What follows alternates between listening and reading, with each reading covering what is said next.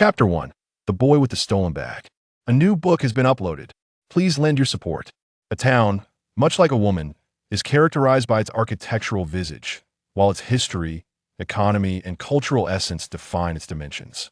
Whether it be a woman or a town, possessing a striking appearance and an alluring physique invariably draws admiration. If one must choose between the two, it is still a stroke of fortune those blessed with beauty may keep the lights on, while those endowed with a pleasing form may turn them off. There is always a solution to be found. However, just as rare as a captivating beauty is the town that possesses an enchanting facade and remarkable dimensions. The city of Aogu in the Tiando Empire is precisely such a third-rate town, lacking both charm and stature. Its architectural landscape is mediocre, with the grandest structure being the Great Dahan Arena at the city center, while the majority consists of lowly bungalows. 3 centuries ago, Aogu was merely a desolate wilderness, rendering any notion of history quite far-fetched. It boasts no notable local specialties, and thus, commerce is scarce, leaving its economy rather mundane. Its brief history has failed to cultivate any significant cultural narratives, and a few respectable soul masters are hardly remarkable. The strongest among them merely a soul sect master, not even a native of Aogu, but rather an imperial appointee. Yet, this does not render Aogu entirely devoid of value. The affluent and noble overlook this third-rate town, yet the petty thieves flock to it like moths to a flame. Cities such as Qiando City, Xinglua City, and Wuhuan City resemble celestial beings descended to the mortal realm, always surrounded by their devoted guardians. In the streets, one can easily encounter either nobles or soul masters. Without some skill, survival in such grand cities is virtually impossible. In contrast, Aogu, as a small town, is quite different. Those with any measure of talent have long departed to seek their fortunes elsewhere. Those who remain in Aogu are either lacking ambition or are the elderly, infirm, or otherwise incapacitated. Coupled with the lax and chaotic law enforcement, it becomes a veritable paradise for the idle and unskilled. Xiao Gao is precisely such a near-dowl, wandering from one small town to another. While he does not possess the audacity for grand crimes, he excels in petty theft. In his own words, "Working is out of the question. I will never work a day in my life. Instead, I must rely on deceit and trickery to make a living. Working is exhausting, and one must endure exploitation." In his line of work, however, the rewards come swiftly with minimal effort, and he is spared the ire of others. The only drawback is its illegality. Should he be caught, he might face a scathing reprimand from a mild-tempered individual, or, should he encounter someone less forgiving, he could meet his end right then and there. But Xiao Gao remains unfazed after all. He thrives on his own, and should he perish, it is a matter of indifference. What is most crucial is that Xiao Gao believes he is inherently suited for this line of work. In this land, all individuals awaken their martial souls by the age of 6. These martial souls are classified into beast and weapon types. Those fortunate enough to possess innate soul power from birth may rise to become soul masters, standing above others, free from worry, capable of soaring through the skies and traversing the earth, revered by all. Xiao Gao, however, was not so fortunate. His innate soul power is 0 essentially. He possesses none. Innate soul power is a rare gift, and Xiao Gao harbors no self-pity. Moreover, while innate soul power is not universally bestowed, martial souls are granted Tigalu. Xiao Gao swallowed hard, nodding anxiously. For some inexplicable reason, he felt that the young boy before him was about to commit an act of extreme cruelty. As it turned out, Xiao Gao's intuition was indeed accurate. The boy reached out with his tender little hand, seized Xiao Gao's hair, and cheerfully exclaimed, "I told you so." Without hesitation, the boy forcefully slammed Xiao Gao's head on the ground, resulting in a dull thud, followed by a gruesome scene. Xiao Gao did not perish. The boy merely knocked out a row of his teeth. Having accomplished this, the boy turned and walked away as if nothing had happened, while the onlookers instinctively parted to make way for him, leaving behind only a wretched little thief who was desperately covering his mouth and wailing. Chapter 2. Yun Zheng. As the boy departed, He paid no mind to the thief who had attempted to snatch his pouch. The fate of that petty criminal was of no concern to him. In essence, the thief's desire to rob him had led to the boy shattering a row of his teeth, a resolution of grievances that did not warrant further thought for someone as unremarkable as the thief, who lacked even a trace of soul power. To the boy, that thief was merely a transient figure in his life. After today, they would part ways forever. This applied to 99% of the individuals within the city of Augu, who would also remain mere passers-by in the boy's existence. He had no intention of forming connections with them, nor extending goodwill. He would lead a life of indifference until the day he departed from Augu City. Such was the simplicity of it. In the boy's eyes, the inhabitants of Augu City were all too mundane, destined to lag behind his pace. This was not a manifestation of youthful arrogance. Rather, the boy understood that he existed in a realm far removed from the vast majority of those within Augu City. He might even assert that this applied to all the inhabitants of Augu City, had it not been for a singular individual with whom he had formed a bond, thus making it a majority. Yet, it was precisely because of that person that the boy harbored this almost pathological mindset. The boy's name was Yun Zheng, a well-known traveler of worlds. Unlike many predecessors of his kind, Yun Zheng found himself in a foreign land without any family or identity, was a complete outsider. Before his transmigration, Yun Zheng was a mere 20-year-old university student. Inexplicably, upon arriving in this realm, he manifested in the form of an infant.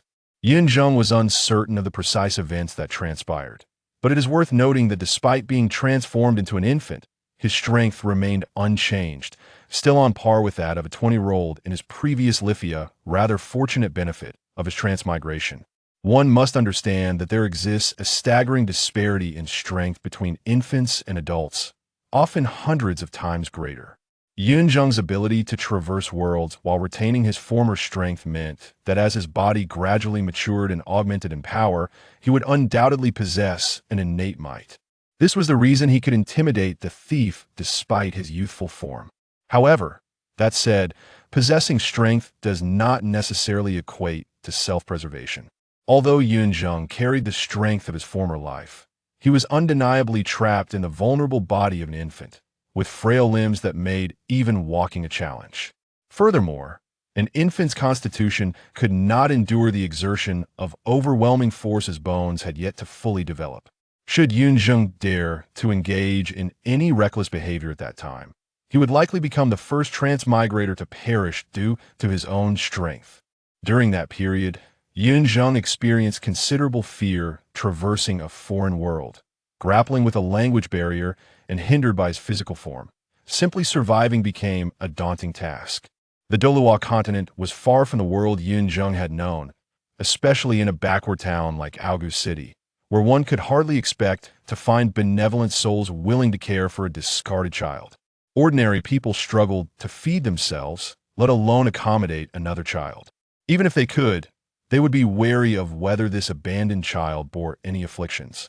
While soul masters might possess the capacity to care for Yun Zheng, they were typically accustomed to the cycle of life and death, and those endowed with innate soul power were often driven by self-interest.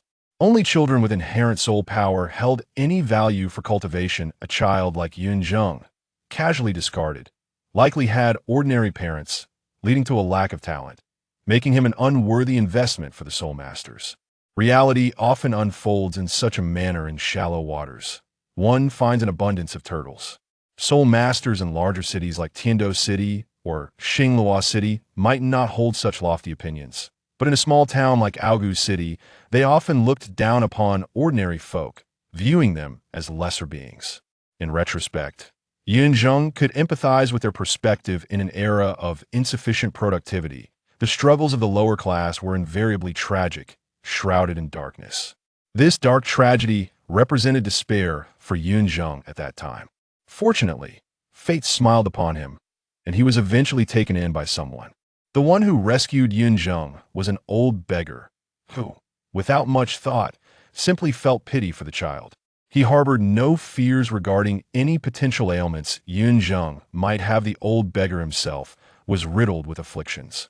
As for whether he could sustain Yun Zheng, The old beggar had not contemplated as long as he had a morsel to eat, Yun Zheng would share in it, and their survival would depend solely on Yun Zheng's own fortune.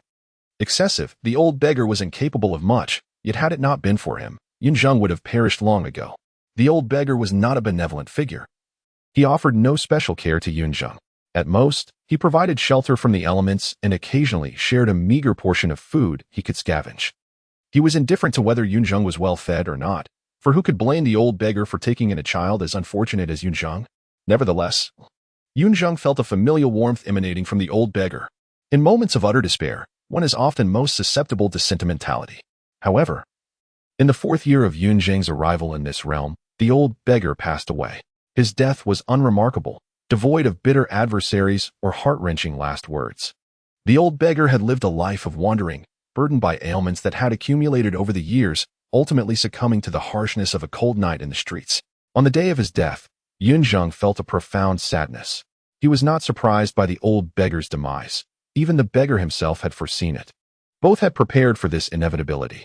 Yun Zheng regretted not having learned about traditional medicine in his past life, not aspiring to become a master healer, but wishing only to alleviate the old beggar's suffering, even if just a little. Yun Zheng cremated the old beggar's remains and collected the ashes in a box. The old beggar had once confided in Yun Zheng that he originated from a desolate, frigid land, and it was the unbearable cold and poverty that had driven him to wander. He had expressed a desire for his ashes to be returned to his birthplace if Yun Zheng had the inclination. Yun Zheng took this to heart. Fortunately, at the age of 4, Yun Zheng had gathered enough strength to fend for himself, no longer the helpless infant he once was. In the world of Douluo Continent, there were no laws protecting minors. Children like Yun Zheng, possessing considerable strength, were often sought after by merchants willing to employ them for less pay, making them work harder than adults. Moreover, their youthful appearances proved more enticing to customers, creating a mutually beneficial arrangement. Not all merchants were unscrupulous. Some treated Yun Zheng with kindness. Yet, he had fortified his heart against emotional connections. The loss of the old beggar instilled in him a greater fear of losing others, leading him to conclude that the best way to avoid loss was never to possess anything at all, a rather unreliable conclusion, but one born from the mediocrity of the people in Aogu City. Even if Yun Zheng were to open his heart and be candid with everyone as he grew stronger, they would only become a burden, while he would transform into an unattainable dream for them. It was a lamentable yet stark reality, akin to the age-old adage of social standing in his previous life. Yun Zheng was reluctant to invest too much emotion in relationships doomed to end. Rather than invite future sorrow, he preferred to remain solitary. His confidence in his potential to rise above was not mere arrogance. It stemmed from the universal trait of every transmigrator, the possession of a golden finger. Yun Zheng's golden finger was a bead, the very catalyst that had brought him to this world. Reflecting on it, he felt he should never have ventured into that antique market, leading to a significant financial loss and his unwitting arrival in Douluo Continent. He was oblivious to the bead's origins, and as someone yet to embark on the path of cultivation, he could not hope to refine it. The bead, like a languid sovereign, had lain dormant within his consciousness since his arrival. It was not until he turned 3 that the bead released a wave of ethereal energy within him, accompanied by a voice proclaiming that he had acquired an ultimate martial soul. This ultimate martial soul, regardless of its attribute, was undoubtedly among the most formidable. The bead's power manifested again when Yun Zheng turned 6, releasing a similar aura and granting him a divine ring, awaiting his martial soul awakening to be claimed. What exactly a divine ring entailed was beyond Yun Zheng's comprehension. Yet, the bead's 2 manifestations had revealed a pattern. It was his golden finger, likely bestowing him with enhancements every 3 years. This gave him a sense of confidence that set him apart from others, even if he remained unaware of the true nature of the divine ring. With an ultimate martial soul at the outset, he felt no less worthy than those favored by destiny. It is worth noting that Yun Zheng harbored strong opinions regarding the physical attributes of the native inhabitants of Douluo Continent. He could not fathom how, despite being the same species, there could be such vast disparities. Why were the children of Douluo Continent towering figures, while he, a newcomer from Earth, felt diminutive among his peers? At 6 years old, standing at around 1 meter, he appeared average on Earth, yet here, children easily reached heights of 1 meter 30 or 40 centimeters. Leaving him feeling like a mere child. In truth, Yun Zheng felt a surge of resentment at this apparent injustice, perceiving it as a bias against Earthlings. He took a deep breath, reassuring himself, no need for discontent. In his previous life, he had been a handsome young man standing at 1 meter 80. He would not fear the prospect of growth. For now, his priority lay in awakening his martial soul. The Spirit Hall only conducted awakenings every 6 months. Should he miss this opportunity, he would have to wait another half-year. The question lingered in his mind. What attribute would his ultimate martial soul possess? Personally, he favored the idea of a lightning attribute, strikingly powerful indeed. Chapter 3. The Awakening of the Martial Soul. When Yun Zheng first traversed into this world, he was utterly bewildered and unaware of the nature of his new surroundings. To be honest, if it had merely been an ancient realm devoid of extraordinary powers, he would have had no desire to embark on such a journey. Imagine stepping into a society where productivity barely satisfies basic needs. What benefits could Yun Zheng possibly glean from such a reckless intrusion? It seemed implausible. He was self-aware enough to realize that if he were to be transported to the era of the Ming or Qing dynasties, he would likely find himself in dire straits within a month. Ignoring the fact that he was inept at physical labor and completely clueless about agriculture, he would surely be deemed incompetent by the farmers. Moreover, the rigid constraints of the feudal system would drive him to madness. Should misfortune strike and he fall victim to a literary inquisition, a few careless words could lead to his execution. Unless, of course, he were to transmigrate as a noble. However, given his current circumstances, that was equally improbable. Fortunately, the peculiar bead that facilitated his transition, while unreliable, was not entirely absurd. Upon his first encounter with martial souls and soul rings, he realized the nature of this world. If he had indeed arrived in the Douluo Continent, he could accept it, as he possessed some prior knowledge, preventing him from being utterly lost. Yun Zheng had perused the original work of Douluo Continent and had once dreamed of this mystical realm, at least grasping the broad strokes of its worldview. Soul masters, soul beasts, soul power, martial souls, and soul rings, these concepts constituted the eternal themes of this universe. At the tender age of 3, the bead bestowed upon him an ultimate martial soul. At that moment, he pondered whether he had been transported to the era of Do-Er, for the ultimate martial soul only emerged after Do-Er. Yet, the nearly non-existent soul-guiding devices in his life, and the sporadic mention of the martial soul hall confirmed to him that he was indeed in the era of Do-E. At the very least, the martial soul hall had not yet transformed into the martial soul empire. As for the specific time period, Yun Zheng was uncertain. Such lofty matters were beyond his current reach. Nevertheless, since he found himself in the Douluo Continent, the awakening of his martial soul at the age of 6 was an inevitable rite of passage. One could say that, in the Douluo Continent, nearly everyone undergoes a classification at the age of 6. The higher the innate soul power, the stronger the martial soul's quality, and naturally, the brighter their future prospects. The reason for the careful phrasing of nearly instead of all stemmed from consideration of that extraordinary individual who would emerge a millennium later. Beginning with an innate soul power of level 1, he would eventually ascend to godhood, epitomizing the reversal of fate. Fortunately, Yun Zheng's start was not so arduous, and thanks to the unreliable bead bestowing upon him an ultimate martial soul, he was spared the uncertainty of whether he possessed a martial soul at all. Arriving in the Douluo Continent without a martial soul would have been a most unfortunate jest. With a sense of relief, Yun Zheng made his way to the Martial Soul Hall's branch in the city of Aogu. Regardless of the role the Martial Soul Hall played in the Douluo Continent, they had indeed accomplished some tangible deeds. While their true intention was to recruit exceptional talents from around the world, they had tirelessly assisted countless commoners in awakening their martial souls. Though they courted soul masters from the lesser soul sects with the financial backing of the two great empires, they had not embezzled even a single soul coin. What belonged to whom remained intact. Despite the Martial Soul Hall's ambitious nature, its existence undeniably propelled the continent's development. Regrettably, as their power grew, the higher-ups of the Martial Soul Hall began to breed corruption, gradually undermining the hard-won trust of the populace. The female pope, a rather frantic individual, acted impulsively, and coupled with the Martial Soul Hall's domineering approach, it incited widespread indignation among soul masters, leading to a collective uprising that ultimately proved futile. After a moment of contemplation, Yun Zheng shook his head vigorously, casting aside thoughts that were not pertinent to his current circumstances. He strode confidently into the Martial Soul branch before him. Each year, there were a couple of days when the Aogu city's Martial Soul branch allowed free entry, so no one hindered Yun Zheng's passage. Although he appeared to be under 6 years old, children are naturally curious. and it was entirely reasonable for him to be eager to witness the martial soul awakening process firsthand. The personnel at the martial soul hall were unlikely to berate a mere child. Prior to Yun Zheng's arrival, 9 other children had already gathered, each accompanied by their parents. Except for him. Yun Zheng held no particular thoughts about this, but the parents in attendance began to take notice of him.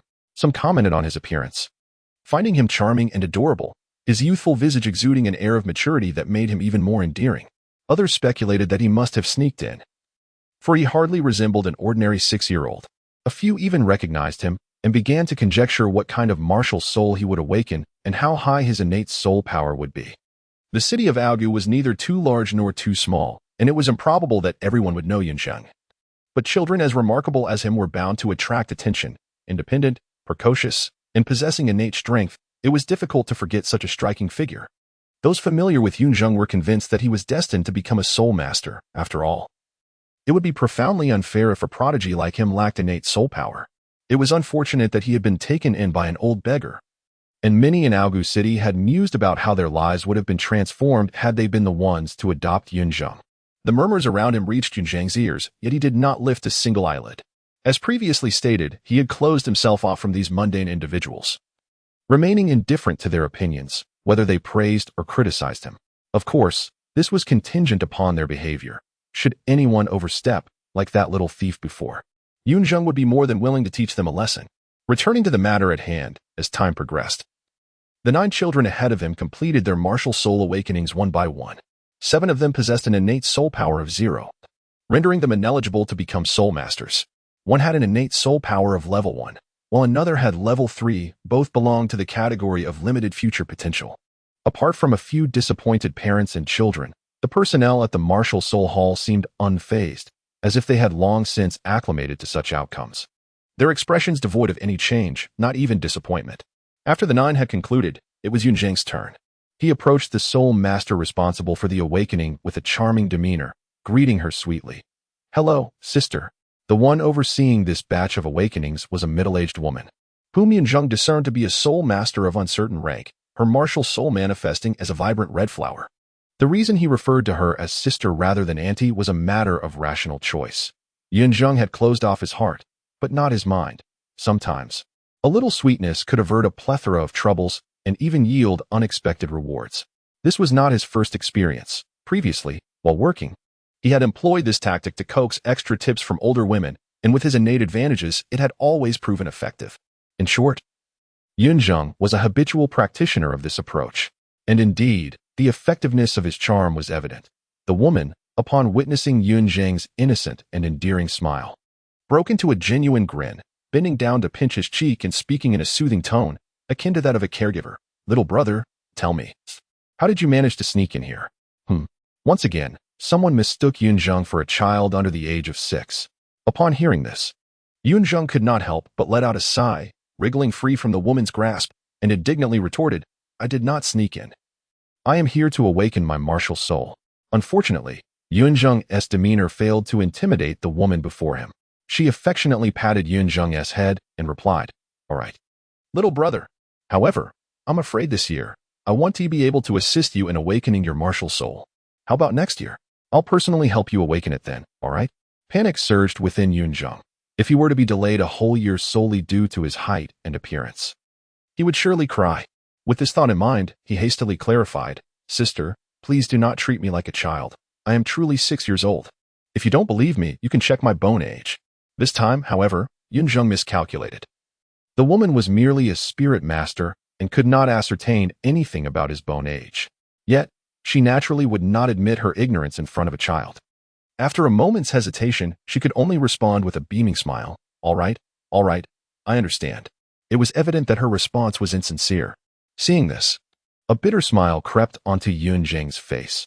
Was this the malice of the world as well towards the little ones? Fortunately, at that moment, a father who had been waiting behind Yun Zheng could no longer bear the scene. This father knew Yun Zheng well and was aware of his true age. Thus he interjected, "Spirit Master, this child, he is indeed 6 years old. He simply did not eat well as a child, which is why he is a bit shorter and more delicate than his peers." This father did not intend to assist Yun Zheng. He merely wanted to prolong the interaction between Yun Zheng and the Spirit Master, as he had no idea when it would be his own child's turn. You're the one who is delicate. Your entire family is delicate. What is wrong with being short? Am I eating your family's rice? Upon hearing this, Yun Zheng cursed inwardly and shot an indignant glare at the father, leaving him perplexed. On the other side, upon hearing the father's words, the woman glanced at several of her disciples. Among them, one recognized Yun Zheng and nodded at the woman. Enlightenment dawned upon her as she noticed the indignation on Yun Zheng's little face, mistakenly thinking he was merely sulking in silence. She quickly apologized. Sister was mistaken. Come. Let me help you awaken your martial soul right now.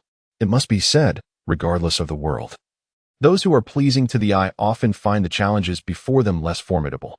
Had Yun Zheng not possessed such delicate and charming features, would a dignified spirit master truly have apologized to him? Hearing the phrase martial soul awakening, Yun Zheng instantly cast aside his previous displeasure. Never mind. It was more important to focus on awakening his martial soul. Chapter 4. Frostwing Bell. In truth, the awakening of martial souls is not an arcane or arduous endeavor. Any soul master with a soul power exceeding level 20 can assist a 6-year-old child in awakening their martial soul, given the aid of a soul power crystal. Among the most precious items in this process is undoubtedly the soul power crystal itself. While not exactly ubiquitous, with a bit of diligence, one can procure it, rendering it far from a rare commodity. This implies that the awakening of martial souls does not necessarily require the intervention of the spirit hall. As long as a trustworthy soul master is available, the awakening can be accomplished at home. However, such actions are not sanctioned by the spirit hall.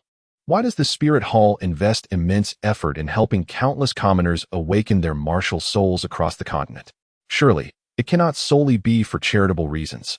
At its inception, the spirit hall may have genuinely aimed to promote the continent's development, but as time has passed, that original intent has long been forsaken. The Spirit Hall's continuous assistance to commoners in awakening their martial souls merely serves to identify promising talents for recruitment into the hall, bolstering its foundation. If the Spirit Hall were to exist solely as a religious institution relying on its diverse followers, how could it possibly uncover so many prodigies? Aren't they all extracted from the common populace? It is precisely for this reason that the Spirit Hall firmly retains the authority to awaken martial souls for the masses. Of course, not everyone submits to this. For instance, the 3 great sects and the direct descendants of the 2 great empires. Should the 3 great sects and the imperial heirs choose to cooperate, the Spirit Hall would be more than willing to assist them in awakening the martial souls of their kin. Indeed, these sects' disciples are unlikely to be swayed by the hall. But the gathering of intelligence regarding the talents within those sects would be an unmitigated gain for the hall. Yet, the 3 great sects and the imperial families are not naive. They can clearly discern the Spirit Hall's predatory ambitions and thus refuse to allow the hall any influence over their descendants' awakening ceremonies. The Spirit Hall does not wish to provoke a cornered beast. After all, the information at stake is merely ancillary and could easily be acquired through other channels. Returning to the matter at hand, no matter the intricate games behind the martial soul awakening ceremony on Douluo Continent, they hold no relevance to Yun Zheng at present. He knows no soul master willing to assist him in awakening his martial soul, and apart from the Spirit Hall, what options does he have? At the very least, the hall maintains a commendable level of credibility in this regard. Guided by a female soul master, Yun Zheng approached the soul power crystal. To be candid, he felt a twinge of anxiety at that moment. Although he possessed an extraordinary martial soul, he was uncertain whether he had innate soul power. After all, he was a newcomer here and could not be certain of his own gifts. Even without innate soul power, Yun Zheng found solace in the jewel residing within his consciousness, which instilled in him sufficient confidence. If the jewel could grant him a martial soul, surely it could also bestow upon him soul power. His subconscious even assured him of his innate soul power. Yet, despite this inner conviction, he could not quell his nervousness during this pivotal moment. The female soul master noticed his trepidation and smiled gently, patiently instructing him, "Little brother, extend your hand to me." Following her guidance, Yun Zheng offered his right hand, resting it in the palm of the female soul master. She then spoke, "Next, I will enter your body. Do not be afraid. This process is quite pleasant. I will help you draw out the power within you." Upon hearing this, Yun Zheng's eyes widened in disbelief, silently questioning the appropriateness of her words. However, at that instant, the female soul master's soul power flowed through his palm and into his body, a refreshing sensation that was indeed quite pleasant. Soon after, the soul power from the female master began to stir Yun Zheng's dantian. As the essence of soul power descended, a chill emanating from him as the aura spread outward. Simultaneously, the female soul master's brow furrowed involuntarily. Yun Zheng had only just awakened his martial soul, and even that was not yet fully realized. Yet the frigid air emanating from him was already palpable. Clearly, Yun Zheng's martial soul was exceptionally powerful. Realizing this, the female soul master felt a surge of excitement. Understanding that she might have encountered a so-called commoner genius, she exerted more effort to channel her soul power, stimulating Yun Zheng's gradually awakening martial soul. With her diligence, a swirling ice blue light began to rise from Yun Zheng's small frame. At that moment, Yun Zheng did not think of anything else. Instinctively, he extended both hands, and the glowing essence settled into his grasp. At this moment, the female soul master exhaled deeply, retracting her soul power. A hint of fatigue gracing her features. Awakening a martial soul for Yun Zheng alone was more exhausting than the combined efforts of 9 others. The chilling aura alone had thrown her into disarray, while she had to ensure the successful awakening of the martial soul without harming Yun Zheng. It was truly a taxing endeavor. Fortunately, the outcome was gratifying. She had personally awakened a formidable ice attribute martial soul, a significant milestone in her life. As Yun Zheng's martial soul manifested, a delicate layer of frost formed beneath their feet. It was an exquisitely crafted ice bow, resplendent yet unpretentious. Its crystalline blue hue shimmering like water, resembling a pair of frost-covered wings. The bow's tail bore faint feather-like shapes, fluid and natural, while its slender, resilient body and snow-white string resembled a work of art. This bow deserved to be enshrined in the Royal Museum of the Tiando Empire rather than serving as a martial soul. In Yun Zheng's hands, the bow appeared perfectly at home, bestowing upon him an ethereal quality, as if he were a spirit from a dream. Frostwing bow. As the onlookers were momentarily stunned, Yun Zheng gazed intently at the ice bow in his hands, softly murmuring, "Is this your name? The ultimate ice, how splendid." The ultimate ice, the bow and arrow, Frostwing bow, this was Yun Zheng's martial soul, though it was not the ultimate lightning he had envisioned. The ultimate ice was still a formidable attribute, leaving Yun Zheng no room for dissatisfaction. There were no dual martial souls or accompanying martial souls. It was simply a singular martial soul, a bow and arrow unified, the ice bow manifesting outwardly, while the ice arrows remained concealed within. What shall this ice bow be called? A few breaths later, the onlookers regained their composure, and the female soul master turned to Yun Zheng, inquiring, "Frostwing bow." Its name is Frostwing bow. Yun Zheng did not conceal it, directly revealing the name of his martial soul. Just a name, nothing of great significance. Upon hearing this name, the female soul master furrowed her brow, mulling it over several times before murmuring, "An unrecorded martial soul, a mutated martial soul?" It was no wonder the female soul master reacted this way. Mutated martial souls are notoriously unstable, with outcomes that can vary wildly. Some martial souls may undergo positive mutations. Yet more often than not, they shift towards negative manifestations, with bizarre results. There have even been instances of true dragons transforming into swine. Similarly, although Yun Zheng's martial soul exhibited remarkable strength during its awakening, its abilities may not necessarily align with its appearance. What if it were merely an exquisite artifact? A superficial display, or even the case that he possessed no innate soul power at all? As a mutated martial soul, any of these scenarios could become a reality. "Sister, may I test for innate soul power?" Yun Zheng, oblivious to the female soul master's thoughts, sought only to ascertain the nature of his cultivation potential.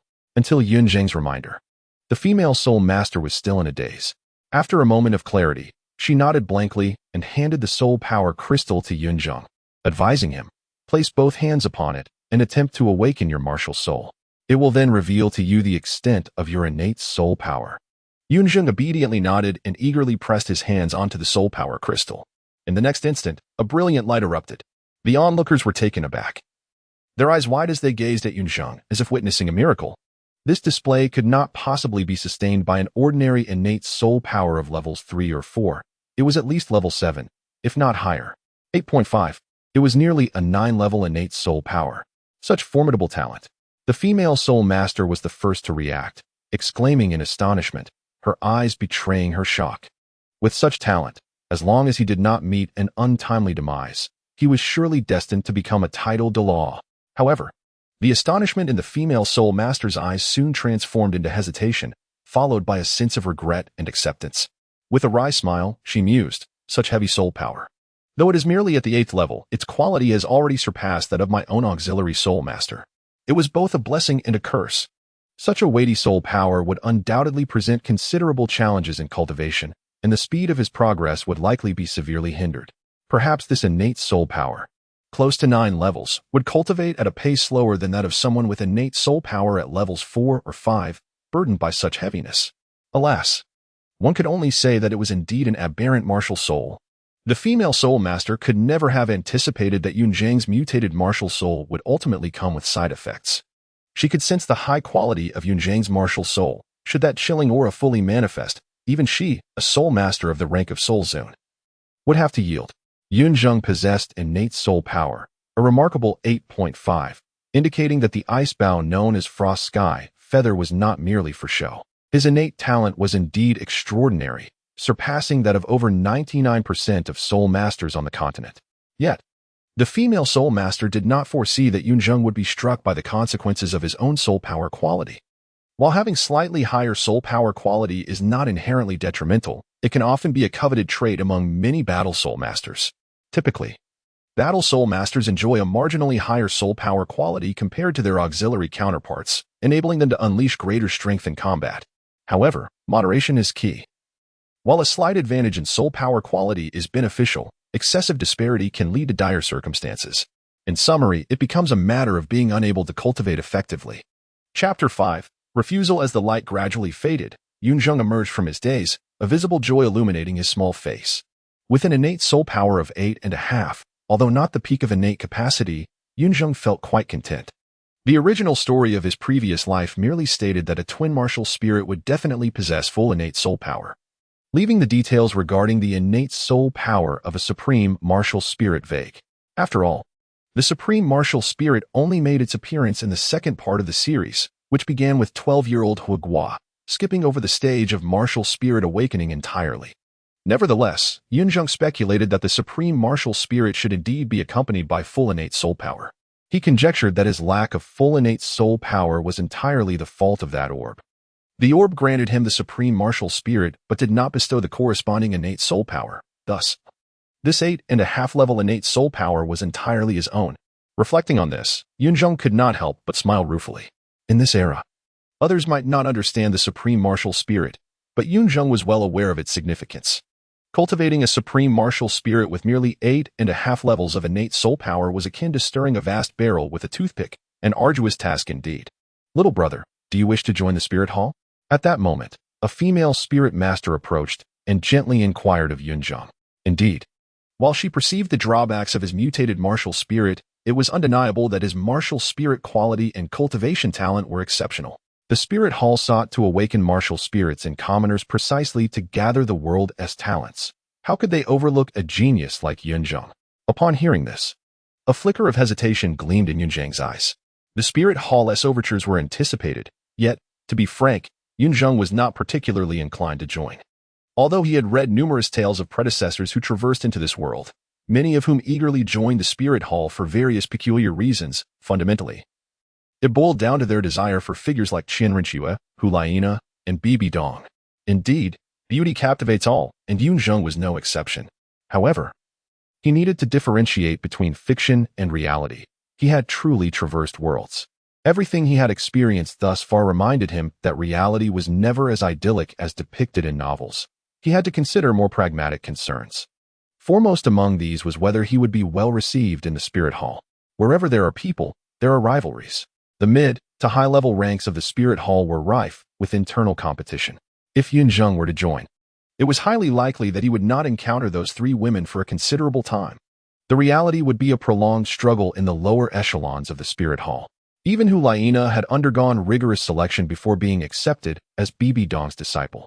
It was improbable that Yun Zheng, with his 8.5 level innate soul power, could simply waltz in and expect to be taken as Bibi Dong's disciple, followed by an embarrassing series of master-student romantic entanglements. Even if Yun Zheng were to lose his mind, he would recognize the impossibility of such a scenario. Thus, even if contemplating with a less rational mindset, Yun Zheng needed to think carefully. Next, there were issues surrounding the Spirit Hall itself. To be fair, aside from those 3 women, what else was there to entice him within the Spirit Hall? Was it its villainous identity in the original story, its domineering conduct, or its future reputation as a universal adversary? The only aspect that could potentially stir Yun Zheng's interest was the vast reservoir of knowledge about spirit masters within the spirit hall. However, as someone without status or strength, what right did he have to access such knowledge? Taking a step back, Yun Zheng was even uncertain which time period he was currently in. If it were not aligned with the timeline of the original story, he might find himself in the spirit hall without any familiar faces, rendering his previous knowledge utterly useless. Would he not be left utterly lost? To expect someone without any workplace experience to navigate the spirit hall was a pipe dream. Are you unwilling? Noticing the hesitation in Yun Zheng's eyes, the female spirit master smiled gently and asked, "I." Although his heart was indeed reluctant, Yun Zheng did not wish to be overly dismissive. Instead, he decided to leverage his advantage, putting on a cute face and softly saying, "Sister, where is the spirit hall? I've heard it's very far away." The implication was clear. It was too distant, and he had no desire to go. To Yun Zheng's surprise, the female spirit master merely nodded in response to his indirect refusal, saying, "Very well. The spirit city is indeed quite far from Douluo City, so it is understandable that you would not wish to go. However, the doors of the spirit hall will always be open to you." After saying this, the female spirit master seemed to recall something and affectionately pinched Yun Zheng's cheek, smiling, "By the way, little brother, if you ever encounter any insurmountable problems, you can always come to find me." This was an unexpected gain. Unbeknownst to Yun Zheng, he had acquired a spirit master as a potential ally within the spirit hall. Though he did not place much value on this connection, perhaps he would never need it, yet the cost incurred was minimal, merely a few sweetly uttered words of sister. At this moment, however, Yun Zheng was not in the frame of mind to consider the implications of the female spirit master's words. He gazed blankly at her, seemingly unable to believe that she would so readily concede. Yet after a moment's reflection, he found solace. The spirit hall had regulations, recommending a genius could lead to career advancement or financial rewards. The definition of a genius was a child with innate soul power exceeding 6 levels, and with his 8.5 levels, Yun Zheng clearly fit the bill. However, for the female spirit master before him, neither career advancement nor financial rewards seemed particularly alluring.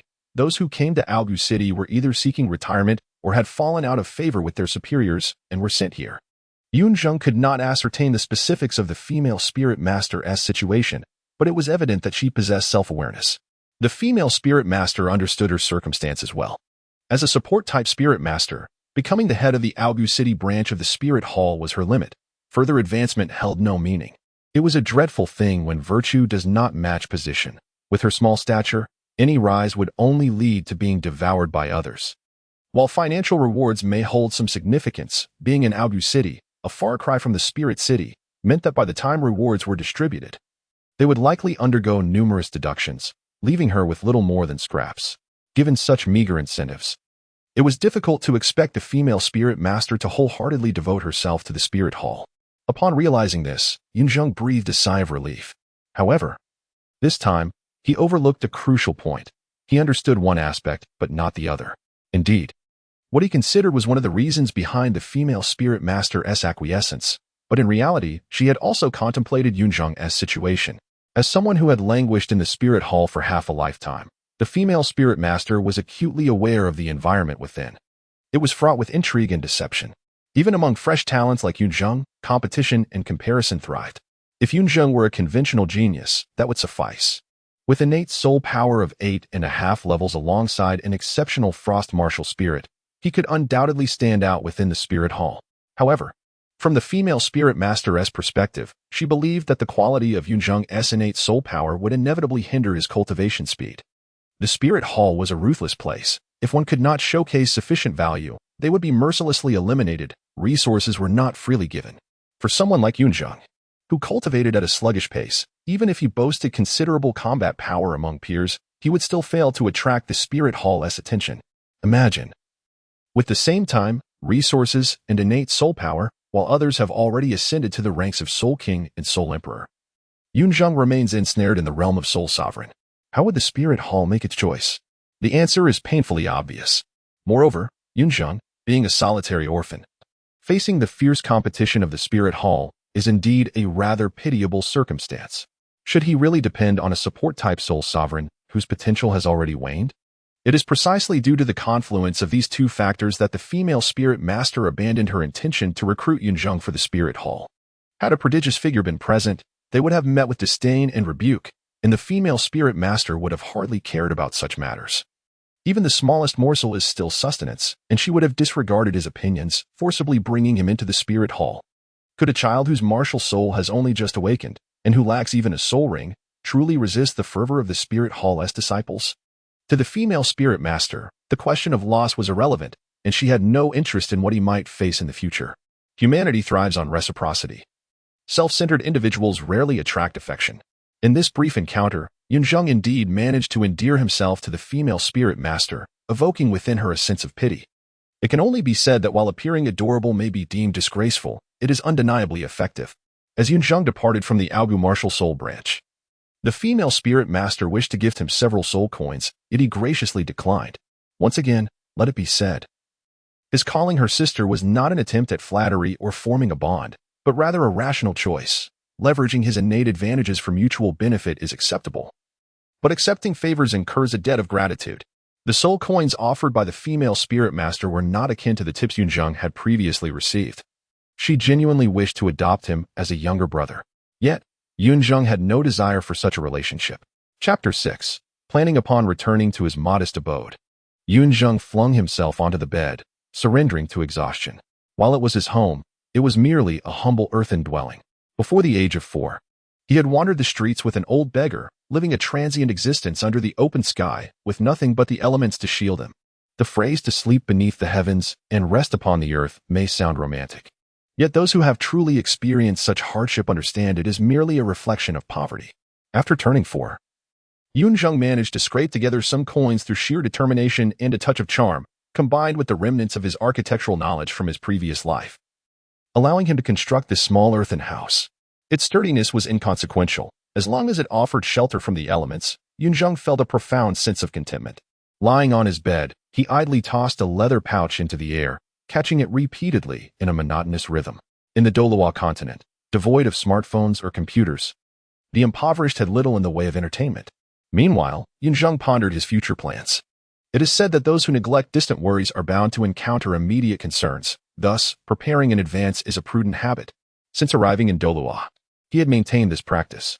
In his previous life, he had the support of parents and teachers, but now, with his only reliance gone, he found himself solely dependent on his own abilities, at least for the time being. The first pressing issue confronting Yun Zheng was the knowledge of soul masters. Knowledge is power, an absolute truth in any realm. While he had perused the original text, he did not harbor the hubris to believe that simply having read a lengthy novel would grant him complete understanding of the soul master world.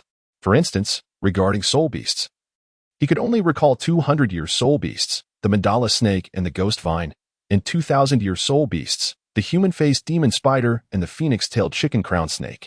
As for others, they had long slipped from his memory. When it came to 100,000-year soul beasts, however, he possessed a vast repository of knowledge, being familiar with nearly all of them. Yet, what good was that? Before breaking through to the soul sage rank, Yun Zheng had no desire to confront any one of those formidable 100,000-year beasts.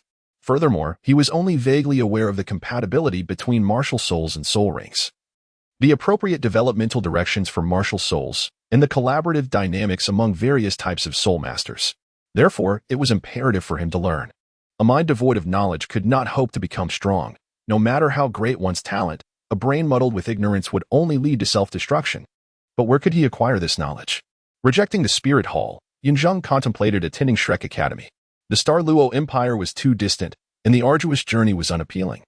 As for the Tiando Royal Academy, regardless of whether he met the qualifications to enroll, the portrayal of its aristocratic students in the original text was enough to repulse him.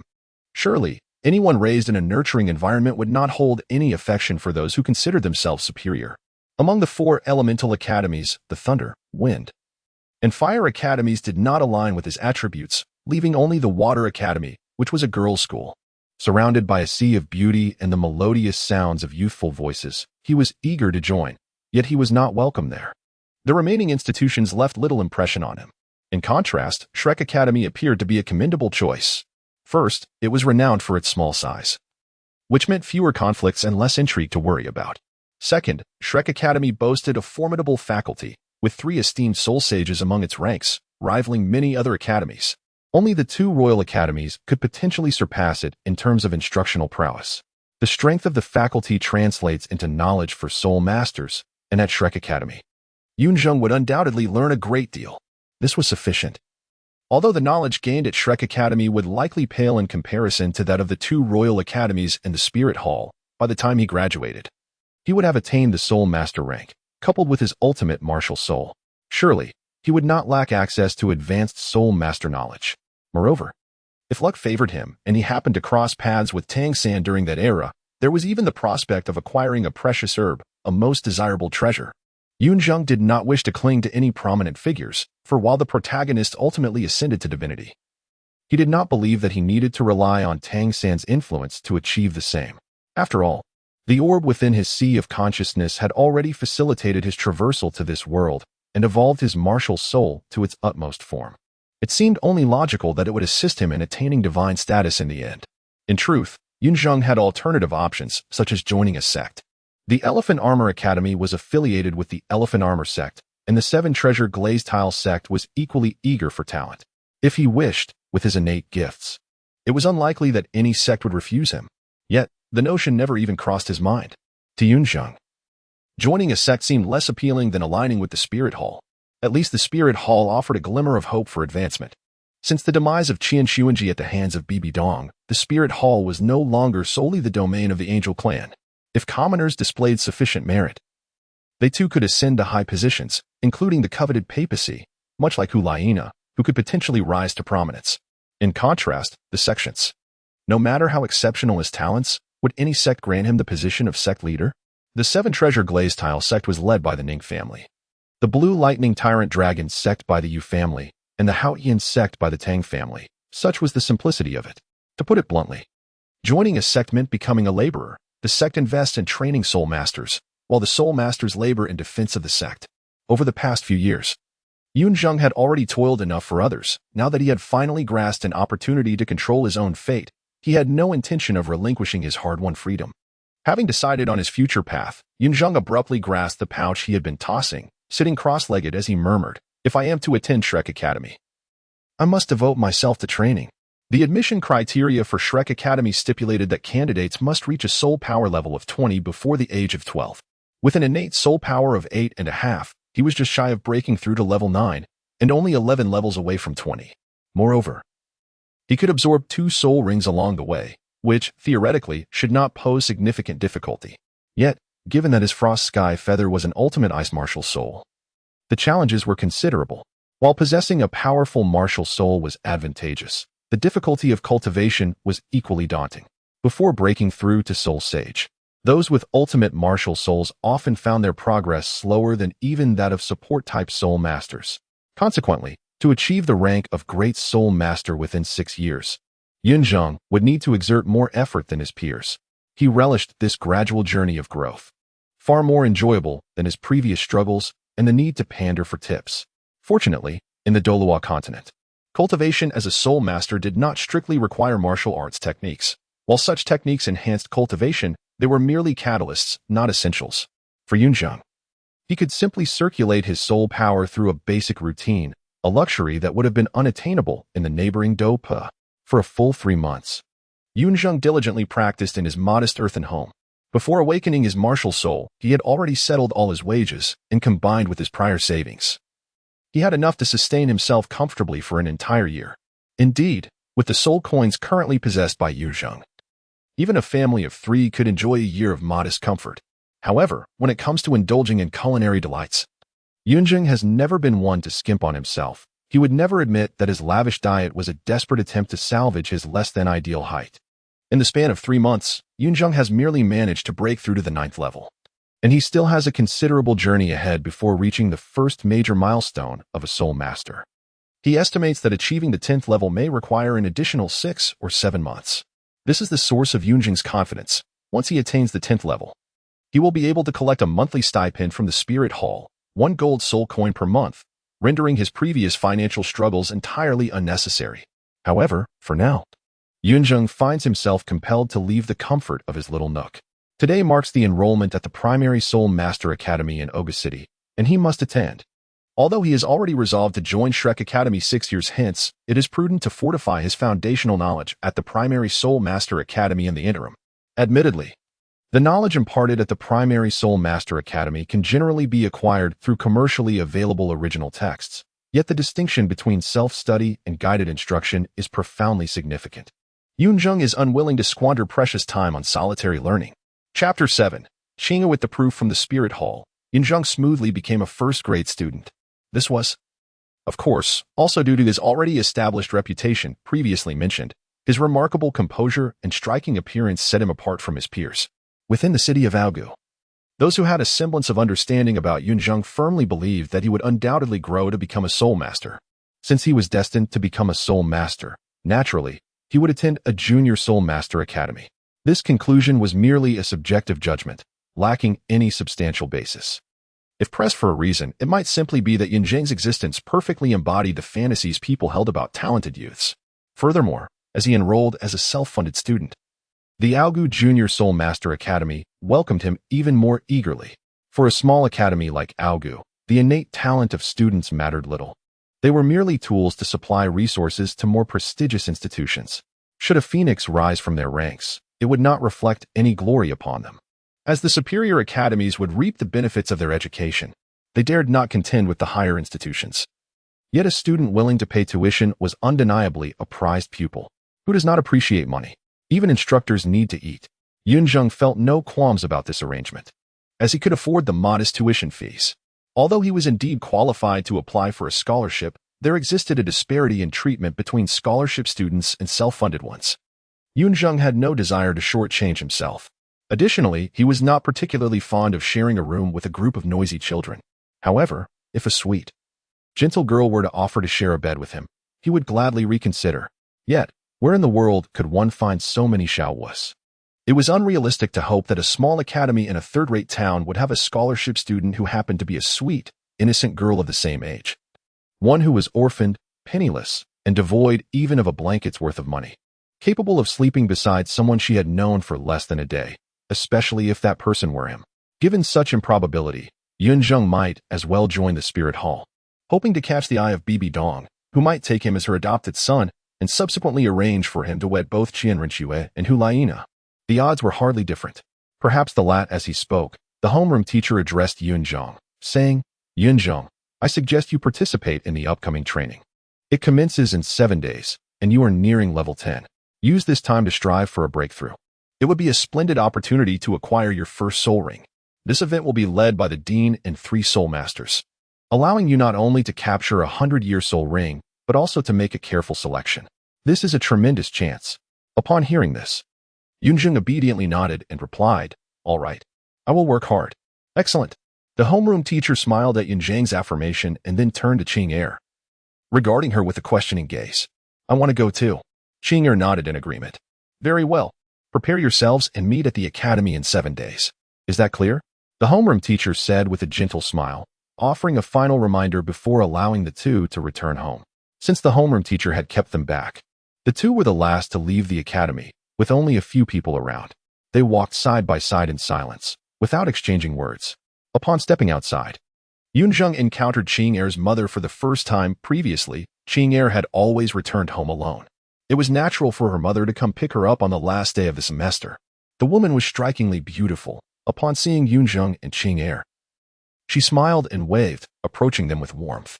She lifted Qing'e into her arms, who blushed slightly but could not resist her mother's affection, ultimately allowing herself to be cradled. The woman then turned her gaze to Yun Zheng, smiling gently as she said, You must be Yun Zheng. How adorable. Qing'e has mentioned you. Thank you for being her friend. Mother. At this remark, Qing'e pouted playfully, jumping down from her mother's embrace and tugging her away. The mother, helpless, could only offer Yun Zheng an apologetic smile before following Qing'e. In the distance, Yun Zheng faintly heard the woman telling Qing'e, In a few days, your father will be coming home. The mother appeared quite cheerful, engaging in lively conversation. Yet Qing'e's expression seemed less than joyful as she pouted, perhaps a reflection of her longing for a father who had been away for too long. Yun Zheng stood there, gazing absent-mindedly at the retreating figures of the woman and Qing'e. After a while, he finally smiled knowingly and murmured to himself, Is father coming home? How wonderful. Chapter 8. The gifted divine ring. Upon returning home, Yun Zheng did not even bother to remove his shoes. He simply collapsed onto his bed.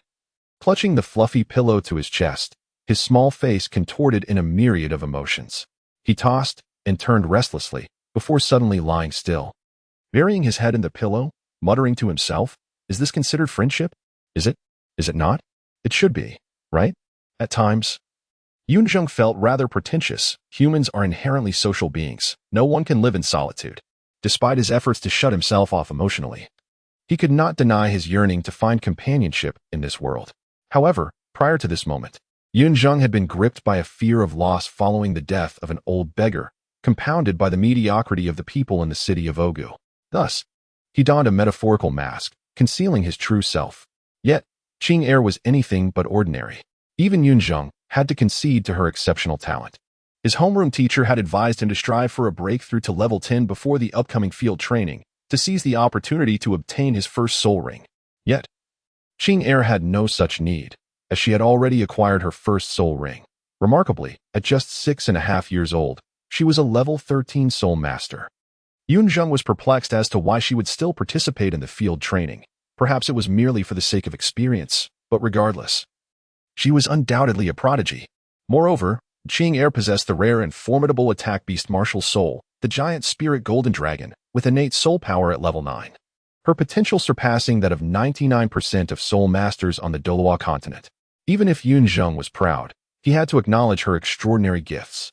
Unlike the others in Oga City, both he and Qing Er belonged to the same realm, both harboring the potential to reach the pinnacle of the continent. Consequently, the two premises that led Yun Zheng to refuse emotional connections with others did not apply in Qing Er's presence. He longed to be friends with her. He was, after all, human, and 6 years of loneliness had left him weary. Yet, the dilemma lay in the fact that 6 years of isolation had dulled his ability to forge connections, especially when the other party was a young girl. If she were a 16 or 17-year-old boy, he would have far fewer reservations. But throughout his life, no one had ever instructed him on how to befriend a little girl. He lacked experience in such matters. What should he say to avoid awkwardness? What actions would seem natural? Though others perceived him as a near-perfect child, sweet-tongued, composed, precociously intelligent, endowed with innate strength, and pleasing in appearance, Yun Zheng knew that his true self was far from flawless, particularly regarding his character. His sweetness was feigned, his composure forced, perfection was an illusion. And he was not as amiable as he appeared. Yet, in the presence of Qing Er, he hesitated to reveal his true nature, fearing it would frighten her. After all, she seemed to embody both grace and wisdom, remaining serene during their time at the academy. He believed she would struggle to accept his more boisterous disposition. Indeed, with Yun Zheng's astuteness, he could undoubtedly win over a little girl's affection if he chose to act. However, he did not wish to proceed in such a manner. To feign a persona that Qing Er would find appealing felt insincere. True friendship should be characterized by authenticity and ease. He felt that if he were to do so, then the friend she would know would be a Fade, rather than the real Yun Zheng. This inner turmoil and uncertainty left him feeling anxious and uneasy. Thus, when he overheard the beautiful woman referring to him and Qing Er as friends, he lost his composure. After a moment of despair, he sighed, "Forget it. I won't think about it anymore. I shall let things unfold naturally. First, I will focus on my training." With that, he sat cross-legged and began his practice. There was little he could do. If he could devise an impeccable strategy, he would, but for now, he could only let fate take its course. If it was meant to be, he would rejoice. If not, he hoped that Qing Er would not come to dislike him. It is worth noting that, strictly speaking, Yun Zheng did not need to obtain his first soul ring through the field training in 7 days. After all, he had yet to utilize the divine ring gifted to him. That divine ring was, indeed, his first soul ring. 3 months prior, when Yun Zheng had just awakened his martial soul, he had eagerly reached out to the orb residing in his consciousness. The orb, as usual, behaved like a lord, disregarding Yun Zheng. However, he discovered that this orb seemed to function similarly to a storage soul guide, containing a space within it where lay the divine ring gifted to him when he was 6. This divine ring was, in essence, a soul ring. Upon learning this, Yun Zheng felt a twinge of conflict. He worried that the divine ring might function similarly to bestowed soul rings, which correspond to the absorption limits of the user. Absorbing before level 20 would yield a century-old soul ring, while after level 40, it could potentially be a millennium-old soul ring. And if the user were sufficiently powerful, even a 100,000-year soul ring. If this were the case, he would have to reconsider. A century-old soul ring and a millennium-old soul ring were significantly different, absorbing a divine ring for the sake of his first and second soul abilities felt like a waste. However, his concerns quickly dissipated. The divine ring was far more mysterious than a bestowed soul ring. It possessed all the qualities of a bestowed soul ring, including the ability to adapt to the user's absorption limits and grant the most suitable soul abilities. Yet, unlike a bestowed soul ring, the divine ring boasted an unparalleled ability. It could advance alongside the host's cultivation level, and the age of the ring would automatically adjust to the user's absorption limits. This meant that even if Yun Zheng absorbed the divine ring as his first soul ring, once he broke through to the rank of title Douluo, it could transform into a 100,000-year soul ring, or even several 100,000-year rings. This ability not only enhanced the soul abilities associated with the ring, but also offered numerous hidden advantages. The two benefits Yun Zheng could readily identify were as follows. First, he would no longer need to concern himself with the age limit of the soul rings he could absorb. When the time came to absorb a soul ring, he would simply summon his martial soul and check the age of his first soul ring, as long as the new soul ring did not exceed that age. He could absorb it. Second, every breakthrough in his cultivation that prompted the advancement of the divine ring would bring about a restorative power, which, while not substantial, would accumulate over time. Each time he advanced a level, he would receive a beneficial return, which could amount to a considerable total, especially for Yun Zheng, who possessed a limit-breaking martial soul. The restorative power gained from each ring's advancement could significantly accelerate his training speed. What was there to hesitate about? Of course, he would absorb the divine ring as soon as he reached level 10. Yet, prior to that, he needed to elevate his cultivation to level 10. Fortunately, after 6 months of rigorous training, he was but a step away from that threshold, with 7 days remaining until the field training. Ample time indeed. As for why he still intended to participate in the field training, Yun Zheng had his own considerations. Firstly, it would serve as a facade, allowing him to obscure the origins of his first soul ring amidst the training. If this course of action is not taken, Yun Zheng, a solitary orphan with no support, would suddenly possess a century-old soul ring, which could easily raise suspicion. Furthermore, Yun Zheng is genuinely curious. Having traversed this continent for 6 years and 3 months, he has yet to encounter a true soul beast, and naturally, his curiosity is piqued. As his homeroom teacher previously remarked, with the Soul Sect's president leading the expedition, accompanied by 3 esteemed soul master mentors ensuring their safety, they are venturing into the soul-hunting forest, a place devoid of perilous soul beasts. The journey presents a secure opportunity for Yun Zheng to witness live soul beasts. It is not an act of recklessness, rather, understanding the essence of soul beasts is imperative. And the sooner one grasps this knowledge, the better. Almost everyone harbors an innate dread of soul beasts, not an exaggeration, as many soul beasts are far more ferocious than wild predators like tigers or leopards. The mere roar of a soul beast can instill profound fear. Ordinary individuals often panic and freeze in the presence of tigers or leopards. How much more terrifying would it be to confront the even more brutal soul beasts? If one cannot conquer the inherent fear of soul beasts, when Yun Zheng inevitably faces them alone in the future, he may very well meet a tragic end due to a fleeting moment of cowardice. This is not mere fiction, but a lesson from the past. Many exceptionally gifted young soul masters have fallen victim to such fears. Yun Zheng has no desire to become one of them. Chapter 9. First Soul Skill, Armament, Transformation. Through diligence and perseverance, Yun Zheng finally achieved a breakthrough to level 10 on the 6th day of his holiday. With an entire day remaining, he was more than prepared to absorb the God-given soul ring. With a deep exhale, Yun Zheng opened his eyes, choosing not to absorb the soul ring immediately. Instead, he rose from his bed, taking a moment to adjust his state of mind. Although he had never absorbed a soul ring before, he believed that maintaining an optimal condition would enhance the likelihood of success during the process. This notion, albeit speculative, seemed reasonable. He had a day to spare, allowing time for a meal and a bath without significant delay. Half an hour later, feeling sufficiently prepared, Yun Zheng sat cross-legged once more, connecting his consciousness to the peril within his sea of knowledge. In the next moment, the so-called God-given soul ring materialized before him. The God-given soul ring bore a striking resemblance to ordinary soul rings, a circular band approximately 50 to 60 centimeters in diameter, devoid of extravagant patterns, and possessing a dull gray hue that rendered it almost unremarkable at first glance. Yet, upon closer inspection, one could discern the myriad mysteries flickering beneath the gray mist. After several breaths of contemplation, Yun Zheng found his head spinning, a sensation akin to being overwhelmed by the profound nature of the divine artifact. Regardless, Yun Zheng dismissed his musings, for this God-given soul ring was rightfully his.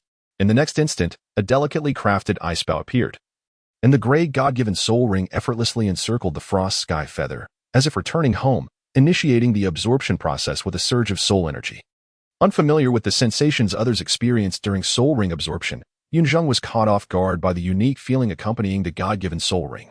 There were no violent surges of soul power, no searing heat, nor remnants of a soul beast will. Instead, he felt a gradual accumulation of pressure, steady and palpable. It seemed as though the God-given soul ring intended to envelop him in a gentle embrace.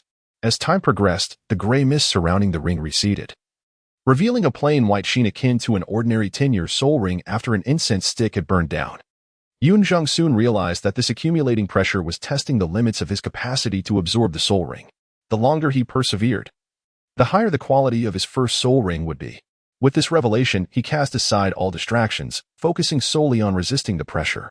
Soon, an hour had passed, and the color of the God-given soul ring transformed from white to yellow, indicating that his first soul ring would begin at a baseline of 100 years. Yet, Yun Zheng was not inclined to stop. He recalled that at level 10, the absorption limit for soul rings hovers around 400 years. Despite his limitations, he aspired to approach that threshold. Thus, he persisted for another 3 hours, pushing the God-given soul ring's age to 400 years, an impressive feat for many soul masters at the onset of their journey. However, even Yun Zheng felt the strain, his youthful face contorting with pain. While he possessed an extraordinary martial soul, his physical constitution left much to be desired. Although his strength was formidable, so much so that he feared to unleash it fully, his physical endurance was relatively weak among his peers. This unfortunate reality stemmed from the 4 years spent in the company of an emaciated beggar, where sustenance was scarce and nourishment was often inadequate.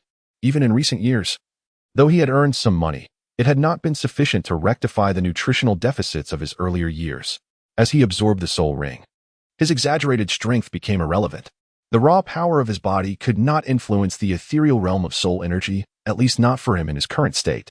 The absorption of the soul ring relied more on his body's inherent capacity to withstand the process, a capacity that was unfortunately lacking. Thus, despite possessing an exceptional martial soul, Yun Zheng's experience with the God-given soul ring reached its limit at 400 years. Had it not been for his extraordinary martial soul, the evolution of the God-given soul ring might have ceased around 300 years. Nevertheless, Yun Zheng was unwilling to concede so easily. He felt he could push the age of the God-given soul ring a little further, eager to discover the boundaries of his potential. With determination, he gritted his teeth and endured for another half hour. At this moment, he felt numbness enveloping him, fatigue coursed through his body, and he could hear the lamentations of his bones and flesh. Cold sweat dripped like rain, yet he persevered, relying solely on sheer willpower. He believed he could hold on for another half hour. Although the difference between a 500-year soul ring and a 400-year one might not be as vast as imagined, every step mattered. The beginning was crucial. However, to his surprise, the God-given soul ring ceased to increase the pressure, instead enveloping him in a wave of refreshing comfort. As if the tides had turned, a soothing power coursed through his being, washing away all fatigue and pressure, leaving only a sense of ethereal release. Ultimately, Yun Zheng's first soul ring solidified at 473 years. In tandem, the breath he had been holding escaped him, and he exhaled deeply, supporting himself on his arms while gasping for air. It seemed he would need to focus on physical training in the future. After successfully absorbing his first soul ring, Yun Zheng chuckled softly, self-deprecatingly murmuring to himself. This feeling of unfulfilled ambition was undeniably frustrating. Yet, he soon cast aside his grievances and turned his gaze to the frost sky feather. The frost sky feather remained as exquisite and resplendent as ever, its chilling aura akin to a refreshing summer drink. Beside it, a yellow soul ring now adorned the bow, precisely the God-given soul ring he had painstakingly absorbed. Upon seeing this, Yun Zheng's heart swelled with joy as he eagerly grasped the bow's body, closing his eyes to attune to the soul skills bestowed by his first soul ring. Moments later, he opened his eyes, unable to contain his elation. Indeed, the first soul ring was of 100 years, but the God-given soul ring lived up to its name, granting Yun Zheng a remarkable 3 soul skills, an undeniable testament to its prestigious nature. Among the 3 soul skills, there exist 2 passive abilities and 1 active skill. The passive skills are an enhancement to ice attribute damage and an armor-piercing effect. The enhancement to ice attribute damage is quite straightforward. It amplifies the effects of frost. For Yun Zheng, a soul master possessing the ultimate ice martial spirit, This soul skill seems to have been crafted exclusively for him. The armor-piercing effect, as the name suggests, allows one to disregard defenses, or in simpler terms, it inflicts true damage. Of course, a mere century-old soul ring cannot completely negate defenses for Yun Zheng at present. It can only bypass 10% of an opponent's defense. However, the remarkable aspect is that this effect applies to adversaries of any level. Moreover, this disregard is not a mere weakening. For instance, if we were to quantify the battle, should Yun Zheng engage a tidal Douluo while they remain stationary, and Yun Zheng unleashes an arrow, it would naturally fail to breach their defenses. Even if the tidal Douluo's defenses were minimized, they would still present an insurmountable obstacle to Yun Zheng. Yet, with the armor-piercing effect, should Yun Zheng release an arrow dealing 10 points of damage, even against an opponent boasting absolute defense, they must still incur at least 1 point of damage. The enhancement to ice attribute damage operates on similar principles. It too provides a 10% increase. Whenever Yun Zheng's attack consists of ice attribute damage, it receives an absolute boost. Dealing 10 points of ice attribute damage would escalate to 11, and 100 points would rise to 110. The combat of Soul Masters, naturally, doesn't possess the precise data akin to the online games of Yun Zheng's previous life, yet the concept remains the same. Though 10% may seem modest, it is certainly not the limit. Much like the divine rings bestowed by the heavens, these two soul skills can also elevate alongside Yun Zheng's cultivation. For each level he ascends, the ice attribute damage enhancement will increase by 1%, and the armor-piercing effect will similarly rise by 1%. Thus, when Yun Zheng reaches the pinnacle of level 100, he would attain a full 100%. This implies that upon achieving level 100, every strike would become a critical hit inflicting true damage. The third active soul skill is particularly intriguing.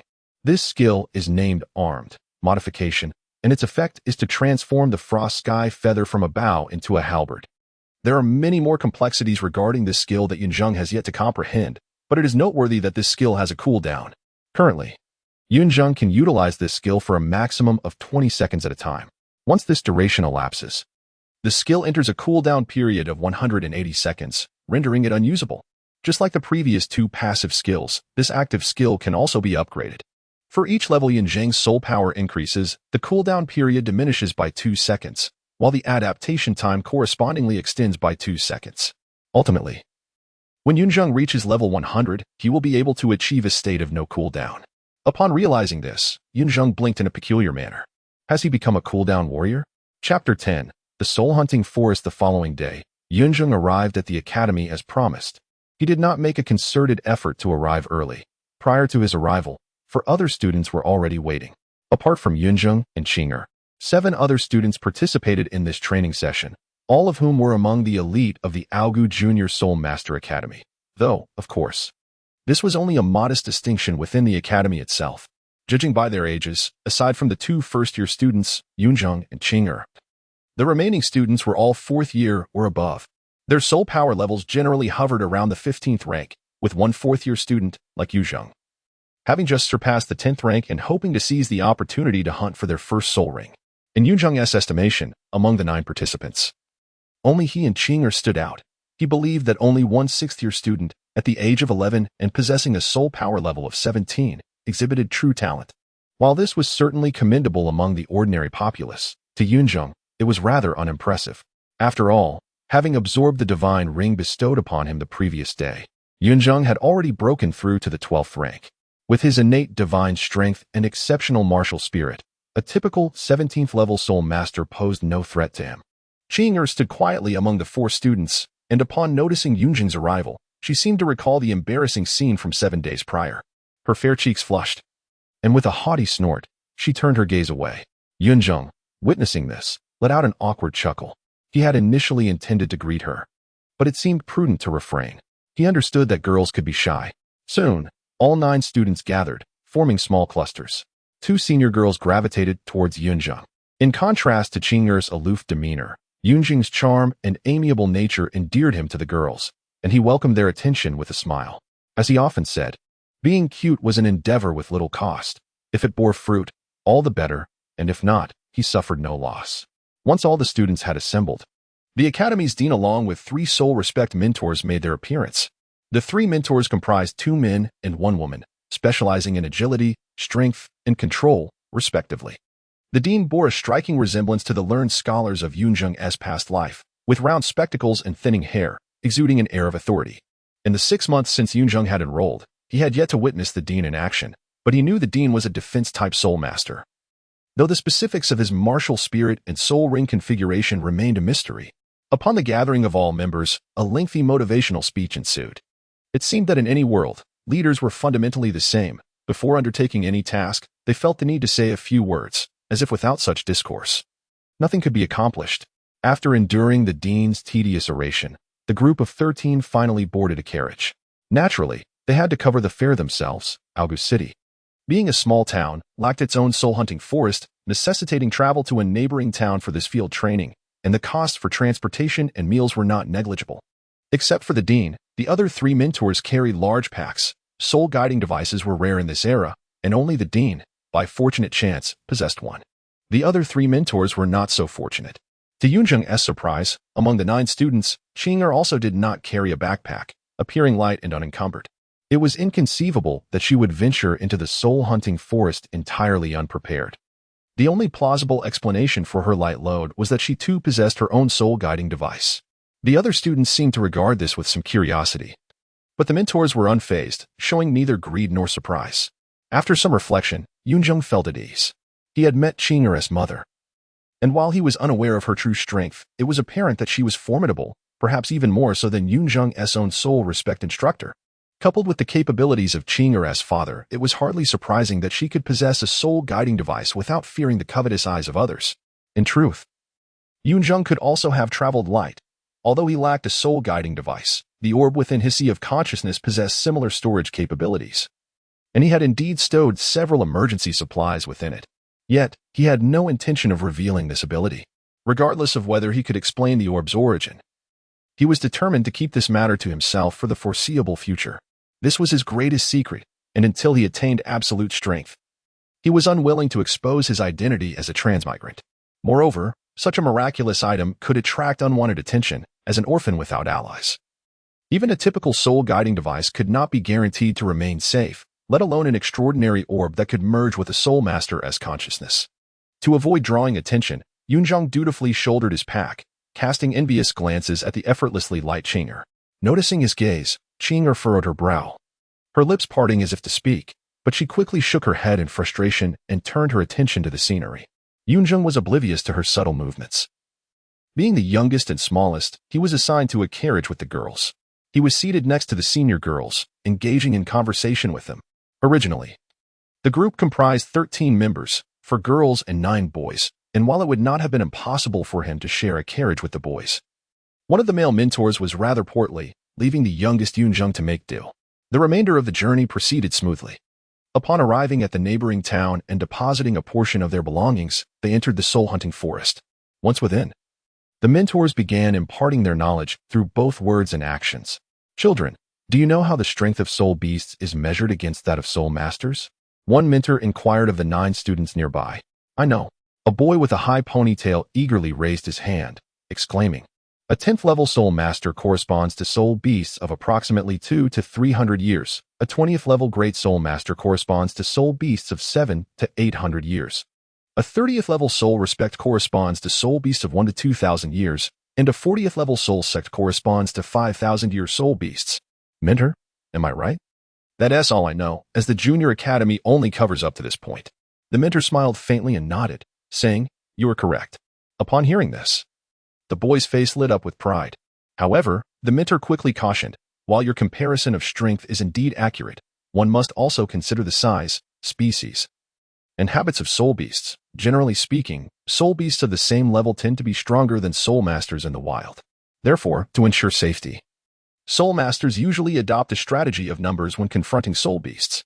Any hint of negligence or complacency can lead to dire consequences, especially for you inexperienced children, who underestimate the soul beasts simply because you have made some progress in your cultivation. This is utterly unacceptable. Do you understand? As previously mentioned, the purpose of this field training was to familiarize students with soul beasts and dispel their innate fear of these ferocious creatures. However, everything must be balanced. Soul masters should neither fear soul beasts excessively nor underestimate them. Both cowardice and recklessness yield similar disastrous outcomes when confronting equally matched soul beasts. To prevent students from becoming reckless fools seeking their own doom, the Academy's mentors must instill in them a sense of caution and respect. And this mentor was currently undertaking that important task. After this, there were several more exchanges between the mentor and the students, from which Yun Zheng gained considerable insight. One female student posed a particularly intriguing question. Mentor, the cultivation of soul beasts is incredibly slow. It takes several hundred years for a single soul beast to produce a century-old soul ring. Yet, we can attain a century-old soul ring in just 2 or 3 years. My brother Yun Zheng even requires one at the tender age of 6. Surely, he will need even more formidable soul rings in the future.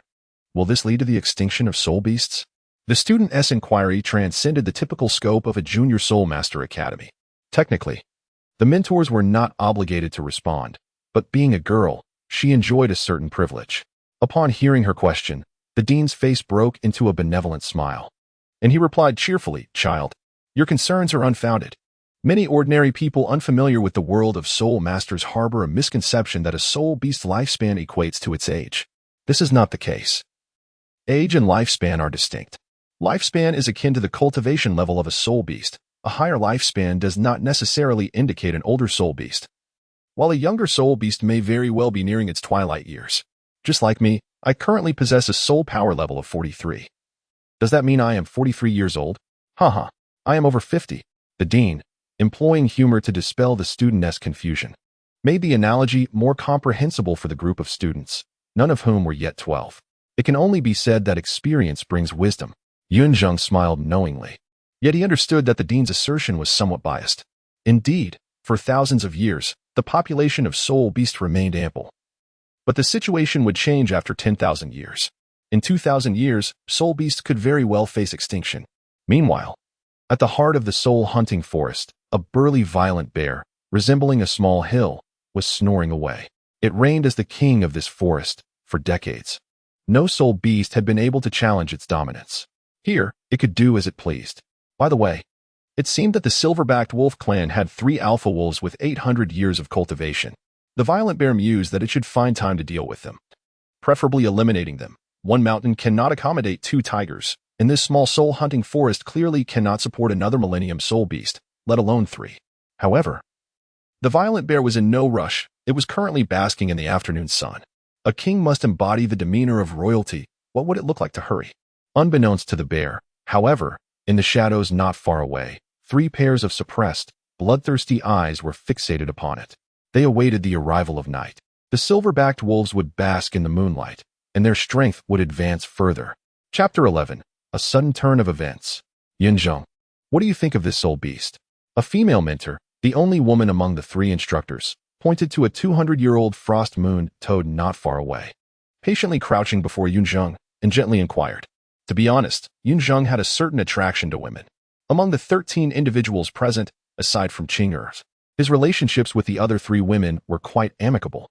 The lone female mentor, upon learning that Yun Zheng needed his first soul ring, enthusiastically helped him search for numerous suitable soul beasts. As the saying goes, cuteness may be shameless, but it is indeed effective. However, at that moment, Yun Zheng followed the mentor's gaze towards the frost moon toad, chuckling awkwardly as he instinctively took 2 steps back, saying, "No need. Thank you, mentor. But I'm not particularly fond of toads." This statement was not a facade, whether in his past life or this one. He harbored an instinctive aversion to such creatures. Even ferocious beasts like wolves or leopards only instilled fear in him, not rejection. He would gladly observe them in a zoo. But toads were a different story. Whenever one of those creatures came into his line of sight, it filled him with an overwhelming sense of repulsion. They were slimy, sticky, and rather unsightly. To ask Yun Zheng to slay that frost moon toad was, quite frankly, something he would rather avoid at all costs. Of course, if it became necessary, he would grit his teeth and proceed. But was it really necessary? Moreover, Yun Zheng's first soul ring was 470 years old. And while both 470-year and 200-year soul rings were classified as century rings, there remained subtle distinctions. If possible, he preferred to avoid any flaws. Seeing Yun Zheng's anxious demeanor, the female mentor smiled kindly and said no more, simply stating, "All right then, let's continue searching." It was perfectly normal for children to have fickle preferences. The group meandered around the outskirts of the soul-hunting forest. Although they were led by the Soul Sect's dean, and according to local officials, the strongest soul beast in this area was merely a 2,000-year-old earth-bursting bear, the dean's capabilities allowed him to roam these woods with ease. Nonetheless, with 9 children in tow, exercising caution was always wise. The other hunting teams did not dare to provoke them, opting to bypass their group, thus avoiding much trouble. However, due to their limited exploration to the forest periphery, they encountered very few formidable soul beasts, with the strongest soul beast being nearly 2,000 years old. It was easy to imagine the types of creatures lurking in the outskirts, mostly those aged 100 or 200 years, along with many 10-year beasts, while those over 400 years were nearly non-existent. Yet, the primary purpose of this expedition was not solely to find a soul ring for Yun Zheng, but to allow the students to witness soul beasts, which was sufficient in itself. Unfortunately, they had yet to discover a suitable soul beast for Yun Zheng. Another 4th-year student, however, had some luck, successfully absorbing a 200-year-old patterned wolf's soul ring. For a soul master with average talent and background, securing a century ring as their first was an exceedingly fortunate occurrence. And that student appeared quite exhilarated. This was also due to the fact that the student's martial spirit was merely a dagger, lacking any special attributes. In contrast, Yun Zheng was different. The icy attribute soul beasts were relatively rare. After 2 hours of searching, only the previous 200-year frost moon toad seemed suitable for him, while the others fell short of his expectations. In truth, Yun Zheng was not picky. He already possessed a first soul ring. As long as he encountered a soul beast over 370 years old, he could feign absorption, even if it were a plant-type soul beast. After all, it was merely a ruse, not genuine absorption. However, it seemed that Yun Zheng had inadvertently exceeded the female mentor's expectations. She was determined to find him a soul beast that matched both in age and attribute. As she put it, with Yun Zheng's exceptional talent, failing to establish a solid foundation with his first soul ring would be a waste of his potential. The others had no objections. The initial plan for this field training was to guide the students on a circuit around the outskirts. The soul hunting forest was quite expansive, and with the mentors intentionally slowing their pace to allow the students to observe the soul beasts better, they had barely covered a quarter of the distance after 2 hours. With ample time remaining, so no one was in a rush.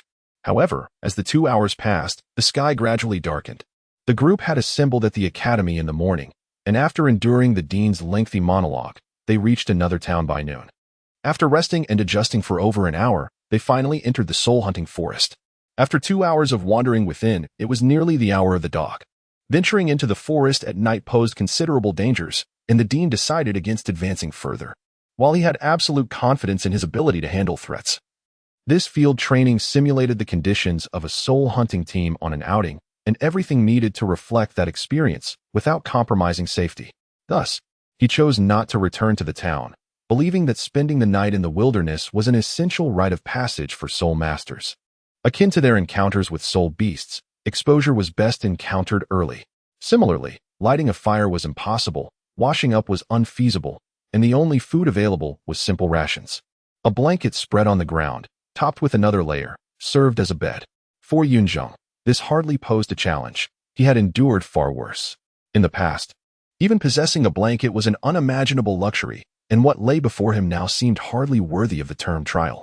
Yet, Yun Zheng was surprised to find that while Qing'er felt somewhat uncomfortable in such an environment, she did not complain like students from other academies. Instead, she swiftly accepted the reality, which left Yun Zheng somewhat astonished. This little girl seemed quite different from his expectations. They were not tasked with standing guard that night. The dean and 3 mentors took on that responsibility. Yun Zheng remained alert, unable to fully relax in the surrounding environment. In the stillness, he sensed the ground tremble, jolting him awake. Simultaneously, the control-type soul master mentor spoke gravely. Dean, it's the earth-bursting bear. The name sent a shock through Yun Zheng, who quickly sat up, heart racing. Could he truly be so unfortunate as to encounter such a predicament? In contrast, the dean remained remarkably composed, mumbling to himself. How could an earth-bursting bear appear at the outskirts of the soul-hunting forest? Sighing in frustration at the enigma, the dean furrowed his brow and sternly instructed the other mentors. You all protect the children. I will confront it. Upon hearing this, Yun Zheng's heart began to settle a bit. The dean's prowess as a soul master should make it feasible to drive off a 2,000-year-old earth-bursting bear. However, the next words from the control-type soul master mentor sent Yun Zheng's heart soaring to his throat. The mentor swallowed hard, his expression tense as he said, Dean. Behind the earth-bursting bear, there are 3,000-year-level silverback jackals. What? The revelation stunned everyone present. In that instant, countless questions flooded their minds. Why had 3,000-year silverback jackals suddenly appeared in the soul-hunting forest? Why had these 4,000-year soul beasts gathered here? Why were they so unfortunate? Roar. Reality left no room for further contemplation as the earth-bursting bear charged towards them. The dean, seeing this, wasted no time and shouted, 8 treasures pot. Defend. A great cauldron, adorned with 8 precious gems, materialized out of thin air, standing before the earth-shattering bear. 4 soul rings, yellow, yellow, yellow, and purple, emerged, followed by a resounding crash as the cauldron collided with the earth-shattering bear. The cauldron remained unscathed, yet the bear staggered back several steps. Simultaneously, 3,000-year silverback wolves, hot on the heels of the bear, arrived on the scene. Upon spotting the earth-shattering bear, the wolves' eyes gleamed with a bloodthirsty intent. However, their attention swiftly shifted to Yun Zheng and his companions. These 3 silverback wolves, recently elevated to the ranks of 1,000-year soul beasts over the past 2 years, harbored intentions of slaying the earth-shattering bear to claim dominion over the mountain. Hence, the 4,000-year soul beasts had converged upon this moment. Despite their lack of intellect, the wolves had long learned from their existence in the soul-hunting forest that humans posed the greatest threat to their kind. The forest was, after all, a hunting ground for human soul masters, where countless soul beasts perished at human hands each year, an undeniable reality witnessed by the surviving soul beasts. At this juncture, the 3 silverback wolves exchanged glances with the earth-shattering bear, swiftly reaching a consensus. They would first drive away the humans before attending to other matters. While this may not have been the optimal course of action, what more could 4,000-year soul beasts desire? Unbeknownst to them, they had unwittingly formed a united front. Yet, they refrained from acting rashly, for their primal instincts warned them that these 4 larger humans were perilous, particularly the elder who had unleashed his soul power. Chapter 12. The unwavering radiance of gold. The 4 soul beasts remained motionless, and neither did the 4 elders act recklessly. In terms of sheer strength, the 4 elders undoubtedly surpassed the soul beasts. However, they bore the weight of 9 children behind them. Thus, their foremost priority was to ensure the safety of Yun Zheng and the others, rather than engage in a ruthless confrontation. The 4 individuals and the 4 soul beasts were wary of one another. The seasoned dean understood that dealing with these soul beasts did not necessarily require confrontation. Merely demonstrating sufficient power to threaten them, followed by a gradual retreat, would likely prevent the soul beasts from pursuing. Ultimately, they were merely beasts. And what united them was not racial hatred, but fear. Humans feared soul beasts, and soul beasts were equally apprehensive of humans. Yet, the dean had seemingly forgotten that they were not alone in this predicament. At that moment, the other students, who had been blissfully asleep, began to awaken one by one. It was impossible for them to remain asleep amid such a commotion. Unless they had been drugged, there was no way to ignore the uproar. Qing'er and Yun Zheng were the first to awaken, witnessing the unfolding chaos. To claim they were unperturbed would be a lie. Even with Yun Zheng's 20-year-old mind from his previous life, his heart raced uncontrollably. Yet, reason dictated that they must not attract the attention of the soul beasts. Qing'er, too, stifled any sound, her eyes wide with terror, though she managed to remain silent. However, not all the students were so restrained. One female student awoke from her slumber and was met with the sight of a ferocious bear, akin to a small mountain. Behind it lurked 3 malevolent wolves, their eyes piercing like daggers, cutting through the very fabric of her being. The metallic scent of blood permeated the air, and a tangible wave of fear engulfed her heart. No. Noticing the girl's distress, Yun Zheng hastily shook his head, attempting to intervene, but in that moment, the girl was oblivious to his presence. The next instant, a piercing scream shattered the night. The scream awakened a primal emotion known as fear, which spread like a plague. Apart from Qing'er and Yun Zheng, the remaining 7 students erupted into screams. This was dire. The dean recognized the gravity of the situation, but it was too late. The cacophony of screams had alarmed the other soul beasts, soul masters, and the 3 silver-backed wolves within the hunting soul forest. Awoo. The mere 1,000-year-old soul beasts could not empathize with humans. They could not discern the terror behind the screams.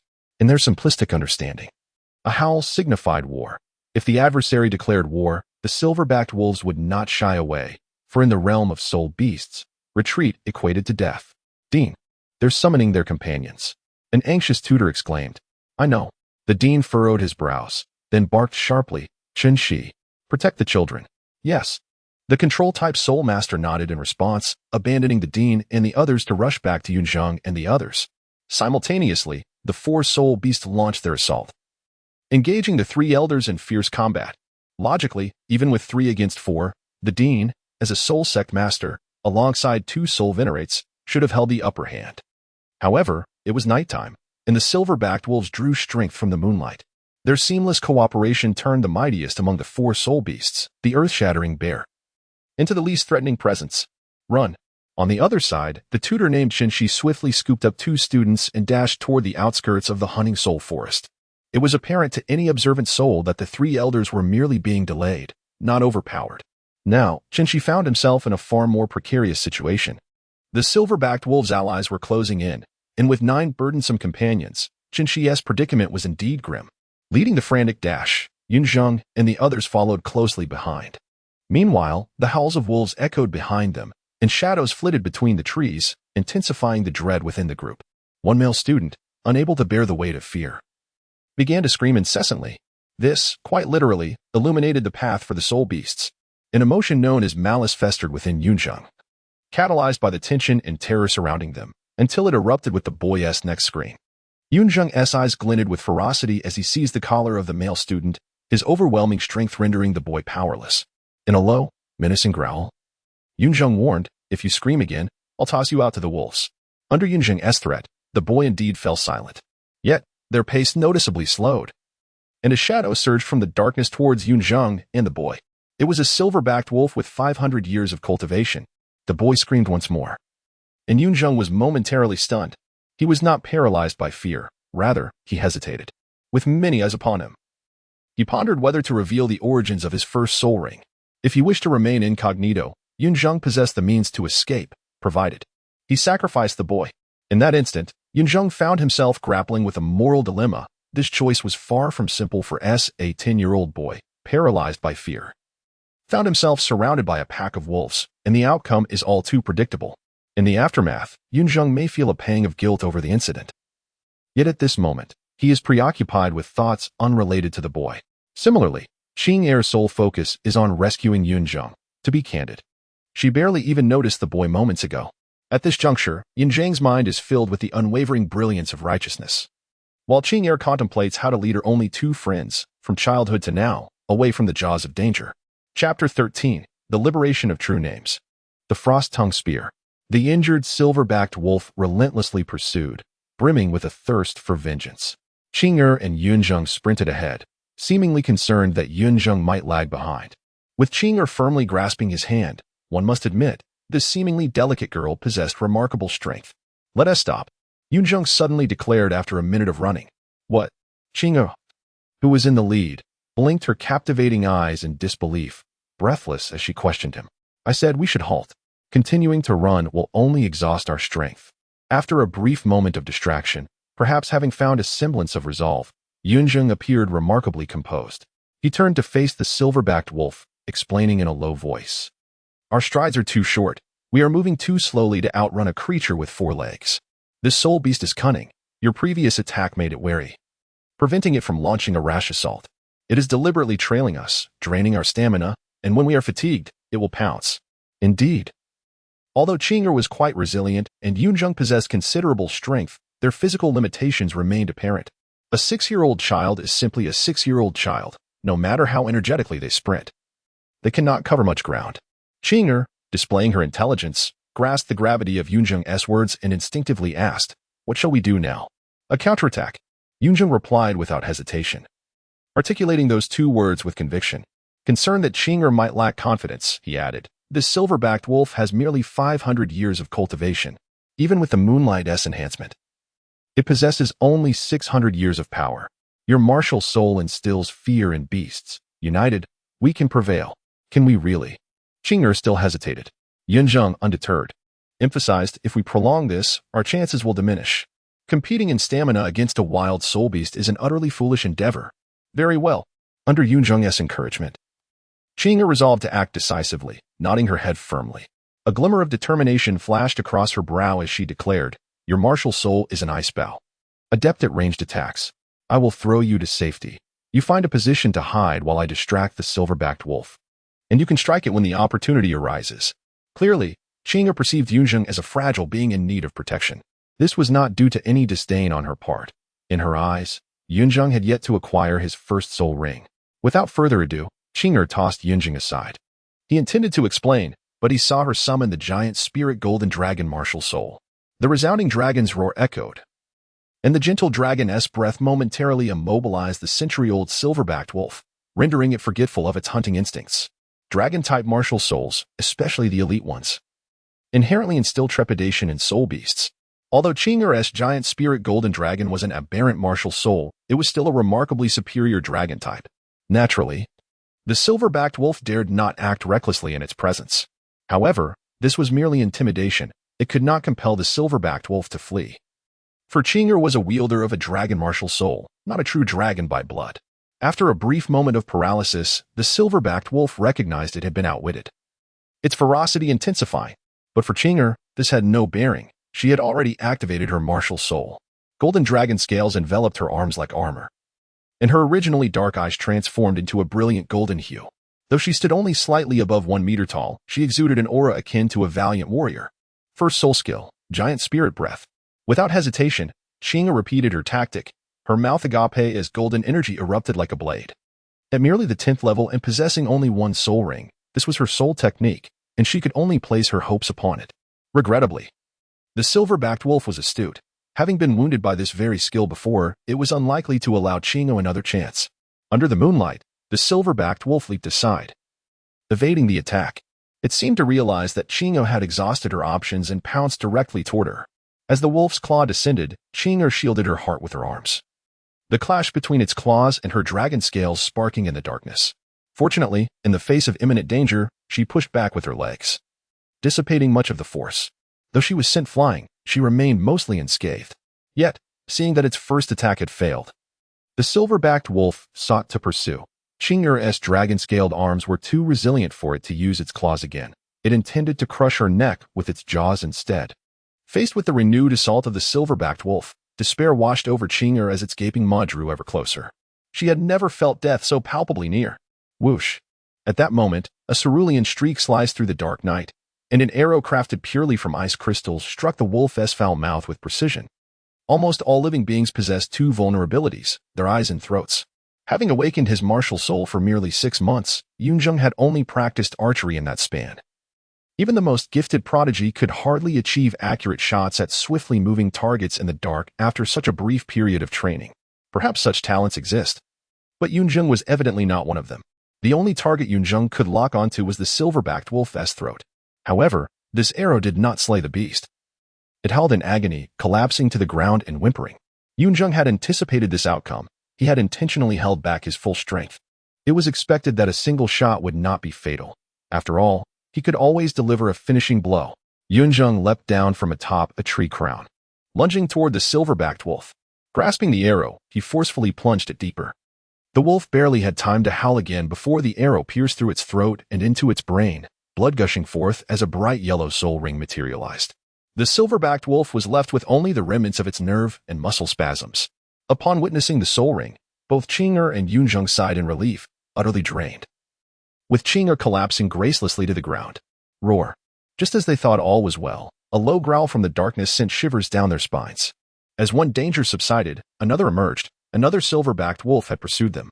This one was a 400-year-old silver-backed wolf, empowered by the moonlight to possess 500 years of strength, surpassing many soul masters of the 10th level. The silhouette of the silver-backed wolf emerged from the shadows, glancing at its fallen counterpart, its eyes glinting with malice and apprehension. Having learned from the fate of the previous wolf, this one would not easily expose its weaknesses. Yun Zheng, Qing'er softly called, her voice trembling. After the frantic chase and the consecutive uses of her first soul skill, Qing'er had depleted much of her stamina and soul power. Additionally, the claw strike from the earlier silver-backed wolf left her arms still tingling. She was genuinely lacking in combat capability. Yun Zheng was acutely aware of this. Yet he did not surrender to despair. Instead, he wore a wry smile. In the night, Yun Zheng suddenly murmured, "First soul skill, armament, modification." Crack, crack, crack, in the next moment, The exquisitely crafted frost sky featherbow reappeared, its beauty astonishing Qing'er anew. However, this time, her gaze was primarily fixed upon the yellow soul ring adorning the frost sky feather. As the soul ring illuminated, the frost sky feather bow in Yun Zheng's hands shattered into crystalline shards, which, imbued with a spirit of their own, fluttered around him like delicate butterflies. Simultaneously, Yun Zheng turned to Qing'er and gently proclaimed, "Let it be known, I am not a monster. I merely possess an innate strength. In the presence of a beast, turning one's back is a grave folly. The same holds true for spirit beasts." The silver-backed wolf lunged at Yun Zheng the instant he turned, intent on delivering a fatal blow. Yet, Yun Zheng appeared oblivious, softly murmuring, "True name release. Frost whisper." With the utterance of his words, the swirling ice shards around him crystallized anew, transforming into an exquisitely ornate halberd that materialized in his grasp. The Yun Zheng lacked mastery in halberd techniques, spear skills, staff arts, or any form of weaponry. He possessed sheer, unadulterated strength. He pivoted sharply, and the halberd descended upon the silver-backed wolf like a meteorite, crashing down with tremendous force upon its skull. A thunderous roar echoed as the wolf's eyes rolled back, its skull shattering on impact. A yellow soul ring emerged, marking the demise of the century-old silver-backed wolf in a single strike. This moment marked Yun Zheng's first full exertion since his arrival in this realm. Witnessing the event, Qing'er stood transfixed. The boy's youthful visage, adorned with a seriousness and ferocity that belied his appearance, was illuminated by the moonlight, rendering him as pure as jade. Though the halberd in his hands was a deadly weapon, it radiated a beauty reminiscent of celestial artifacts. His dark hair and the ice shards danced in the air, painting a breathtaking tableau. The fusion of ultimate strength and exquisite beauty etched this scene indelibly into Qing'er's memory. Chapter 14. The charming boy. The scene shifts back to half a day earlier, within the walls of Aogu City at Qing'er's residence.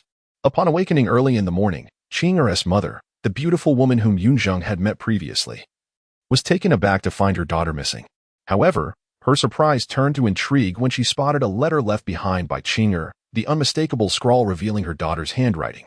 After reading the note, the beautiful woman offered a resigned smile, her gaze drifting out the window with a hint of reproach that seemed to linger in the air, though it was unclear to whom it was directed. In her daily routine, the beautiful woman's primary task was to tend to Qing'er's needs, and now, with her daughter having run away, she found herself at a loss as to what to do.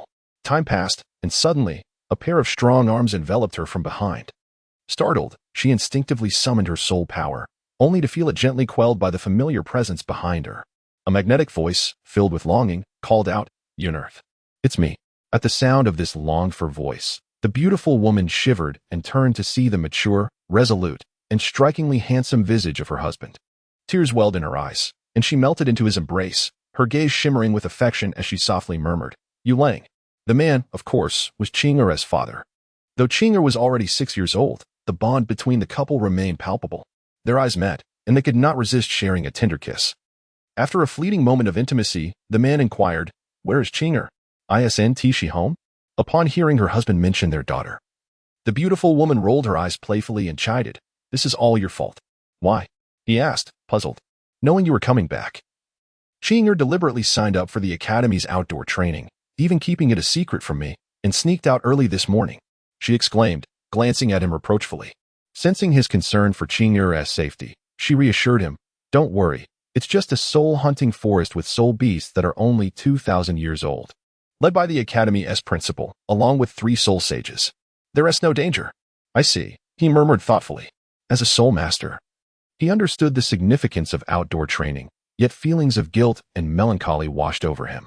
He felt remorseful for not being present to guide his daughter through such experiences, and saddened that Qing'er had chosen to hide this from him, preferring to confide in her mother.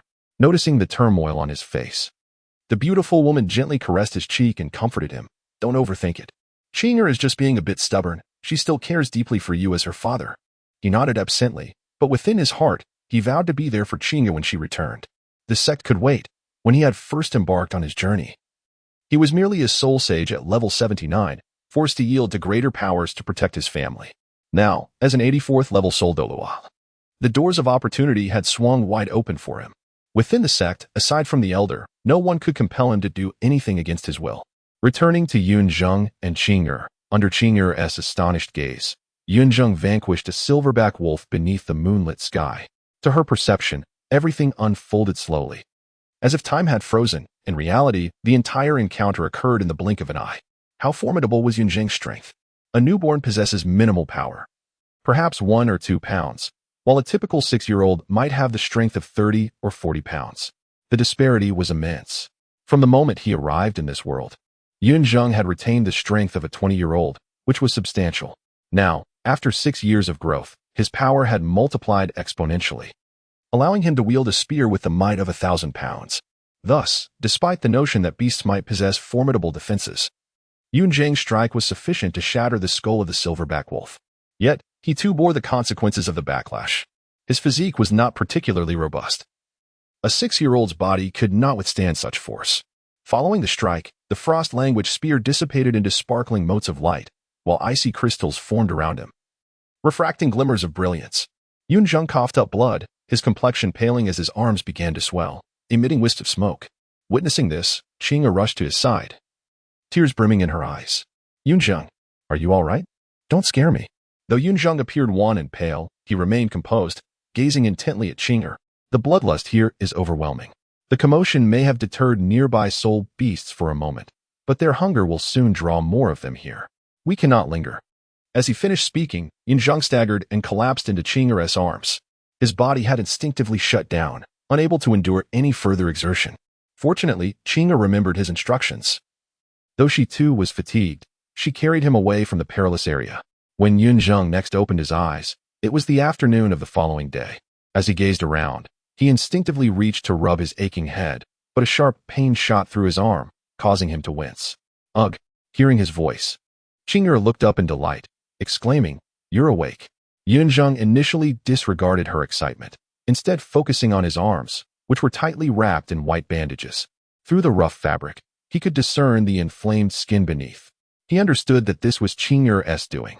While he recognized that her makeshift bandaging would do little to mend his torn muscles or misaligned bones, he held no resentment towards her. For a 6-year-old to manage this much was commendable. Moreover, the bandages were infused with medicinal properties, which, although insufficient for serious injuries, would alleviate some pain and superficial wounds. Yet, despite this, the sight of the light blue princess dress and white tights he wore was quite conspicuous. While the dress was exquisite and the tights adorable, he was, after all, a boy. Imagining himself in this attire, he felt a wave of embarrassment wash over him. Noticing his gaze, Qing'er blushed before justifying her actions. Your clothes were stained with the blood of the silverback wolf, and the scent was too strong, attracting soul beasts. So, I helped you change into this. It's my favorite dress. Yun Zheng's expression grew more peculiar, yet he couldn't argue, as Qing'er had pointed out, in such circumstances, unless he wished to run bare, he had no choice but to wear her clothing. Wait. A sudden thought struck him. By Qing'er's reasoning, had he been completely exposed? Realizing this, he glanced at her, hesitating to voice his concern. What are you looking at me for? Under Yun Zheng's watchful gaze, Qing'er felt a twinge of guilt and, with a facade of bravado, retorted.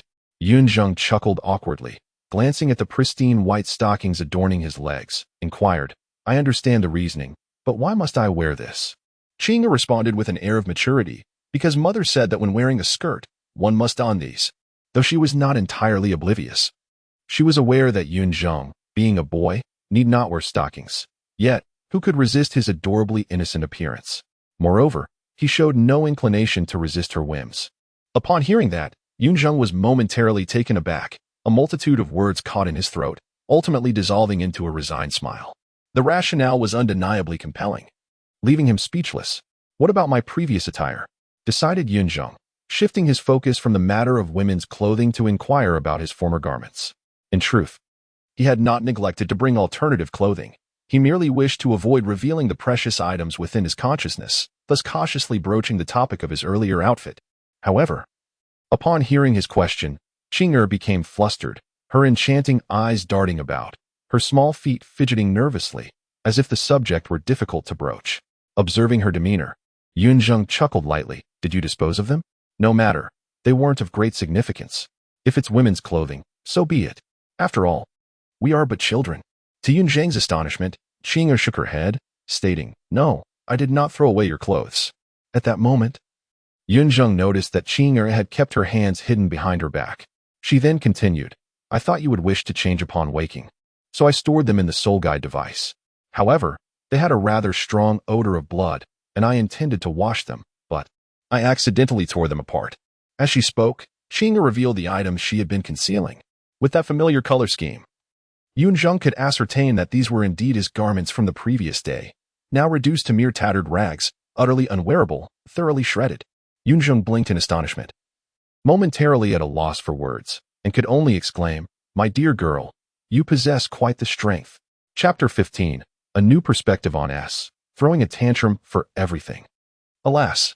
Yun Zheng paused, shaking his head in resignation as he uttered, "It is futile. Let us discard it."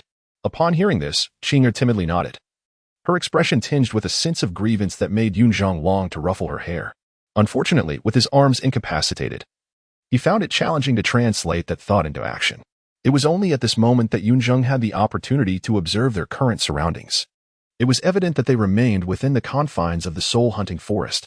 Beyond this forest, one would struggle to locate a cave of similar nature. The cave was cramped and narrow, and due to the inability to kindle a fire, it exuded a certain dampness. Aside from her notable strength, Qing'er possessed a basic understanding of the perils associated with building a fire in the wild. While many soul beasts harbored an innate fear of flames, others were irresistibly drawn to light and heat, and those creatures tended to be rather ferocious. Nevertheless, the spot where Yun Zheng lay was dry, a testament to Qing'er's attentive care during his ordeal. Such an insignificant detail warmed his heart. Moreover, the cave's entrance was obscured with branches, casting a dim light within. To an ordinary person, this might seem a futile attempt to conceal their presence, akin to trying to hide gold in plain sight. Yet in the soul-hunting forest, the primary entities requiring evasion were not human soul masters, but rather the soul beasts themselves, who bore no concept of subtlety in their predatory instincts. In truth, the cave was not an ideal sanctuary. It possessed both advantages and disadvantages. Its merits lay in its concealment and ability to shield from wind and rain. And under specific circumstances, it could even serve as a refuge. However, its sole exit posed a grave risk should it be discovered or blocked by a soul beast. Escape would be impossible. Yet, one must remember that Qing'er was merely a 6-year-old child, bearing Yun Zheng's weight. It was unreasonable to expect her to excavate a fortress overnight. Furthermore, this was the soul-hunting forest. Where could one find a place of absolute safety? What surprised Yun Zheng was that Qing'er had not led him away from the soul-hunting forest. He recalled that their previous location was not far from the forest exit. After all, they had only been meandering along the periphery, and they could have departed within a mere quarter of an hour. This thought sent a jolt through him. Had some unforeseen event transpired after he had lost consciousness the previous night? "Qing'er, you did not encounter any danger after I fainted, did you?" Yun Zheng asked, his concern for her safety palpable. To his surprise, Qing'er looked at him blankly before replying, "No. I just carried you and ran until I found this cave to hide." Yun Zheng blinked in confusion. "What is it?" he inquired, sensing her puzzlement. "Nothing," he replied, shaking his head. "I merely thought we had not yet left the soul-hunting forest and wondered if you faced any threats after that." However, upon finishing his statement, he noticed Qing'er's face flush with embarrassment. After a moment of hesitation, she murmured softly, "Because we got lost." "Ah?" Yun Zheng was taken aback, incredulity washing over him as he gazed at Qing'er, instinctively expressing his disbelief. How could one possibly get lost near the edge of the soul-hunting forest? Wasn't it supposed to be straightforward? In truth, it was entirely possible. Observing Yun Zheng's bewildered expression, Qing'er recognized his thoughts and felt a twinge of embarrassment. With a mix of anxiety and helplessness, she said, "I know I'm foolish. Please don't dislike me." Huh. Yun Zheng was even more perplexed. When had he ever expressed disdain for her? No. When have I ever disliked you? Aren't we friends? Yun Zheng quickly countered, realizing a misunderstanding was at play. He shook his head fervently, his expression turning earnest. Truth be told, he had come to regard Qing'er as his first and only friend in this world, the most significant person in his life. Since the old beggar's passing, no one had breached the walls of Yun Zheng's heart until Qing'er came along. Especially after her selfless act of defending him against the silver-backed wolf the night before, his appreciation for her deepened profoundly. Otherwise, given Yun Zheng's self-serving nature, why would he have recklessly revealed his mysterious first soul ring before her, even at the cost of injury to confront the second silver-backed wolf? Really? Upon hearing Yun Zheng's denial, Qing'er's eyes sparkled, her face brightening momentarily before dimming again as she murmured, "But when you were at the academy, you laughed and joked with the other students. While with me, we hardly exchanged more than a few words. I wanted to share so much with you. As she spoke, her expression turned forlorn. Yun Zheng was taken aback.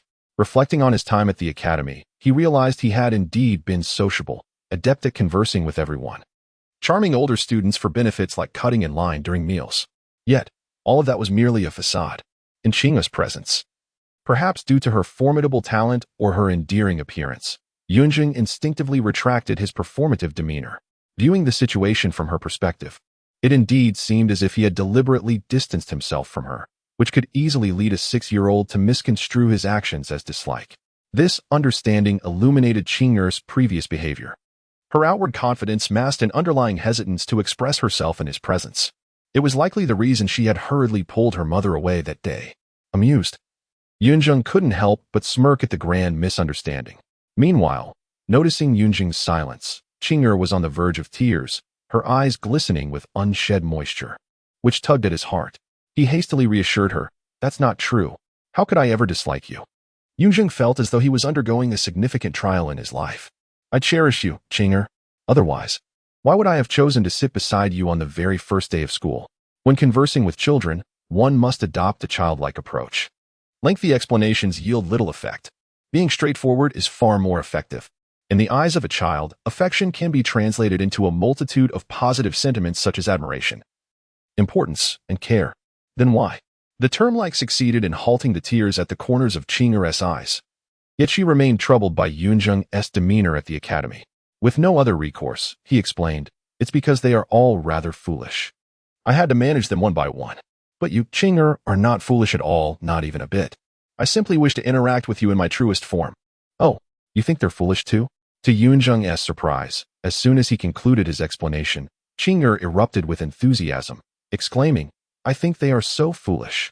Some are already 10 years old, yet haven't even obtained their first soul ring, prancing around as if they are remarkable.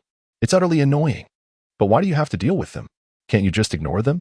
Afterwards, Qing'er furrowed her delicate willow brows in confusion, murmuring to herself.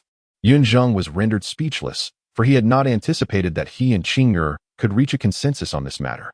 Perhaps this is the solitude of geniuses?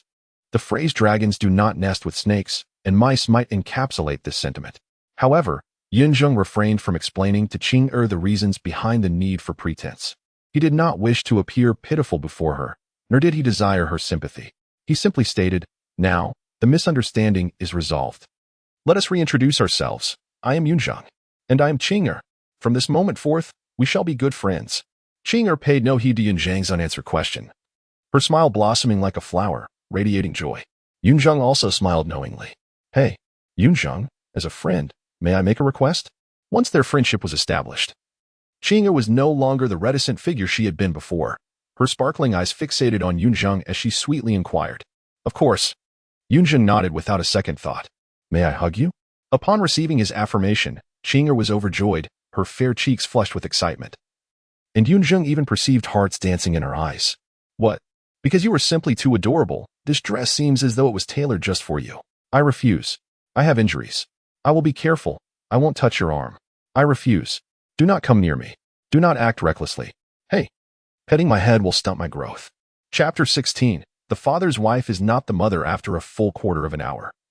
Qing'er finally released Yun Zheng with a sense of satisfaction. On the other hand, Yun Zheng gazed at the wrinkled princess dress, his expression one of utter despair. If he were a girl, he would surely be unable to find a husband now. If only his arms were still functional, he would not be in such a pitiable state. But alas, they were injured. Added to this was his lamentable height, which made him appear quite diminutive in front of Qing'er. Standing at a mere 1 meter and 1 centimeter, he was dwarfed by Qing'er, who stood over 1 meter and 30 centimeters tall, making him resemble a mere child.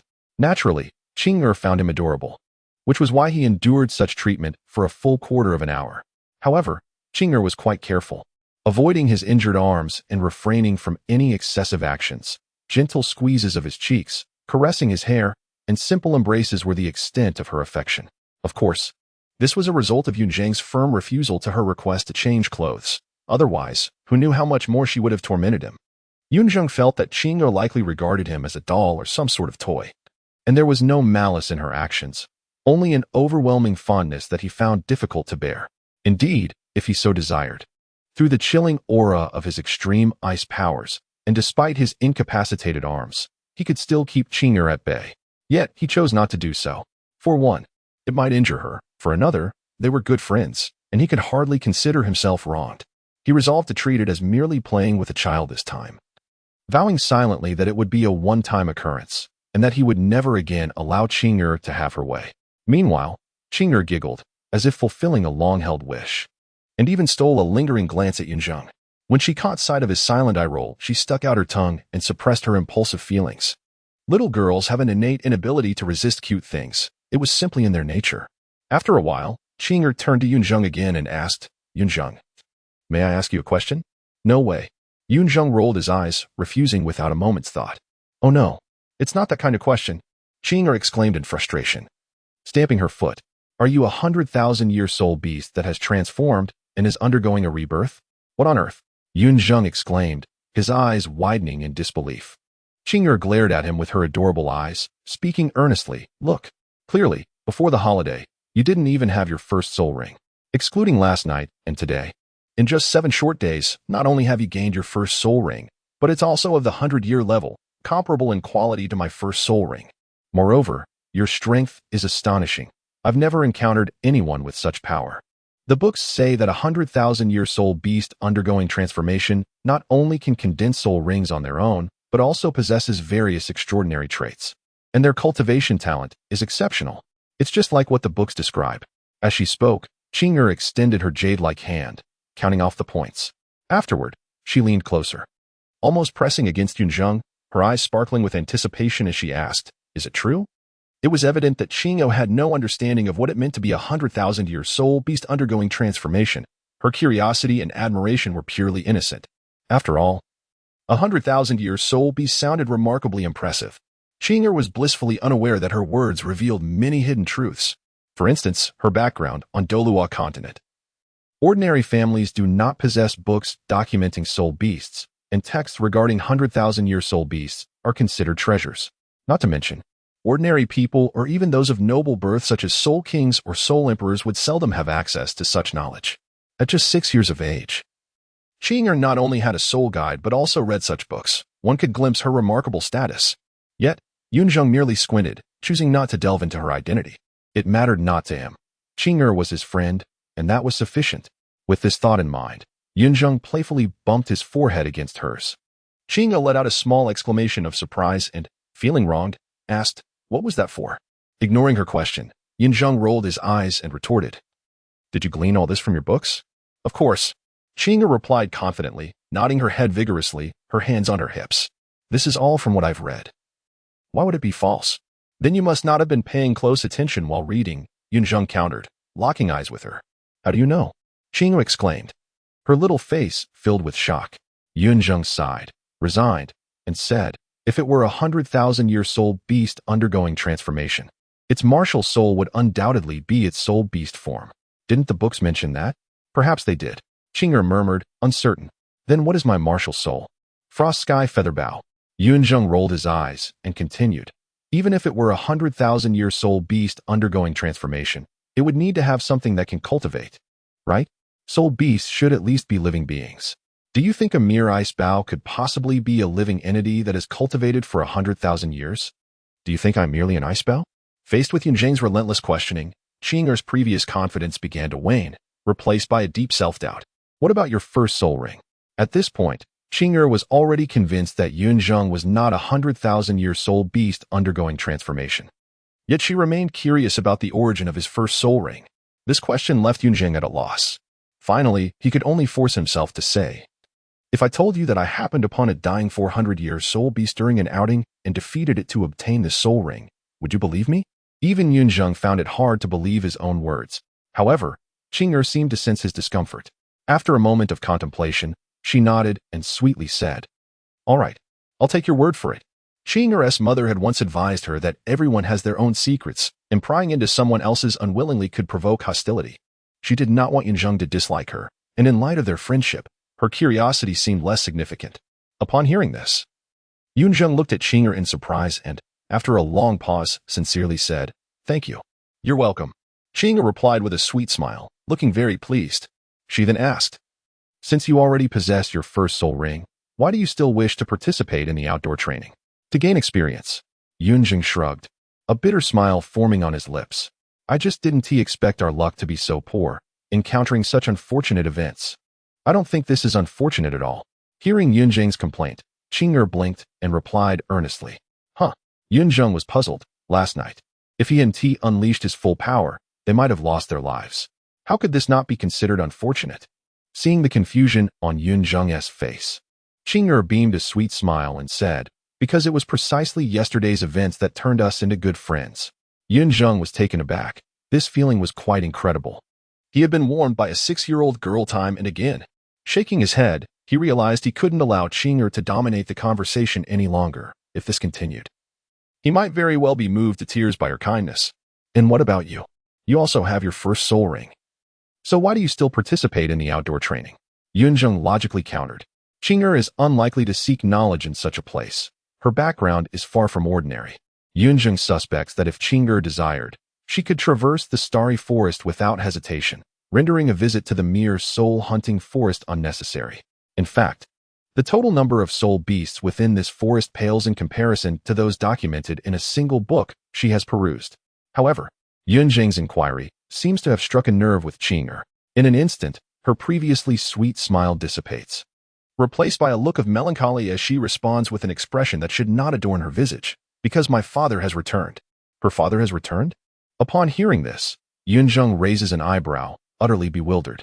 He is aware that Qing'er's father has indeed come home, but should that not elicit joy? Does she harbor such disdain for her own father? Perhaps sensing Yun Zheng's astonishment, Qing'er exhales deeply, her silver teeth biting her lip as she speaks in a tone tinged with sorrow. Because my father's wife is not my mother. What? A scoundrel. In that moment, Yun Zheng comprehends everything. So this is the nature of Qing'er's father's situation?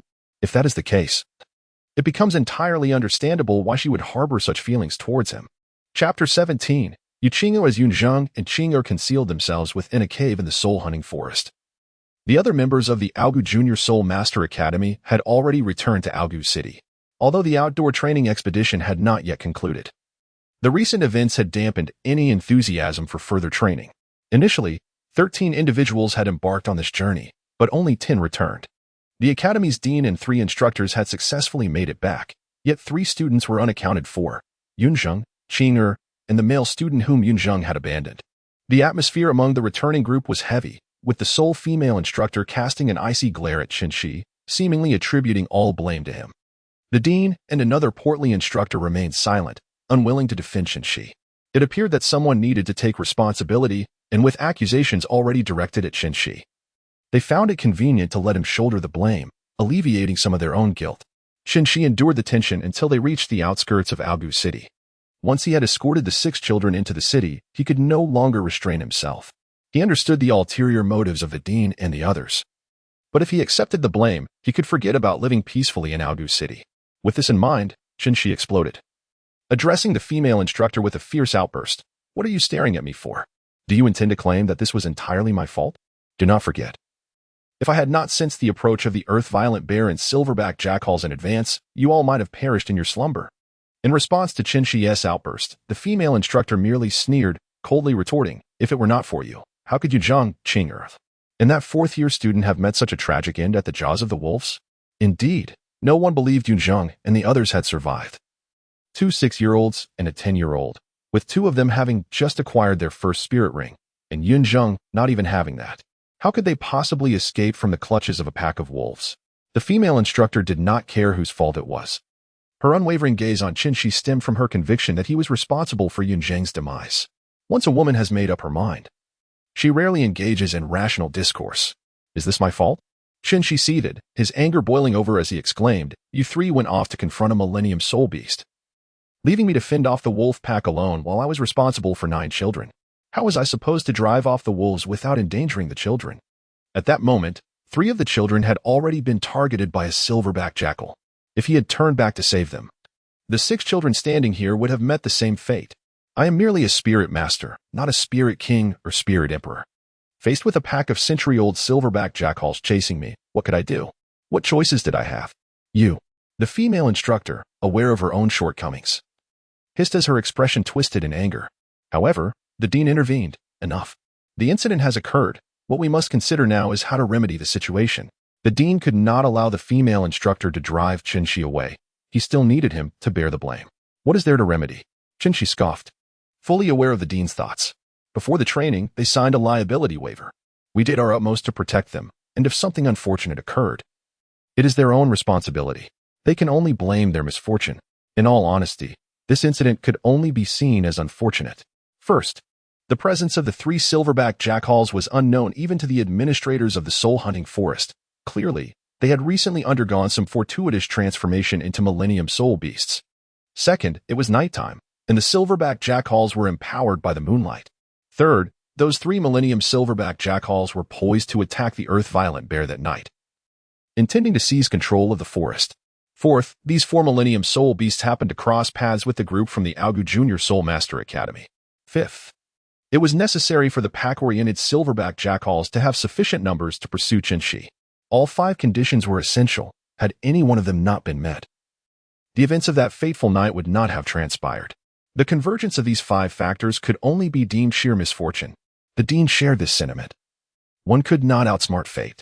Being a soul master is inherently perilous, with no guarantees of safety. Unexpected dangers can arise at any moment. And many soul masters have perished due to missteps in cultivation, let alone those who fall victim to soul beasts. Nevertheless, 3 children had perished, and their parents would not share the same perspective. The parents' fury needed an outlet, and they could not confront the soul beasts. Thus, the instructors of this outdoor training expedition, as well as the entire Aogu Junior Soul Master Academy, became convenient targets for their wrath. However, the parents of the children demanded an explanation. With this thought, the dean cast a furtive glance at Qinshi, murmuring softly, "What explanation is there to give? What is there to explain?" Qinshi retorted with a sardonic smile. "Yun Zheng is merely a beggar raised by another beggar. He has no parents, no kin, and his death goes unnoticed. To whom do we owe an explanation?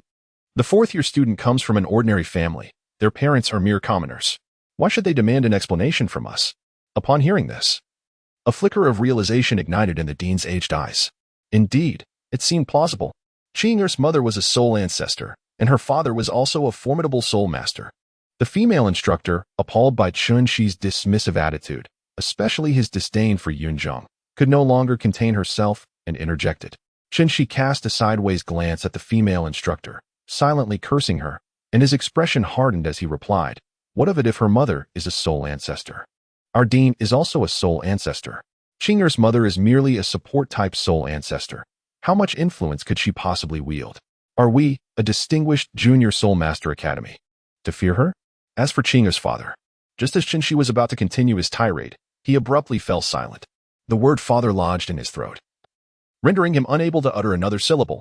In that instant, the very air seemed to thicken, as if the heavens themselves were descending, dark clouds swirling ominously, and flickering blue arcs of lightning crackling throughout the atmosphere. A powerful presence surged forth, accompanied by an aura of wrath, as a divine figure descended from above, adorned with 8 soul rings that captivated the soul. Yellow, purple, black, black, black, black. This figure was a soul Douluo with a perfect configuration of soul rings. The blue dragon shadow swirled around this figure, and terrifying thunder lurked just beneath the surface. Under this immense pressure, the group from the Aogu Junior Soul Master Academy found themselves rendered speechless. "You just claimed that my daughter has no father?" The gaze of this figure fell upon Qinshi, and in that hoarse voice, one could perceive a faint scent of blood, laden with an overwhelming aura of murderous intent that enveloped Qinshi, causing his trousers to dampen instantly. "I, senior, I," Qinshi stammered, unable to form a coherent sentence, trembling as he fell to his knees, pleading for mercy. The figure appeared utterly disinclined to heed Qinshi's explanations. A dragon of thunder, entirely forged from the very essence of lightning, descended from the tempestuous clouds, striking directly upon Qinshi's head. In an instant, all that remained was a charred patch, devoid even of a single drop of blood, truly a case of utter annihilation. Immediately thereafter, the figure turned its gaze upon the others. Its eyes, ablaze with fury, now filled with azure lightning. In a hoarse voice, it resounded once more, "Should anything befall my daughter, you all shall pay the price with your lives." With that, the figure soared towards the direction of the soul-hunting forest, unfazed by the prospect of their escape. It was a simple matter for him. Given his power, to eliminate a few unprotected soul masters on the Douluo Continent. Meanwhile, the dean, witnessing the retreating silhouette, fell to the ground in despair, murmuring each word with a heavy heart. Blue electric Tyrannosaurus. Chinger, so her surname is Yu? Chapter 18. The crisis reemerges. Within the soul-hunting forest, Yun Zheng observed that Qing was in a rather somber mood. Realizing his previous words had caused this discontent, he felt compelled to uplift her spirits. Fortunately, the emotional fluctuations of children are relatively simple to navigate, with little effort. Yun Zheng managed to distract Qing from her earlier displeasure. After a light-hearted exchange, Yun Zheng suggested, Qing, we must depart from this place. The cave is not a secure refuge, and remaining idle is not a viable option. I will lead the way. The soul-hunting forest is not extensive, and there are few formidable soul beasts. Furthermore, the chaos from last night likely unsettled them, providing us an opportune moment to escape this perilous area. Remaining in the cave offered Yun Zheng no advantages. He had no intention of subjecting a young girl to a wilderness survival experience akin to a different realm. Moreover, his arms were in urgent need of treatment, which would only be available in a town, as the forest lacked the necessary conditions. This matter could not be delayed. Should his dislocated bones heal improperly, recovery would become exceedingly difficult. Qing, although initially lost and seeking refuge in the cave, was aware of his navigational capabilities. He could not bear to linger here any longer. Qing, having witnessed Yun Zheng's strength, did not underestimate him due to his injuries. Instead, she nodded earnestly, stating, Rest assured, there are no formidable soul beasts nearby. The strongest among them is merely over a century old. However, beyond this place, I cannot say for certain. Yun Zheng was not surprised by this information. He simply nodded in acknowledgement. While they were set to leave the soul-hunting forest, they could not act recklessly. They needed to ensure they were in optimal condition. Qing had restored her energy and soul power, but Yun Zheng was still fatigued, both physically and spiritually, his head feeling heavy upon waking. Such a state was clearly unsuitable for travel. After about half an hour, having consumed some rations, Yun Zheng regained his strength. With everything in place, there was no reason to delay any further. He and Qing cautiously emerged from the cave. Though his arms were incapacitated, his legs remained functional, albeit somewhat uncoordinated. Whether to consider Qing fortunate or unfortunate was debatable. Last night, she had inadvertently led Yun Zheng from the outskirts to the mixed zone, managing to avoid any vicious soul beasts in such perilous circumstances. Yun Zheng felt a wave of relief, thanks to the aftermath of the previous night's battle. Most soul beasts within the soul-hunting forest had concealed themselves, allowing Yun Zheng and Qing to navigate through the mixed zone with relative ease. Upon reaching the outskirts of the soul-hunting forest, both Yun Zheng and Qing exhaled deeply, subconsciously relaxing. As the exit drew nearer, their excitement grew. It was as if they had narrowly escaped death. Two 6-year-old children had spent an entire day and night within the tumultuous soul-hunting forest. Emerging unscathed, such a tale would be difficult for others to believe. This outcome was attributed not only to luck, but also to their inherent strength. Had it not been for their capabilities, the 200-year-old silver-backed wolves would have surely divided them for their feast. Yet, just as Yun Zheng and Qing believed victory was within their grasp, a ghastly and massive figure materialized before them. The earthquake bear. In that moment, the once mighty ruler of the soul-hunting forest appeared grotesquely disfigured. Its left eye was gouged out, deep claw marks marred its face, extending from its brow to its chin. Its mouth was split, fangs shattered, and crimson blood flowed incessantly from its wounds. Patches of its fur were missing, revealing numerous injuries, some inflicted by sharp instruments, others by wolf fangs, and several from severe contusions. It was evident that the previous night had been far from kind to the earthquake bear. Though a 2,000-year-old soul beast, its power was still significantly greater than that of the 3 silver-backed wolves. However, the disparity in strength between soul beasts, especially those under 10,000 years, was not as great as one might assume. The 2,000-year and 1,000-year soul beasts, comparable to soul masters, both possessed the ice arrow shot forth from the blind spot of the earth-shattering bear. Alas, despite its blindness, the beast's instinctive warning of impending danger remained intact. Almost instantaneously upon hearing the sound, it raised its massive paw to shield itself, and the ice arrow struck true at the center of its palm. The armor-piercing effect activated in that fleeting moment, disregarding 12% of its defenses. Though the arrow did not draw blood, the frigid essence of supreme ice successfully infiltrated the bear's body. With a 12% damage amplification from the ice attribute, A resplendent crimson ice flower erupted in the bear's palm. How could the chilling force of supreme ice be resisted by mere flesh? The earth-shattering bear let out a painful howl, yet simultaneously, the searing agony provoked its nerves, causing it to unleash its tremendous strength in a frenzy, shaking the ground beneath it and cracking the earth. Cloud Zheng, standing on one leg, struggled to maintain his balance, but fortunately, Qing was quick-witted enough to catch him. During this tumultuous moment, her arm inevitably brushed against his, yet Cloud Zheng refrained from crying out in pain, gritting his teeth instead as he urged. You must hold the bow. If you can strike its gouged left eye, victory will be ours. The eye is the closest point to the brain. If Cloud Zheng could hit the earth-shattering bear's eye, the 12% armor-piercing effect would allow the icy force to penetrate its brain. With the power of supreme ice, it could instantaneously freeze the bear's rarely used head. However, this hinged on one condition. The ice arrow must be shot by Cloud Zheng to activate the first soul skill. All right, Qing responded, her faith in Cloud Zheng unwavering. With a determined shout, she hoisted Cloud Zheng onto her shoulder, her arms drawing the bow as she aimed at the bear's eye, albeit with a hint of wildness. Yet, at this moment, Cloud Zheng had little time to ponder. Biting the string once more as the ice arrow coalesced and shot forth. It missed.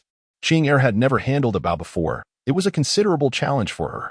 Growing anxious, Qing felt the pressure, while Cloud Zheng silently gritted his teeth. The earth-shattering bear had become wary after 2 consecutive attacks. Its remaining eye fixed intently upon Cloud Zheng and Qing. Chapter 19. The scoundrel has been found. Apologies poured from Qing, her heart heavy with guilt. Yun Zheng, however, bore no resentment. He spoke calmly, instructing her to retreat to the left of the earth-breaking bear, for it was blind in its left eye. He acknowledged his own culpability for allowing another to wield the bow.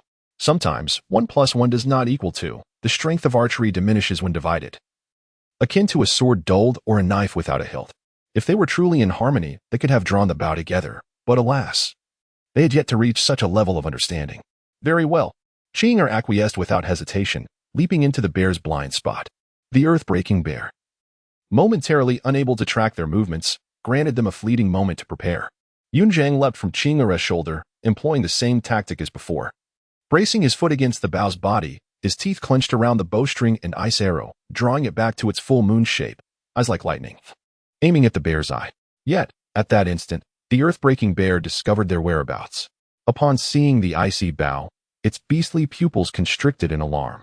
These 2 humans appeared feeble, yet that bow emanated a formidable threat. Under the sun's glow, the ice arrow shimmered with a chilling brilliance, sending a tremor through the bear's being. Instinctively, it raised its massive paw, preparing to strike downward with great force. Seeing this, Yun Zheng's heart raced, and he managed to utter, "Hold on tight." Steady. Qing, understanding immediately, clasped Yun Zheng tightly.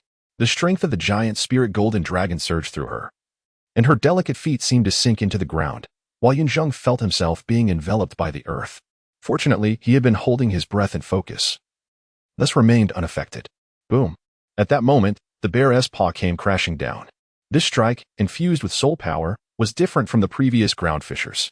Though the earth quaked, this time only a singular crack, like a massive serpent, surged towards Yun Zheng and Qing. Countless spikes erupted from the fissure, and should they strike true, escape would be impossible. The earth-breaking bear, named for its dominion over the earth, would not be without its powers. Bang! An ice-blue beam sliced through the air with such speed it left only an afterimage. Yun Zheng had no time to hesitate. Only by striking the bear's vital point could they hope for survival. Yet, the arrow was destined to miss. Almost as the arrow released, a terrifying force descended from the heavens, dark clouds gathering ominously, with fearsome thunder illuminating the sky. It bore no warmth akin to sunlight, only the chilling essence of ice and impending doom. Suddenly, a godly figure materialized, crackling with lightning, resembling a deity of thunder, proclaiming with authority, "You've all be dared to challenge?" The speed of the lightning was beyond comprehension for either Yun Zheng or the 2,000-year-old earth-breaking bear. Before they could react, a blue thunderbolt took shape, carrying an overwhelming force, and descended upon the bear with tremendous might. From afar, it appeared as a divine dragon of thunder. But as it approached, Yun Zheng realized it was several meters wide. When it struck, the thunder erupted, sending arcs of electricity scattering like stars, blindingly bright and engulfing Yun Zheng's sight, along with the ice arrow, while the bear's attack was swept away. With a resounding crash, Yun Zheng instinctively squinted his eyes. When the thunder subsided and the light faded, he opened his eyes once more to find only a deep pit remaining. Empty and devoid of any remnants of the earth-breaking bear, no trace, not even a fragment. Only a bright purple soul ring hovered at the edge of the pit. Yun Zheng gasped, awed by the display of control. Though he and Qing'er were not far from the bear, the might of the thunder dragon had been palpable. And for a moment, he truly believed he would meet his end. Yet, when the thunder struck, not a single art touched them. In truth, Yun Zheng felt a twinge of envy. Had he possessed such control, he would not have ruined his own arms. Now, despite his great strength, he felt as clumsy as a child wielding a massive hammer, lacking the grace of effortless mastery. As the figure approached, the thunder around him dissipated. Yet his martial spirit and soul ring remained uncollected. Yun Zheng finally discerned the identity and strength of the newcomer, a blue lightning Tyrannosaurus martial spirit. Boasting a full 8 rings, a soul Douluo from the Blue Lightning Overlord sect. Admittedly, Yun Zheng had never encountered the Blue Lightning Tyrannosaurus martial spirit, but on this continent, the dragon spirit that commanded lightning could only be that. Realizing who stood before him, Yun Zheng wasted no time in expressing his gratitude. Thank you, esteemed senior, for your timely assistance. However, he was unprepared for what followed. Before he could bow, Qing'er pulled him back, huffing with feigned annoyance. Humph. No need to acknowledge him. Yun Zheng was taken aback, momentarily speechless. His background was humble, while this figure was a soul Douluo. He felt utterly out of his depth. Yet, the scene that unfolded next left him utterly dumbfounded. Instead of responding with anger to Qing'er's dismissive tone, the soul Douluo approached her, his handsome face betraying a blend of concern and relief. Qing'er, are you unharmed? I have finally found you. You frightened me terribly. If anything were to happen to you, what would your mother and I do? This demeanor was a stark contrast to the commanding figure that had wielded lightning moments ago. Yun Zheng stood in shock, realizing that Qing'er's father was the soul Douluo of the Blue Lightning Overlord sect. No wonder she had such confidence, feeling her father's concern. A flicker of hurt and guilt crossed Qing'er's eyes before she masked it with an icy facade. Her emotions were evident even to Yun Zheng, who was not as attuned as the soul Douluo, yet he perceived the shift. It was only natural for both boys and girls. Fathers often embody the first superhero in their lives, the initial figure of admiration. Children universally crave their father's love, and Qing'er was no exception. However, her family dynamics were complex. While this formidable father had seemingly resolved familial issues, he had yet to earn his daughter's acceptance. Thus, despite sensing Qing'er's underlying reliance on him, her father's expression dimmed. Undeterred, he adapted his approach, turning to Yun Zheng with a gentle smile, inquiring softly, "Young girl, are you all right?" At this, Yun Zheng's expression froze, caught between a profane retort and indecision. Chapter 20. Finally going home. Who says that wearing a princess dress must mean one is a girl? Who claims that being somewhat exquisite in appearance automatically defines one's gender?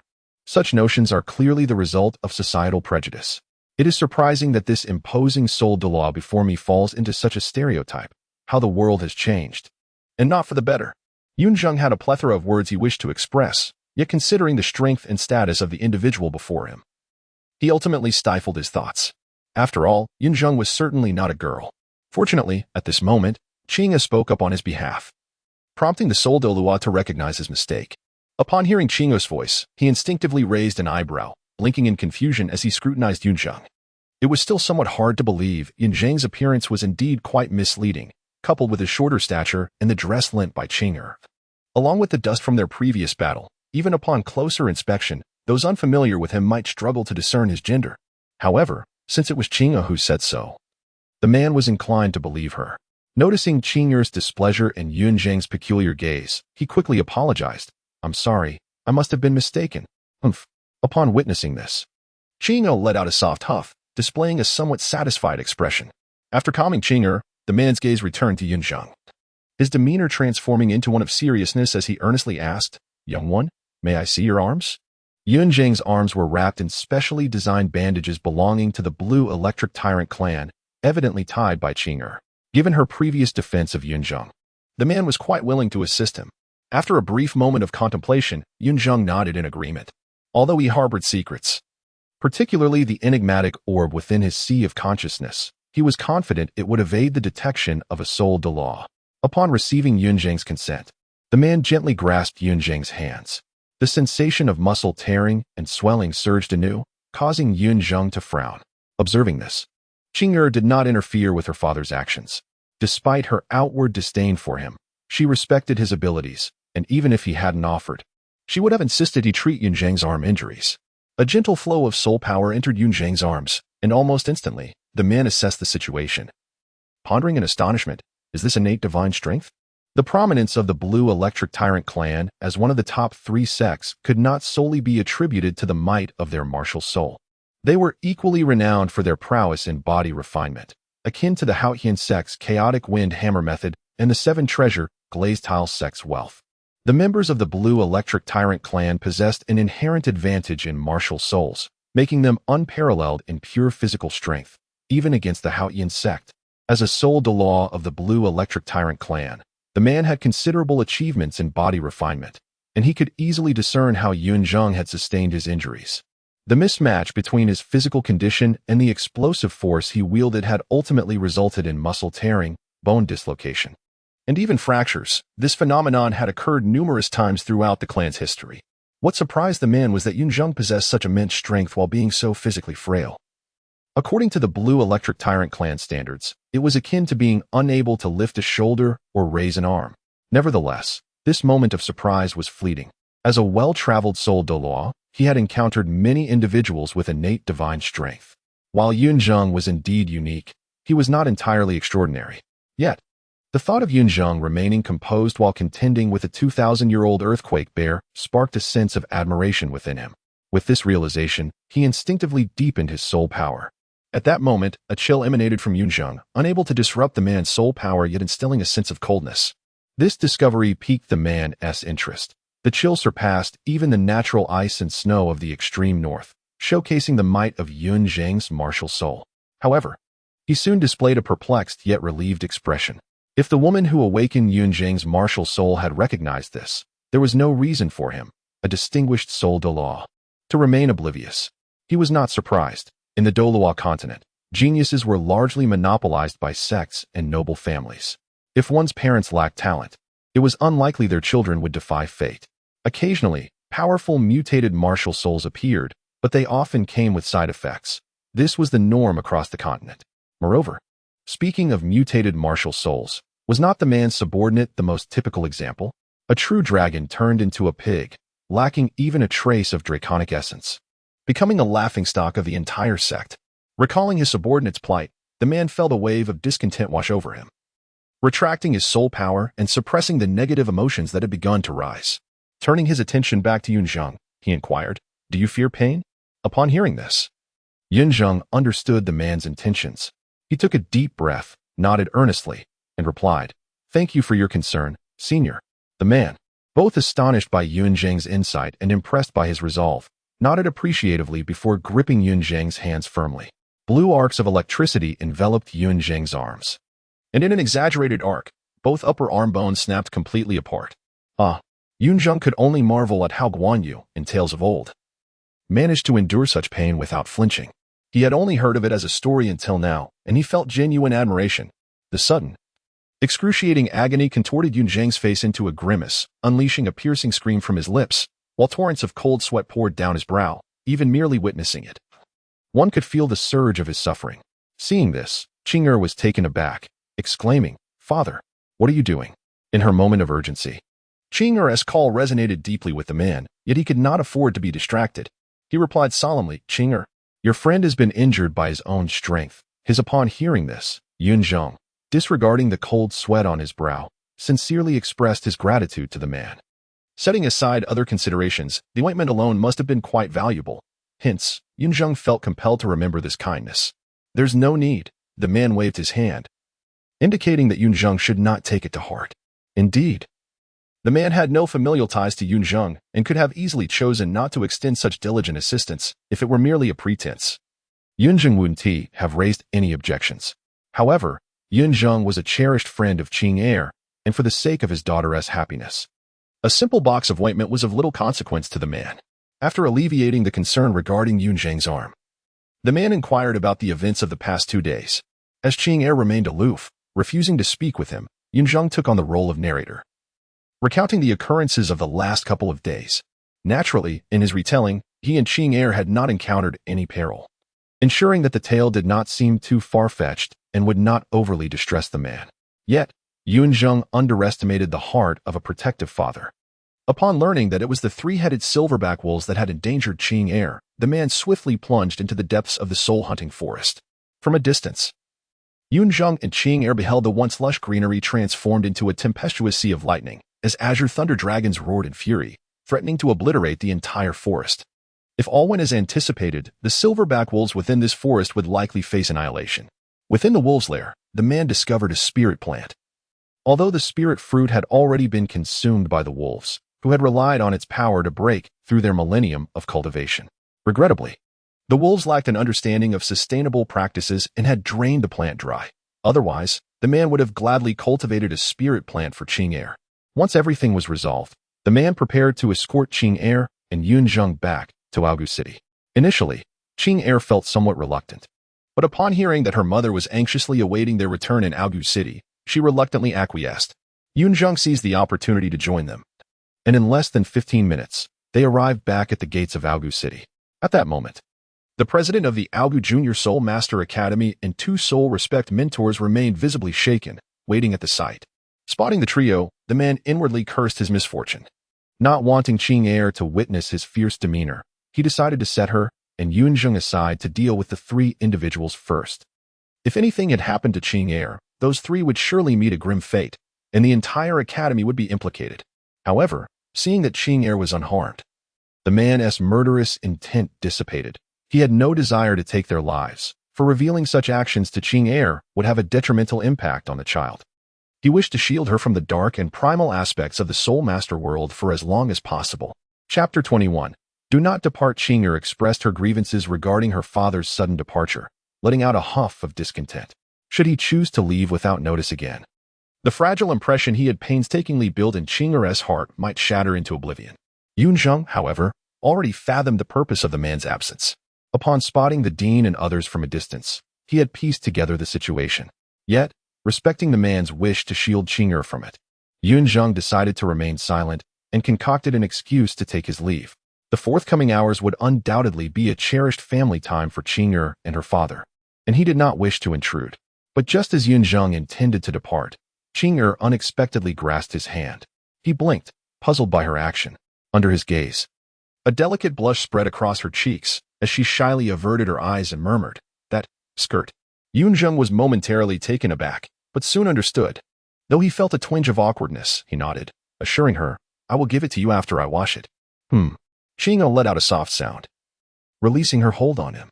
Yun Zheng walked away, reflecting on the recent experiences in the soul-hunting forest, which had made him acutely aware of his physical vulnerabilities. As the man had remarked, the essence of fortitude lay in enduring trials, albeit in jest. After several setbacks due to his physique, Yun Zheng resolved that enhancing his physical training must be prioritized. Upon Yun Zheng's departure, the man returned. When Qing Air saw her father, joy illuminated her face, only to be quickly concealed as she turned away, her little legs striding off with her head held high. The man followed closely behind, maintaining a delicate standoff. Ultimately, it was Qing Air who broke the silence, feigning indifference as she inquired, "How long do you plan to stay this time?" Her hope for his extended presence was met with a gentle smile from the man, who replied, "This time, I shall stay for 20 days, as you wish." "Really?" Her delighted exclamation betrayed her earlier facade, and she spun around to face him, only to flush with embarrassment as she realized her lapse in composure. After shooting an indignant glare at him, she scoffed, "Well, it's only about 10 days at most. You will eventually return to that woman." The man could only smile wryly in response, explaining, "She is my lawful wife, and your elder mother. Respect is due." "Humph." Qing Air responded with a dismissive huff, neither affirming nor denying his words. Noticing her lingering displeasure, the man sighed inwardly and proposed, "How about I accompany you and your mother for 20 days? "Who cares?" she retorted, glaring at him and striding ahead, though her light steps revealed her concealed joy. The man breathed a sigh of relief. Even as the only titled Douluo of the Blue Electric Tyrant clan, he found himself yielding to Qing Air's whims in a manner few others could achieve. Following this brief exchange, silence fell between them once more. The man had anticipated this quietude would persist until they arrived home and encountered Qing Air's mother. To his surprise, Qing Air initiated conversation again, extending her delicate hand towards him, leaving him momentarily bewildered. What does this mean? Holding hands? That seems unlikely. Give me the blue electric tyrant clan's body refinement technique, she demanded boldly. The previous night, Yun Zheng had confided in her, clarifying that he was not a monster but merely possessed greater strength than most. Qing'er understood the weight of being perceived as an outlier and, wishing to support her friend, sought to enhance her own strength, even if it meant associating with the blue electric tyrant clan. The man, seasoned as a soul Douluo and recognizing the earnestness of his daughter's request, felt a swell of pride. Although her martial soul, the giant spirit golden dragon, lacked the ferocity of the blue electric tyrant dragon's thunder, it held its own in raw power. Should Qing'er pursue body refinement, the benefits would be manifold. Until now, however, she had shunned anything associated with the blue electric tyrant clan, her father having discreetly provided her with their supplies through her mother. His heart warmed at her initiative, and he could hardly refuse her request, despite knowing her motivations were intertwined with Yun Zheng. As a father, it stirred a bittersweet pang within him to acknowledge that his daughter placed such significance on another boy, even one as young as 6. Yet, the rarity of her proactive desire for training compelled him to acquiesce. Without hesitation, he agreed to impart the techniques to her, fully aware that merely handing over the knowledge without guidance could lead to dire consequences. The art of channeling one's vitality was fraught with peril, especially for novices. With 20 days before him to guide Qing'er, he believed it ample time for her to grasp the basics. Upon returning home, Qing'er's mother naturally scolded her, a reprimand Qing'er endured with grace. Ultimately, it was the man who interjected, unable to bear the sight of his daughter's distress, prompting her mother to relent. At the dinner table later, as the family gathered, the man observed Qing'er's distracted demeanor. After a moment of contemplation, he addressed her mother, Yun'er. Let us depart from here tomorrow. This Douluo city is too remote, and I find it difficult to care for you both. The man felt a sense of trepidation. This time, fortune had favored Qing'er, but he recognized the precariousness of their situation. He harbored no fondness for the Douluo Junior Soul Master Academy, particularly due to the disdainful treatment of Qinshi, who had dared to orchestrate grievances against Qing'er. The dean, a cunning opportunist, was hardly a responsible figure. Though he yearned to take Qing'er and her mother back to the blue electric tyrant clan, he understood the impossibility of that endeavor. Compromise was essential, at the very least. He could ensure they remained within his sight. Douluo City may have distanced them from the clan, yet it also rendered him powerless to protect them. Qing'er's mother was undoubtedly aware of her lover's intentions. She gently nodded, recognizing that the ancient city of Douluo held little benefit for Qing'er's development. Furthermore, in light of the recent incident's shadow, departure seemed inevitable. However, they did not anticipate Qing'er's sudden exclamation, "No, I refuse to leave Douluo." How absurd. Qing'er's mother chastised her sharply, ready to articulate further, but was interrupted by the man. "Is it because of Yun Zheng?" he inquired, casting a knowing glance at Qing'er. Her willingness to cultivate her body for Yun Zheng reflected her profound regard for him, and her reluctance to depart from Douluo for his sake was entirely within the man's expectations. "I don't care. I simply won't go." Qing'er pouted stubbornly, exhibiting an unyielding demeanor. Observing this, the man merely smiled and remarked, "What if Yun Zheng also wishes to leave Douluo?" At that moment, Qing'er froze. Experience often prevails, despite her ability to elicit concessions from the man, should he truly desire to assert his will over her. It would be a simple task. Chapter 22. Seeking a mentor later, Yun Zheng found himself alone at home. The ointment that Qing'er's father had applied was remarkably effective. Almost miraculous. Within just half a day, Yun Zheng's arm was already capable of bearing weight. Although he could not move it as freely as before and experienced sharp pangs with even slight exertion, he was at least able to manage his daily affairs, such as fetching a cup of water or eating a meal. Thus, he was spared from the indignity of being unable to care for himself. However, the dress and stockings that Qing'er had put on him were a different matter. Despite Qing'er's father not having warned Yun Zheng against getting them wet, he recalled from his past life that it was best to keep an injured hand dry to avoid infection. Consequently, he had to remove them, tidy them up, and set them aside, contemplating when he could wash them and return them to Qing'er. After all, he could not present himself in such a filthy state. Returning to the main topic, Yun Zheng felt quite fatigued after the past 2 days. Even though he had slept for more than 10 hours from last night until noon today, the exhaustion of body and mind could not be remedied solely by enforced slumber. Now back in his little nook, Yun Zheng finally felt a sense of peace. After a simple dinner, he collapsed into sleep. In a hazy state, Yun Zheng seemed to hear some noise. Drowsily, he opened his eyes, and a shadow flitted across his vision. In that moment of half-slumber, he became alert, his body jolting as if electrified. Instinctively, he leaped from the bed and retreated a few steps, only to discern the identity of the visitor in the moonlight. Senior? Yun Zheng tilted his head, bewildered. The visitor was none other than Qing'er's father, a figure he recognized but did not understand why this esteemed individual would seek him out in the dead of night. Suddenly, fragments of a film he had seen in his past life flashed through his mind.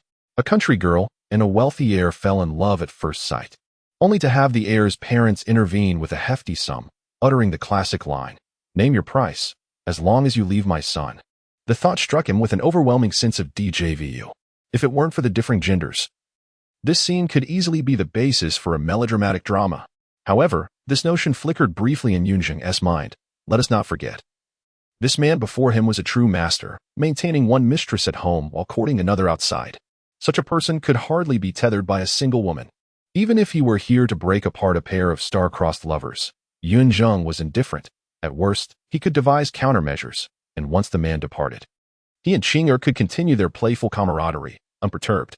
On the other hand, the man noticed Yun Zheng had recognized him and was not surprised. He had not concealed his presence at all, entering with an air of confidence. If it weren't for his strength as a master, he could have approached undetected. Observing Yun Zheng's bewildered expression, he offered a gentle smile, his gaze flitting with a hint of compassion. When he first encountered Yun Zheng, he had sensed the boy's extraordinary nature. Aside from knowing about Yun Zheng's innate strength and powerful mutated martial soul, he had little understanding of him. The man thought that a child with such a remarkable demeanor must have received a fine upbringing, and thus he didn't ponder further. However, after spending a whole afternoon and evening, he gleaned much from Qing'er about Yun Zheng, who was eager to share. And the man wished to learn more about his daughter's friend. Their conversation naturally revolved around Yun Zheng. Upon learning about Yun Zheng's background, the man was left in disbelief, followed by a surge of pity. A child without family ties, living alone within the city of Agu, having relied solely on an old beggar for companionship during the first 4 years, and then surviving independently for the next 2. One could only imagine the hardships he had endured. Moreover, the man perceived more through Qing'er's accounts, revealing how astoundingly shrewd Yun Zheng was, seemingly without fault. Yet, he was merely a 6-year-old child, an age when one should be frolicking under parental protection. Yet he comprehended the complexities of human relationships that many adults fail to grasp. This was not fortune, but rather a tragedy. Additionally, he learned that Yun Zheng maintained a distant demeanor towards everyone in Agu City. On the surface, he could engage in lighthearted banter, leveraging his favorable appearance to receive affection from many elder sisters. But in truth, he had never truly integrated into their sphere. He consistently remained an outsider. According to Qing'er, aside from her, Yun Zheng merely tolerated everyone else. The man was not overly sentimental, yet upon hearing this from Qing'er, her mother could not help but feel a pang of sympathy for Yun Zheng. These experiences were undeniably cruel for a child. Nevertheless, this realization eased the man's worries. At least he did not have to fret that Yun Zheng was approaching his daughter for some ulterior motive. Sighing at this thought, the man, under Yun Zheng's puzzled gaze, suddenly declared in a firm tone, "I shall speak plainly. Yun Zheng, do you wish to become my disciple?" The man's sudden inquiry struck like thunder on a clear day, leaving Yun Zheng's mind blank, utterly unprepared for such a turn in events. A midnight visit to take on a disciple? Perhaps sensing the abruptness of his actions, the man was not perturbed by Yun Zheng's astonishment, patiently awaiting his reaction. After a long pause, Yun Zheng finally processed the question, though he did not immediately bow in acceptance. Instead, he regarded the man with a mix of hesitation and intrigue, cautiously asking, "Senior, you wish to take me on as your student?" It was not that Yun Zheng was ungrateful, nor did he look down upon the master. He simply believed in the sanctity of the teacher-student relationship. In his view, acknowledging a mentor was akin to recognizing a father. Such a title should not be uttered lightly. The man anticipated Yun Zheng's hesitation. In response to his question, he did not evade or conceal anything, candidly stating, "Indeed. First, your talent is exceptional, making you worthy of being my disciple. Second, your bond with Qing'er is profound, and since she is unwilling to leave Agu City for your sake, I intend to take you with me, so she may have a companion." To be honest, the man's sincerity pleased Yun Zheng. At least the man approached him with genuine intent, not seeking to exploit him for any purpose. However, despite this, Yun Zheng subtly declined, "I apologize, senior, but I am not currently inclined to join the Blue Electric Tyrant sect." As he had stated before, Yun Zheng had no intention of becoming anyone's subordinate. In the original narrative, Oscar, one of the 7 monsters, had once joined the 7 treasure glazed Tang Sect for Ning Rongrong, but what happened afterward? He still left. Did he not? A sect was not a benevolent place. The man was taken aback by Yun Zheng's refusal. He had never considered that Yun Zheng would turn him down. After all, countless individuals across the continent wished to become his disciple. Now that he had personally sought Yun Zheng, to be rejected was astonishing. The man stared at Yun Zheng, suddenly feeling a headache coming on. Upon reflection, the man's desire to take Yun Zheng as his disciple indeed harbored the intention of drawing him into the Blue Electric Tyrant sect, a common inclination among the direct descendants of numerous clans and sections. The moment they catch wind of any talent roaming outside, their thoughts inevitably turn to incorporating such brilliance into their own ranks to bolster their family and sect's power. However, it must be understood that this man's pursuit was resolute. Prior to his departure, he had assured his wife and daughter that he would secure Yun Zheng as his disciple. The mere thought of Yun Zheng's potential rejection and the disappointment that awaited him at home in the form of 2 crestfallen faces sent an involuntary shiver down his spine. Contemplating this, the man clenched his teeth and resolved, very well. Since Qing already harbors no fondness for the Blue Electric Tyrant sect, let Yun Zheng accompany her in her growth. With this understanding, he felt a profound sense of relief wash over him. It matters not. Taking you as a disciple is merely a personal endeavor, independent of the sect. The man's eyes sparkled with renewed vigor as he let out a spirited roar. With this change in perspective, what reason could Yun Zheng possibly have to refuse? Yun Zheng took a deep breath and earnestly inquired, "May I ask for your esteemed name, Senior?" Yu Zhongbai. Yun Zheng pays his respects to his master. Chapter 23. The scholar princess Yu Qing'er. Upon meeting Yu Zhongbai, it became impossible for Qing'er to conceal her true lineage any longer. She transformed into Yu Qing'er. Having already become Yu Zhongbai's disciple, Yun Zheng naturally departed from the ancient city of Ao, Gu alongside Yu Qing'er. For Yun Zheng, this transition held little significance, as he was destined to leave sooner or later. It was precisely this awareness that contributed to his reclusive nature prior to knowing Yu Qing'er. The only possession he valued was the ashes left by the old beggar, something he could carry but not truly claim as property. As for the modest earthen dwelling he had occupied for 2 years, he was not one to dwell on the past. Yun Zheng moved with Yu Qing'er's family to the more prosperous Tianding city, though this prosperity was relative, especially when juxtaposed with the grand cities of Tiandou and Xingluo. In Tianding city, Yun Zheng experienced the most carefree and joyful 3 years of his life on the Douluo Continent.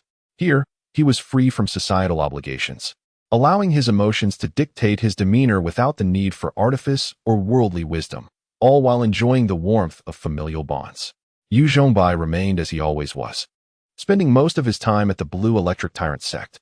However, he visited Yu Qing'er with noticeably increased frequency, partly because Tianding City was a deliberate choice of his. Situated conveniently close to the Blue Electric Tyrant sect, allowing for easy travel, and partly due to his responsibility towards Yun Zheng, whom he had taken as his sole and cherished disciple. In the Douluo Continent, a master who accepts a disciple must assume responsibility. Neglecting the education of a pupil not only betrays their trust, but also tarnishes the master's reputation, a matter not to be trifled with. Nevertheless, Yu Zhongbai held a favorable view of Yun Zheng as a disciple. Although Yun Zheng's martial soul impeded his cultivation speed, the quality of his martial soul and innate soul power, combined with his diligent training, meant that he did not lag far behind his contemporaries. Furthermore, Yu Zhongbai took great solace in the fact that Yun Zheng's perseverance also inspired Yu Qing'er, propelling her cultivation speed to surpass all her peers at the Blue Electric Tyrant sect. In addition to their martial pursuits, both Yu Qing'er and Yun Zheng dedicated themselves to physical training. Their efforts bore fruit. One possessed innate strength, with vitality surging forth like a breaking dam, while the other, with a dominant physique, seemed born for physical cultivation, achieving remarkable progress in their training. At times, even Yu Zhongbai found himself in awe of the innate talent displayed by Yun Zheng and Yu Qing'er in their physical training. However, talent is a trait that cannot be envied or replicated. It is worth noting that, since Yun Zheng had no family ties on the Douluo Continent, the Yu family became his closest semblance of kin. Thus, at the invitation of Yu Qing'er and her mother, Yun Zheng naturally began to live under the same roof as Yu Qing'er, though their cohabitation was devoid of any peculiar inclinations on his part. To Yun Zheng, Yu Qing'er was not only a dear friend, but also akin to a younger sister. despite being 3 months older in bone age. Yun Zheng's maturity far surpassed that of Yu Qing'er. One day, as Yun Zheng and Yu Qing'er were at home, she nestled against him, shaking his arm with both hands. Her sweet voice imploring him, "Good Yun Zheng, please, will you teach me?" Her voice, capable of softening even the hardest of hearts, would compel anyone to acquiesce without a moment's hesitation. Yet, Yun Zheng was no ordinary person, having lived together for 3 years. He had discerned Yu Qing'er's patterns all too well and would not be easily deceived. With a frown etched on his small face, he replied brusquely, "I have taught you 13 times already, and you still haven't learned. I seriously suspect you were just playing with me." "That's not true," Yu Qing'er protested, her large, watery eyes filled with a sense of injustice, her tone pitiful. "I swear, I truly listened. But this knowledge just doesn't seem to stick in my head." Upon hearing this, Yun Zheng regarded her thoughtfully. After a few moments, he sighed in exasperation. He believed Yu Qing'er's claims. After all, in his past life, he too had encountered students who diligently took notes and appeared the model of a scholar yet consistently underperformed in examinations. Such individuals he affectionately termed scholar princesses or scholar princes. Regrettably, Yu Qing'er was indeed one such scholar princess. It was a trait Yun Zheng had only recently discovered in her over the past 2 years. Undoubtedly, with Yu Zheng's direct guidance, there was no necessity for Yu Qing'er and Yun Zheng to attend a Soul Master Academy. However, Yu Qing'er's mother held the belief that an unconventional upbringing would not benefit their growth. Thus, to ensure a more rounded childhood, they enrolled in a junior Soul Master Academy at her behest. After 2 years, there would be written examinations, and while a Soul Master's strength is paramount, not all can achieve greatness. This is where knowledge becomes invaluable, particularly for the children of noble families, as examination scores often serve as a means of comparison. Yu Qing'er, though not concerned with competition, was reluctant to reveal her lack of understanding. Hence, prior to each examination, she would implore Yun Zheng for extra lessons, much to his dismay. Throughout this tutoring endeavor, Yun Zheng discovered that Yu Qing'er was not incapable of retaining information. Rather, many fundamental concepts simply did not register in her mind. For instance, she held the belief that brute force could conquer all. According to the common wisdom of the Soul Master world, Assault-type Soul Masters often found themselves in a precarious position. When pitted against other types, agile attackers or defenders, each had its strengths and weaknesses, dependent on individual skill.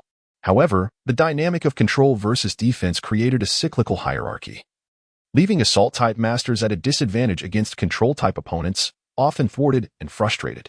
Yet, Yu Qing'er dismissed such notions, asserting that there was no need for complexity with Assault-type Soul Masters. In her own words, "What Control type? They can crawl." As an Assault-type Soul Master, underestimating Control-type Soul Masters usually proves detrimental.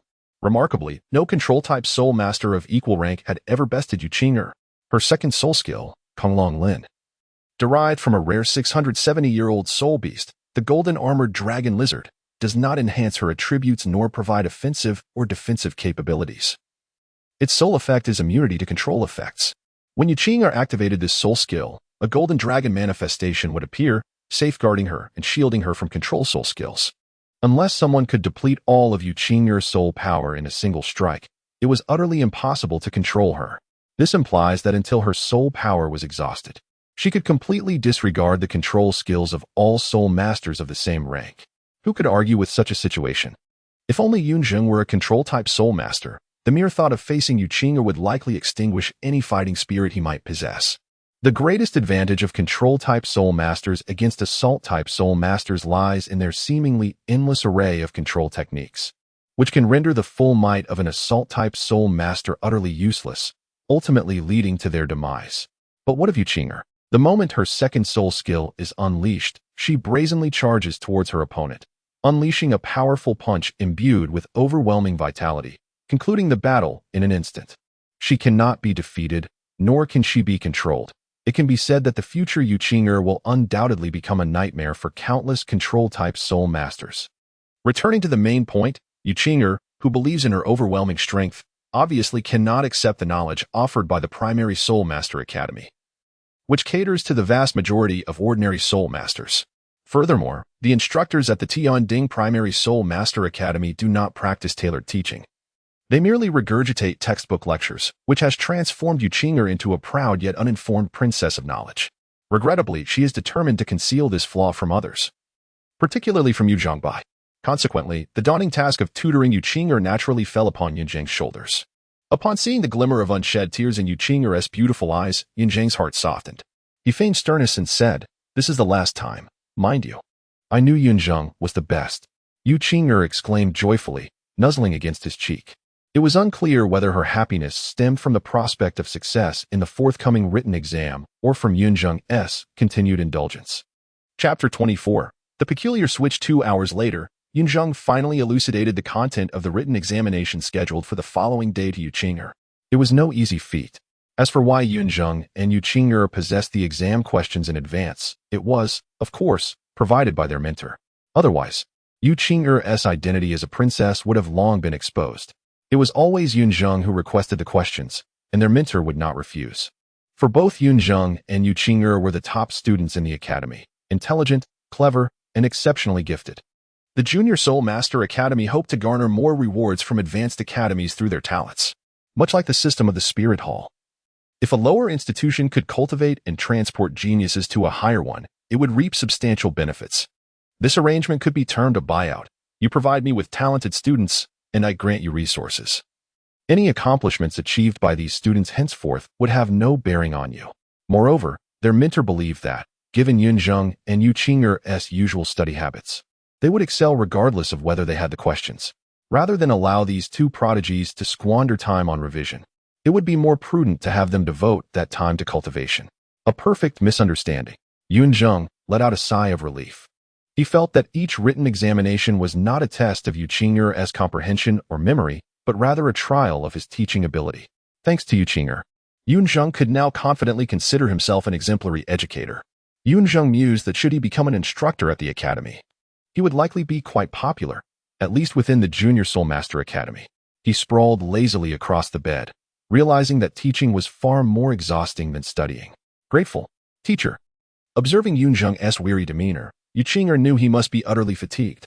She playfully stuck out her tongue, nudged him, and whimpered, all right. I know Yun Zheng is the best." Yun Zheng remained unmoved, languidly lying on the bed, stretching without uttering a word. Yu Qing'er was well aware of his intentions. He merely wanted her to massage his shoulders. She had no intention of refusing, whether to show gratitude to Yun Zheng, indulge in their usual playful banter, or simply out of her own desire. However, just as Yu Qing'er was about to comply, a mischievous smile illuminated her in that fleeting moment. Yun Zheng abruptly sprang to his feet as if electrified, awkwardly declaring, I shall go cultivate." Having uttered those words, he dashed out the door as if fearing he might be unable to escape. Meanwhile, Yu Qing'er, witnessing Yun Zheng's disheveled retreat, felt a flicker of disappointment in her enchanting eyes, swiftly followed by a sense of bewilderment. After a brief pause, a smile of realization graced Yu Qing'er's face. As she mischievously murmured, "So, it turns out that consuming the Long pill can lead to such candidness." Unbeknownst to Yun Zheng, today's events seemed to have unlocked some peculiar switch within Yu Qing'er. Chapter 25. The External Soul Bone. The Evil Spirit Bone Tale. As the hour approached the end of the day, Yun Zheng returned to his room, still haunted by the events that transpired. After arduous training that consumed his excess energy, he found himself utterly exhausted. Yet, he felt a profound sense of relief. At the critical moment, the chains of reason had firmly restrained the beast known as desire. Had it been otherwise, the consequences would have been dire. It was not merely a question of whether Yu Zhengbai might devour him alive. Even Yun Zheng himself would never have forgiven such an indiscretion. Yun Zheng firmly believed that a man's inclination towards lustfulness is entirely natural. By honest reflection, it is evident that at least 90% of men harbor such tendencies. The remaining 10% are either the eunuchs of the royal court or those with questionable orientations. Without a doubt, Yun Zheng was one of the majority, never shying away from acknowledging his own lascivious heart. What is so wrong with a man being a little lustful? However, Yun Zheng maintained a moral boundary. Lust and indulgence are entirely different matters. Lust is innate, while indulgence is a transgression. To take a step back, the affections a man feels for a woman are universally understood. They are merely expressions of love. Each man has his own preferred type. For instance, Yun Zheng himself had a particular fondness for legs and feet, whether it be the allure of black stockings or the charm of white silk. Whether he admired the voluptuous or the graceful, he held no judgment against personal preferences, as long as they did not involve coercion.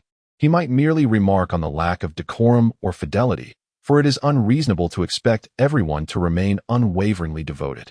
In matters of mutual consent, Yun Zheng had always preferred to refrain from excessive involvement. Yet, one must draw the line when it comes to developing feelings for a minor. Such an affair is universally condemned.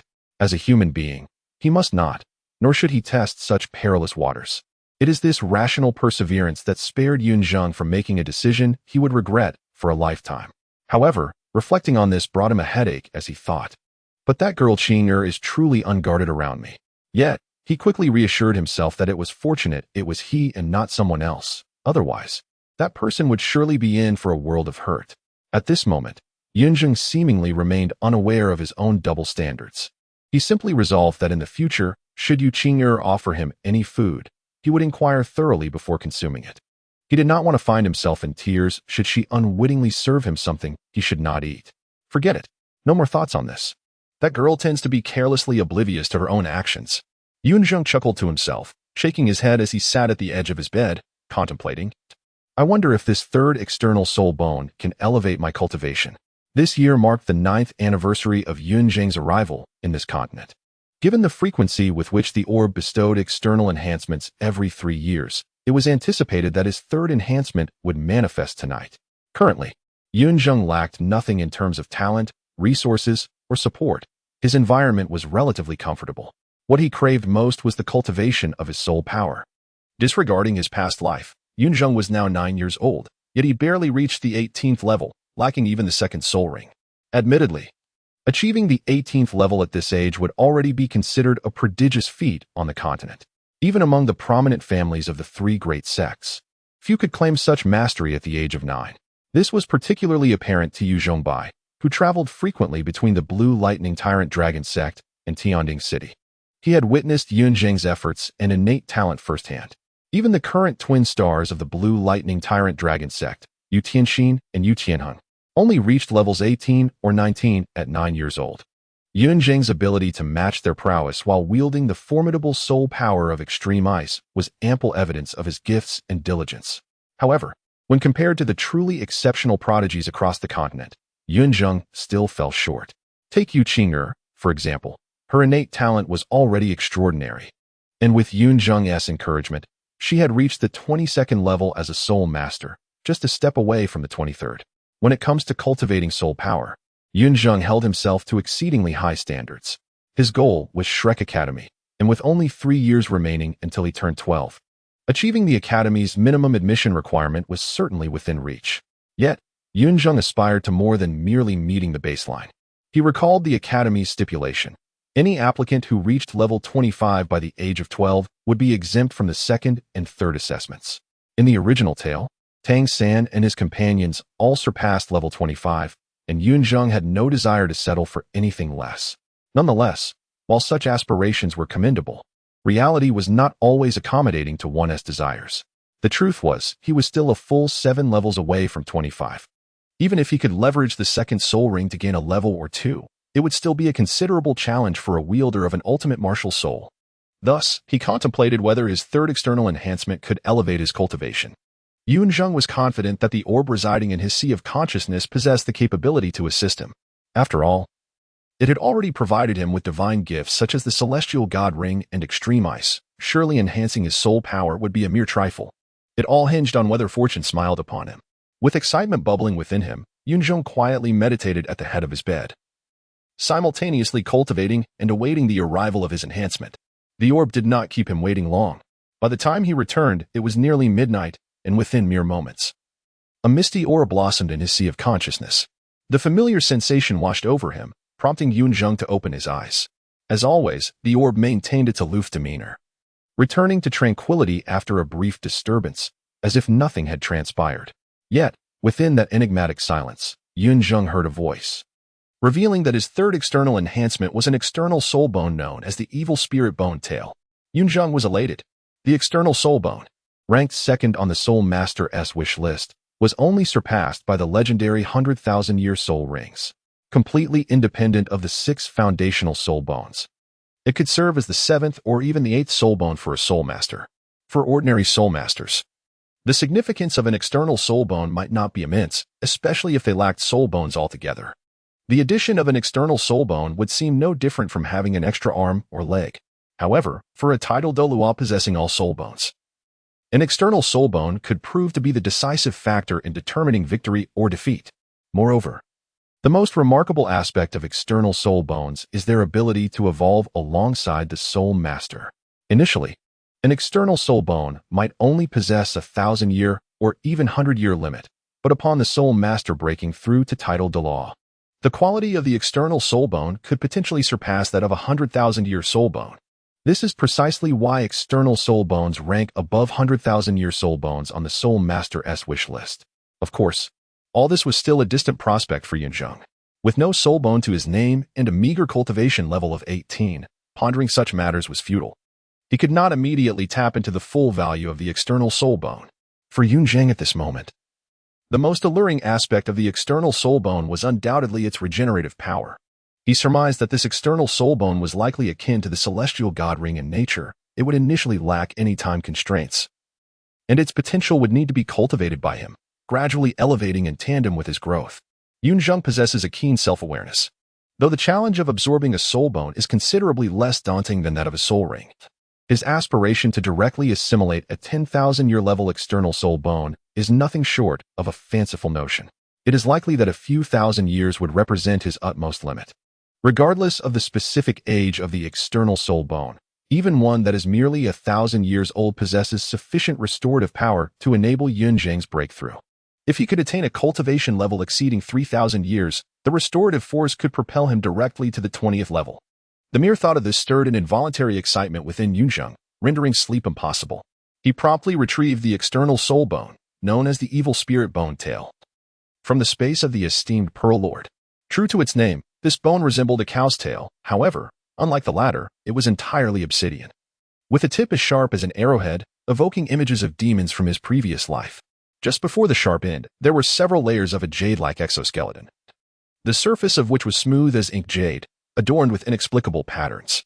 Like the previously encountered heaven-bestowed divine ring, it was shrouded in a veil of gray mist, concealing its true essence and rendering it seemingly mundane. Taking a deep breath, Yun Zheng cautiously infused his soul power into the bone. With a resonant hum, a tingling sensation surged through his body, akin to an electric shock, followed by an intense pain emanating from his tail vertebra.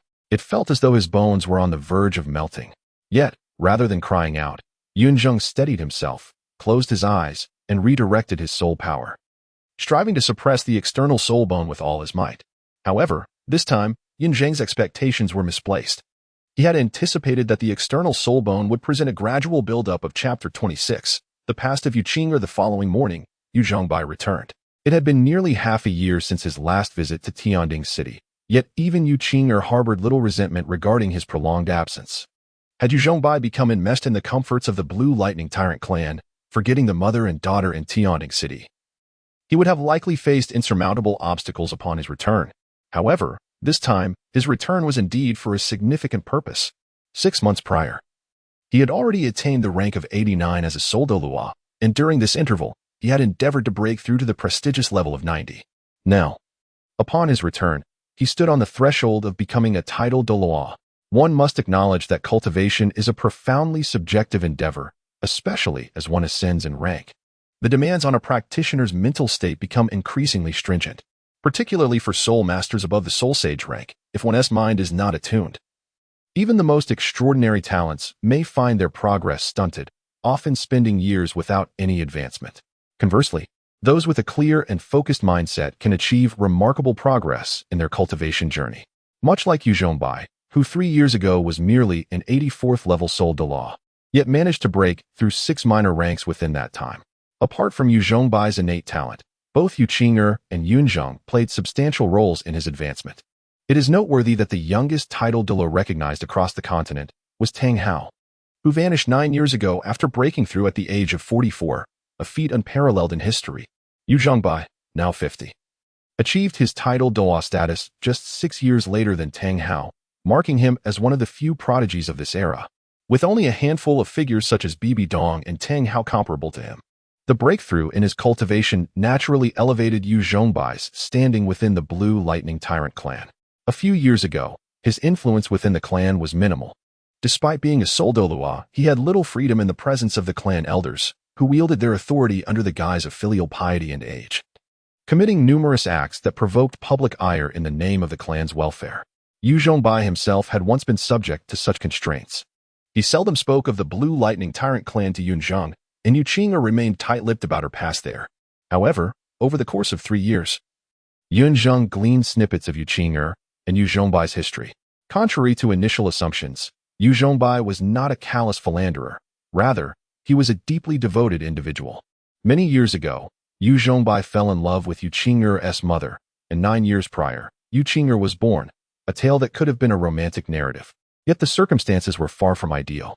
As the son of the Blue Lightning Tyrant clan's leader, and with Yu Qing'er's mother being an ordinary support-type Soul Zone, their love was deemed incompatible due to the disparity in status and power, destined to end in tragedy. After Yu Qing'er's birth, Yu Zhongbai introduced the mother and daughter to his father, marking the inception of their misfortunes. The inherent arrogance of the Blue Lightning Tyrant clan rendered them unable to accept a woman of little standing as a daughter-in-law. This disdain trickled down through the clan, leading to widespread prejudice against Yu Qing'er and her mother. Children of the Blue Lightning Tyrant clan emulated their elders, displaying exaggerated forms of disdain. These young ones, oblivious to the reasons behind their animosity, simply mirrored their parents' prejudices, ostracizing Yu Qing'er and even derogatorily referring to her as a bastard. Yet at that time, Yu Zhongbai was still a celebrated prodigy, nearing the realm of a sole Douluo, and while clan members may have vented their frustrations verbally, they dared not act upon them. However, when Yu Qing'er turned 4, calamity struck. The unsettling movements of the Spirit Hall, coupled with the retreat of the Haoyan clan, instilled a sense of unusual peril in both the Seven-Treasure Glazed Tile clan and the Blue Lightning Tyrant clan. Faced with the threat posed by the Spirit Hall, both clans instinctively drew closer together, seeking an alliance. Wise individuals recognized the necessity of this union. 2 ancient clans, each with millennia of heritage, understood the principle of mutual dependence. For both sects, the most credible and least costly method of alliance was, naturally, through marriage. Sacrificing 2 individuals' happiness for the benefit of 2 clans, who could resist such a tempting proposition? The Seven-Treasure Glazed Tile clan sought a bride, while the Blue Lightning Tyrant clan needed a groom. The bride was none other than the sister of the current clan leader, an undeniable member of the Ning family's direct lineage, making her status indisputable. The Blue Lightning Tyrant clan had to present a worthy suitor in return. This individual was none other than Yu Zhongbai. Others were either too young, lacked strength, or held insufficient status. Yu Zhongbai, being in his 40s, was the ideal candidate, still considered young for his rank, and as the clan leader's son, he perfectly met all criteria. Admittedly, the clan leader had 3 sons, including Yu Zhongbai, who had an elder brother and a younger brother. However, Yu Zhongbai's elder brother was the acting clan leader. A position too sensitive for the alliance's sake, Blue Lightning Tyrant clan sought to ally with the Seven-Treasure Glazed Tile clan without allowing them to influence the core of their family. As for Yu Zhongbai's younger brother, he had been expelled from the clan, named Yu Xiaojing. Inviting him back to marry the sister of the clan leader would have been quite disrespectful. Thus, Yu Zhongbai was the only suitable groom. As for Yu Zhongbai's love for Yu Qing'er's mother, who would care? She was deemed an insignificant existence. Even being a concubine would have been seen as an overreach. Yu Zhongbai did resist, and his father wished to avoid sacrificing his son's happiness. Yet, the vast Blue Lightning Tyrant clan was not a dictatorship. There were several elders who were older than Yu Zhongbai's father. The outcome was, as one might expect. Fortunately, Yu Zhongbai's marriage to the Ning clan's legitimate wife was one marked by gentleness and kindness. She bore no ill will toward Yu Qing'er and her mother. In fact, due to her own inability to conceive, she treated Yu Qing'er with extra affection. Thus, although the mother and daughter faced scorn outside, they could still find warmth at home. However, after Yu Qing'er awakened her martial soul at the age of 6, the emergence of the giant spirit dragon martial soul became the proverbial straw that broke the camel's back. The giant spirit dragon was not the Blue Lightning Tyrant dragon. Without the thunderous might, Yu Qing'er's identity as an outsider became even more entrenched within the Blue Lightning Tyrant clan. It must be stated that the giant spirit dragon was in no way inferior to the Blue Lightning Tyrant dragon, and in fact, it might even surpass it in certain aspects. Yu Qing'er's innate talent was formidable, with a 9th level innate soul power, comparable to Yu Tianxin and Yu Tianning. Yet, it was precisely because of Yu Qing'er's extraordinary talent that the Blue Lightning Tyrant clan could not accommodate her. Those with guilty consciences are aware of how the Blue Lightning Tyrant clan treated Yu Qing'er. Out of fear, envy, and jealousy, they intensified their exclusion of her. The darker facets of human nature can be truly revolting. Disgusted by the arrogant and self-satisfied nature of the Blue Lightning Tyrant clan, Yu Qing'er, following the awakening of her giant spirit dragon, erupted with 6 years of pent-up resentment and, in a fit of anger, left for the ancient city with her mother. Yu Zhengbai could not stop her, understanding that the Blue Lightning Tyrant clan was unsuitable for Yu Qing'er. Perhaps a change of environment would foster her growth more favorably. At times, Yun Zheng contemplates whether Yu Zhengbai's choices were indeed the right ones. There was a moment when he pondered why a character like Yu Zhengbai was scarcely mentioned in the original narrative. Eventually, he realized that had it not been for his intervention, Yu Qing'er might have perished in the wilderness during her outdoor training at the tender age of 6. It is essential to note that at that time, the closest beings to the silver-backed wolf were Yu Qing'er and a male student who was incessantly shouting. Given her petite stature, Yu Qing'er would have been no match for the swift silver-backed wolf. Confronting a single silver-backed wolf was already a daunting challenge for her, let alone a pack of wolves surrounding her. As the adage goes, cultivation is deeply metaphysical. Had Yu Qing'er died, Yu Zhengbai would likely have remained stagnant at level 84 for eternity. A soul master, born of the Blue Lightning Tyrant clan and the son of its leader, would have undoubtedly met his demise during the soul-hunting operation orchestrated by the Spirit Hall before he even had a chance to make his entrance in the original tale. However, all of this is mere speculation. The current reality is that Yun Zheng's presence has allowed Yu Qing'er to survive, freeing her from the biting remarks within the Blue Lightning Tyrant clan and permitting her to thrive in Tianding City without a care in the world. Everything is unfolding positively. Yu Zhengbai has successfully broken through to the rank of Title Douluo, becoming the second Title Douluo of the Blue Lightning Tyrant clan. With his new status, Yu Zhengbai wields considerable influence within the clan, further bolstered by his father's endorsement. The two titled Douluos together possess the power to intimidate the old leeches within the family. It is not an exaggeration to state that, should Yu Zhengbai choose, he could readily take Yu Qing'er and her mother back to the Blue Lightning Tyrant clan, even compelling those who had previously conspired against them to reluctantly acquiesce. Yet, Yu Zhengbai refrains from taking such action, knowing that the time is not yet right. The issue now is not whether the Blue Lightning Tyrant clan can accommodate Yu Qing'er, but whether she can ever forgive them. The power of choice lies with Yu Qing'er, and it is abundantly clear that she harbors no affection for the Blue Lightning Tyrant clan. Chapter 27. Yu Qing'er, I want to change Yun Zheng's clothes this time. Yu Zhengbai did not come alone. He was accompanied by his legitimate wife, Ning Fengxiang, the sister of the sect leader of the Seven Treasure Glazed Tile sect, Ning Fengxi. Although Ning Fengxiang was selected for marriage by the sect, her innate talent was not lacking. However, due to the inherent limitations of the Seven Treasure Glazed Tile's martial soul, she chose to abandon her cultivation after breaking through to the Soul King level. This decision mirrored the choice of many within the Seven Treasure Glazed Tile sect, as they believed there was little point in pursuing higher levels beyond the pinnacle of 79. After all, their family was not short of wealth, so why impose such rigorous demands on themselves? Ning Fengxiang was quite content with her marriage to Yu Zhengbai. The fate of the children of noble families often leaves little room for self-determination, and she had long since come to terms with this reality. The clan provided her with boundless resources, a life of luxury, and an extraordinary status, making it only natural for her to contribute to the clan. At least her husband was a remarkable man, a paragon of the Blue Lightning Tyrant sect, strikingly handsome, leaving Ning Fengxiang with little to criticize. Perhaps it was her gentle and unassuming nature that subtly drew Yu Zhengbai to her.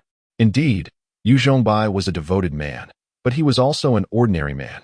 With an enchanting wife at home, how could he remain indifferent?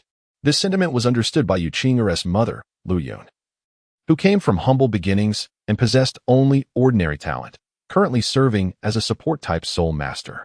The only aspect that set her apart was her identity as a pharmacist. While pharmacists were not rare in the Douluo Continent, many sects had their own, with the most renowned being Yang Wudi of the Pa family and Dugu Bo of the Tiando sect. It was also possible that the Spirit Hall and the top 3 sects harbored even more skilled pharmacists. Lu Yun was merely an ordinary pharmacist. The longing pill that Yun Zheng consumed yesterday had been concocted by her.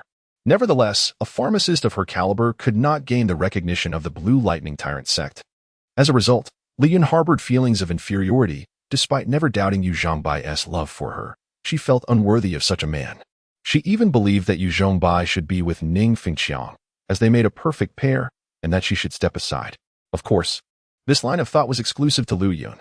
Neither Yu Zhengbai, Ning Fengxiang, nor Yu Qing'e had ever entertained such notions. It must be said that Yu Zhengbai was indeed fortunate. He had a gentle and virtuous wife at home, and an obedient and loving daughter who, while appearing aloof, was merely displaying the typical pride of a young girl. He had also taken on a disciple of exceptional talent, and now he had broken through to the titled Douluo realm, experiencing great success and joy. Returning to the main topic, upon arriving in Tianding City, Yu Qing'e intended to reproach Yu Zhengbai for missing Yun Zheng's birthday, but upon seeing Ning Fengxiang, she could only retreat behind her mother, feeling somewhat lost. Yu Qing'e's feelings toward Ning Fengxiang were quite complicated. On one hand, she resented Ning Fengxiang for taking her mother's husband and refused to call her mother. On the other hand, Ning Fengxiang treated them very well, and the bond between Lu Yun and Ning Fengxiang resembled that of good sisters, leaving Yu Qing'e unsure of how to engage with Ning Fengxiang. As previously mentioned, due to her own circumstances, Ning Fengxiang was unable to bear children, which made her particularly tolerant of Yu Zhengbai.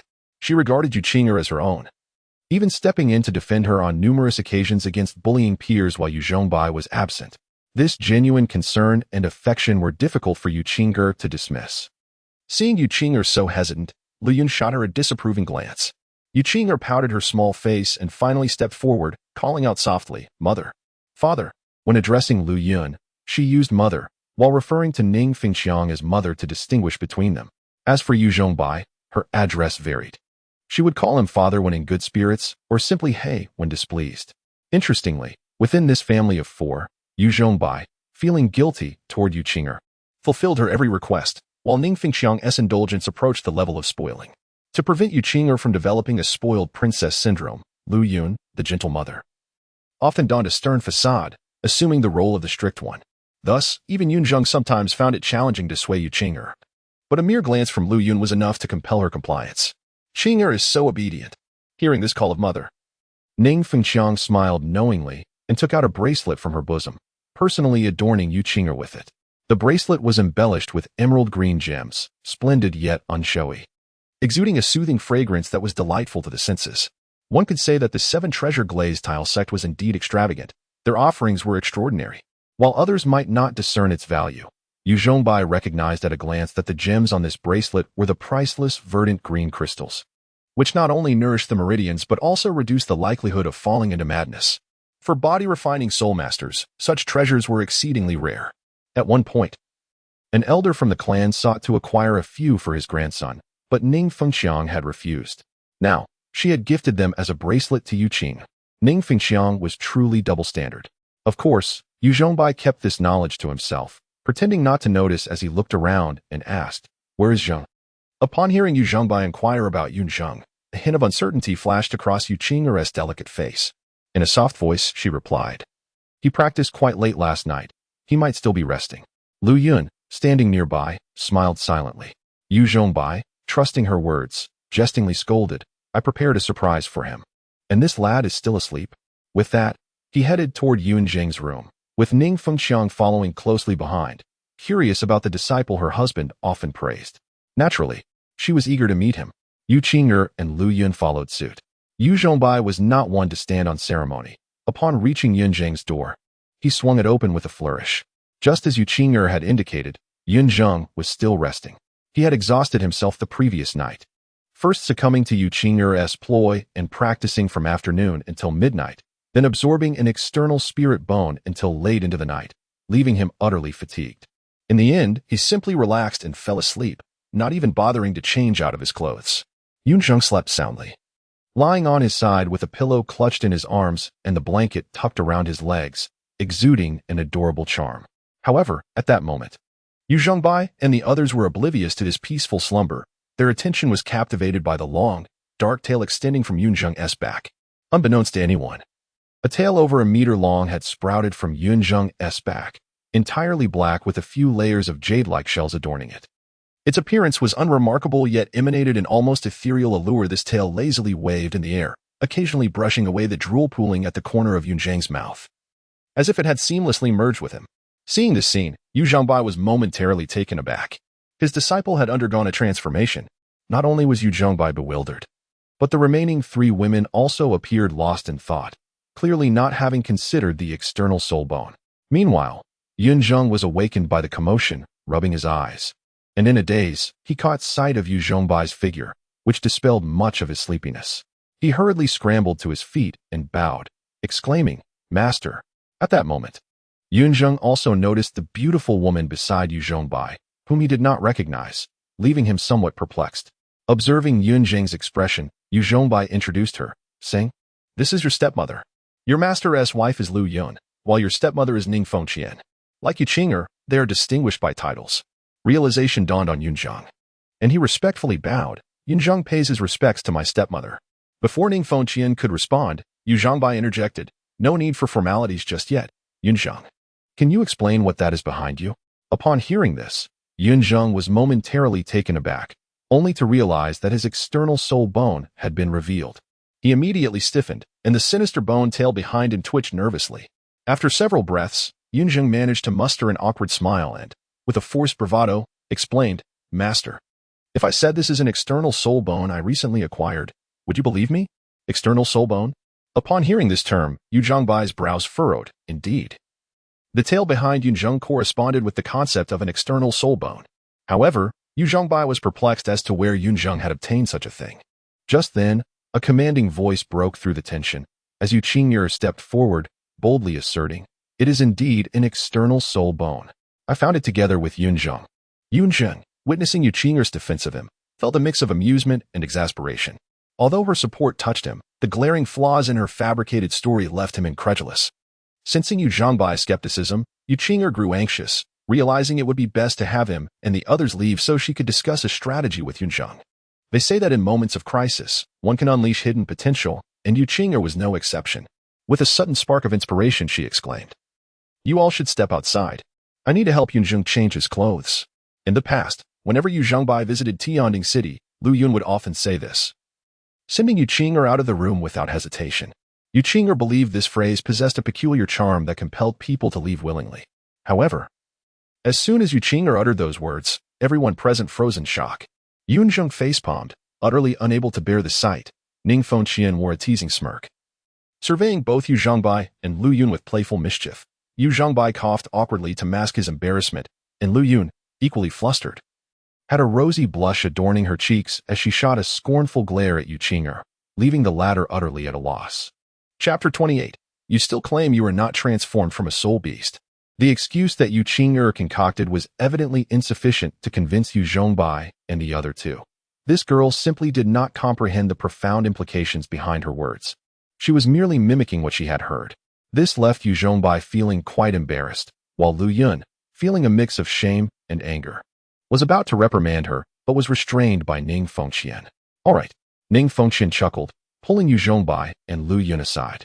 "Let the childhood friends share their secrets. We should not obstruct Qing'er."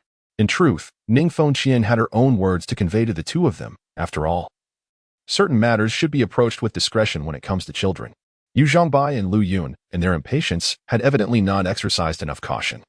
Nor had they considered that Yu Qing'er and Yun Zheng might grasp such profound concepts. As the matriarch, Ning Fengqian felt it necessary to impart a lesson to them. One should never underestimate a 9-year-old child. Ning Fengqian's own niece was also 9 and was a veritable little sorceress. Upon hearing Ning Fengqian's words, Yu Zhengbai contemplated for a moment and chose to follow her lead.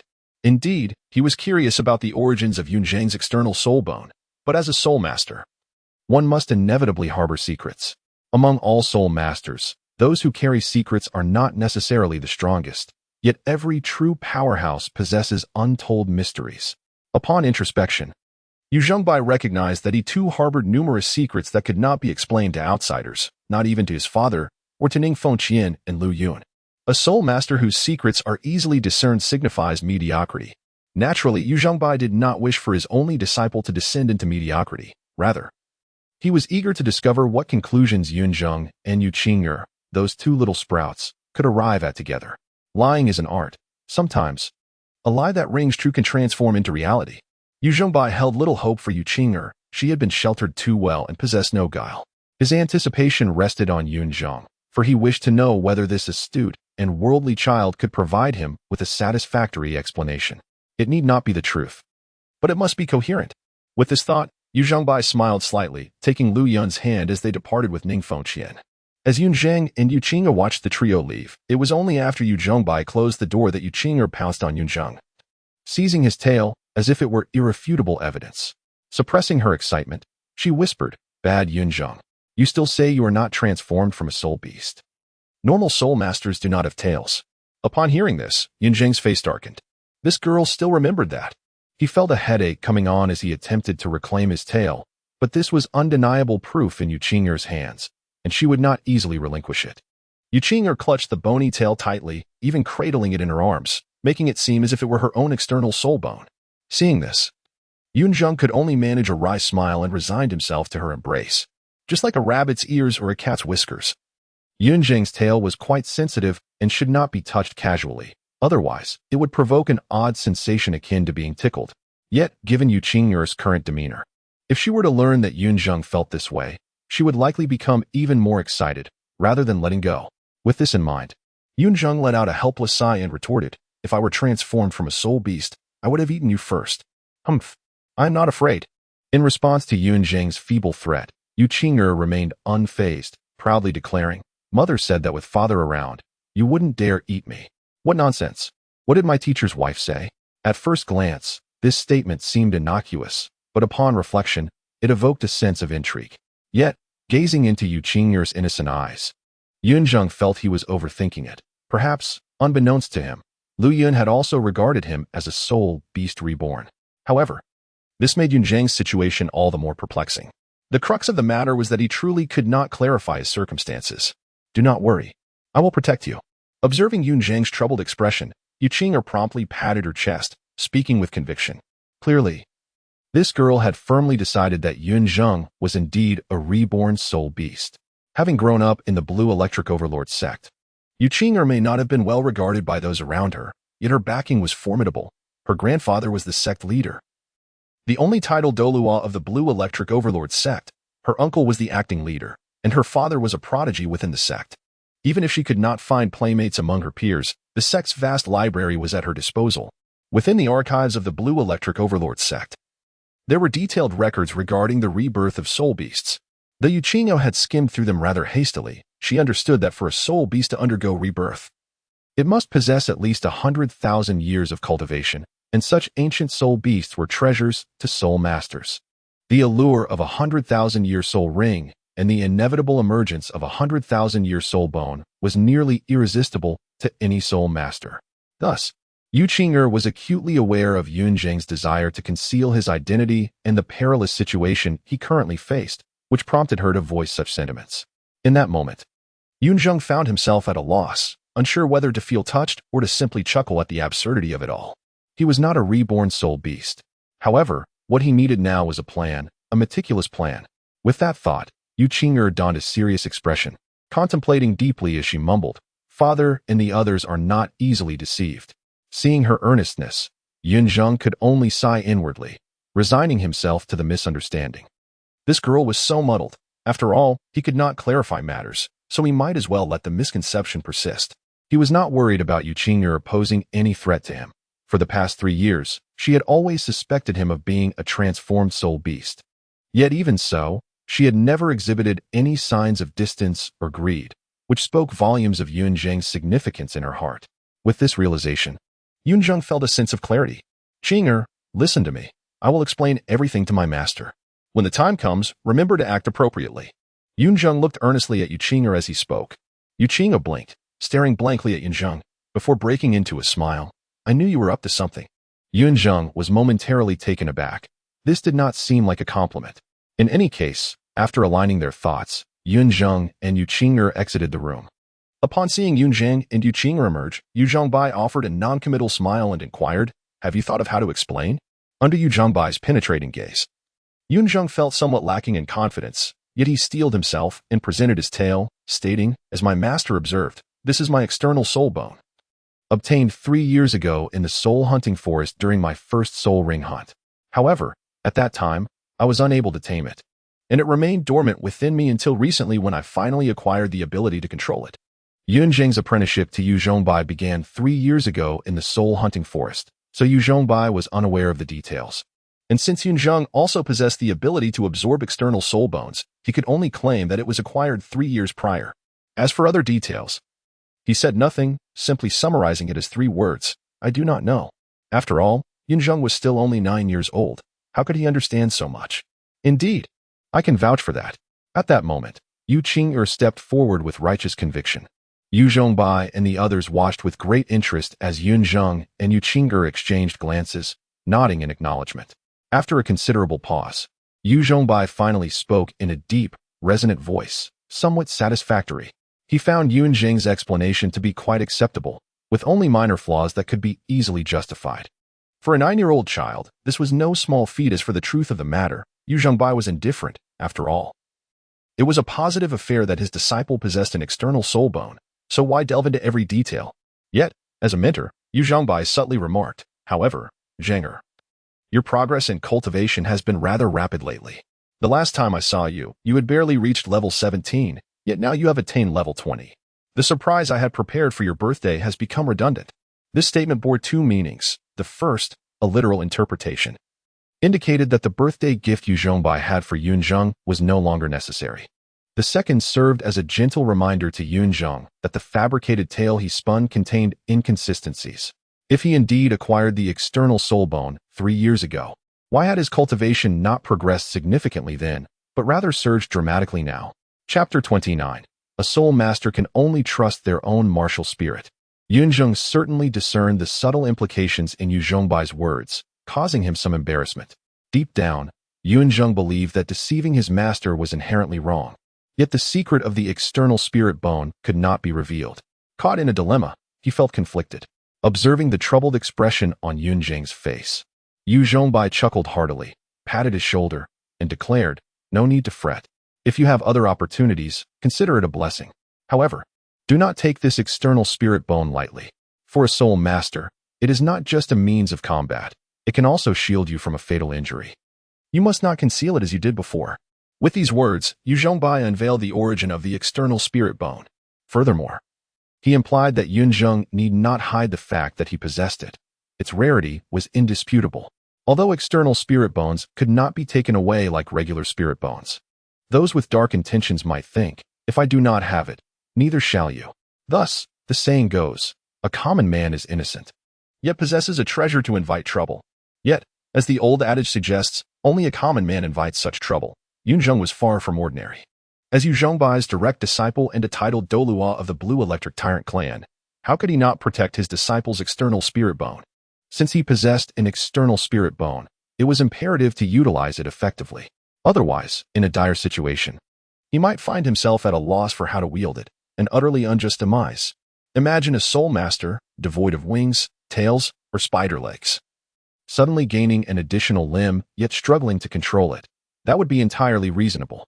Only by training the external spirit bone into his 5th limb could its utmost potential be realized. At this moment, Yun Zheng had not pondered so deeply. The fact that Yu Zhongbai did not press on the origins of the external spirit bone relieved him, and just as he was about to respond, he heard Yu Qing'er exclaim sharply, no?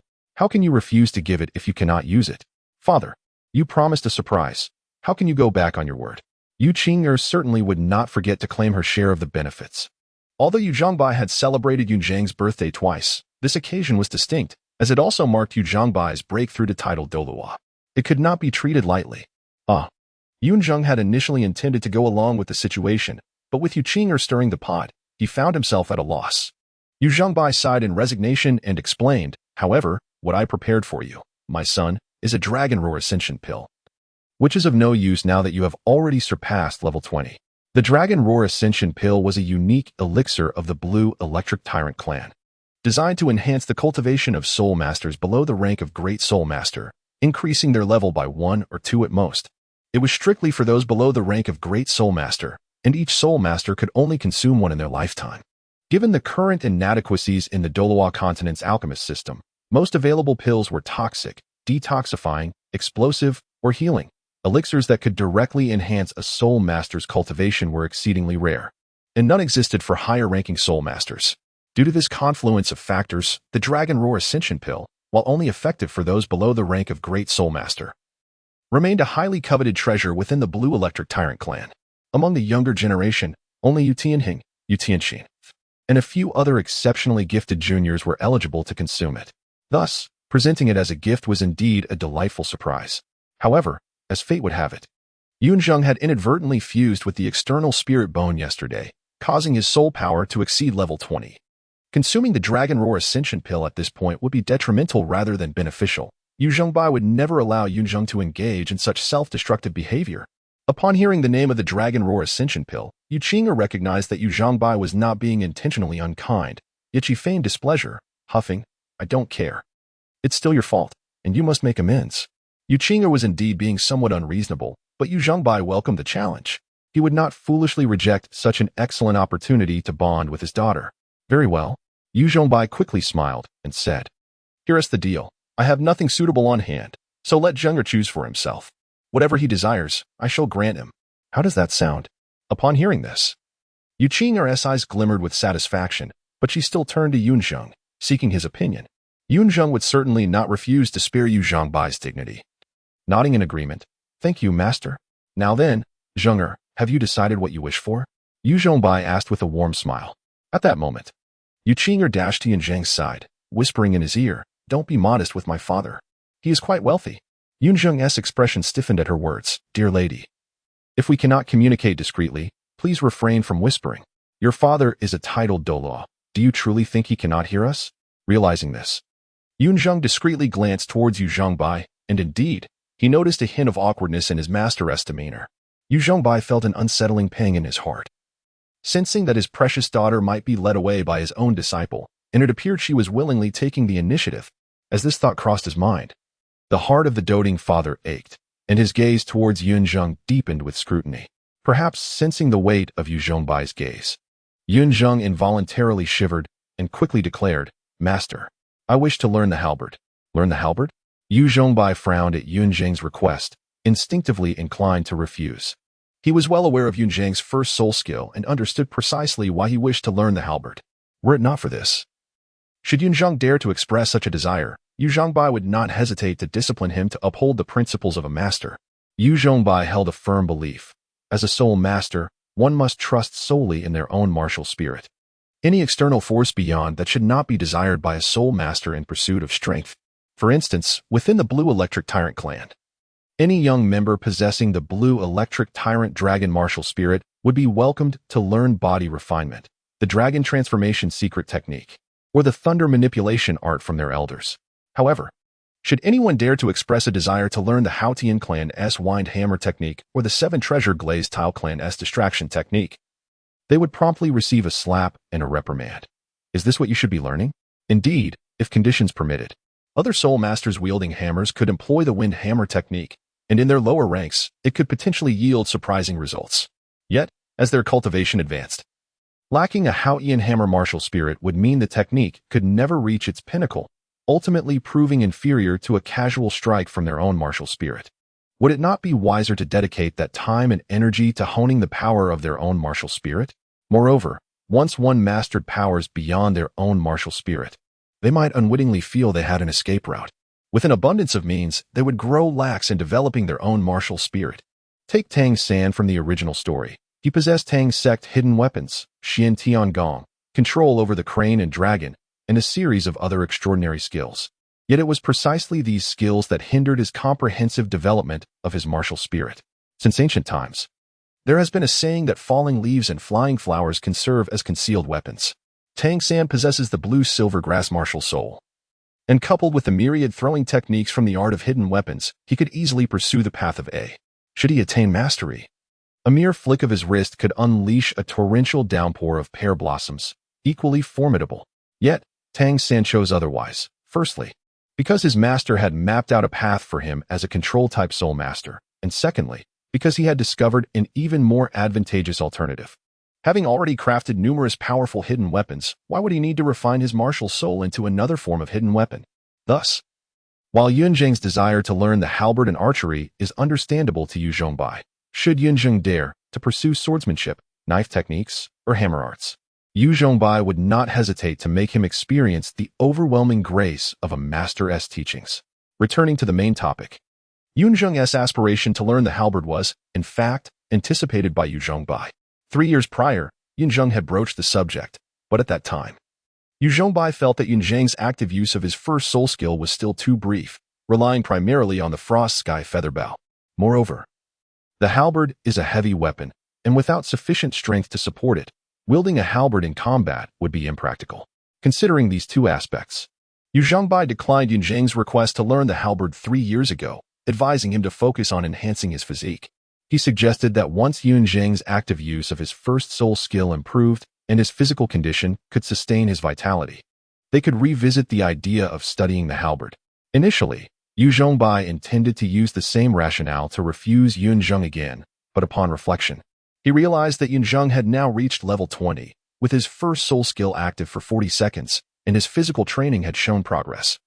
It seemed almost inevitable that he would learn the halberd. However, this left Yu Zhongbai in a bit of a quandary. The crux of the matter was that he had no experience with the halberd. As a titled Douluo of the blue electric Tyrannosaurus martial soul, he took immense pride in his lightning techniques and had never wielded a weapon since he began his training, firmly establishing himself as a magical tank. When had he ever learned to use a halberd? Though Yu Zhongbai, as Yun Zheng's master, had indeed planned to prepare himself by studying in advance to better guide Yun Zheng, he had not anticipated Yun Zheng's rapid progress. When Yun Zheng was merely at levels 15 or 16, Yu Zhongbai remained unhurried. Even 6 months ago, as he prepared for a breakthrough, Yun Zheng had just reached level 17. Who could have foreseen that Yun Zheng had somehow acquired an external soul bone, allowing him to break through to level 20 within a mere 6 months? The Dragon Roar Ascension pill that Yu Zhongbai had prepared now seemed superfluous, a notion he had never anticipated. Hadn't he been agreed that soul power would condense heavily, leading to slow cultivation? Chapter 30. The Prison of Thunder Cough. In an effort to mask his embarrassment, Yu Zhongbai feigned a couple of coughs, adopting a contemplative expression as if weighing the pros and cons of Yun Zheng learning the spear. Yun Zheng, feeling a flicker of anxiety, valued Yu Zhongbai's opinion greatly. He did not presume his insight to surpass that of a titled Douluo. If Yu Zhongbai believed the time was not yet ripe, Yun Zheng would reconsider, though he might not entirely abandon the idea. After a few breaths, a spark of inspiration illuminated Yu Zhongbai's mind. He nodded sagely and addressed Yun Zheng with a tone of authority. There is no need for haste in this matter. He continued, Zheng, while it is indeed time for you to learn spear techniques, you have yet to acquire your second soul ring. Without a clear direction for your soul skills, it would be unwise to rush into learning, as it may lead to unfavorable outcomes. It would be far more prudent to wait until you have obtained your second soul skill, allowing you to study in a systematic manner that aligns with its effects. Initially disheartened by Yu Zhongbai's refusal, Yun Zheng found merit in his mentor's reasoning and nodded thoughtfully. As Yu Zhongbai pointed out, Yun Zheng possessed only one soul skill, which did not definitively indicate his future path. Unlike Yu Qing, whose first soul skill, Giant Spirit Breath, released a devastating beam of golden light that clearly marked her as an assault type, Yun Zheng's first soul ring, despite bestowing 3 soul skills, failed to provide clarity regarding his own direction. Considering the 2 passive soul skills, Yun Zheng surmised he might pursue either the assault type or agility type path, a trajectory that Yu Zhongbai had envisioned for him. However, whether he would ultimately lean towards assault or agility depended on the nature of his second soul ring. The distinction between agility and assault types was significant, with divergent learning pathways, and Yu Zhongbai's explanation was both reasonable and justified. In the depths of his heart, Yun Zheng harbored an aspiration to cultivate the Frost Wing Bow towards agility while steering the Frost Whisper Spear towards assault. Yet, this remained merely a fanciful dream, as he was uncertain how the Divine Soul Ring might alter his martial soul. The Frost Wing Bow and Frost Whisper Spear, though sharing the same martial soul, now manifested as 2 distinct forms. He pondered whether the second soul ring would bestow separate skills for each form or merely grant a single skill to the Frostwing Bow. Regardless, the pursuit of the second soul ring remained imperative. Whether he would ultimately embrace agility or assault, he first needed to establish his foundation. If he leaned towards assault, he would strike with strength and reach. If towards agility, he would strike swiftly and adroitly. With these thoughts in mind, Yun Zheng declared, I shall leave it to my master's guidance. Yu Zhongbai nodded with satisfaction upon hearing this. Just as the two were in accord, Yuqing suddenly emitted a displeased hum, clearly dissatisfied with the outcome. Without the Dragon Roar Ascension Pill and with the timing for spear techniques still uncertain, Yun Zheng had seemingly gained nothing, prompting Yuqing to advocate for him. However, Yu Zhongbai did not exhibit any signs of discomfort. Instead, he calmly reassured her. Who says that? Her complaint resonated perfectly with Yu Zhongbai's intentions. In fact, he had awaited her interjection. He continued, since I have stated that we shall wait until Zheng acquires his second soul ring before imparting spear techniques, I shall ensure that he receives the most suitable soul ring. Zheng's martial soul is extraordinary, and his first soul ring is indeed unique. I must carefully select the right one for him. The ice attribute must be prominent. Speed must be swift. The attack must be potent. And the age must be sufficient. Regardless of whether Zheng becomes an agility type or assault type soul master, the second soul ring is of utmost importance and cannot be taken lightly. The exceptional nature of Yun Zheng's first soul ring was undeniable. As his cultivation progressed, its age incrementally increased. Unfortunately, despite having surpassed the 20th level, he had yet to breach the 1,000-year mark, remaining stuck at just over 900 years. If Yun Zheng were willing to endure, it would merely be a matter of time before his physical enhancement allowed him to absorb a soul ring exceeding 1,000 years. Still, he felt that since he could absorb it, there was no need to obsess over a 1,000-year soul ring. The difference between a 900-year and a 1,000-year soul ring was not as vast as one might imagine. Nonetheless, the distinction between a 400-year and a 900-year soul ring was evident. While Yun Zheng's first soul ring remained yellow, it shimmered with a faint purple hue, which could not escape Yu Zhongbai's keen observation. To this, Yun Zheng provided a vague explanation, admitting uncertainty regarding the changes. Coupled with Yuqing's adamant assertion that she had witnessed him absorb the first soul ring, Yu Zhongbai chose not to press further. As the saying goes, if it is a good thing, why delve too deeply into it? Nevertheless, Yu Zhongbai committed the peculiarity of Yun Zheng's first soul ring to memory, intentionally seeking out the master, who was renowned for his unparalleled research into martial souls on the continent. If even the master was unaware, it might truly be an unsolved mystery. To Yu Zhongbai's surprise, the master indeed offered an explanation. Throughout the history of Douluo Continent, cases like Yun Zheng's had occurred. During the mutation of the martial soul, not all of its innate talents could be converted into innate soul power. Consequently, the surplus potential was infused into the first soul ring, allowing it to gradually increase in age alongside the soul master's growth. The extent of its advancement would depend on the residual potential remaining during the martial soul's mutation. The historical soul master in question had only managed to elevate their first soul ring to the 1,000-year level before it abruptly halted. Regardless, the divine soul ring now had a credible explanation. It appeared to be a complete contrast to the master's situation. His innate ability could not sustain the mutation of his martial soul, resulting in a halt and relegating it to a lesser form, with only half a level of innate soul power. In contrast, Yun Zheng's exceptional talent allowed his martial soul's mutation to remain unexhausted, converting the surplus potential into an enhancement of the first soul ring's age. Returning to the present, upon hearing Yu Zhongbai's response, Yun Zheng felt a swell of gratitude. This was the advantage of having connections. Had he not befriended Yuqing and become Yu Zhongbai's disciple, he might still be languishing in a rudimentary soul master academy, unable to reveal his external soul bone, and lacking the opportunity for such meticulous selection of his second soul ring, likely settling for a mediocre soul beast of 600 or 700 years. Noticing the reverence in Yun Zheng's gaze, Yu Zhongbai felt a pang of humility. Deep down, he merely wished to utilize this so-called soul beast hunt as an opportunity to refine his spear techniques. While mastery was unnecessary, a basic understanding was essential. Given that Yu Zhongbai's quest for a soul beast would likely span several months, he remained resolute in his commitment to find the most suitable soul beast for Yun Zheng. Yun Zheng and Yuqing remained oblivious to the flicker of emotion in Yu Zhongbai's eyes. But Lu Yun and Ning Fengqian perceptively noted the glimmer of dissatisfaction within their beloved's gaze. They were all too aware of Yu Zhongbai's thoughts and exchanged knowing glances filled with exasperation.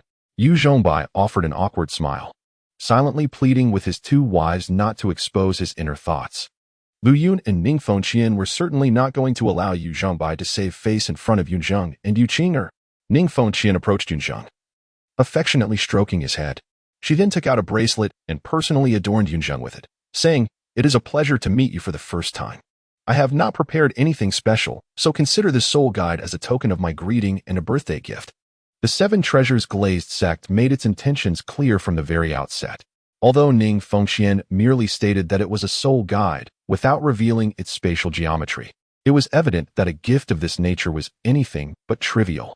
Receiving such a grand present from Ning Fengxian on their first encounter left Yun Zheng somewhat overwhelmed, causing him to glance at Yu Zhongbai. Yu Zhongbai chuckled and remarked, "A gift from an elder should not be declined, since it is from your master. Accept it with ease." Yu Zhongbai was well aware that Ning Fengxian had gone to great lengths to ensure Yun Zheng would not refuse. While this soul guide might be considered a treasure in the eyes of an ordinary person, it certainly did not meet the standards of a formal greeting gift within the Seven Treasures Glazed Sect. The true gift Ning Fengxian intended for Yun Zheng lay within the soul guide itself. After receiving Yu Zhongbai's approval, Yun Zheng graciously accepted the soul guide, bowing earnestly as he expressed, "Thank you, master." "Oh, there's no need for such formality, my child." Ning Fengxian feigned irritation as she shot a playful glare at Yun Zheng. It must be said that Yun Zheng's demeanor was indeed endearing, and coupled with his status as Yu Zhongbai's disciple, Ning Fengxian took an instant liking to him. Fortunately, Yun Zheng proved to be much easier to get along with than Ning Fengxian had anticipated, saving her considerable effort. All right. Aren't we here to celebrate Yulang's title? Standing here achieves nothing. Follow me." At this moment, Lu Yun interjected, taking Yun Zheng's left hand and Yu Qing'er's right, leading them toward the living room. The visit of Yu Zhongbai and Ning Fengxian to Tianding City was not solely for Yun Zheng's birthday. It also served to celebrate Yu Zhongbai's ascension to the title of Douluo. Lu Yun had been preparing for this occasion for several days, demonstrating her thoughtful dedication. Indeed, while the Blue Lightning Tyrant Dragon Sect was also planning a grander celebration for Yu Zhongbai's breakthrough, intending to use the opportunity to showcase their strength. Yu Zhongbai was indifferent to such affairs. He merely went through the motions and brought Ning Fengxian directly to Tianding City. In contrast, Tianding City provided a much more comforting atmosphere for Yu Zhongbai. However, just as he was enjoying a joyful moment with his family, the upper echelons of several prominent forces on the Douluo Continent gathered together in unison. Their discussions varied in content, yet they converged on a singular subject: the newly titled Douluo of the Blue Lightning Tyrant Dragon Sect, Yu Zhongbai, known as the Thunder Prison. Chapter 31. 3 years later, outside Soto City, a young boy and girl strolled along the road, resembling a pair of celestial beings. The boy was handsome and refined, while the girl was strikingly charming. As they made their way, they garnered countless glances from passers-by, yet they remained utterly indifferent, as if accustomed to such attention. Although referred to as a young couple, it might be more accurate to describe them as a boy and a girl. After all, the boy stood at a mere height of 1 meter and 45 centimeters, appearing to be around 8 or 9 years old. In contrast, the girl was tall and slender, particularly her long legs encased in black stockings, which drew the eyes of many youthful men. However, any gaze lingering for more than 5 seconds would be met with an unsettling chill, silently warning onlookers that this boy and girl were not within their reach. This realization caused many would-be admirers to abandon their thoughts. It was evident that these siblings were undoubtedly esteemed soul masters, dressed as if they hailed from a prominent clan, and it would take a foolhardy individual to provoke them. What puzzled many was that the girl, who appeared more like an elder sister, wore an expression of deep affection, tightly holding her brother's hand. At times, she would even neglect to look where she was going, playfully requesting him to carry her. The younger brother, despite his shorter stature, exhibited a look of resigned indulgence, occasionally glancing around, both discerning their path and keeping an eye out for any overly bold onlookers. Indeed, this boy and girl were Yun Zheng and Yu Qing'er. As for why 12-year-old Yun Zheng was mistaken for an 8 or 9-year-old, to be fair, is a height of 1 meter and 45 centimeters considered short on Earth? Yun Zheng was of normal growth, yet the peers of Douluo Continent grew at an astonishing rate, with many reaching heights of 1 meter 70 or 80 by the age of 12. Thus, Yun Zheng's height, while typical on Earth, rendered him akin to a child of 8 or 9 in this realm. Fortunately, Yun Zheng observed that the native inhabitants of Douluo Continent, while indeed maturing early, did not have excessively lofty growth limits. The average commoner stood between 1 meter 70 and 1 meter 80, while nobles and clan offspring were slightly taller, yet still within the bounds of normality. Most natives would cease growing by the ages of 14 or 15, leaving little room for further development, which meant Yun Zheng could gradually surpass them. In summary, The future held promise. However, for now, Yun Zheng could only bear the title of a charming young lad. Returning to the matter at hand, as they walked along the path, with Yun Zheng leading the way, Yu Qing'er felt no concern, blissfully following behind him. Why not let Yu Qing'er navigate? After all, someone who could lose their way even at the outskirts of the hunting soul forest, ending up in a mixed zone, was not someone Yun Zheng could trust with direction. Yun Zheng, why must you attend Shrek Academy? Although I've heard from father that this academy is rather special. It doesn't even have a qualification for the Continental Soul Master competition. Why come all this way to enroll? Yu Qing'er inquired, her arm linked with Yun Zheng's. Her curiosity peaked out of boredom. Upon hearing this, Yun Zheng smiled lightly and asked, if one day you awoke to find yourself in the world of Snow White, what would you wish to do? Over the past 6 years, whenever Yu Qing'er's incessant chatter became wearisome, Yun Zheng would regale her with tales from his previous life. However, as Tang Sect was also a traveler, Yun Zheng could not ascertain whether he was from Earth or which era he belonged to. To avoid revealing his identity, he shared only foreign fairy tales or stories akin to Halua, refraining from mentioning Journey to the West. The story of Snow White was the first tale Yun Zheng told Yu Qing'er, and it became her favorite. This was born from a misunderstanding. Initially, Yun Zheng had no intention of narrating these stories. However, during a tutoring session, he inadvertently mentioned the name Snow White, which, although Yu Qing'er did not understand its meaning, instinctively sensed it was not a compliment. Determined to uncover the meaning behind Snow White, Yu Qing'er employed every tactic imaginable, including threats and bribes, even resorting to underhanded methods.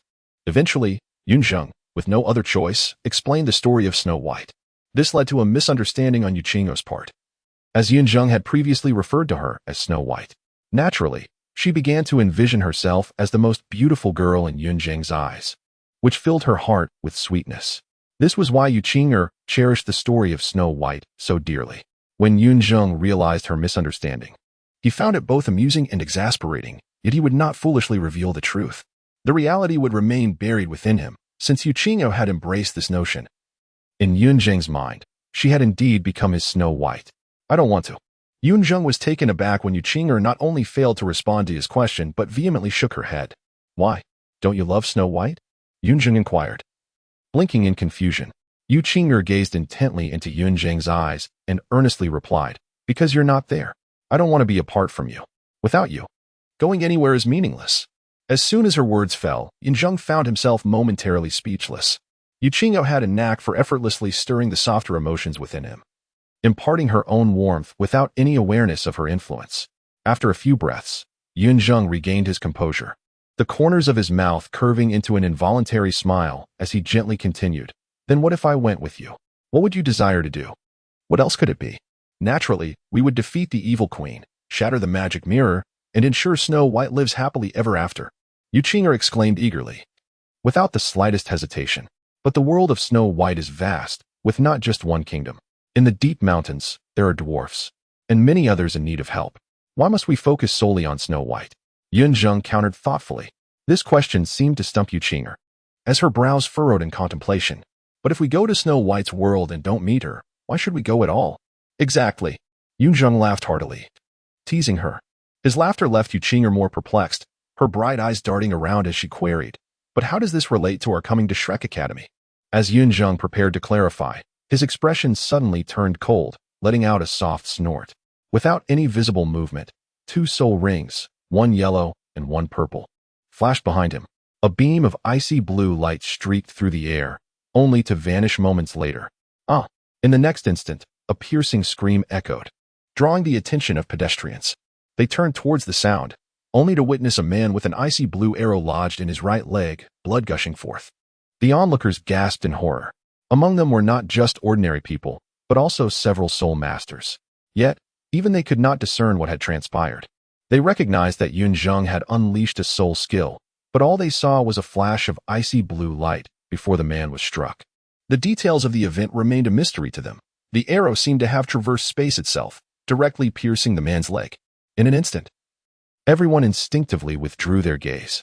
They discerned clearly that the man had previously cast a lascivious glance at Yu Qing'er, only to be struck in the thigh by Yun Zheng's arrow. They had no desire to follow in his ill-fated footsteps. Yu Qing'er also heard the anguished cry and instinctively turned her head, yet Yun Zheng abruptly grasped her hand, urging her to move swiftly forward. wishing to shield her from the unfolding scene. Yun Zheng's shot was indeed rather severe. It not only wounded the man's right leg, but also infused it with a chilling energy. Even if he were to escape permanent disability, the cost of consulting a healing soul master would be considerable, a grave penalty for an ordinary person. Yet this was Yun Zheng. He was one to regard the consequences without pondering the causes. Those who tread the murky waters must pay the price. The Yun Zheng of today was not the same as he was 6 years prior. He was no longer burdened by worldly wisdom or the need for cunning, especially when dealing with mere commoners unworthy of his forethought. He was reminiscent of the petty thief who once sought to snatch his wallet. However, Yun Zheng did not eradicate the threat entirely. He had not yet descended to such depths of ruthlessness. As for revenge, he held no fear. This was the Douluo Continent, where everyone's status was predetermined by the age of 6, leaving common folk with no hope of rising. It is often said that the king of hell is lenient. Yet the little spirits are tenacious. Yet on the Douluo Continent, those who lack innate soul power do not even have the opportunity to become little spirits. Yun Zheng did not fear that Yuqing'er would witness his actions. After all, she was a soul master, and such trivial matters would hardly frighten her.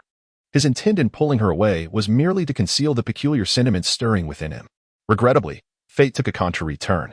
Yuqing'er possessed keen eyes, and the ice arrow belonging to Yun Zheng was glaringly conspicuous. Coupled with Yun Zheng's unnatural demeanor, a wave of delight surged within Yuqing'er, prompting her to run up to him, leaning close to his ear and teasingly whispering, "Are you jealous?" "I am not," Yun Zheng retorted, his face flushing crimson as he refused to turn back, defiantly holding his neck high. Upon hearing this, Yuqing'er erupted into a melodious laughter, playfully chiming. "But your tail is showing." At this remark, Yun Zheng froze in place, hastily glancing back, searching in vain for any sign of a sinister spirit's tail. Realizing he had been played by Yuqing'er, he shot her an annoyed glare, yet she remained unfazed, continuing to giggle, her joy only intensifying. Chapter 32. He Dares. Amidst the half-amused, half-teasing laughter of Yuqing'er, the flustered Yun Zheng finally led her into the city. The soul currency required for entry was provided by Yun Zheng. In truth, throughout their journey, Yuqing'er had not spent a single soul coin, as Yun Zheng had covered all expenses. 3 years prior, Yun Zheng had received a mere gold soul coin each month from the Wuhuan temple, sufficient for a commoner, yet far from affluent for a soul master. However, after Yun Zheng's 9th birthday, his financial situation underwent a transformation, and he became quite well off. At that time, Ning Fengqian gifted Yun Zheng a soul guide as a token of their meeting. Initially, Yun Zheng believed it to be just a soul guide, although he already possessed the storage space provided by the Lord of the Beads. He was delighted to have a soul guide of his own to conceal the existence of the Lord of the Beads. Yet, Yun Zheng was utterly unprepared for the fact that Ning Fengqian's so-called gift was not merely a soul guide, but a veritable treasure trove within it. It was, quite literally, a mountain of gold and silver. It was only fitting that Ning Fengqian, hailing from the Seven Treasures glazed tile school, would endow Yun Zheng with not only an expansive storage space but also boxes upon boxes of gold soul coins, along with a black gold card from the Seven Treasures glazed tile school. With such wealth, Yun Zheng could easily establish a small sect. Furthermore, there were numerous vials of medicinal elixirs, some for detoxification, some for healing, others for nurturing energy, and many for coagulating blood, of every variety imaginable. Ning Fengqian had also prepared an array of clothing for Yun Zheng, from the age of 9 to 20. Even spiritual herbs were plentiful, with ample dragonyang grass, a vital herb for body refinement, stacked high. One could say that Ning Fengqian had meticulously provided Yun Zheng with all the foundational resources necessary for his cultivation journey. Not to mention, with this soul guide in his possession, even the once impoverished Min clan might not rival Yun Zheng's newfound wealth. It was only upon opening the soul guide that Yun Zheng truly grasped the profound implications of being fabulously wealthy. Naturally, receiving such a grand gift left Yun Zheng somewhat at a loss. He had contemplated returning the favor to Ning Fengqian, but was halted by Yu Zhongbai. Since Ning Fengqian had given it to Yun Zheng, she had no intention of taking it back. Moreover, these treasures were not exclusively for Yun Zheng. They were shared with Yuqing'er. Yu Zhongbai deemed Yuqing'er somewhat reckless and prone to squandering, hence entrusted the more prudent Yun Zheng with their financial matters. After this explanation from Yu Zhongbai, Yun Zheng felt justified in accepting Ning Fengqian's soul guide. Otherwise, it would indeed have felt too burdensome. Upon entering Suotua City, both Yun Zheng and Yuqing'er remained composed. Suotua City was not particularly renowned. While it was certainly more developed than Oga City, it resembled Tianding City. Having experienced grand occasions before, Yu Qing'er felt no novelty, while Yun Zheng, with recollections from his previous life, was equally unfazed. Are we not headed to Shrek Academy? Why have we entered the city? Yu Qing'er inquired, holding Yun Zheng's hand as she observed the architecture. Yun Zheng glanced at the evening glow on the horizon and explained. Shrek Academy is still at least an hour's journey from Sotuo City. With night approaching, if we do not enter the city, we would have to sleep in the wilderness. Contemplating his words, Yu Qing'er nodded thoughtfully. As Yun Zheng had pointed out, while it was not unusual for soul masters to spend the night outdoors, having done so when they were 6 years old, this was not an expedition for hunting soul rings. Nor was there any pressing matter requiring haste. Why subject themselves to discomfort? So where will we stay tonight? Yu Qing'er asked, looking around in confusion. Yun Zheng shrugged and replied nonchalantly, we can only find an inn or hotel to make do for the night. After all, we will head to Shrek Academy tomorrow. Inn? Hotel? Upon hearing these terms, Yu Qing'er blinked in bewilderment, seemingly unable to believe it. After several moments of contemplation, her expression shifted to one of playful intrigue as she embraced Yun Zheng, sweetly exclaiming, Yun Zheng, you finally understand. Yun Zheng was momentarily taken aback. But as he noticed the blush on Yu Qing'er's fair face, he quickly realized her thoughts had wandered astray. Realizing this, Yun Zheng's expression darkened, endousing her enthusiasm. He stated, 2 rooms. What? Yu Qing'er frowned, her brows knitting in protest. 1 room. We must save expenses. You said so. At her words, Yun Zheng rolled his eyes, instinctively retorting, then we might as well bathe together to conserve water resources. Sounds good. Yu Qing'er's eyes sparkled with mischief, as she appeared quite intrigued by the suggestion. Seeing this, Yun Zheng helplessly forced a smile, awkwardly muttering, forget I said anything. As Yun Zheng hesitated, Yu Qing'er's smile was replaced by a pout, and she reproached him, do you not like me? How could that be? Faced with such a perilous question, Yun Zheng answered without hesitation, but then sighed, explaining, it's just that if our master finds out, he would surely be furious. He dares. At the mention of Yu Zhongbai, Yu Qing'er's eyes widened with fearless determination. After all, they were in Sotuo City, far from home. Yu Qing'er felt unafraid, believing that once the deed was done, Yu Zhongbai would have no choice but to accept it. He dares. Unfortunately, Yun Zheng did not share her fearless spirit. Nodding seriously in agreement. Over the past 6 years, the barrier between Yun Zheng and Yu Qing'er had long since been shattered. Yu Qing'er had developed feelings for Yun Zheng, and he too had grown fond of the girl who had always been by his side. Logically, with mutual affection and Yu Qing'er's boldness, one would expect them to have crossed certain boundaries by now. However, Yun Zheng remained hesitant to make any advances. Yu Zhongbai was one reason for his restraint, although he was not entirely opposed to his daughter's affections for Yun Zheng. After all, he had watched Yun Zheng grow and trusted in his character. He could not shake the discomfort of his daughter being merely 12 years old. This was a hurdle Yun Zheng could not overcome either. In his mind, anyone under 14 was still a child. To put it bluntly, it was a moral dilemma. To further complicate matters, as a native of Douluo Continent, Yu Qing'er matured at a faster pace than Yun Zheng, and at 12, she resembled a 17 or 18-year-old girl from his previous life. Yet, Yun Zheng was a genuine earthling, experiencing the typical development of a normal 12-year-old boy. It was a peculiar situation. While Yun Zheng remained hesitant, Yu Qing'er was quite proactive. Had Yun Zheng's resolve not been strong, he might have succumbed to her advances long ago. Their 3 elders felt similarly. Even Yu Zhongbai's stance was not overly rigid. While Lu Yun and Ning Fengqian subtly supported Yu Qing'er, particularly Lu Yun, who recalled how, when Yun Zheng was 9, Yu Qing'er had fed him that dragon-yang grass, a significant gesture. Yu Qing'er might not have been fully aware of the herb's properties, but as an alchemist, Lu Yun certainly understood its implications.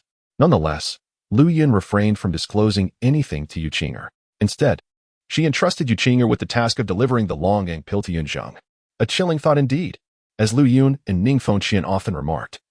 For someone of remarkable beauty and extraordinary talent, especially a childhood friend one holds dear, failing to grasp them early on could easily lead to their abduction. Whether Yun Zheng could indeed be whisked away remains debatable, yet it is undeniable that Yu Qing'er has been led astray by their influence. It is essential to recognize that it was the very long-yang pill that enabled Yu Qing'er to unlock a peculiar switch. Ever since that moment, she has developed an intense enthusiasm for administering drugs to Yun Zheng, believing that such actions would render him more forthcoming. Between the ages of 9 and 12, Yun Zheng is aware of 11 instances, 8 of which he successfully thwarted, while 3 times he inadvertently fell victim. Fortunately, the potency of the drugs used by Yu Qingyu was not overwhelming, with the aid of the extreme chill of ice and his own willpower. Yun Zheng managed to suppress the malevolent flames within. Yu Qingyu has become acutely aware of this. She is no longer satisfied with mere long grass. Last time, Yun Zheng witnessed Lu Yun hand Yu Qingyu a package of potent aphrodisiac. Now, Yun Zheng is hesitant to consume anything Yu Qingyu offers him, fearful that he may find himself in dire straits. Chapter 33. Rest. Yun Zheng harbored his own concerns, yet Yu Qingyu was unperturbed by such matters. After all, Yun Zheng had turned down her advances, leaving her in a state of discontent. Observing her pitiful demeanor, even though he was aware it was merely an act, Yun Zheng's heart softened involuntarily. With a resigned sigh, he relented, "Very well. Apart from matters inappropriate for children, I shall grant you whatever you desire." This was precisely the affirmation Yu Qingyu had been waiting for. Her previous look of dejection vanished as if by magic, replaced by an uncontainable joy. Witnessing this transformation, Yun Zheng sighed once more. He feared he would be entirely at the mercy of Yu Qingyu for the rest of his life. "Where shall we stay tonight? Let me decide." Yu Qingyu fixed her gaze on him, as if prepared to weep should he dissent. 6 years of companionship had allowed Yu Qingyu to understand Yun Zheng well. Had he truly been the type to succumb to temptation easily, she would have succeeded long ago, rather than waiting until now. In truth, Yu Qingyu respected Yun Zheng's thoughts, and her decision to administer a little medicine was more a playful tease than anything else. And what if it worked? The performance she put on was merely a means to determine their lodging for the night. She had already planned the specifics. The hotel, or inn's, ambience mattered little. What was essential were 2 conditions. There must be only 1 room available, and the soundproofing must be exceptional. Even if she knew nothing scandalous would transpire, Yu Qingyu was determined to make Yun Zheng blush. Having long since grasped Yun Zheng's minor quirks, she was intent on stirring his passions while simultaneously compelling him to suppress them. Interestingly, Yu Qingyu herself relished this game of flirtation. Basking in the tantalizing atmosphere and anticipating Yun Zheng's breaking of his own boundaries, a thrill akin to indulging in forbidden fruit. This was why she found such amusement in the endeavor. As for a girl's modesty and restraint, Yu Qingyu did not perceive her attempts to entice her boyfriend as a lack of decorum. Indeed, she and Yun Zheng had already made an unspoken commitment to one another. They were childhood friends, deeply in tune with each other's hearts. Yu Qingyu was straightforward, and Yun Zheng, not a naive child, possessed a maturity that made their connection feel natural. Yun Zheng had no interest in playing sibling games, despite being 3 months younger than Yu Qingyu. In summary, while Yu Zhengbai and the others remained oblivious, Yun Zheng and Yu Qingyu had long been bound to one another. Yun Zheng bore no psychological burdens about this. After all, there was no rule against young love. Returning to the matter at hand, upon hearing Yu Qingyu's words, Yun Zheng immediately discerned her intentions. His nostrils flared, and he discreetly glanced at her slender, black-clad legs before quickly averting his gaze, noncommittally stating, "I agree to your request." Humph. Yu Qingyu blushed at his response, letting out a soft huff, thinking to herself, "Your tale is far more honest than your eyes." Unbeknownst to her, Yun Zheng's evil spirit bone tale had already revealed itself, far more candid than his pretense of propriety, wrapping around Yu Qingyu's thigh as if it longed to be closer. This time, however, Yu Qingyu did not tease him but rather leaned into the embrace of the evil spirit bone tale. Secretly, it is merely a matter of a fleeting glance. Who among those capable of working at the hotel front desk is not astute? Moreover, due to Yun Zheng's deceptively charming appearance, standing alongside Yu Qingyu, they resemble siblings rather than a romantic couple. The front desk staff harbored no suspicions and did not even request a tip. Chapter 34. Shrek. The following day, Yun Zheng, unusually, overslept, departing his residence only when the sun was high in the sky, accompanied by Yu Qingyu. Shrek Academy was not located within Soto City, but rather in a village on the outskirts, a considerable distance away. Given their pace, it would take approximately an hour to arrive. Yun Zheng held a map in his hands while Yu Qingyu playfully grasped his ethereal bone tail, occasionally bursting into giggles, seemingly lost in her thoughts. Unbothered by her whimsical demeanor, Yun Zheng admired the verdant fields of yellow flowers lining the road, the sweet yet subtle fragrance wafting through the air, eliciting a faint smile. He was uncertain of the plant's name in Douluo, yet it bore a striking resemblance to the daylilies of his past life, and thus, he deemed it as such for the moment. People often find themselves longing for the vibrant chaos of the city after spending time in the countryside, yet conversely, those who dwell in urbanity often yearn for the tranquility and freshness of rural life. Perhaps sensing Yun Zheng's serene state of mind, Yu Qing'er remained quiet, content to follow him, relishing the peaceful ambience. As they were enveloped in their respective thoughts, time seemed to pass swiftly, and before they knew it, the village housing Shrek Academy came into view. Yun Zheng, are you certain an academy truly exists in such a place? Yu Qing'er tugged at Yun Zheng's tail, gazing curiously at the dilapidated village ahead. Yun Zheng followed her gaze and chuckled softly, understanding her reaction. The village was indeed in a state of disrepair, hardly resembling an environment conducive to quality education. It was not surprising, however, as the dilapidation of Shrek Academy was somewhat anticipated. The faculty boasted formidable strength, aside from Flanders, Zhao Wujia, and Xiao Xian, 3 soul saints. The remaining instructors were all soul emperors.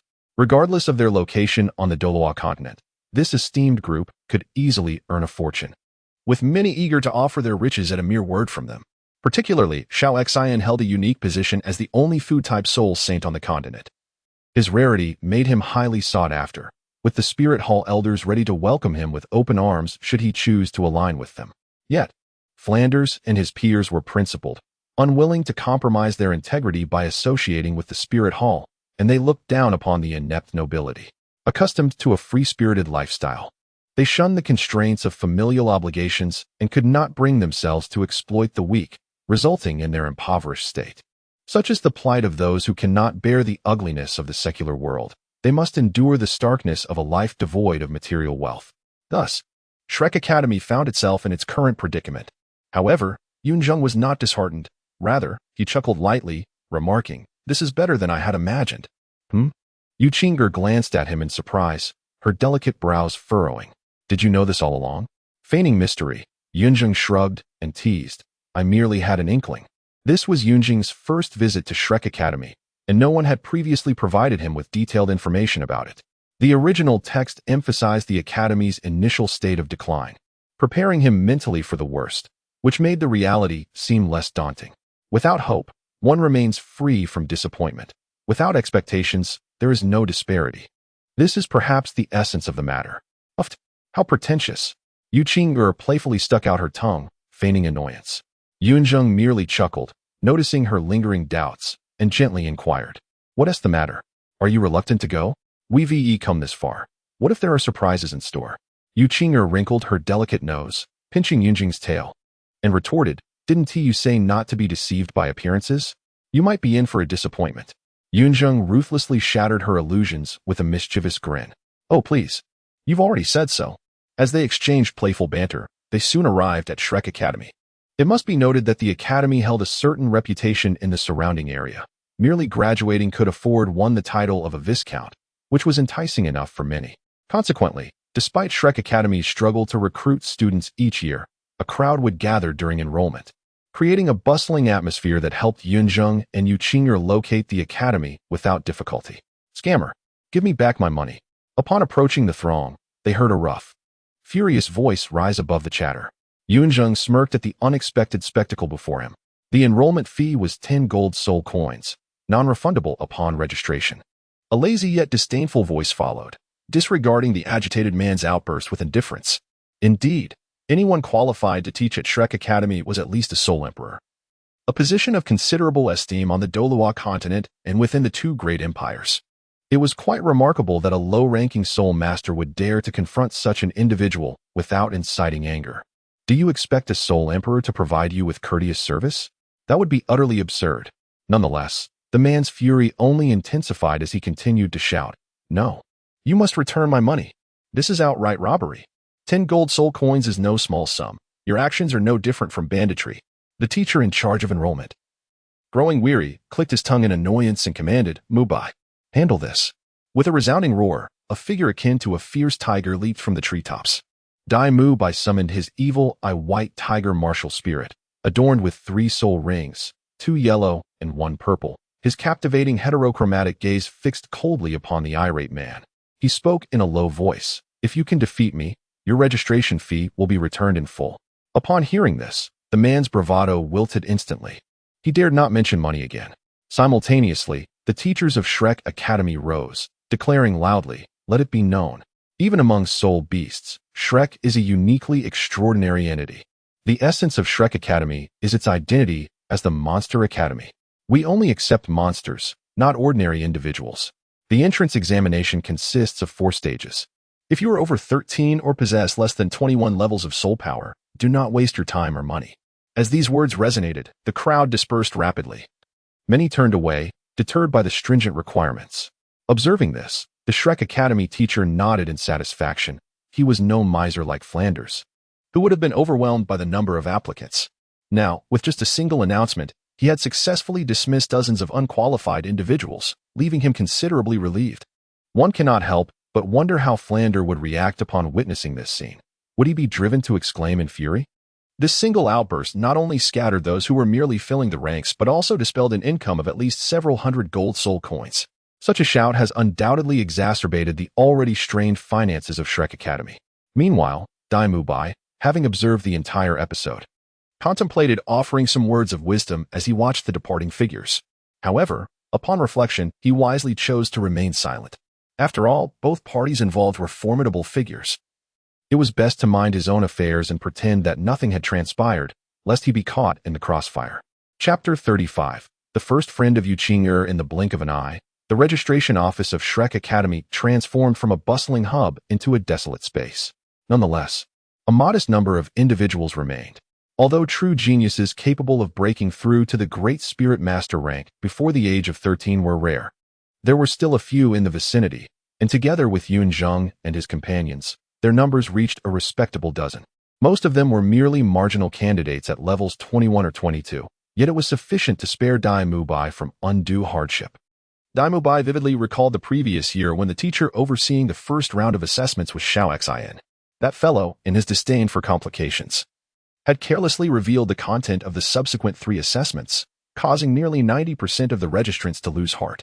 Ultimately, they collected a pitiful 30 gold soul coins in registration fees.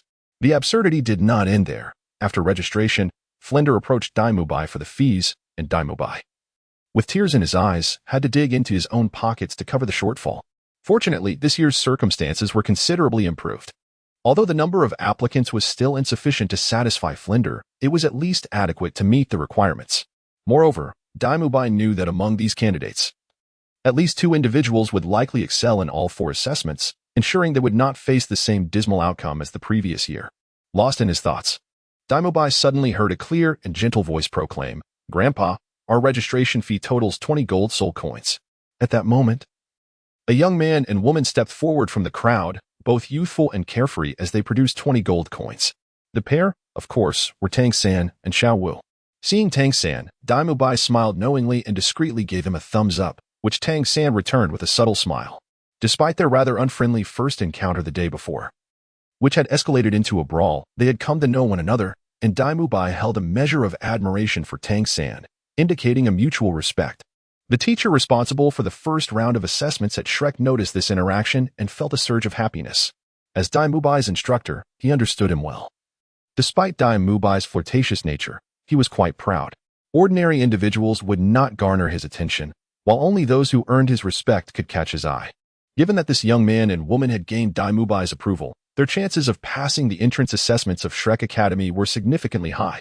With this thought in mind, the Shrek teacher's expression brightened, and he warmly exclaimed, "Excellent. Extend your hands." Hearing this, Yun Zheng could not help but stretch his neck to see the scene ahead. He was equally curious about Tang San and Xiao Wu. Fortunately, with the crowd thinned out, otherwise, given Yun Zheng's modest height, he might have struggled to catch a glimpse. Yet, Yun Zheng could only see their profiles. Xiao was indeed stunning, her long, raven-black braids cascading down to her waist, and her slender waist accentuated by a pink outfit. Her side profile radiated a charming allure, hinting at her exquisite beauty even before she fully revealed her face. In contrast, Tang San appeared far more ordinary. Prior to awakening the Blue-Silver Emperor, his looks were merely unremarkable, not unattractive, but certainly not striking. However, it must be noted that perhaps due to his cultivation of the purple extreme magic eye or the wisdom inherited from his past life, Tang San's eyes sparkled with vitality and depth, exuding a calm maturity, an attribute Yun Zheng felt he could not rival. This was hardly surprising. Such profound and unweathered eyes could not be feigned. A gaze like Tang San's, deep yet unburdened by age, could only be cultivated through experience. In his 30 years across 2 lives, Yun Zheng had encountered little adversity, His previous life had been smooth sailing. And even the 6 years since his traversal had been relatively uneventful. Compared to Tang Sect, Yun Zheng's experiences felt rather insipid. However, what astonished Yun Zheng most was Tang Sect's height, standing nearly 1.7 meters tall at just 12 years of age. It seemed impossible that such growth could arise merely from proper nourishment. What are you thinking? Just as Yun Zheng was lost in these musings, he was jolted back to reality by Yu Qing's voice, noticing she had almost leaned in too close. He chuckled awkwardly, dismissing, "Nothing, just daydreaming." Yet, Yu Qing clearly did not believe his feigned nonchalance. With a playful roll of her eyes, she teasingly retorted, "Then what is this?" With that, Yu Qing raised her hands, revealing the evil spirit bone tail that was swaying and twirling in her grasp. The moment the tail caught Yun Zheng's eye, it abruptly stiffened, twitching unnaturally before turning away in an attempt to conceal itself. Seeing this, Yu Qing burst into uncontrollable laughter, her tinkling giggles resonating through the crowd and drawing the attention of many onlookers. Noticing the gazes upon her, Yu Qing's cheeks flushed crimson, and she quickly stifled her laughter, casting an annoyed glare at Yun Zheng, evidently attributing the situation to him. Yun Zheng could only manage an innocent smile in response. Meanwhile, the sound of Yu Qing's laughter captured the attention of Ning Rongrong and Zhu Zhuqing within the crowd. Zhu Zhuqing merely glanced over with mild disinterest, while Ning Rongrong furrowed her brow in confusion, her gaze fixed intently on Yu Qing as if trying to confirm something, even abandoning her place in line. After a few breaths, still uncertain about her suspicions, Ning Rongrong, bold by nature, decided to abandon her queue, approaching Yun Zheng and Yu Qing, tentatively calling out, "Qing?" Ning Rongrong's voice was soft, and Yun Zheng paid it little mind, but upon hearing the familiar yet strange name, Yu Qing instinctively turned around. Still grasping the evil spirit bone tail, Yu Qing spun, causing Yun Zheng to follow suit. At that moment, they finally laid eyes on Ning Rongrong. True to her status as the little princess of the 7-treasure glazed tile school, her hair, attire, and accessories radiated her noble lineage and family prestige. With modest embellishments that complemented her flowing locks and lace-trimmed garments, exuding an air of pampered grace, yet retaining a playful charm befitting her age. However, her expression bore the anticipation and slight nervousness of a long-awaited reunion. Naturally, this expectation and tension were directed not towards Yun Zheng, but rather towards Yu Qing. Upon spotting Ning Rongrong, Yu Qing initially appeared bewildered, but her expression soon mirrored Ning Rongrong's as she tentatively called out, "Rongrong?" As the words left her lips, Ning Rongrong sighed in relief, leaping forward to embrace Yu Qing, exclaiming, "Qing, it truly is you. I thought I had mistaken you for someone else." Yu Qing released her grip on Yun Zheng's tail, joyfully returning the embrace. "It's me. Ever since I left that place, you hardly contacted me. I thought you had forgotten me. Not uncle." Upon hearing Yu Qing's complaint, Ning Rongrong scrunched her delicate nose and replied, "Ever since you left the Blue Lightning Tyrant School, Uncle has blocked all information regarding you, and Aunt Lu to protect you. I barely learned that you had gone to Aogu City, but by the time I arrived, you had already moved again. But what about you? Why didn't you write to me? You knew I was at the 7-treasure glazed tile school. Each time, you only allowed Aunt to bring 2 sentences. But she rarely returns to the sect." Upon hearing these words, Yu Qing's delicate face froze. In truth, Yu Qing had not forgotten about Ning Rongrong. Several times, she had contemplated writing a letter to her, yet the words she penned were utterly unsatisfactory. The sentiments she wished to convey were merely the whispered secrets shared among young girls. Thus, she could not enlist Yun Zheng's assistance in composing them. Instead, she could only ask Yu Fengqian to relay a few messages. Reflecting on this, a wave of shame washed over her, yet the truth was too difficult to articulate. Her cheeks flushed slightly, and she almost blurted out, "It's all my father's fault." Beside her, Yun Zheng, upon hearing Yu Qing's deflection, could not help but feel a pang of injustice for his esteemed master. In all fairness, Yu Zhongbai had never hindered Yu Qing from writing. Nevertheless, Yun Zheng was no fool. Exposing Yu Qing at that moment would surely provoke her wrath. Driven by the instinct for self-preservation, he could only allow Yu Zhongbai to take the blame. Chapter 36. Is she really 12? Upon first witnessing the close camaraderie between Yu Qing and Ning Rongrong, who appeared as the best of friends, Yun Zheng felt somewhat bewildered, as Yu Qing had never mentioned Ning Rongrong to him. However, after a moment's contemplation, he realized there was nothing particularly surprising about their friendship. Upon further reflection, it became clear that Yu Qing was the daughter of Yu Zhongbai, and Ning Rongrong's aunt was Ning Fengqian. Furthermore, Ning Fouqing and Yu Zhengbai were united in marriage, serving as a bond between the Seven Treasure Glazed Tile School and the Blue Lightning Tyrant School, whether through familial ties or mutual interests. It was only natural for Ning Fengji to maintain a good relationship with Yu Zhengbai, and it would be inevitable for her to occasionally bring her daughter to meet relatives. Consequently, it made perfect sense that Ning Rongrong would become familiar with Yu Qing'er. Strictly speaking, even Yun Zheng could be considered a fellow disciple of Ning Rongrong. Upon reconsideration, it was entirely reasonable for Yu Qing'er not to mention Ning Rongrong to Yun Zheng, as he was unfamiliar with her, and which girl would casually discuss her close friends in front of the one she fancied. Yun Zheng, allow me to introduce you to my only friend I met at the Blue Lightning Tyrant School, Ning Rongrong. At this moment, Yu Qing'er eagerly brought Ning Rongrong before Yun Zheng, introducing her with warmth. Yun Zheng, before he could respond, Ning Rongrong furrowed her brow. Having initially assumed Yun Zheng was Yu Qing'er's younger brother, however, it soon became apparent that she had misjudged. Yun Zheng did not bear the Yu surname. Yun Zheng, oblivious to the subtle shift in Ning Rongrong's expression, simply greeted her politely, "Hello." Then, Yu Qing'er began to introduce Yun Zheng to Ning Rongrong, saying, "Rongrong, this is Yun Zheng, he is." Suddenly, Yu Qing'er faltered mid-sentence. Ning Rongrong cast a puzzled glance at her, and Yun Zheng raised an eyebrow in curiosity. Meanwhile, Yu Qing'er's cheeks flushed crimson, and after a moment to compose herself, she continued, "He is my father's direct disciple and also my boyfriend." Upon uttering these words, Yu Qing'er took the initiative to wrap her arm around Yun Zheng's, as if to affirm the truth of her statement. This was the first time Yu Qing'er publicly acknowledged her relationship with Yun Zheng, an act that exceeded even her own expectations in terms of shyness. Observing her bashful demeanor, Yun Zheng felt a twinge of embarrassment himself. However, Ning Rongrong, witnessing this scene, was momentarily taken aback. After blinking in surprise, she scrutinized Yun Zheng with newfound interest, her expressive eyes conveying a myriad of thoughts. Is he really 12? After a prolonged silence, Ning Rongrong finally voiced her skepticism in a low tone. Same age? Indeed. Yu Qing'er shot her a disapproving glance, replying curtly. 12? Yes. With Yu Qing'er's repeated assurances, Ning Rongrong reluctantly accepted this reality. Having been raised in the Seven Treasure Glazed Tile School, Ning Rongrong was well acquainted with a variety of individuals. And while she was accustomed to seeing people of all shapes and sizes, Yun Zheng's stature did leave something to be desired. Yet, in terms of looks and demeanor, he was undeniably exceptional. Within the aristocratic circles of the Heavendo Empire, many noble women had a penchant for such a type. If Yun Zheng were to be placed in the city of Heavendo, it was likely that numerous highborn ladies would become infatuated with him. Moreover, the fact that he was accepted as a direct disciple of Yu Zhengbai attested to his impressive talents.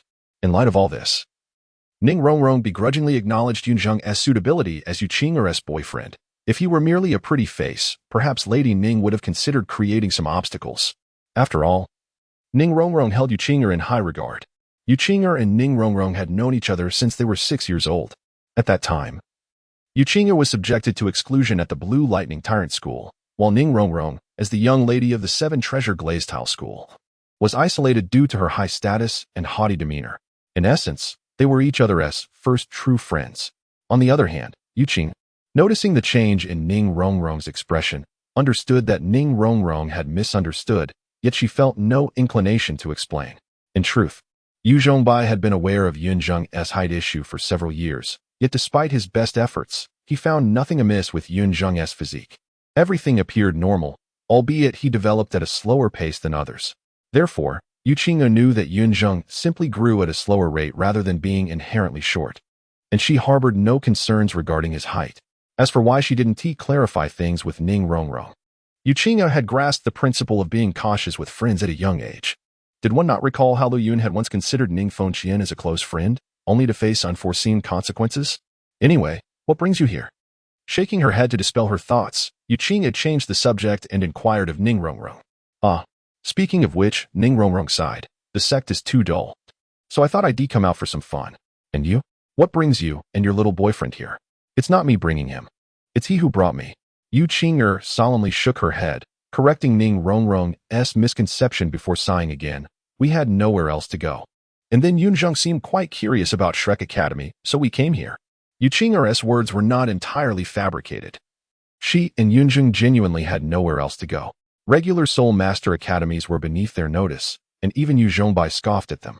The two royal academies were not to Yun Zheng's liking due to their arrogant aristocratic airs. The spirit hall was an unmentionable topic, as Yun Zheng stood opposed to it, and as for the four elemental academies, their attributes simply did not align. Yun Zheng had considered taking Yun Zheng and Yu Qing'er back to the Blue Lightning Tyrant School, yet Yu Qing'er had no desire to return. In the end, combining these factors, Yun Zheng and Yu Qing'er ended up at Shrek Academy, while Yu Zhongbai took Lu Yun and Ning Fengxian back to the Blue Lightning Tyrant School. As Yu Qing'er was drawn away by Ning Rongrong, Yun Zheng found himself with a moment of solitude.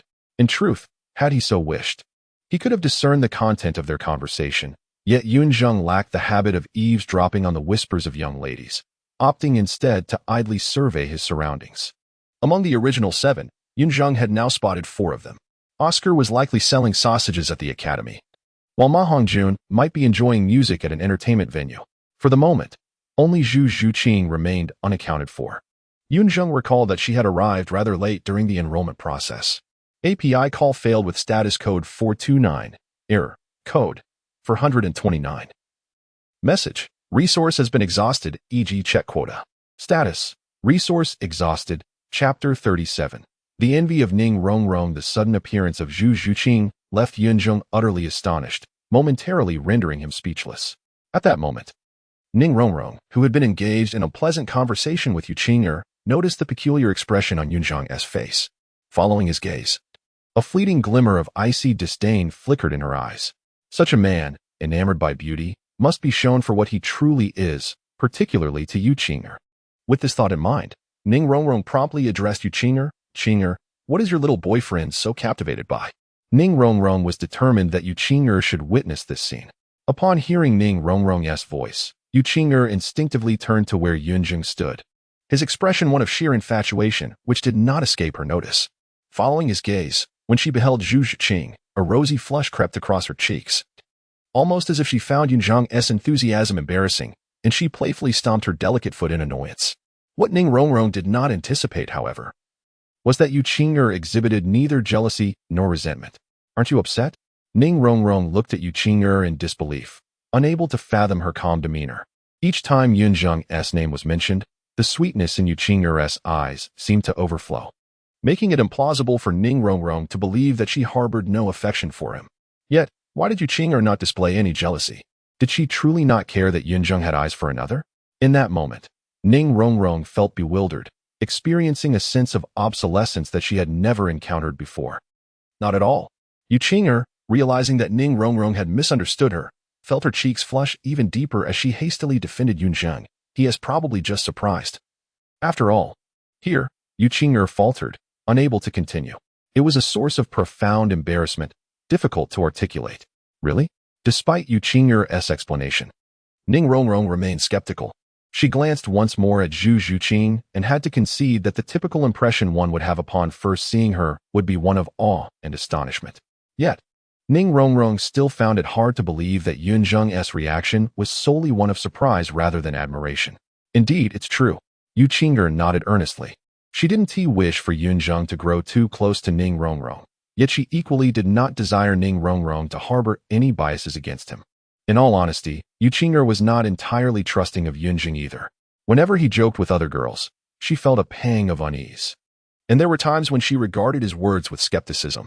However, while she might doubt his words, she could never question his intentions.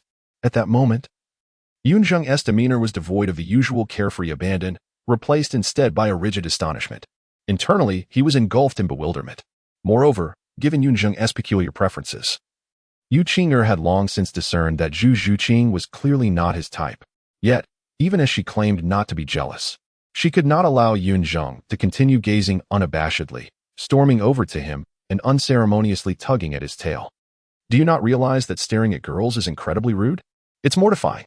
The sharp pain surged through Yun Zheng, and he barely registered what Yu Qing'er had said, his immediate response being one of pleas for mercy. Ouch, ouch. Ple Yusong had encountered numerous instances of soul masters possessing 2 distinct colored soul rings, often one white and one yellow. Indeed, during his own time as a soul master, he had experienced this phenomenon firsthand. However, the presence of one yellow and one purple soul ring perplexed him. Conscientiously, Li Yusong reflected that in his entire life, He had never witnessed a 20th level soul master adorned with a millennium-old soul ring. Chapter 38. The Fourth Challenge, a Millennium Soul Ring. Not only was Li Yuzheng astonished, but even Ning Rongrong beside him widened her eyes in disbelief. It is commonly accepted that the first and second soul rings of a soul master are of 100 years cultivation, a notion recognized universally among soul masters. Yet, Yun Zheng quietly shattered this norm. Perhaps there exist even more remarkable soul ring configurations than Yun Zheng's on the continent. But at least none of the present company had ever witnessed such a phenomenon, which is why they were so taken aback when Yun Zheng summoned a Millennium Soul Ring. As a soul emperor, Li Yuzheng maintained his composure, swiftly regaining his calm as he fixated intently on Yun Zheng. His brows furrowed deeply as he pondered. I have never encountered such a martial soul before. The chilling aura it exudes is unlike anything I have seen. Even in the frigid north, the soul power is astoundingly dense, surpassing that of Mu Bai despite his more than 20 levels of cultivation. During the bone assessment, it was evident that this youth possesses an extraordinary physique, his vitality brimming with vigor, far from ordinary. Perhaps it is precisely due to his exceptional physique and soul power that he is capable of absorbing a Millennium Soul Ring. Li Yuzheng seemed to have found a somewhat reasonable justification for himself, and the shock within him gradually subsided. He could only convince himself in such a manner. For the reality lay before him. No matter how exaggerated the situation, he could only strive to explain it through the theories he already understood. As the focus of attention, Yun Zheng remained indifferent to the astonished gazes surrounding him and lightly inquired of Li Yuzheng, "Sir, may we pass?" It was only upon hearing Yun Zheng's voice that Li Yuzheng snapped back to reality, nodding in affirmation. Yes, of course. At this moment, he spotted Dai Mubai returning and called out, "Mubai, come here, and take these three directly to the fourth challenge." Dai Mubai, caught off guard by Li Yuzheng's words, instinctively exclaimed, "There are more? Less chatter. Hurry up." Li Yuzheng retorted impatiently. At this time, Yun Zheng and Yu Qing'er had already retracted their martial souls. So Dai Mubai did not notice the purple Millennium Soul Ring. Here they come. Dai Mubai sighed with a wry smile and moved to escort Yun Zheng and the others. There was no alternative. After all, he was the only student in the Shrek Academy capable of maintaining authority over the situation. Oscar, being a support soul master, lacked the intimidating presence, and as for Ma Hongjun, despite being a powerful attack soul master with a formidable phoenix martial soul, his inherent chaotic fire made him a poor choice for maintaining order. However, it must be noted that Shrek Academy had only these three students. Dai Mubai could only comfort himself with the notion that those who are capable must bear more responsibilities. Once Dai Mubai departed, Li Yuzheng exhaled deeply, murmuring, "This year's little monsters are indeed plentiful." Unlike the previous Tang Sect, Dai Mubai and the trio had no prior acquaintance, leaving little to discuss. Matters concerning the academy would have to wait until Yun Zheng and the others successfully passed the fourth challenge. And Dai Mubai intended to introduce the details of the fourth challenge only after everyone had gathered to avoid unnecessary elaboration. As they walked, Yun Zheng and his companions had encountered Oscar, but to Yun Zheng's surprise, Oscar did not approach to promote his sausages. In truth, Oscar had wished to, but after being reprimanded by Dai Mubai earlier, he felt somewhat disgruntled. Seeing Yun Zheng accompanied by Dai Mubai, he wisely chose to avoid creating any awkwardness. Furthermore, upon catching sight of Ning Rongrong, Oscar felt as if spring flowers bloomed anew for him, prompting him to retreat to avoid startling the fair maiden, especially since his current appearance was rather disheveled. With Oscar's interruption absent, Dai Mubai quickly brought Yun Zheng and his companions to reunite with Tang Sect and the others. Afterward, he hastily made his way back. He had just spotted Zhu Zhuqing in the crowd, and he felt it was essential to meet his so-called fiancée. Tang Sect and Xiao Wu were equally astonished to discover three participants who had broken the 25-level threshold before the age of 12, their expressions reflecting surprise. Yet, out of politeness, Tang Sect nodded to Yun Zheng and the others, which was reciprocated by them. After that, there was no further exchange. Regardless of what relationships might develop in the future, they were merely strangers for now. Delving too deeply into conversation too soon would be quite awkward. Tang Sect and Xiao Wu stood together, while Yun Zheng and his companions formed their own group, distinctly separated yet not disrupting the atmosphere. Xiao Wu had an endless stream of thoughts to share with Tang Sect, while Ning Rongrong remained preoccupied with questions about Yun Zheng's Millennium Soul Ring. "Rongrong, it's not as exaggerated as you think," Yu Qing'er interjected with amusement, clarifying, "In fact, Yun Zheng's first soul ring was initially just 400 years before gradually evolving into a millennium soul ring. The soul ring can evolve, Ning Rongrong exclaimed, taken aback. Indeed, according to my father's explanation, during the mutation of Yun Zheng's martial soul, it did not fully unleash all its potential. The surplus potential manifested as an increase in the soul ring's age after he absorbed the first soul ring, Yu Qing'er declared proudly, lifting her head like a swan and adding, in simpler terms, Yun Zheng's martial soul could not contain all his innate talents. To be fair, Yu Qing'er was indeed a true gem of heaven, yet standing beside Yun Zheng, her brilliance was often overshadowed, leading others to unconsciously overlook her. Just as in the first challenge, both Ning Rongrong and Li Yusong had focused solely on Yun Zheng's dense soul power and Millennium Soul Ring, failing to notice that Yu Qing'er's soul power cultivation surpassed Yun Zheng's. However, Yu Qing'er bore no resentment. In fact, she relished it. As long as others praised Yun Zheng, it brought her more joy than if they praised her directly. Is that so? Ning Rongrong felt quite ignorant after hearing Yu Qing'er's explanation. Of course, Yu Qing'er affirmed emphatically. Meanwhile, in the office of the Shrek Academy's headmaster, though called an office, it was merely a small brick house, hardly befitting a soul sage. Nevertheless, that was the reality. After reading the letter in his hand, Flinder chuckled and addressed the towering figure before him. Old Zhao, this year, we have 6 little monsters who leaped directly from the first challenge to the 4th. It seems you will need to take matters into your own hands. Upon hearing Flinder's words, Zhao Wujin scoffed, his expression resembling a mix of disbelief and disdain. Do you think I'm foolish?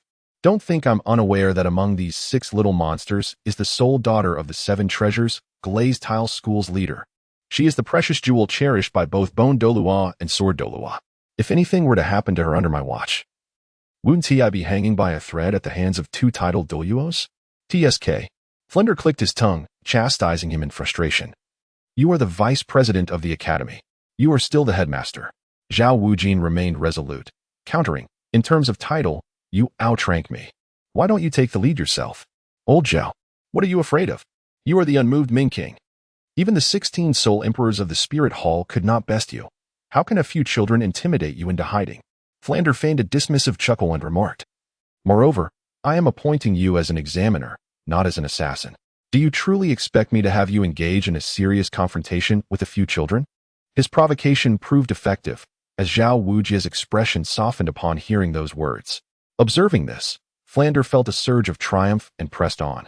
And did you not also mention that she is the young lady of the 7 Treasures Glazed Tile School? Do you believe that I would dare accept the future heir of the 7 Treasures Glazed Tile School as a student without Master Ning's tacit approval? What do you mean? Zhao Wujia exclaimed, momentarily taken aback, a mixture of surprise and skepticism evident in his voice. Flander smiled with confidence and retrieved a letter from his sleeve. Its exquisite material was unlike any other, resembling silk or jade. Adorned with golden edges and the emblem of the 7 Treasures Glazed Tile School, all signifying the esteemed status of its owner. Zhao Wujia's eyes sparkled with interest, and he ceased his refusals, though his demeanor remained somewhat hesitant. I shall double your bonus for this month, Flander said with narrowed eyes, speaking in a low tone. With a resounding clap, Zhao Wujia slammed his hand against his thigh and laughed heartily. Oh, what does money matter? Do I seem like someone who is fond of wealth? My primary concern is to alleviate the burdens of the dean and to infuse fresh blood into the students. With that, Zhao Wujia dashed out the door, appearing anxious that Flander might change his mind. Indeed, Zhao Wujia was not concerned with money. Rather, he was intent on coaxing Flander, the stingy miser, to part with his riches. Little did he know that once Zhao Wujia had departed, Flander revealed his true mercantile nature. Zhao Wujia, in his navet, clearly misunderstood the phrase wealth rivaling nations. For the bonus he mentioned was but a mere trifle compared to the scholarship fund provided by the 7 Treasures Glazed Tile School, merely a hair's worth. Chapter 39. The Immutable King. Before long, Daimu Bai arrived with Zhu Xing. Zhu Xuqing's expression remained as cold as ever, her frosty demeanor contrasting sharply with her fiery figure, epitomizing the allure of an ice beauty. In contrast, Daimu Bai bore a faint look of hostility, as if he had just endured an unpleasant experience. It was evident that their long-awaited reunion was far from joyous. Nevertheless, Daimu Bai managed to rein in his emotions, refraining from expressing the turmoil within him. Upon seeing Yun Zheng and the others, he approached them with a smile, bypassing the group, and declared in a clear voice, "All right, Everyone is here. We can commence the 4th round of assessments. What about the others? Tang Sect inquired, brows furrowed, instinctively questioning the absence of many who had previously queued in the 2nd and 3rd rounds. They've all been eliminated. Daimubai replied curtly, his mood evidently sour. He offered a dismissive response without looking back. It was not that he was engaging in favoritism, having spent numerous years at Shrek Academy. He was well aware of who would pass and who would not. By the 2nd round, it was already apparent that only these 6 individuals had the potential to join Shrek Academy. Tang San, perceptive as ever, recognized Daimubai's discontent and chose not to press further. However, Ning Rongrong, unencumbered by such reservations, boldly inquired, "May I ask what the 4th round of assessment entails?" "Simple," Daimubai replied with a hearty laugh, seemingly having shaken off his earlier displeasure. Deliberately avoiding Zhu Juqing's gaze, he focused on Ning Rongrong and stated solemnly, "The 1st round tests talent, the 2nd tests potential, the 3rd assesses temperament, and aside from the 1st round, you have all implicitly passed the remaining 2. The 4th round will evaluate your combat prowess as Soul Masters. As Soul Masters, you will inevitably face various battles. I trust you all understand this?" Upon hearing this, Yun Zheng and the others nodded in agreement. "And who will be the instructor for this round?" Ning Rongrong posed a practical question. "That would be me," Daimubai responded, revealing a charming smile, his face radiating confidence. "You?" Ning Rongrong exclaimed, momentarily taken aback, instinctively covering her mouth in astonishment. "You are a teacher at Shrek Academy? So young?" As the future vice master of the 7 Treasures Glazed Tile School, Ning Rongrong had long prepared for her journey to Shrek Academy. Before departing, she had conducted extensive research on the institution. While she may not have uncovered every detail, she was aware that the most alluring aspect of Shrek Academy, aside from its unique motto, was its formidable faculty. To be a teacher at Shrek Academy, one had to be at least a Soul Emperor. Even the newest instructors should possess the strength of a Soul King. Yet, looking at Daimubai, he appeared no older than 15 or 16. The notion of a 15 or 16-year-old Soul King left Ning Rongrong astounded. This was far more remarkable than Yun Zheng's potential to ascend to his first Soul Ring. Ridiculous. Before Ning Rongrong could dwell on her astonishment, Xiaowu scoffed disdainfully, curling her pinky while sticking out her tongue, feigning contempt as she glared at Daimubai. "You are just bragging without a script. You're only in your 30s. After all, what are you trying to act like?" Clearly, Xiaowu still harbored grievances from her previous altercation with Daimubai. Daimubai, however, found her reaction amusing and turned to her, retorting, "Who says a student cannot serve as an examiner? I do not believe that, unless you can provide evidence otherwise." Xiaowu, hands on her hips, glared defiantly at Daimubai. Meanwhile, Yun Zheng found himself in a somewhat awkward position. Earlier, he had been gazing intently at Zhu Juqing. Although she had said nothing, it was evident that she had noticed his somewhat dazed expression. At that moment, Yu Qing'er felt uncertain about how to approach Zhu Juqing. Fortunately, they had soon left the 1st round, and Yu Qing'er had hoped never to encounter Zhu Juqing again. However, now that Zhu Juqing had arrived at the 4th round, the thought of having to share the classroom with her, while her boyfriend had previously stared at her like a fool, caused Yu Qing'er's face to flush with embarrassment. She wished she could dig a hole with her toes and hide Yun Zheng inside. With that thought, Yu Qing'er shot Yun Zheng an irritable glare. Though she said nothing, her eyes spoke volumes, reproaching him with a tone of silent blame. "It's all your fault. How will she perceive us now?" Years of companionship allowed Yun Zheng to comprehend the meaning behind Yu Qing'er's gaze. He immediately adopted an innocent expression, silently responding, "I didn't mean to. But she is just so captivating." "Then why were you looking?" Yu Qing'er's expression turned fierce, as if she were ready to devour him whole. She stealthily stepped on Yun Zheng's foot, her weight pressing down upon him. "Hiss!" Yun Zheng pretended to gasp in pain, but Yu Qing'er was not fooled, and he had no choice but to admit his fault, pleading pitifully. Only then did Yu Qing'er relent, warning him with a glance. "If you dare look at other girls again, I will administer the strongest medicine and tell my father that you deceived me, leaving you with no way out." Yu Qing'er understood Yun Zheng's actions and recognized that they stemmed not from affection but from circumstance. Still, emotions were emotions. One must feel jealous when the situation called for it. If every girl could maintain absolute rationality in front of her beloved, the world would not be rife with infatuated souls driven to madness by love. Previously, Yu Qing'er refrained from voicing her feelings, both to preserve Yun Zheng's dignity and to avoid appearing unreasonable. Otherwise, she would not have cared how Zhu Juqing viewed them. Yet, What Yuchinger did not anticipate was that Yun Zheng appeared utterly bewildered, his large eyes filled with confusion. In Yun Zheng's mind, Yuchinger conveyed a message. Your expressions are too complicated. I cannot decipher them. Humph. Yuchinger, feeling a mix of shyness and annoyance, huffed and stomped on Yun Zheng's foot again, her face radiating displeasure. Yun Zheng was further perplexed.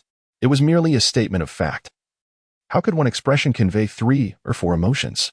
He genuinely could not understand. One could only say, the heart of a woman is as elusive as a needle in the ocean. However, Yun Zheng could not ignore Yuchinger's little mood, so he stepped forward. Just as he was about to offer her comfort, a voice boomed like a thunderous drum. No need to argue. I'll join you for some fun. That should be fair enough. Everyone turned in the direction of the voice to find a figure as robust as a small mountain standing before them. Muscles like iron gleamed in the sunlight, and his tightly cropped hair stood on end, further emphasizing his commanding presence. Teacher Zhao? Upon seeing the newcomer, Damubai exclaimed, his previous charm vanishing instantly. He spoke nervously. Teacher Zhao, weren't you supposed to let me be the examiner for the 4th round? Your presence here, is it a bit too harsh? I'm willing, Zhao Wujin replied, not sparing Damubai a glance, gruffly interjecting. Upon hearing this, Damubai was left speechless. Truly, there was no rebuttal to that. Sighing lightly, Damubai turned to Tang San and the others with a serious expression. This time, we are in trouble.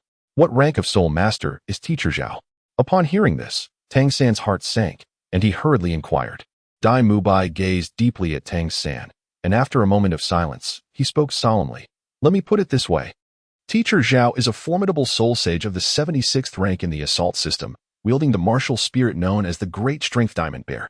It is said that when the Spirit Hall sent 16 Soul Emperors to besiege Teacher Zhao, he still managed to break through their encirclement, thus earning his fame in battle. At that time, Teacher Zhao was merely a Soul Emperor, and now he has ascended to the rank of Soul Sage. His strength is beyond even my comprehension. The mere mention of the title Soul Sage was enough to send a shiver down Tang San's spine. Born in Holy Spirit Village, he had heard tales from the village chief about the might of a Soul Sage since childhood. Now, witnessing it firsthand, he couldn't help but draw parallels between Zhao Wujia's reputation and the chief's descriptions. The Great Strength Diamond Bear Zhao Wujia, Ning Rongrong, the most knowledgeable among them, displayed no reaction to the Soul Sage, but the name Zhao Wujia triggered a memory, causing her eyes to flicker as she whispered, is he not the immovable king? Damubai glanced at Ning Rongrong and nodded affirmatively, stating, indeed, Teacher Zhao is known by the moniker of the immovable king. Chapter 40, The Strength of Yun Zheng, what does it all mean? As she observed the exchange between Ning Rongrong and Damubai, Yuchinger felt utterly perplexed. Her brows furrowed in confusion. She couldn't help but inquire of Ning Rongrong. It wasn't just Yuchinger. Xiao Wu and the others cast similarly bewildered glances at Ning Rongrong and Damubai. Under the scrutiny of the group, Ning Rongrong did not shy away. Her gaze fixed solemnly on the approaching Zhao Wujia. She spoke with deliberate clarity. If he truly is the immovable king, we are in serious trouble. My father once sought the immovable king, and although he was rejected, my father still held him in high regard. According to him, despite being a soul sage, even an ordinary soul Douluo might not be his equal. With the resources of a sect to aid his cultivation, attaining the rank of title Douluo is certainly within the realm of possibility. I can't believe he is actually a teacher at Shrek Academy. Is it really that exaggerated? Yuchinger questioned incredulously, her disbelief palpable. In her mind, Yu Zhongbai's strength was unparalleled, and being a title Douluo, she certainly did not think Zhao Wujia could compare. Yet, faced with Yuchinger's skepticism, Ning Rongrong could only shake her head helplessly. Honestly, if Zhao Wujia lacked the qualifications of a title Douluo, he wouldn't have garnered Ning Fingxi's attention. Meanwhile, Tang San and the others grew increasingly grave. Indeed, from Ning Rongrong's words, Tang San discerned much more, including her background and the formidable nature of her sect. However, for Tang San, the most valuable and direct information was that Zhao Wujia possessed the combat power of a soul Douluo. It was already challenging enough to contend with a soul sage. The prospect of facing a soul Douluo was unthinkable. If one could rival a soul Douluo, why would they even attend Shrek Academy? At that moment, Zhao Wujia arrived before them, his laughter echoing as he noticed their solemn expressions. Don't be tense. I want to exploit my power to bully you. You can all come at me together. If you can withstand me for the duration of a burning incense stick, you shall be considered successful. Rest assured. As long as one of you endures until the end, all of you will pass. Upon hearing this, The group's expressions did not soften. This was not merely a matter of numbers. In the face of absolute strength, quantity held no significance. One must act according to circumstances. Regardless, we cannot capitulate without a fight. At this juncture, Yun Zheng stepped forward, a light laugh escaping his lips. His eyes alight with fervent battle spirit as he gazed at Zhao Wujia. Moreover, I refuse to believe that the illustrious immovable king would truly engage seriously with a bunch of mere students. An assessment is merely an assessment. There must be a way to succeed. Indeed. Tang Sect nodded earnestly, turning his gaze to Yun Zheng. What this young man says is correct. But if we are to fight, we shouldn't act recklessly. Before that, let us introduce ourselves. Yun Zheng raised an eyebrow at Tang Sect's words. Certain that Tang Sect had adjusted his tone after noticing his height. After Tang Sect spoke, he revealed his martial spirit. A vibrant green-blue-silver grass extending from his palm, coiling around his arm, 2 yellow soul rings floating behind him. His potent soul power eliciting a stir among the onlookers. Hello, I am Tang Sect. Martial spirit, blue-silver grass, a level 29 control system great soul master. Following him was Xiaowu, her pink soul power manifesting as an adorable little rabbit leaping from her arms, accompanied by 2 yellow soul rings. Her fluffy rabbit ears added to her playful charm. I'm Xiaowu, martial spirit, soft bone rabbit, a level 29 agile attack system great soul master. Zhu Zhuqing, martial spirit, nethercat, a level 27 agile attack system great soul master. With a flicker of ghostly light, Zhu Zhuqing summoned her martial spirit, her cold, beautiful face appearing even more fierce, boasting 200-year soul rings. Originally, Yun Zheng intended to summon his martial spirit alongside Yuqing'er, but she seemed to still be miffed at him. With a haughty snort, she stepped forward first, a resounding dragon's roar echoing as she captured everyone's attention. I am Yuqing'er, martial spirit, giant spirit golden dragon, a level 29 power attack system, great soul master. A golden dragon silhouette flashed, eliciting gasps of amazement from the crowd as Yuqing'er completed her introduction. The dragon-shaped martial spirit was synonymous with strength. Those associated with dragons were rarely weak.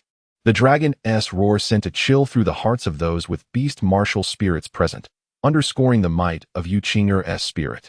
Even Zhao Wujia, standing nearby, narrowed his eyes, scrutinizing Yuqing'er with intrigue.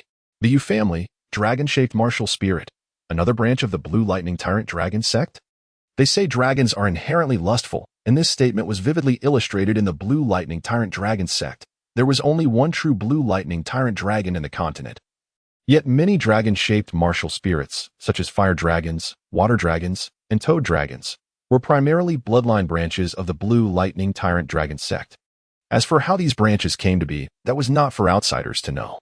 The inherent pride of the Blue Lightning Tyrant Dragon Sect led them to refuse acknowledgement of these non-Blue Lightning Tyrant Dragon bloodline identities. To put it bluntly, it's akin to denying paternity after donning pants, essentially neglecting their offspring. This attitude resulted in many Yu family members with dragon-shaped martial spirits across the continent. Yet their actual ties to the Blue Lightning Tyrant Dragon Sect were minimal, if any. Only by breaking through to the Soul King realm could they barely gain some recognition from the Blue Lightning Tyrant Dragon Sect. Only by breaking through to the Soul Sage realm would they be acknowledged as direct descendants. In fact, Flanders knew of a Blue Lightning branch that had broken through to the Soul Sage realm, which was not a peculiar occurrence. In Zhao Wujia's eyes, Yuqing'er was precisely such a branch of the Blue Lightning. Next, Ning Rongrong revealed her martial spirit, a resplendent light of glass illuminating the surroundings, as a magnificent blue. Luxurious glass tower emerged amidst the brilliance. The moment the 7 treasure glaze tile appeared, it captured everyone's attention entirely. I am Ning Rongrong, martial spirit, 7 treasure glaze tile. A level 26 support system great soul master. As she spoke, she playfully winked at the crowd, her smile radiant. I hope to receive your kind support. At that moment, even the typically stoic Zhu Zhuqing couldn't help but glance sideways, while Zhao Wujia squinted, an inscrutable glimmer in his eyes. In Zhao Wujia's view, Yuqing'er's identity was indeed impressive, potentially linked to the Blue Lightning Tyrant Dragon Sect, but she remained an unrecognized branch. Flattering as it may sound to call them an external branch of the Blue Lightning Tyrant Dragon Sect, the harsh truth was akin to being an illegitimate child, not particularly significant. Aside from Yuqing'er's biological parents, it would be difficult to find anyone within the vast Blue Lightning Tyrant Dragon Sect willing to support her. However, Ning Rongrong was a different story. She was a veritable lady of the 7 treasure glaze tile sect. the direct daughter of the sect leader, cherished by two titled Douluos. Frankly, Zhao Wujia would think twice before offending this young lady. Despite Ning Rongrong's portrayal of Zhao Wujia as formidable, even daring to reject Ning Fengji's overtures, that was predicated on Ning Fengji's gentle disposition. Zhao Wujia would likely have acquiesced had Gu Rong or Chen Xin personally approached him for recruitment. 7 treasure glazed tile. This should be quite the spectacle. Tang Sec's lips curled into a smile upon seeing the 7 treasure glazed tile. The renowned support effects of the 7 treasure glazed tile were well known, and with Ning Rongrong's addition, Tang Sect felt a surge of confidence. Brother, her martial spirit is so beautiful. Xiao Wu also approached Tang Sec's side, whispering in his ear with a sense of wonder. This martial soul is far more than merely beautiful. Tang Sect responded with a light chuckle, neither affirming nor denying her observation. After Ning Rongrong, only Yun Zheng remained. Yun Zheng, not one to linger in ambiguity, confidently summoned the frost sky feather bow. An aura of frigid air emanated from it, and a brilliant icy blue light illuminated the scene. The exquisitely crafted bow, resembling a work of art, appeared in Yun Zheng's hands, its crystalline body refracting a spectrum of colors under the sun's rays. 2 soul rings, one yellow and one purple, floated alluringly behind him, captivating all who beheld them. Yun Zheng, martial soul, frost sky featherbow, a 27th level dual element agility soul master. Yun Zheng introduced himself with a serene smile, drawing the undivided attention of the crowd. The onlookers divided into 3 factions, one, represented by Xiao Wu and Ning Rongrong, who were entranced by the delicate craftsmanship of Yun Zheng's martial soul, another, whose gaze was fixated on his Millennium Soul Ring, and the last faction, consisting solely of Yuqing, who had grown accustomed to the beauty of the frost sky featherbow over the past 6 years and was well aware of the significance of Yun Zheng's Millennium Soul Ring. Her admiration was merely that of infatuation. Brother, I think I may have spoken a bit too soon. Xiao Wu, gazing at Yun Zheng's frost sky featherbow, tugged at Tang Sec's sleeve. Lost in her thoughts, her voice was not particularly subdued, and Ning Rongrong, standing nearby, heard her clearly. Yet, this time, the proud Ning Rongrong refrained from retorting. Even she was taken aback by the stunning sight. Previously focused solely on Yun Zheng's Millennium Soul Ring, she now realized just how extraordinary his martial soul truly was. The frost sky featherbow was a stark contrast to the 7 treasures glazed tower, which embodied the opulence of nature. The former was intricately crafted, understatedly exquisite. And the 2 completely different aesthetics successfully captivated Ning Rongrong, a lady of noble birth. Tang Sect, however, seemed oblivious to Xiao Wu's words. His gaze intensely fixed on the purple soul ring behind Yun Zheng, murmuring in disbelief, a Millennium Soul Ring. Has he truly shattered the limits of soul masters to such an extent? Not only Tang Sect, but Dai Mubai and Zhu Zhuqing shared the same astonishment. Interesting. Zhao Wuji's face flickered with intrigue as he observed Yun Zheng, pondering softly to himself. Chapter 41. The fierce battle after a considerable amount of time. Everyone finally regained their composure. A dual attribute soul master? Dai Mubai pondered for a moment, his heterochromatic eyes fixed on Yun Zheng, and he couldn't help but ask, what exactly is a dual attribute soul master? As Dai Mubai's words fell, the gazes of the others converged on Yun Zheng in unison. Clearly, it was not only Dai Mubai who was curious about what a dual attribute soul master entailed. While speed type and strength type soul masters may exhibit remarkable capabilities, such as the blue lightning tyrant dragon and the evil eye white tiger, they are typically categorized solely as strength-type soul masters. This is knowledge even a child newly acquainted with soul masters would understand. Yet, Yun Zheng's claim of being a dual attribute soul master suggested there was more to the story. Of course, it could also be that Yun Zheng was merely a show-off, using the title dual attribute soul master to flaunt the prowess of his martial soul. If that were the case, disappointment would surely follow. However, Tang Sect appeared to be deep in thought. He regarded Yun Zheng as a possessor of twin martial souls. After all, if one were to speak of it, Tang Sect himself was a control-type strength dual attribute soul master. Yet, Yun Zheng offered no explanation. Instead, he chuckled lightly and replied nonchalantly. It's rather complicated to explain. In short, just consider me a soul master possessing both speed and strength capabilities. Seeing that Yun Zheng was reluctant to elaborate further, the others had no choice but to acquiesce. As Yun Zheng indicated, it sufficed for them to view him as an exceptional strength-type soul master. Once everyone completed their self-introductions, it was time to devise tactics. Among soul masters, there exists an unwritten rule. When forming a team for the first time, the most skilled should take command. If their abilities are comparable, priority is given to support or control-type soul masters, as they have a broader perspective of the battlefield. Strength and speed-type soul masters often charge into the fray, sometimes overlooking the bigger picture. Thus, Tang Sect naturally assumed the role of commander. Yun Zheng, witnessing this, chose not to interject. He, too, had acquired considerable knowledge about team leadership over the past 6 years from Yun Zheng. However, he did not wish to overshadow Tang Sect, nor was he in a hurry, as there would be ample opportunities for leadership in the future. Yu Qing'er, feeling protective of Yun Zheng, considered speaking up, but then remembered her own jealousy towards him. It was evident that Tang Sect possessed genuine talent. His proposed strategy was coherent and comprehensive, demonstrating remarkable judgment under constrained circumstances. At least in Yun Zheng's view, he could scarcely have done better. It seems you are all prepared.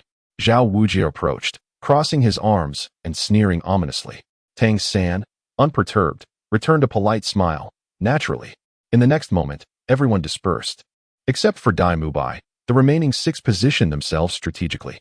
As a strength-type soul master, Yu Qing'er stood at the forefront, with Xiao Wu and Zhu Zhuqing flanking her 2 steps behind, and Tang Sect positioned centrally, followed by Yun Zheng and Ning Rongrong. Although Yun Zheng was a dual attribute soul master, his martial soul was an icebow, suggesting he was a ranged fighter. Why would an archer charge into the fray? Placing Yun Zheng at the back not only allowed him to utilize his strengths, but also provided protection for the support-type soul master, Ning Rongrong. It was a sensible arrangement. Zhao Wujie's eyes gleamed with appreciation upon observing their formation. Soon after, the 6 summoned their martial souls, and dazzling, ethereal lights illuminated the area as 12 soul rings ascended. With a particularly prominent purple 1000-year soul ring pulsating with immense soul power, causing Dai Mubai, who was spectating, to feel a surge of trepidation. However, Zhao Wujie, a soul sage, was not easily intimidated by a few great soul masters. He merely scoffed, showing no intention of summoning his own martial soul. The assessment commenced. Dai Mubai, witnessing this, swallowed nervously and then shouted, "Begin!"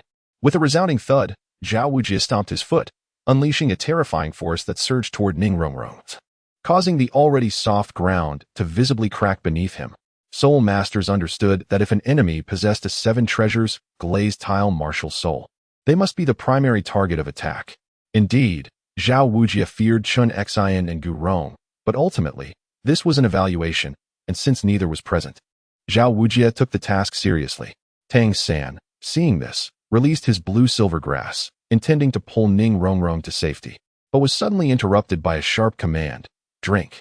Another thunderous crash echoed as Yu Qing'er, standing at the forefront, darted forward, her right arm, covered in golden dragon scales, crashing down onto the cracked ground.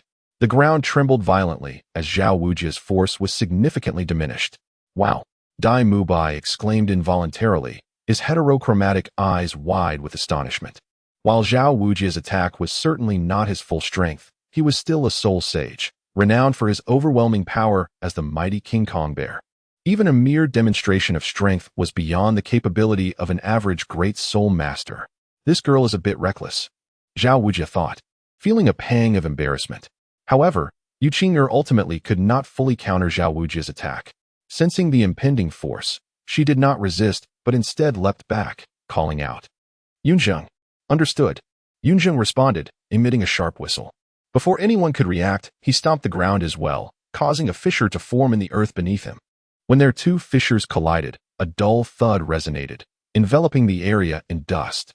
As the dust settled, both Yun Zheng and Ning Rongrong emerged unscathed, with only the 2 opposing cracks in the ground serving as evidence of the recent clash. Yun Zheng, well done. The first to react was, of course, Yu Qing'er, who had been collaborating with Yun Zheng for 6 years. She seemed to forget their earlier discord and laughed joyfully, about to commend him, only to notice Ning Rongrong, Zhu Zhuqing, and Xiao Wu gazing at Yun Zheng with admiration. Instantly, her expression soured, and she huffed, "Humph. You girl." Tang Sect was the second to regain his composure. Zhao Wujie appeared to still be absorbed in his earlier astonishment, allowing Tang Sect to seize this golden opportunity. He shouted sharply. Yu Qing'er, already brimming with pent-up energy, would have charged forward even without Tang Sect's encouragement. Following his command, Ning Rongrong and the others snapped out of their reverie, and a radiant stream of light surged toward Yu Qing'er. 7 treasures, renowned for strength. In the blink of an eye, Yu Qingyo had closed the distance to Zhao Wujie, the faint sound of a dragon's roar echoing as she unleashed a punch. With a 30% power boost from the 7 treasures glazed tile, even Zhao Wujie couldn't help but turn his gaze at the force of her blow. A resounding boom echoed, causing a sense of heaviness in the chest. Zhao Wujie and Yu Qingyo collided their fists, with Yu Qingyo gritting her silver teeth. In contrast, Zhao Wujie remained unperturbed, his stance unwavering as he stood before Yu Qingyo with an air of nonchalance. He teasingly remarked, "Your strength is commendable. Yet you are but a hair's breadth away from compelling my martial spirit to emerge. Silly bear, perhaps you should focus on your own affairs." No sooner had Zhao Wujie spoken than Xiao Wu, having appeared on his shoulder seemingly out of nowhere, activated her first spirit ring. However, contrary to her expectations, Zhao Wujie did not lift off the ground but merely restricted his movement slightly. He stood immovable like a mountain, impervious to Xiao Wu's attempts to budge him. Noticing Xiao Wu's intentions, Zhao Wujie chuckled mockingly, "Little rabbit, your strength is woefully insufficient. First spirit skill, bind." At that moment, a dense mass of blue-silver grass ensnared Zhao Wujie's legs like ropes. Zhao Wujie furrowed his brow and let out a cold snort, preparing to exert himself to break free. Just then, Tang Sect smirked, his fingers forming a claw as he softly chanted, controlling the crane and capturing the dragon. Using force against force, rise. Instantly, Zhao Wujie felt a jolt coursing through him, as if his feet had lost their grip, and he was unexpectedly flung into the air. Witnessing this spectacle, Zhu Zhuqing, Yu Qingyo, and Yun Zheng's eyes lit up. First spirit skill, Giant Spirit's Breath. Second spirit skill, Air Leap Killing Arrow. First spirit skill, Netherworld Piercing Strike. The air resonated with 4 powerful shouts, as all 5 spirit rings illuminated, and 3 figures surged towards Zhao Wujie. Chapter 42. Zhao Wujie's Unwillingness. 3 beams of cerulean light surged forth, precisely landing upon Yun Zheng, Yu Qingyo, and Zhu Zhuqing. Yun Zheng and Yu Qingyo experienced an amplification of their strength, while Zhu Zhuqing acquired a boost in speed. Zhu Zhuqing transformed into a shadowy silhouette, striking with lethal precision, while Yu Qingyo unleashed a golden ribbon of energy. Finally, Yun Zheng took action, drawing the frost sky feather bow to its full moon arc, releasing an ice arrow that shattered the air before vanishing into the void, leaving Dai Mubai momentarily stupefied. To speak candidly, even suspended in midair, facing 6 adversaries, and with 3 attacks directed at him, Zhao Wujie's remained utterly unperturbed. He was, after all, the formidable king of Unmoved, a name well known among the Soul Saints. Not even the 13 Soul Emperors of the Spirit Hall could best him in the past. How could he falter before 6 great Soul Masters today? Ultimately, this was merely a test, a deliberate display of restraint. If he were to truly engage, Yun Zheng and his companions would not even have a fleeting opportunity to strike. This is no exaggeration, but a fact. In this moment, Zhao Wujie's even found the leisure to appraise the others. In his eyes, Zhu Zhuqing was merely average. Her speed was commendable, yet as an agility-focused soul master, she could only be deemed satisfactory. Xiao Wu did not exhibit any remarkable feats, yet her mastery over her soul power and techniques was undeniably superior among the group, executed with precision and efficiency. Ning Rongrong, as a support-type soul master with the 7 treasure glazed tile pagoda, was inherently extraordinary, rendering any evaluation unnecessary. The remaining trio, Tang Sect and Yu Qingyo, were of a similar caliber.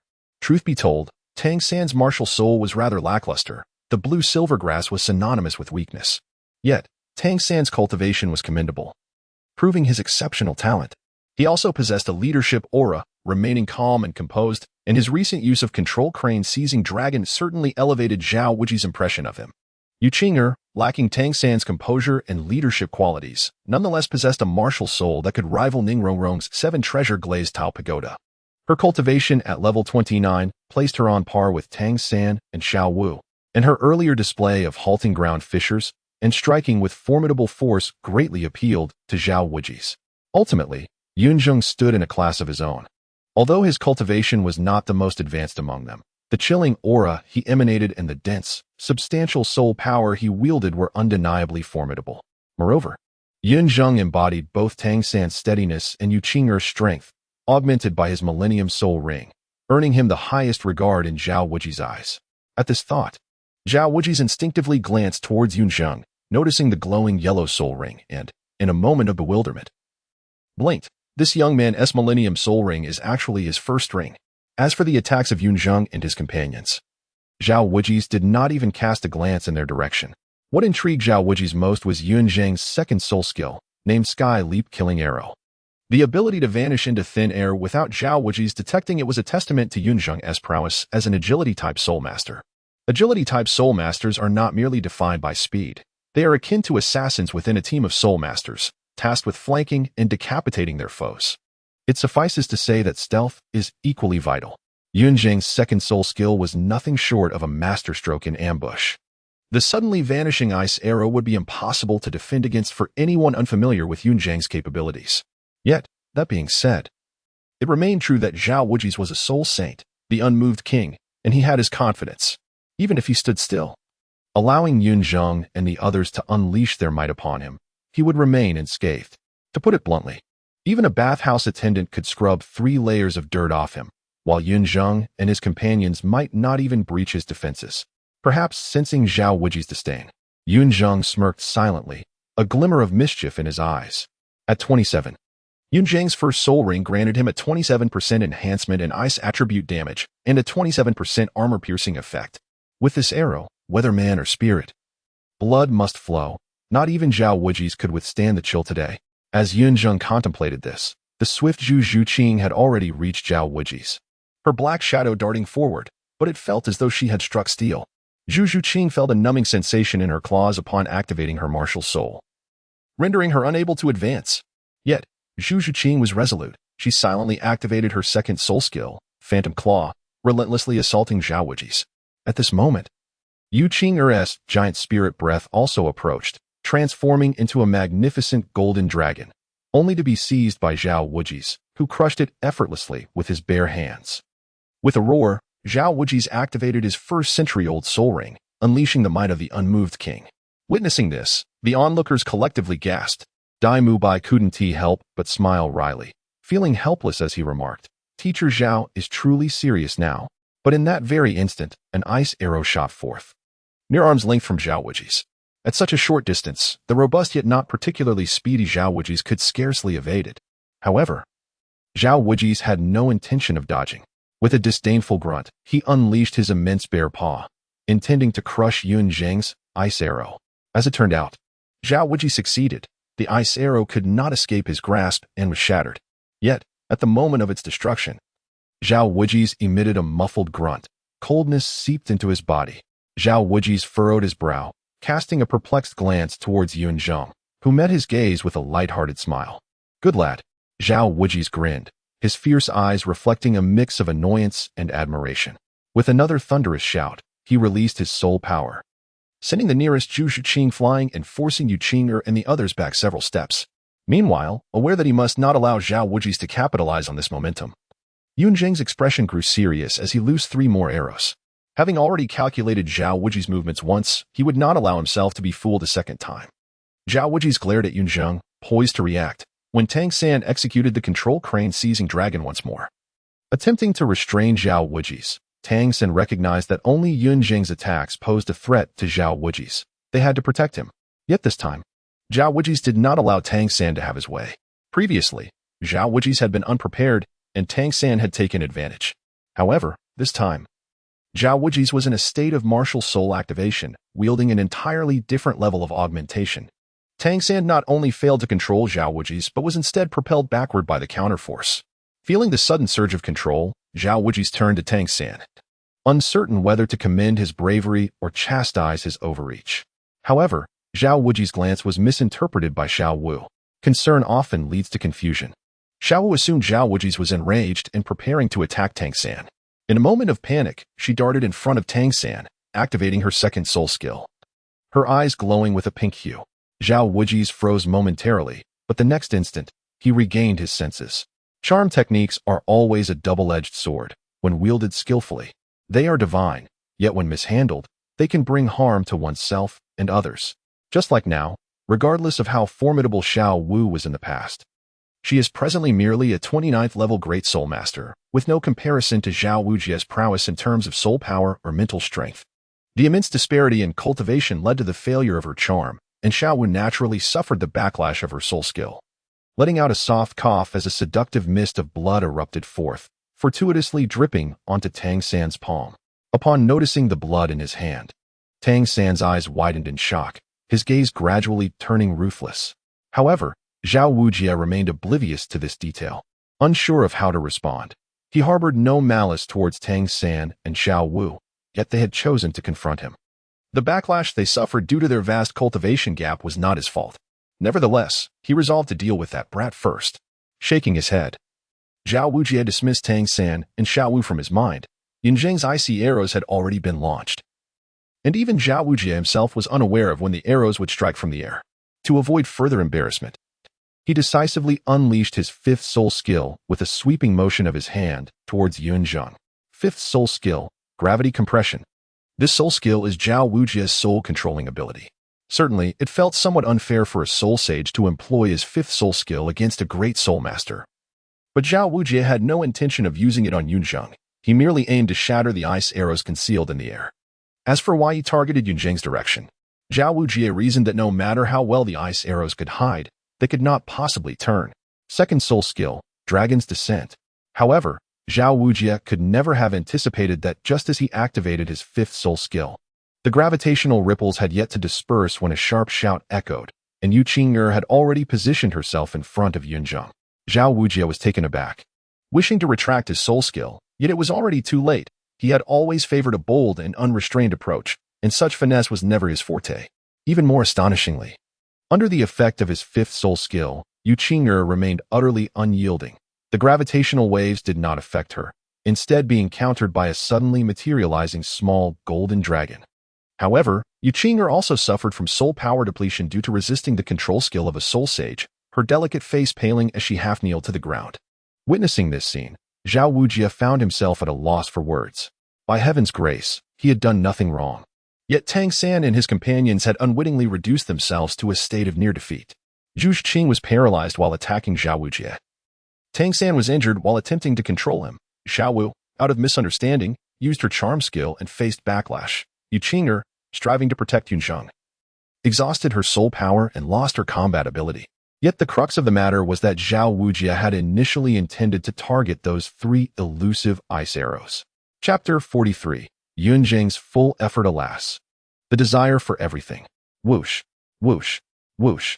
Just as Yu Qing'er fell, 3 ice arrows shot through the air. Zhao Wujing, unable to evade, was forced to take them head-on.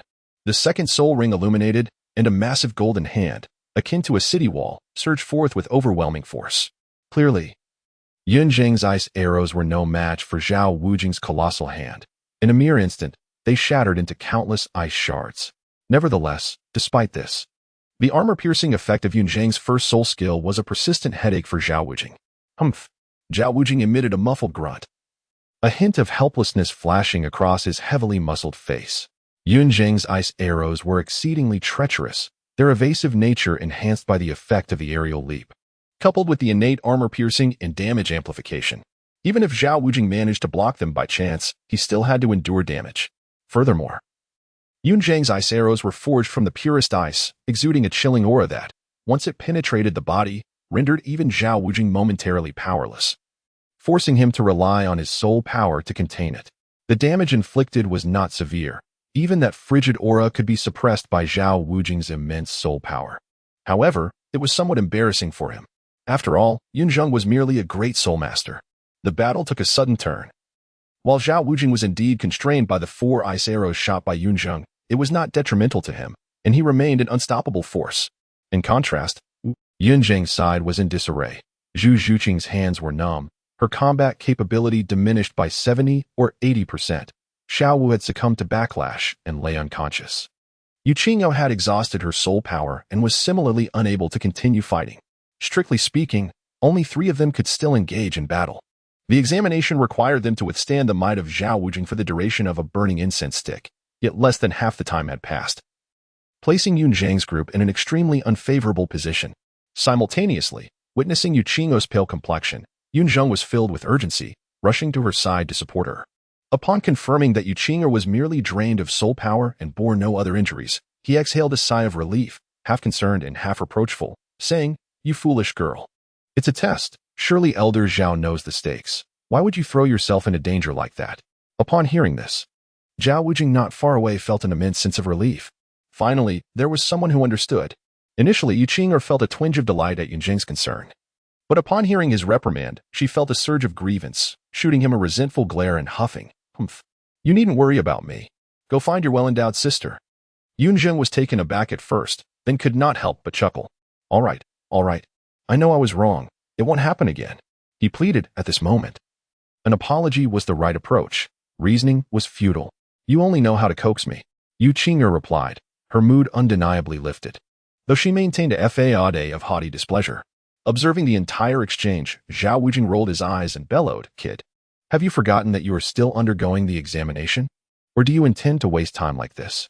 Apologies, Yun Zheng responded, a dispassionate smile gracing his lips, before turning to Yu Qing'er and instructing, go stand by Miss Ning.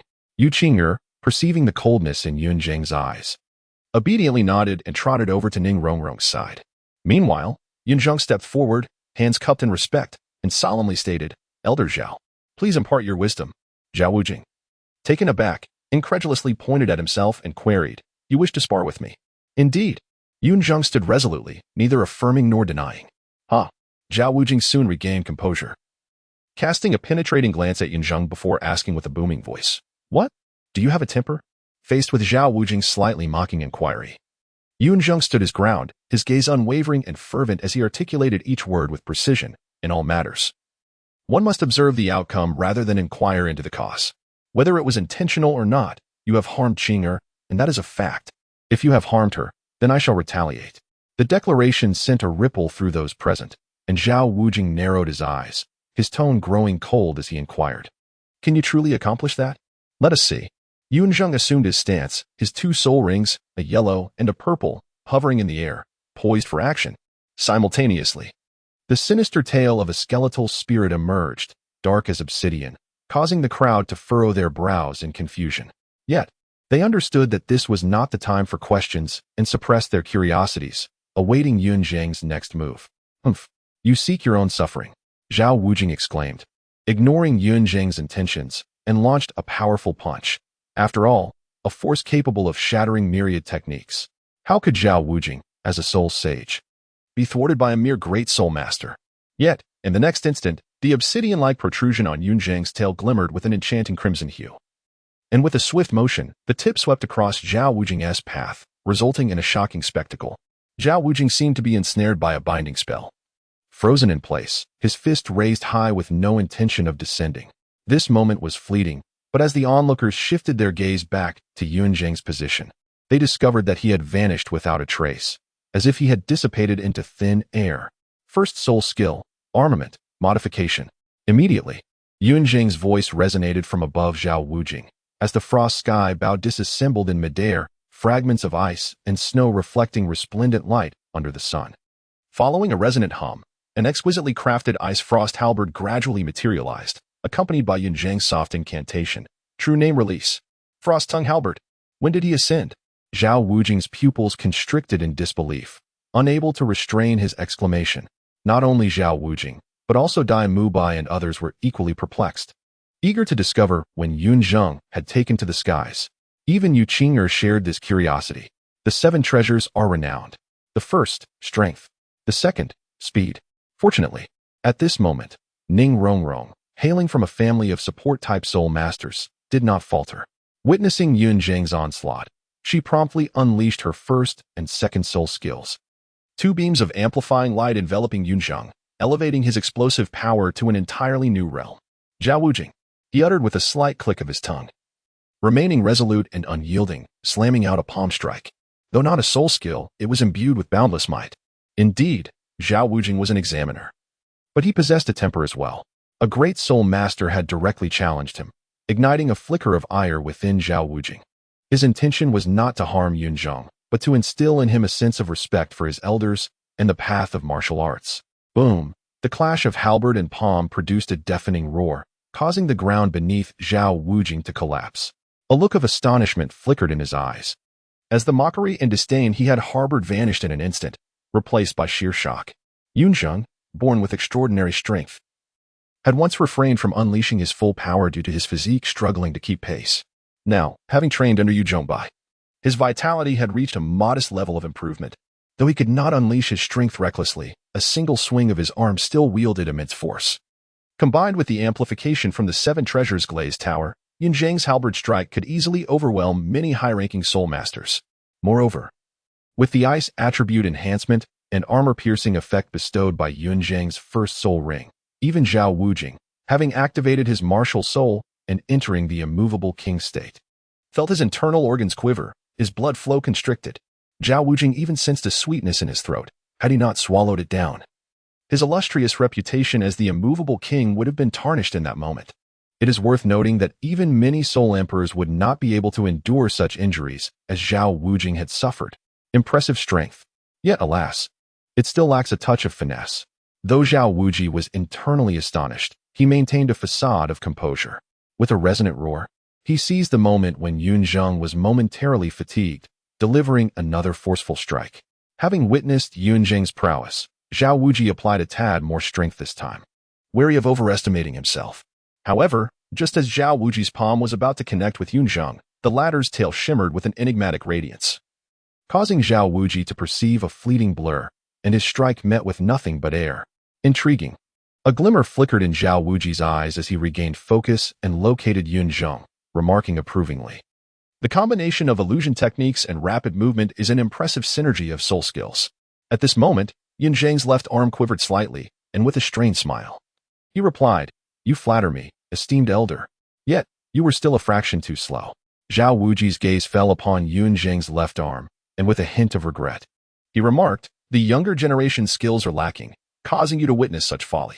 Yun Zheng, upon hearing this, could only offer a wry smile, acknowledging his error without denial.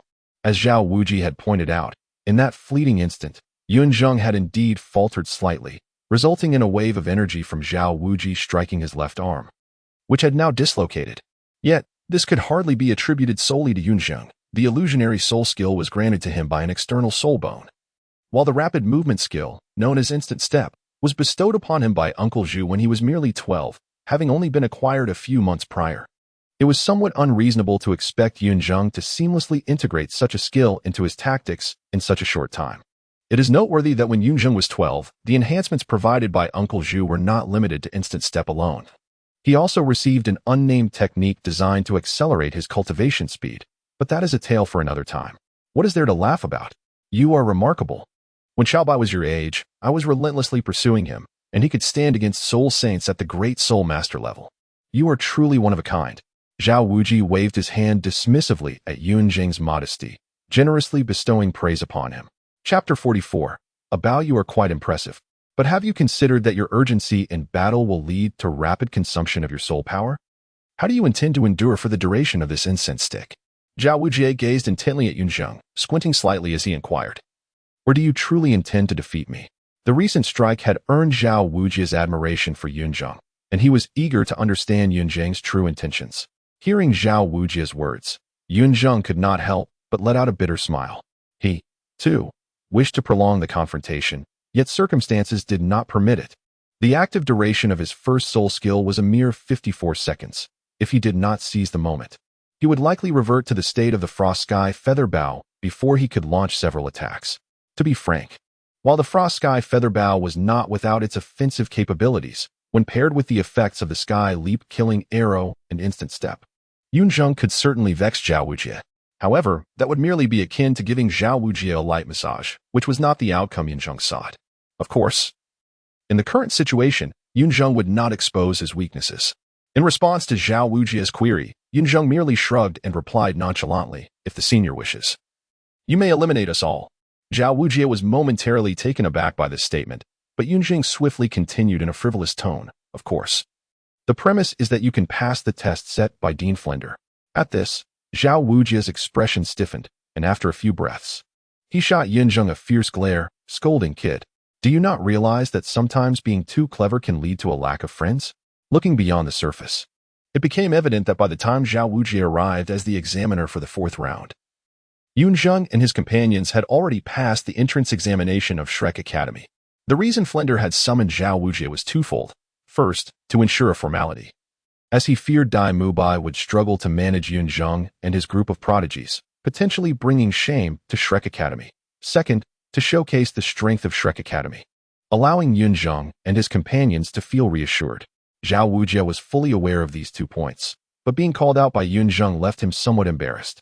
Upon hearing Zhao Wujie's teasing, Yun Zheng merely smiled without offering a response. Observing Yun Zheng's carefree demeanor only fueled Zhao Wujie's irritation, prompting him to huff and jest. Initially, I intended to allow you to pass the 4th round without further ado, given your promising talents.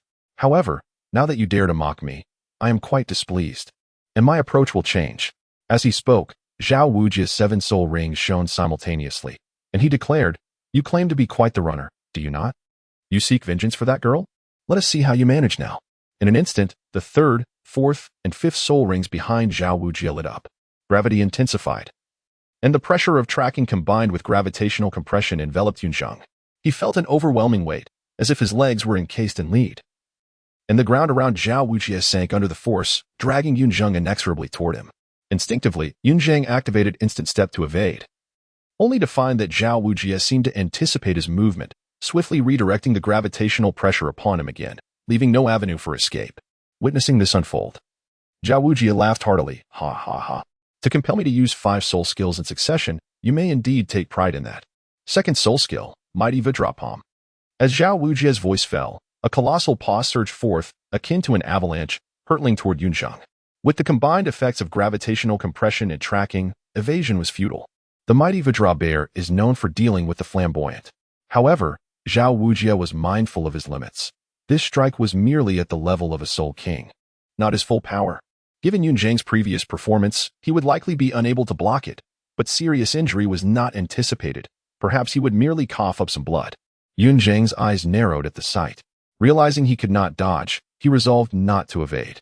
Gritting his teeth, he reattached his dislocated left arm, grasped his spear with both hands, and activated his 2nd soul ring, shouting, "2nd soul skill, strike from above."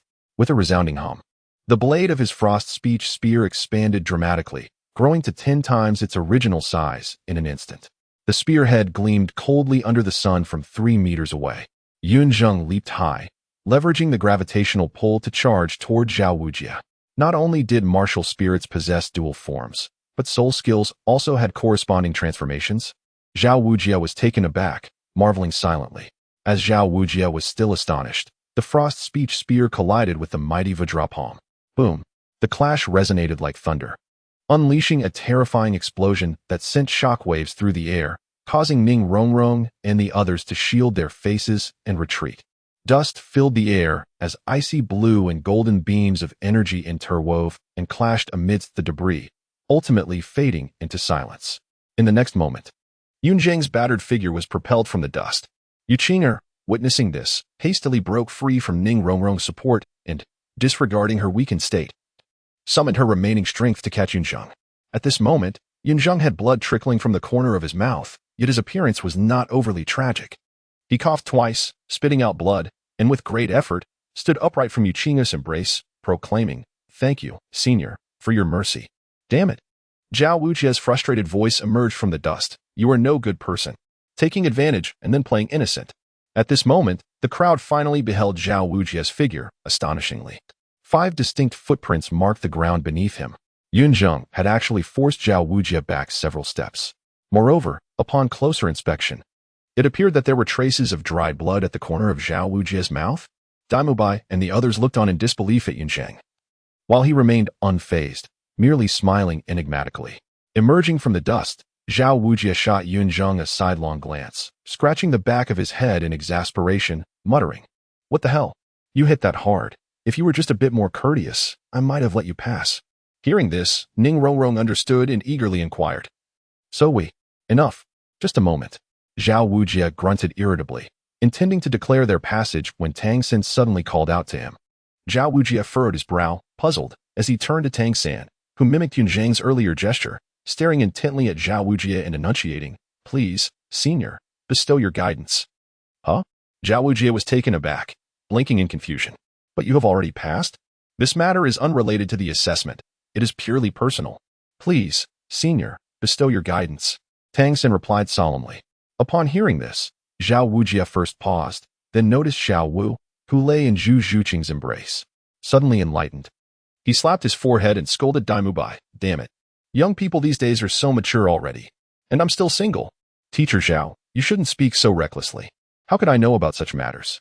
Under Zhao Wujia's pointed question, Daimubai, usually self-assured, suddenly became flustered, his gaze evasive, words stumbling, instinctively denying any involvement. Humph. Zhao Wujia, unimpressed by Daimubai's antics, coldly snorted and turned his attention back to Tang San. Seeing the cold determination and stubbornness on Tang San's face, Zhao Wujia couldn't help but laugh in exasperation, declaring, Fine. I shall grant your request, but if you lack true skill, you must leave Shrek on your own. It is settled then. Tang San awaited this affirmation, his eyes gleaming with determination, as countless concealed weapons erupted from the 24 bridges' bright moonlit night. Shooting forth like a dragon toward Zhao Wujia, the battles of Tang San and Yun Zheng stand in stark contrast to one another. Yun Zheng relies solely on brute strength to confront Zhao Wuji, embodying the essence of sheer force to its fullest extent. Conversely, Tang San employs a more unconventional approach, utilizing an array of cunning hidden weapons alongside elusive techniques such as ghostly shadow and controlling the crane to capture the dragon. While his methods may not possess the same overwhelming impact as Yun Zheng's, they evoke a distinct sense of trepidation. Indeed, one could argue that Tang San is even more formidable than Yun Zheng. After all, the mere thought of someone adept in hidden weapons and poison sends shivers down one's spine. Ultimately, the conflict between Tang San and Zhao Wuji did not yield any significant change. Tang San unleashed his dragon whisker needle, catching Zhao Wuji completely off guard and leaving him with a head full of welts, a truly humiliating defeat. As Zhao Wuji departed, Yun Zheng bowed deeply to his retreating figure, a gesture that Tang San and the others misinterpreted as a sign of respect toward Zhao Wuji. They all followed suit, including Daimubai and the subsequently arriving Oscar, resulting in a total of 8 individuals bowing deeply to Zhao Wuji. However, only Yun Zheng understood the true meaning behind his bow. Chapter 45. 2 elder fathers' desperation lingered in the air, as Yun Zheng and his companions had just embarked on their academic journey. Suddenly, Flander, the esteemed director of Shrek Academy, rose abruptly from his seat. His eyes behind the lenses filled with an ominous gravity. Moments ago, he had sensed an overwhelming aura of malevolence, an exceptionally terrifying killing intent that was deeply concealed, far beyond the capabilities of Zhao Wujia or Xiao Xin. Flander understood that someone had infiltrated Shrek Academy, possessing not only formidable power but also nefarious intentions. Taking a deep breath, he unfurled a pair of ebony wings from his back, vanishing in an instant. As the director of Shrek Academy, he felt an imperative need to uncover the identity of this hidden intruder. Be it benevolent or malevolent, intentional or accidental, he must ascertain the truth. Shrek Academy represented Flander's dreams, and he could not afford to let any threats jeopardize it. Meanwhile, in the depths of the mountains behind Shrek Academy, Yun Zheng, concealed within the forest, also detected the fleeting yet potent aura of hostility. His brows knitted in concentration, he summoned his soul power, revealing his presence and inquiring, Are you not going to reveal yourself? From that menacing aura, Yun Zheng discerned something more significant. Most critically, it was evident that the intruder was also a titled Douluo. Remaining hidden served no purpose, especially since his daughter and disciple were about to commence their studies at Shrek Academy. He needed to ascertain who else was observing the academy. This sudden surge of killing intent did not belong to Chen Xin or Gu Rong of the 7 Treasure Glazed Tile School. Thus, it indicated the presence of a 4th titled Douluo keeping watch.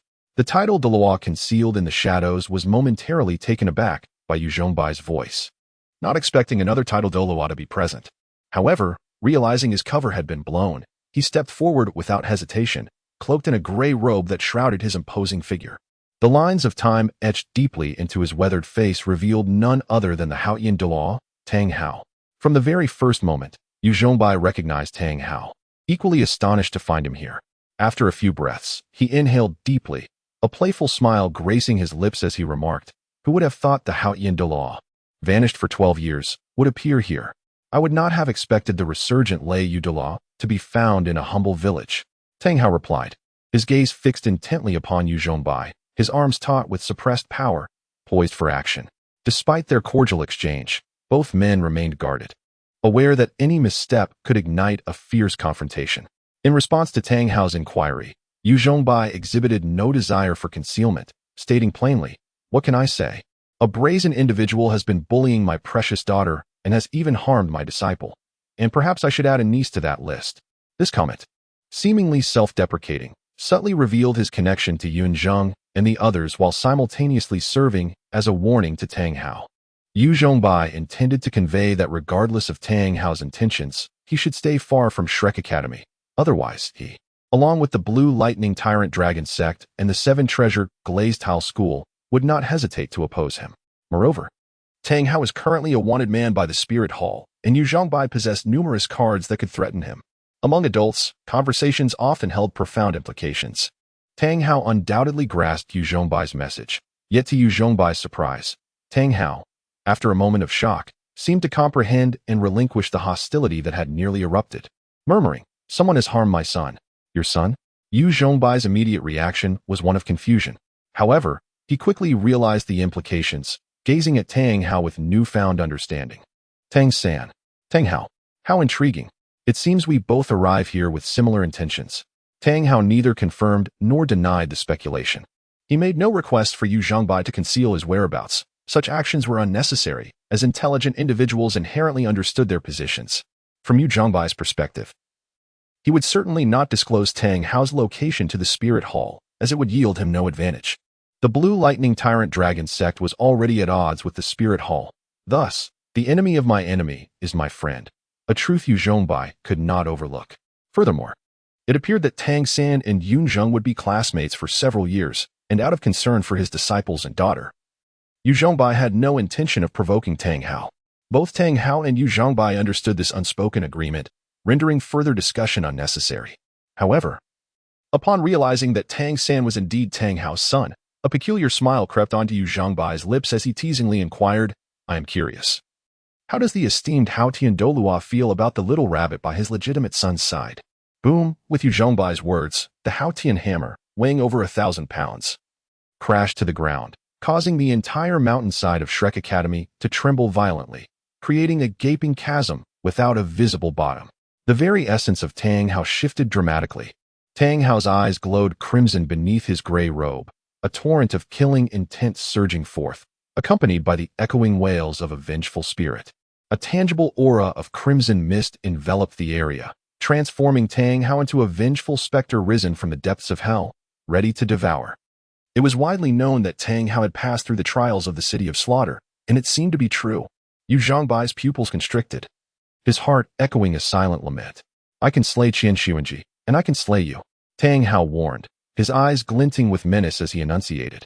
"Do not test my limits." Yu Zhongbai's body crackled with arcs of electricity, his eyes shimmering silver, equally fixated on Tang Hao as he slowly replied, "Calm down. I harbor no prejudice regarding your family's choices and partners. But you must understand, that is 100,000-year soul beast. Should her existence pose a threat to my daughter or disciple, I will not be so accommodating. Heroes do not boast of past glories. How you escaped the Spirit Hall's pursuit is a matter you are well aware of, and I shan't expose your scars. However, be mindful that the Blue Lightning Tyrant Dragon Sect has fought its way to the top 3 sects. Do not say I did not warn you." Boom! A roar as Yu Zhongbai's words fell. Both titled Douluos summoned their martial souls. The magnificent Blue Lightning Tyrant Dragon soared forth from the tempest, letting out a thunderous roar, while the Haotian hammer descended, enveloped in an overwhelming force. The clash of their powers resulted in a dazzling display of silver lightning intertwined with crimson killing intent, splitting the heavens as the entire mountainside began to quake, as if on the brink of collapse. In that moment, 18 soul rings floated above, with the striking crimson 10,000-year soul ring shining like a beacon among the stars. Both combatants, however, exercised restraint, engaging solely within their respective domains, ensuring that Shrek Academy remained untouched. Tang Hao's form was concealed beneath his gray robe, obscuring his expression, while Yu Zhongbai's heart remained resolute. Ultimately, Yu Zhongbai had only attained the status of titled Douluo 3 years prior. Even with the assistance of soul rings, he had barely reached the 93rd level. In contrast, Tang Hao had already ascended to the ranks of the Super Douluo. As a fellow possessor of a top-tier martial soul, Yu Zhongbai recognized that should a true confrontation arise, he would likely be at a disadvantage. Yet, Yu Zhongbai felt no undue concern. Even if he could not defeat Tang Hao, he could retreat, for he had the entirety of the Blue Lightning Tyrant Dragon Sect and a significant portion of the Seven Treasure Glazed Tile School at his back. Tang Hao dared not reveal his whereabouts to the Haotian sect. Both Yu Zhongbai and Tang Hao were proud individuals, and thus, the standoff continued, leaving the resolution dependent on either party taking a step back or the commencement of an all-out battle. Yet reality did not grant the two any opportunity to determine a victor, just as Tang Hao and Yu Zhongbai were about to engage. A figure suddenly intruded upon the scene. Upon glimpsing Yu Zhongbai and Tang Hao, especially the 18 soul rings, the figure was instantly taken aback. Hastily clasping his fists and cautiously uttering, "Flander pays his respects to both your excellencies. I am unaware of the purpose behind your esteemed presence at Shrek Academy. But should it be within my capacity, I shall offer my utmost assistance." Flander's sudden appearance interrupted the intense energy clash between Yu Zhongbai and Tang Hao. The two exchanged a glance, silently agreeing to retract their dissipating powers, and simultaneously turned their attention to Flander. In that moment, Flander felt as though he were engulfed by boundless thunder, as if 1,000 daggers were poised at his back.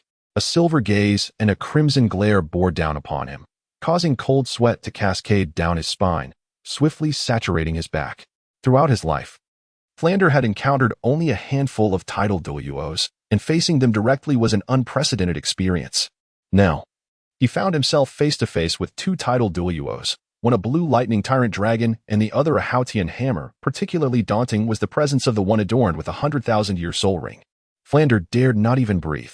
In truth, Flander had likely surmised the identities of Yu Zhongbai and Tang Hao, yet he refrained from speaking it aloud.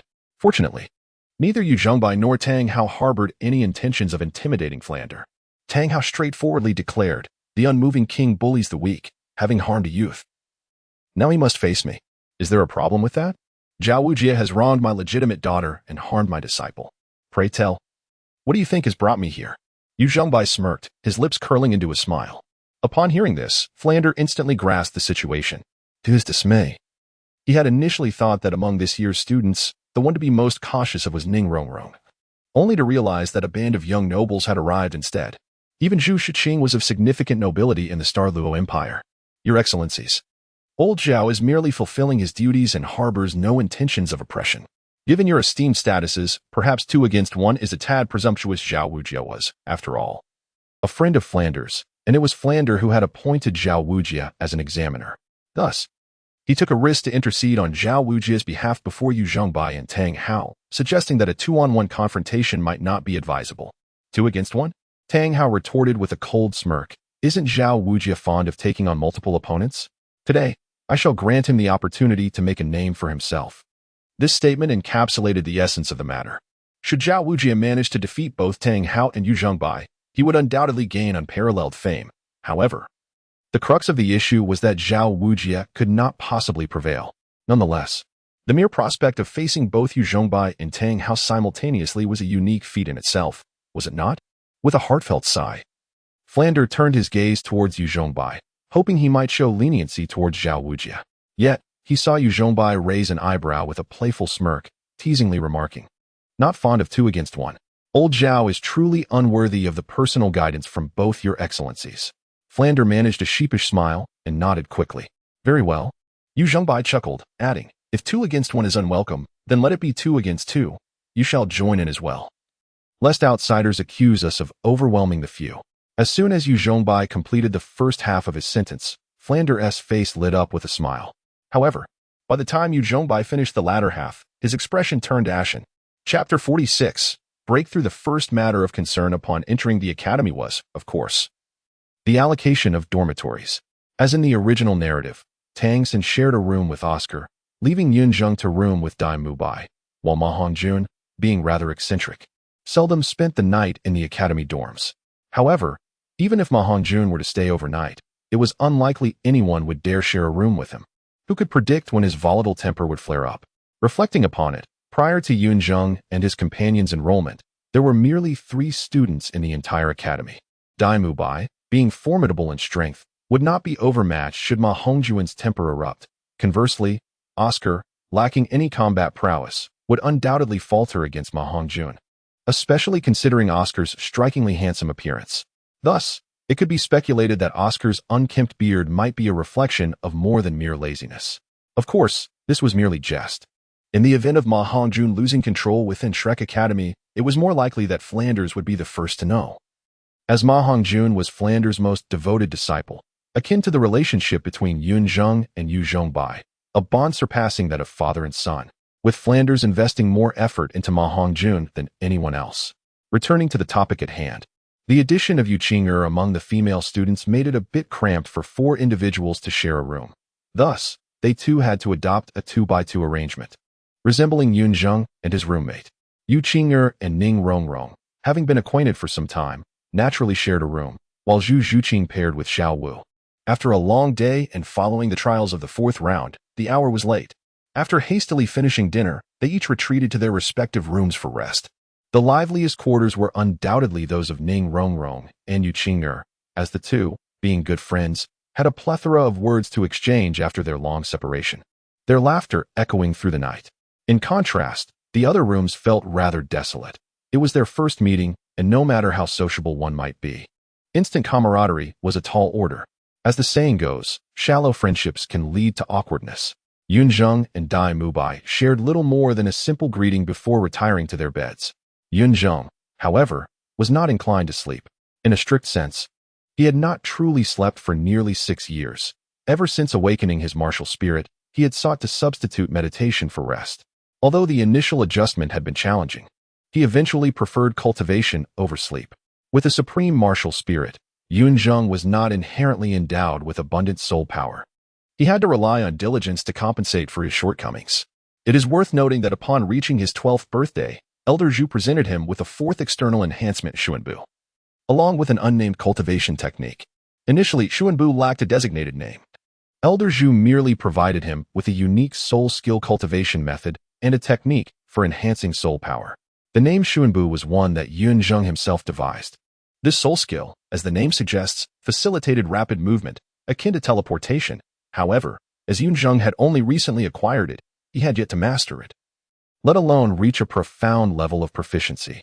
In contrast, the unnamed technique proved more beneficial for Yun Zheng, while Xuanbu significantly improved his mobility. The unnamed technique remarkably accelerated his cultivation speed. Prior to this, Yun Zheng lacked nothing. He possessed exceptional talent, strength, and resources, with the sole exception being his cultivation speed. Observing his progress, it was evident.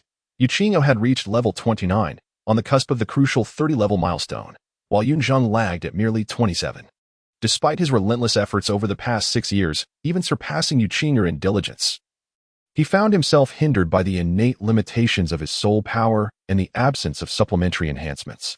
This was an unavoidable circumstance. Elder Zhu had granted him an extraordinary martial spirit, but had not bestowed upon him the accompanying innate talent, with an innate soul power of only 8. 5. Cultivating a supreme martial spirit was inherently challenging. Yun Zheng could only strive to keep pace with his cultivation.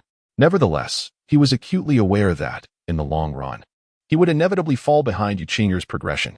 Perhaps a few years hence, she would ascend to the rank of Soul Emperor, while he would still be grappling with the challenges of the Soul Ancestor or Soul King stages.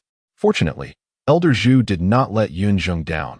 Upon his 12th birthday, he gifted him the unnamed technique.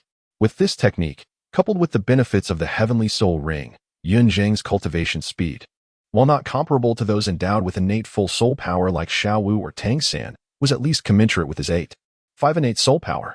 He estimated that currently, his cultivation speed was akin to that of Dai Mubai, a significant improvement compared to before.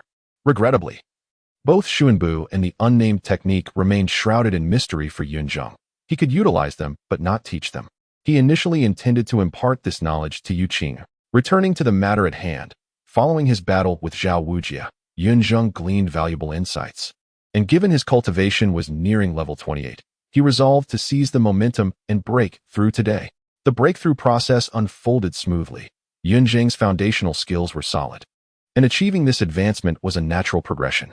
Exhaling a deep breath after the breakthrough, Yun Zheng opened his eyes, only to be startled by Dai Mubai, who was staring intently at him, almost nose to nose. "Whoa, what are you doing?" Yun Zheng exclaimed instinctively. Dai Mubai, equally startled, took a step back, chuckling awkwardly before saying, "Nothing. Just noticed you seemed on the verge of a breakthrough, and I was curious. You do realize I nearly smacked you in the face just now?" Yun Zheng rolled his eyes, dryly retorting, "What is so fascinating about a breakthrough? You've done it yourself." "True. but I've never seen anyone break through quite like you. Dai Mubai regained his composure and, with a serious expression, added, "Did you not sense it? When you were cultivating, it felt as though you were isolated from everything around you, and the flow of your soul power was astonishingly rapid. Had your complexion not remained unchanged, I would have thought you were losing control." Noticing the earnestness in Dai Mubai's demeanor, Yun Zheng furrowed his brow. "Is that so? Would I deceive you?" Dai Mubai replied with conviction.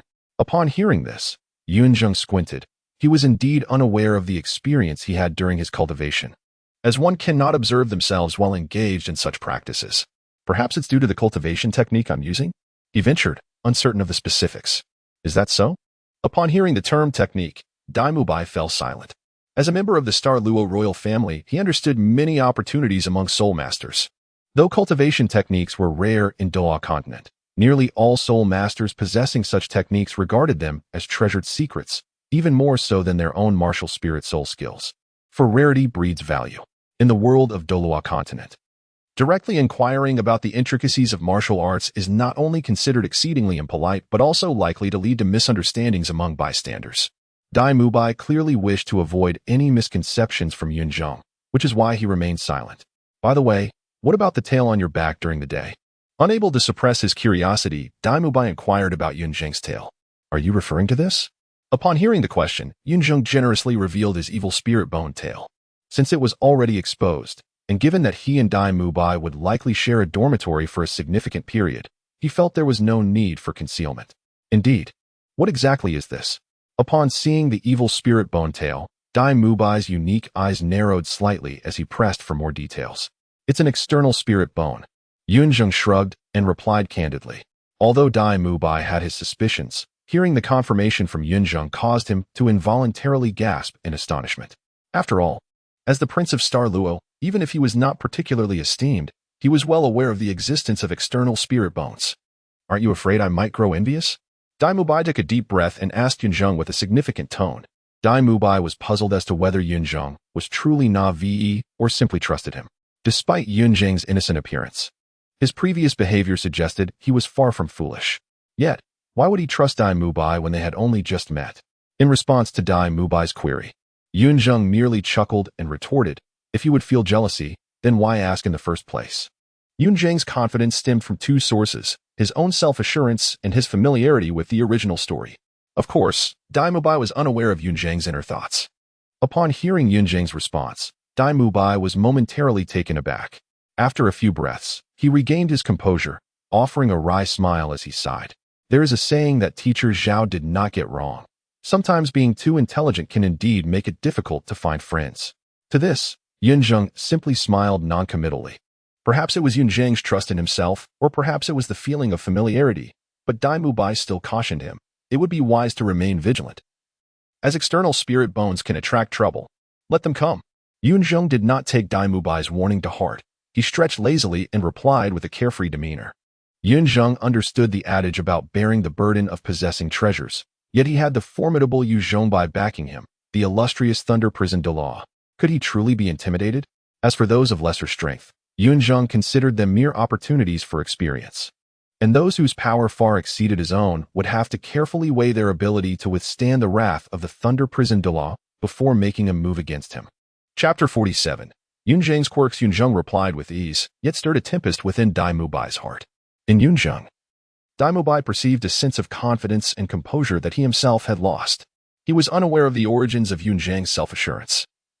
All he knew was that these were qualities he had once possessed but had since forfeited. Driven away from the Heaven Do Empire by Davis, Dai Mubai had, in more flattering terms, chosen to evade confrontation and bide his time. In truth, however, he recognized that fear had compelled him to flee, leaving him devoid of confidence and unable to face Davis head-on, prompting his departure from the Luo Empire. Though the two situations were not directly comparable, Dai Mubai was undeniably awed by Yun Zheng's spirited demeanor at that moment. He opened his mouth, intending to speak, but was interrupted by the exuberant voice of Yuqing'er from outside. Yun Zheng, it's time to get up. The sun is already shining.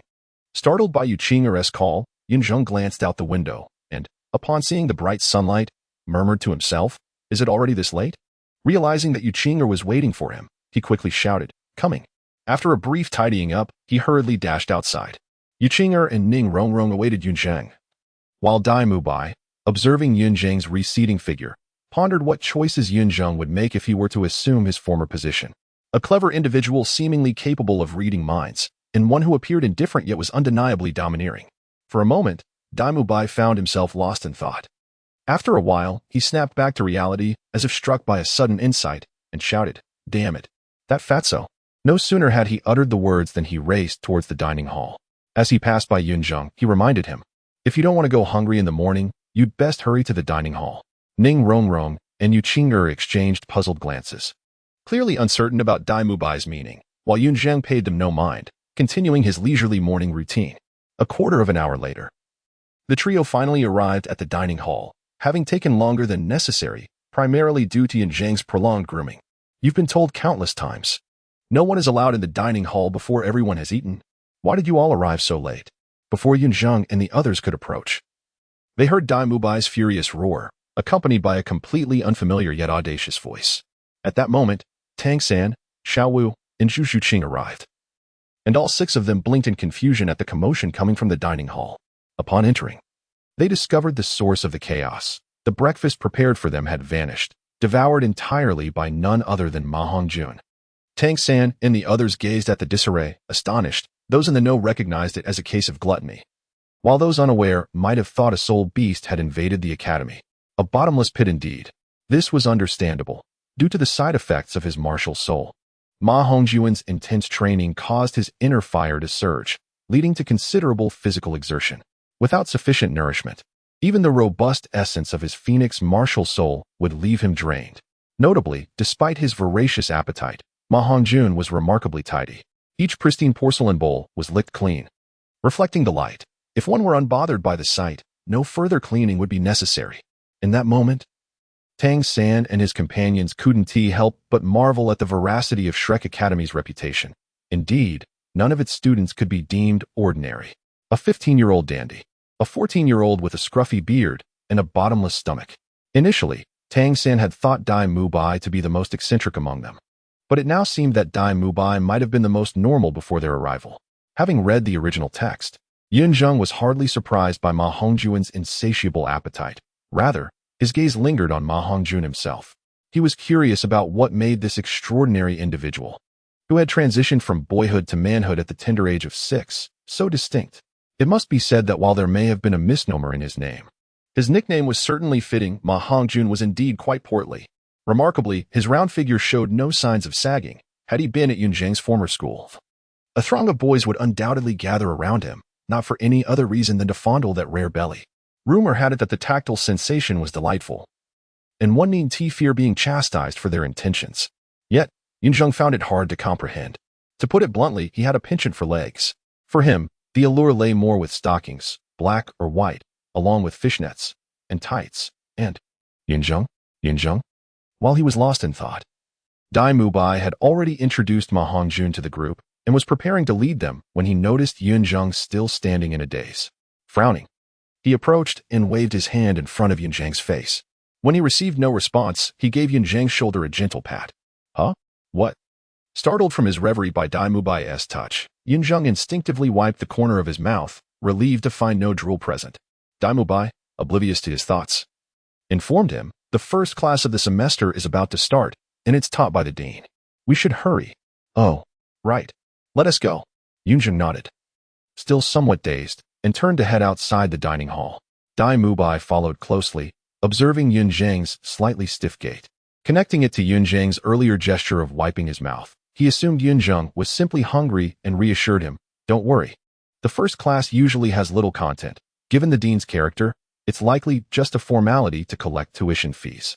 If you're really hungry afterward, we can head to Soto City to eat, and the fatso will join us." Huh. Yun Zheng was clearly puzzled by Dai Mubai's sudden mention of food, but seeing the sincerity in his expression, he nodded and replied, "Got it. Thank you." "All right." Dai Mubai acknowledged, and, disregarding Yun Zheng further, dashed over to Zhu Xuqing, eager to curry favor with her. Despite Zhu Xuqing's current indifference towards Dai Mubai, he firmly believed that persistence, with a mix of shamelessness, would eventually win her over. Meanwhile, Yu Qing'er, standing beside Ning Rongrong, could not help but mutter in annoyance. While Dai Mubai was unaware of Yun Zheng's thoughts, Yu Qing'er was quite perceptive. The way Yun Zheng's ethereal bone tail swayed revealed his preoccupations, soft and fluffy, leaving no doubt about the nature of his thoughts. At that moment, Yun Zheng approached Yu Qing'er. "You big pervert. Put your tail away." She scolded playfully, her cheeks flushed. Startled by her reprimand, Yun Zheng quickly turned around. And upon seeing the state of his bone tail, his face turned crimson. He coughed awkwardly, feigning nonchalance as he tucked his bone tail away, as if nothing had happened. Upon witnessing the scene, Yu Qing'er, albeit reluctantly, chose to preserve Yun Zheng's dignity in front of others. With a feigned ferocity, she shot him a glare and ominously warned, "I shall settle the score with you later." Yu Qing'er was not particularly perturbed by the inappropriate thoughts swirling in Yun Zheng's mind, for she herself was not without her own indiscretions. Her intention to confront Yun Zheng stemmed from his peculiar ideas arising in such a public setting as the cafeteria. Ahem. At the sound of her words, Yun Zheng coughed abruptly, refraining from any defense.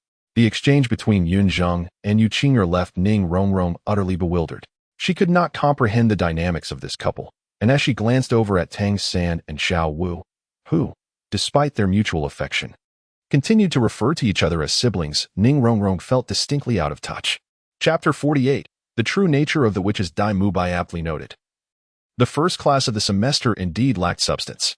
Flander merely instructed Yun Zheng and the others to pay their tuition fees, uttered a brief remark about gathering in the afternoon, and promptly dismissed the class. The casualness of the lesson left Tang San unable to suppress his desire to critique. Yet, before the dismissal, Flander had Oscar take Ning Rongrong for a lap around the grounds. It was only then that Yun Zheng noticed Oscar had shaved off his beard. One must admit, Oscar truly deserved the title of the most handsome man in Douluo, his features so exquisite they evoked no envy, even from Yun Zheng. Particularly striking were his peach blossom eyes. Should they fall upon any sorrowful lady, the effect would rival that of a charmed soul skill. Of course, no matter how handsome Oscar was, it had no bearing on Yun Zheng. A man should focus on women, not concern himself with the appearance of another man. Furthermore, Yun Zheng was somewhat of a leg man. He hardly cared about faces and even had a slight face blindness. Returning to the matter at hand, after Yun Zheng and Yu Qing'er paid their tuition, they decided to venture into Soto City for a meal. Although Ma Hongjun offered to prepare breakfast for everyone anew, Yun Zheng and Yu Qing'er politely declined. Their refusal was not due to a lack of trust in Ma Hongjun. After all, Dai Mubai vouched for his culinary skills, but simply a desire not to trouble him.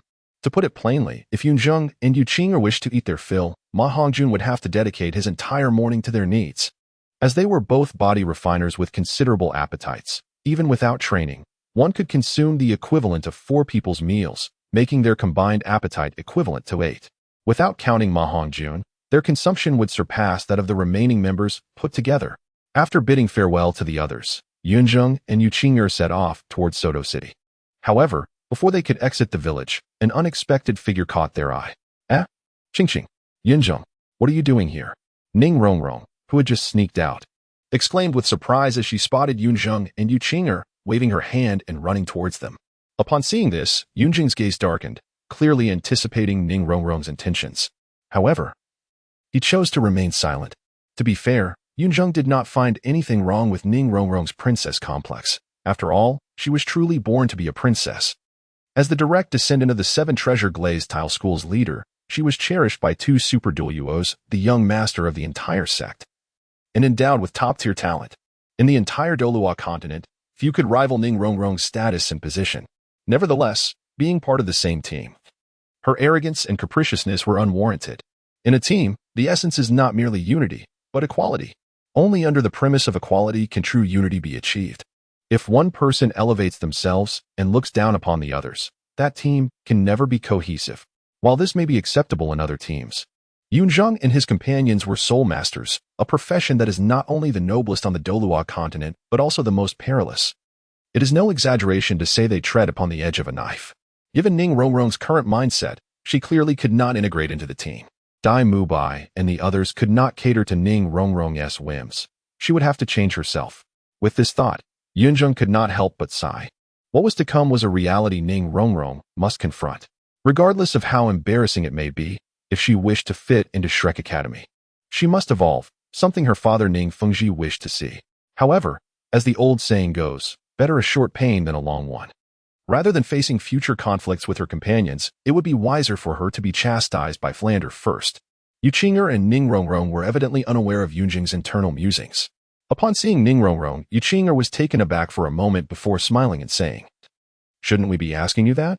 Didn't the dean instruct you to run laps? How come you're here?" "Humph, don't mention it." Ningrongrong clearly did not wish to discuss the topic. Scrunching her nose, she eagerly grasped Yuqing'er's hand and continued, "Are you two heading to Soto City? Perfect. I want to go too. Let us go together." That might not be suitable." Yuqing'er hesitated, contemplating whether to refuse. "Qingqing, are you also going to reject me?" Seeing Yuqing'er's indecisiveness, Ningrongrong instantly adopted a pitiful expression, making it hard for anyone to refuse her. Yuqing'er felt similarly, letting out a resigned sigh. "All right then. But when you return, you must make up those laps. I can accompany you." Got it. Ningrongrong seemed not to absorb the warning, merely linking arms with Yuqing'er and joyfully dashing towards the academy. As they ran, Ningrongrong turned back to Yun Zheng, sticking out her tongue and cheerfully declaring, "Sorry, Yun Zheng, you have to put up with me being a third wheel today." Yun Zheng merely smiled faintly in response, not uttering a word. By the time Yun Zheng and the other two returned to the village, it was already afternoon. At this moment, Ningrongrong gazed at Yun Zheng and Yuqing'er with a mix of astonishment and suspicion. She simply could not fathom how these two managed to consume so much food. Were their stomachs soul-guided devices? Moreover, how could they indulge without gaining weight? Under Ningrongrong's scrutiny, Yuqing'er felt somewhat embarrassed and playfully nudged her. "Hey, Rongrong, you've been staring the whole time. If you keep this up, I'm going to get angry. I'm just curious." Ningrongrong replied with a coy smile. "What is there to be curious about?" Yuqing'er rolled her eyes at Ningrongrong, then added, "Don't forget, you still owe the dean several laps." Mentioning this caused Ningrongrong's expression to sour, her fair cheeks tinged with reluctance. "We might be out of time." At that moment, Yun Zheng's nonchalant voice echoed ahead. Hearing this, Yuqing'er and Ningrongrong instinctively turned to look at him. Yun Zheng chuckled lightly, stepping aside to reveal that Dai Mubai and the others had already gathered. Seeing this, Yuqing'er and Ningrongrong exchanged awkward glances before mustering the courage to approach the group. Dai Mubai and the others nodded in acknowledgement, while Flander merely cast them a sidelong glance. Simultaneously, Oscar came running from outside the village, appearing utterly exhausted, drenched in sweat, presenting a stark contrast to the relaxed Ningrongrong by Yuqing'er's side. "Oscar, did you finish your laps?" Flander inquired, his expression neutral but his gaze sharp. Oscar, recently returned, paused in surprise at the question. He instinctively glanced at Ningrongrong, gritted his teeth, and lowered his head, affirming, "Yes, I finished. I was asking about your companions, not you." Flander seemed to have anticipated Oscar's response, placing a hand on his shoulder and sealing his soul power before reiterating, "Let me ask you again, did your group finish?" This time, Flander's tone was markedly different, causing Dai Mubai and the others to straighten up instinctively, lowering their breaths. Oscar, not lacking in wit, clearly understood Flander's intention. Nevertheless, he stubbornly replied, "Yes, we finished." Such team spirit. Flander, upon hearing Oscar's response, inexplicably smirked and, with a meaningful pat on Oscar's shoulder, coldly remarked, "Regardless of the circumstances, a lie is a lie, especially one as clumsy as this. I have sealed your soul power. Now run 20 more laps, and you shall not rest until you have completed them." Oscar was unfazed by Flander's punishment. He merely exchanged a glance with Ningrongrong before silently departing to run. Flander then turned his attention to Ningrongrong, inquiring mildly, "Pray tell, did you complete today's lesson?" In response to Flander's interrogation, Ningrongrong adeptly assumed a timid demeanor, stammering, "The distance was too great, and having not eaten breakfast, I could not persevere."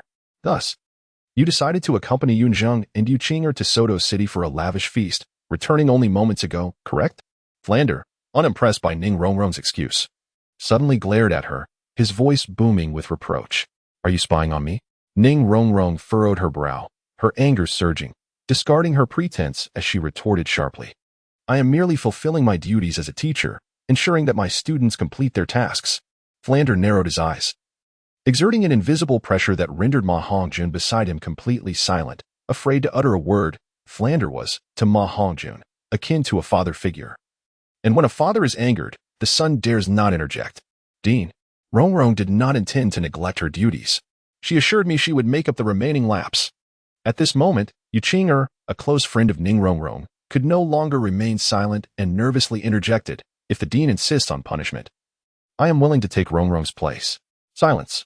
As soon as Yuqing'er finished speaking, Flander emitted a fierce reprimand, unleashing a fraction of his soul sage-level pressure.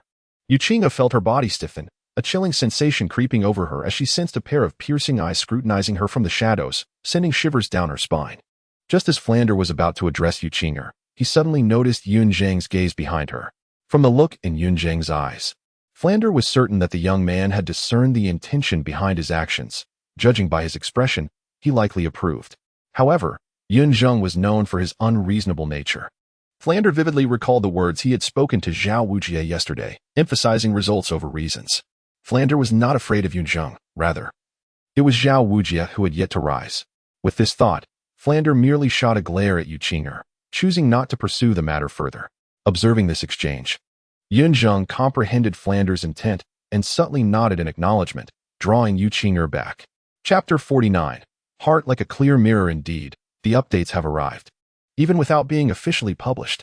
After pulling Yuqing'er back, Flanders turned his gaze back to Ning Rongrong, letting out a cold huff. Oscar's fault was excusable. But your unilateral departure from the academy and disregard for its arrangements is utterly unforgivable. Preposterous. Ning Rongrong screamed, undeterred by the overwhelming aura of a soul sage emanating from Flanders. It is merely an academy. Indeed, this is Shrek Academy. If you dislike it, you may leave. Prior to this moment, Flanders perhaps had exhibited a degree of restraint, but upon hearing Ning Rongrong's disdainful remarks about Shrek Academy, his anger truly ignited. His voice grew tense, and a flicker of barely concealed rage sparkled in his eyes, as if ready to erupt at any moment. "Do you dare to expel me?" Ning Rongrong exclaimed in disbelief, staring incredulously at Flanders. "Humph." Flanders narrowed his eyes, refraining from answering Ning Rongrong directly. Instead, he turned to Dai Mubai and commanded, "Mubai, go pack Miss Ning's belongings." Flanders provided his answer through action. Dai Mubai was momentarily taken aback, caught in a dilemma. On one hand, he could not defy his master's order. But on the other hand, he felt that Flanders would not be so heartless. Yet, the fury visible on Flanders' face seemed genuine, leaving Dai Mubai in a state of uncertainty. Standing there with a conflicted expression, unsure of how to respond. If he were truly to pack her things, it would leave Ning Rongrong with no chance to remain. Fortunately, just as Dai Mubai was torn, Yun Zheng suddenly tugged at his sleeve. In the periphery of Dai Mubai's vision, Yun Zheng shook his head, understanding immediately. Dai Mubai respectfully acknowledged Flanders' command but remained motionless. "Flanders, you are but a mere soul sage." Ning Rongrong bit her lip tightly, her fierce cry resonating.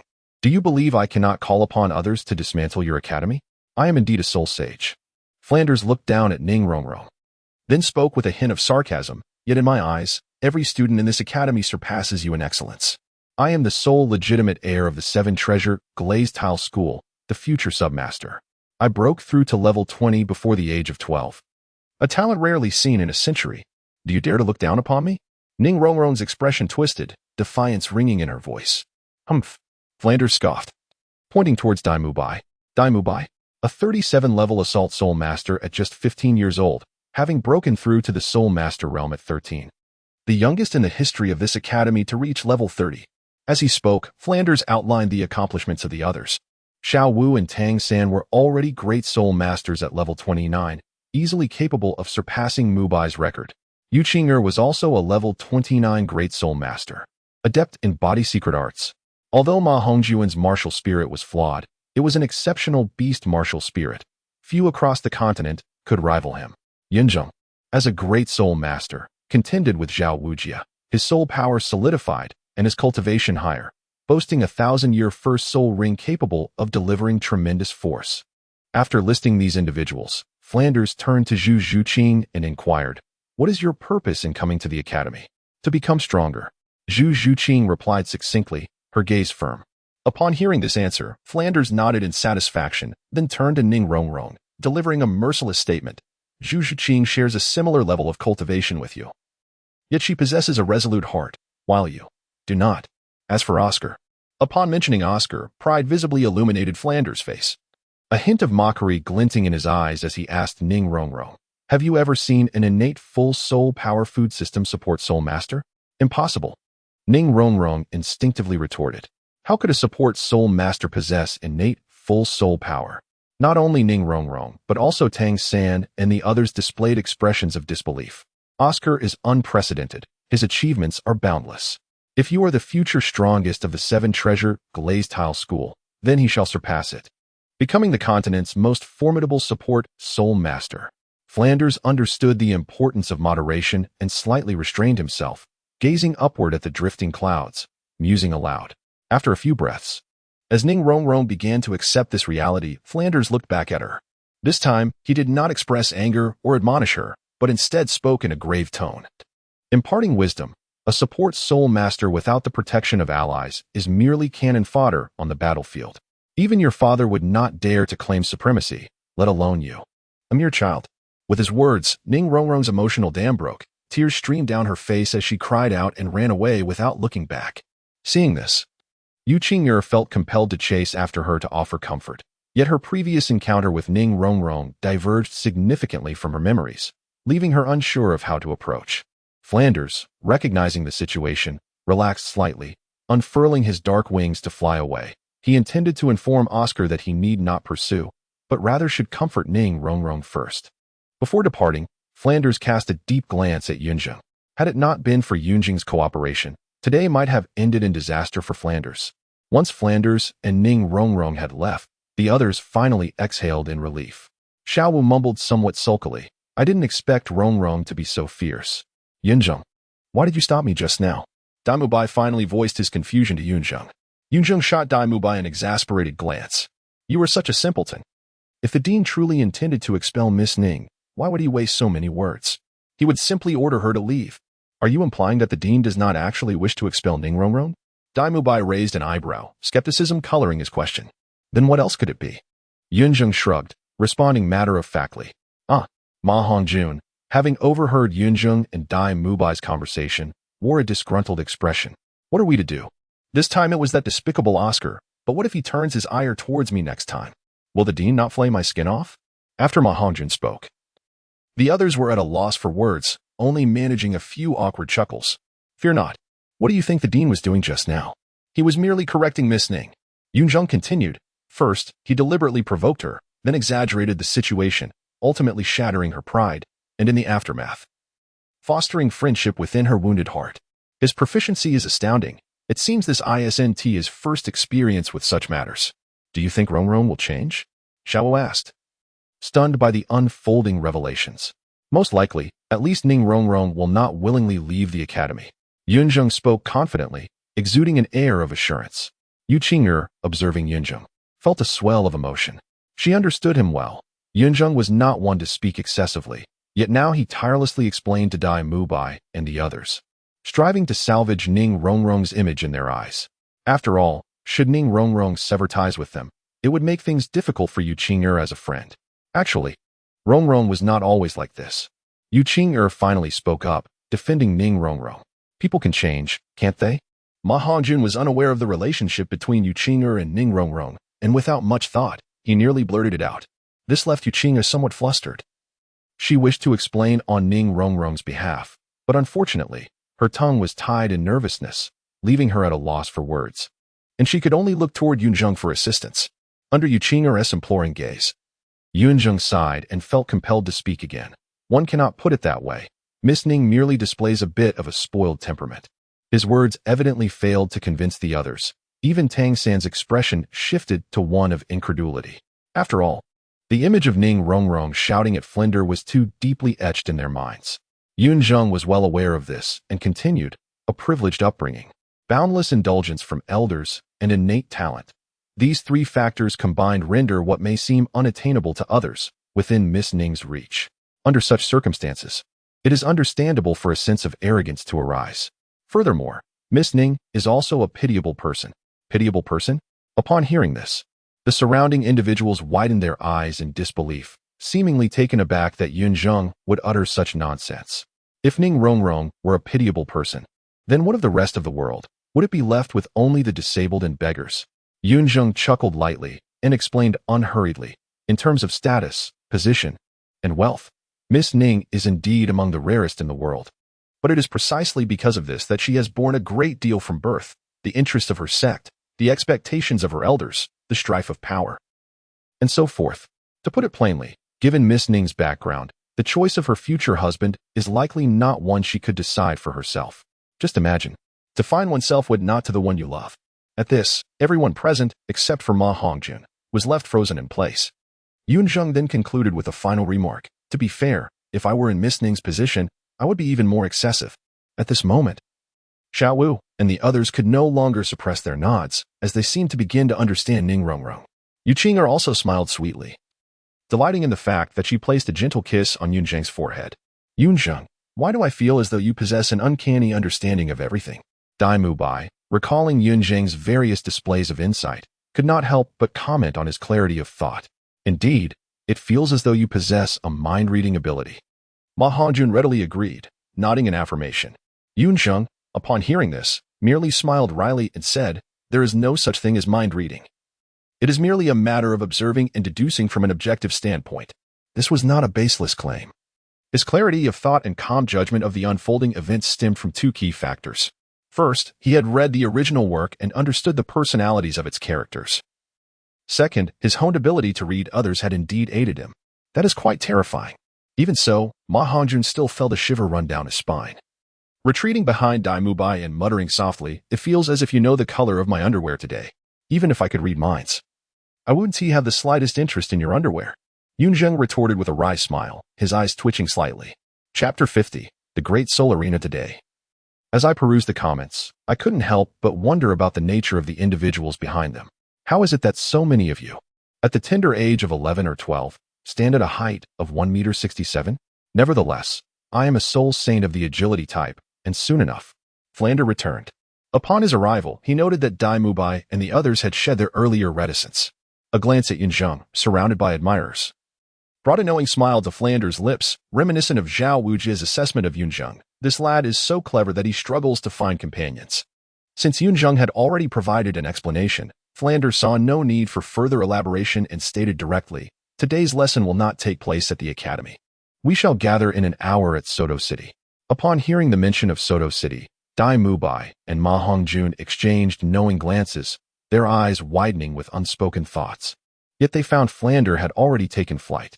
Sighing, Dai Mubai cast a sympathetic glance towards Yun Zheng and the others. What's wrong? Tang Sect inquired, noticing Dai Mubai's sigh.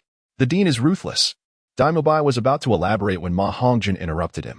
Wait a moment. He covered Dai Mubai's mouth and squinted his small eyes, feigning profundity as he turned to Yun Zheng.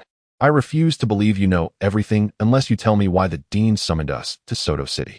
At this proclamation, Dai Mubai and Xiao Wu turned their curious gazes towards Yun Zheng, and even the usually aloof Zhu Zhuqing regarded him with intrigue.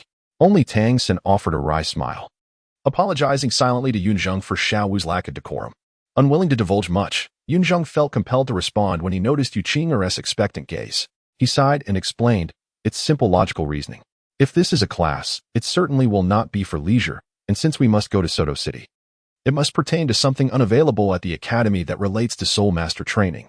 It is most likely the Great Soul Arena. Well, Yun Zheng, you would make a splendid detective. Ma Hongjun and Dai Mubai exclaimed in unison, their expressions a mix of astonishment and disbelief. From their reactions, it was evident to everyone that they had received their answer, and they regarded Yun Zheng with incredulity. Tang Sect steadied his thoughts and turned to Dai Mubai. So, the dean truly intends for us to visit the Great Soul Arena? That seems to be the case. Dai Mubai nodded. The dean adheres to a policy of quality over quantity, and the academy promotes an elite education.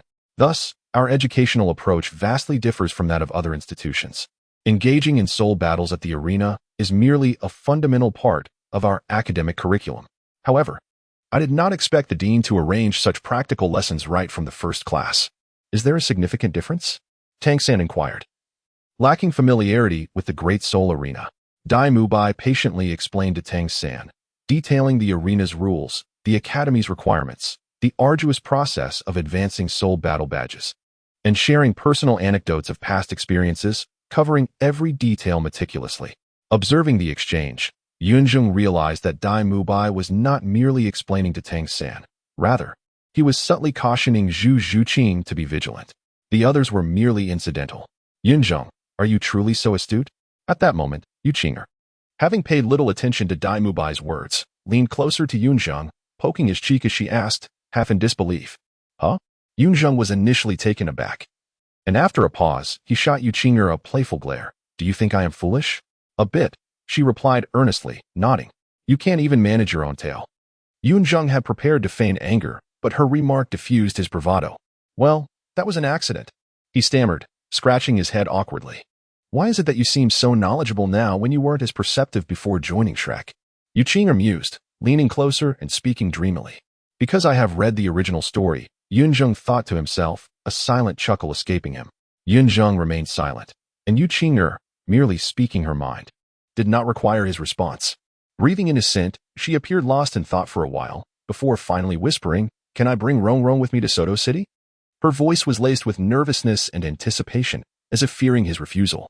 Taken aback, Yun Zheng regarded Yu Qing'er with surprise, quickly grasping her intent. She wished for Ning Rong Rong to integrate into the group, allowing everyone to accept her more easily. After all, Dai Mubai and the others had recently empathized with Ning Rong Rong due to Yun Zheng's words, making this an opportune moment. Yun Zheng would not refuse. After all, humans are inherently social beings, and he desired for Ning Rong Rong to blend in smoothly. Although their delay in finding Ning Rong Rong and Oscar cost them some time, they still had ample opportunity. With Oscar's sausages to sustain them and Ning Rong Rong's enhancements, they even arrived slightly faster than Flander had anticipated. Initially, Ning Rong Rong felt hesitant to lower her guard, but witnessing Yu Qing'er, despite her clumsiness, consistently advocate for her, alongside Yun Zheng's subtle encouragement, Ning Rong Rong took action. Though the group could not instantly forget past grievances, they did not actively ostracize her either. Upon reaching Flander, the latter raised an eyebrow in surprise. Initially, he presumed Oscar and Ning Rong Rong would not attend, yet they not only arrived, but appeared to be quite harmonious. However, Flander discerned that Ning Rong Rong was merely clinging to Yu Qing'er, and without her presence, she would still feel awkward. Yet, this was already a significant improvement. As a mentor, Flander possessed the patience to guide his students. Dean, is it really necessary to be so serious on the first day of class? Dai Mubai chuckled nervously upon realizing Flander's intentions for Yun Zheng and the others to engage in soul battles at the Great Soul Arena. In response, Flander merely cast a sidelong glance at Dai Mubai, stating calmly, monsters must possess the training methods befitting their nature. Moreover, he surveyed the group with a serious demeanor. As I mentioned before, you are the most exceptional cohort in Shrek Academy's history. Surely, you would not find satisfaction in the mundane confines of textbooks? As soon as Flander finished speaking, Xiaowu and Yu Qing'er lit up with excitement. They were not merely dissatisfied, they had no desire to engage with so-called textbooks. Flander's words struck a chord with them. Yu Qing'er was a princess of superficial knowledge. Had it not been for Yun Zheng's tutoring and the favoritism of her instructors over the past 6 years, her exam results would have been dismal. Xiaowu's situation was even more extreme. While Yu Qing'er dabbled in superficial studies, Xiaowu had no interest in learning at all. For her, studying was less appealing than munching on radishes. With Tang Sect, the encyclopedia of soul masters, by her side, she felt no need to learn anything. Seeing Xiaowu and Yu Qing'er brimming with enthusiasm, Tang Sect and Yun Zheng exchanged knowing glances, simultaneously sighing and rubbing their foreheads in resignation. Yet, Dai Mubai still harbored some lingering concerns. Before Dai Mubai could utter a word, he was interrupted by Flander, who exclaimed, Enough. Little Bai, you ought to worry about yourself. Yun Zheng and the others are all high-ranking soul masters above the 25th level. Achieving victory in the Grand Arena is not a daunting task for them. But you, having lingered in the Grand Soul Arena for 2 or 3 years, have only managed to secure 3 victories. Do you truly wish to graduate? At this mention, Dai Mubai immediately wilted, nodding listlessly. The student understands. It is no wonder he felt this way. The burden left from 2 years prior was indeed immense. At 13, Dai Mubai had ascended to the rank of Soul Master, achieving unprecedented victories. However, upon his breakthrough, he found himself diminished. Flander prohibited any display of fear, compelling the newly risen Soul Master to engage in battles within the Grand Arena. At that time, Dai Mubai had just crossed into the Soul Master rank, barely at level 30. While his opponents were seasoned veterans at levels 37 and 38. Against them, he scarcely tasted victory. During that period, his confidence was nearly shattered. After persuading Dai Mubai, Flander wasted no time departing.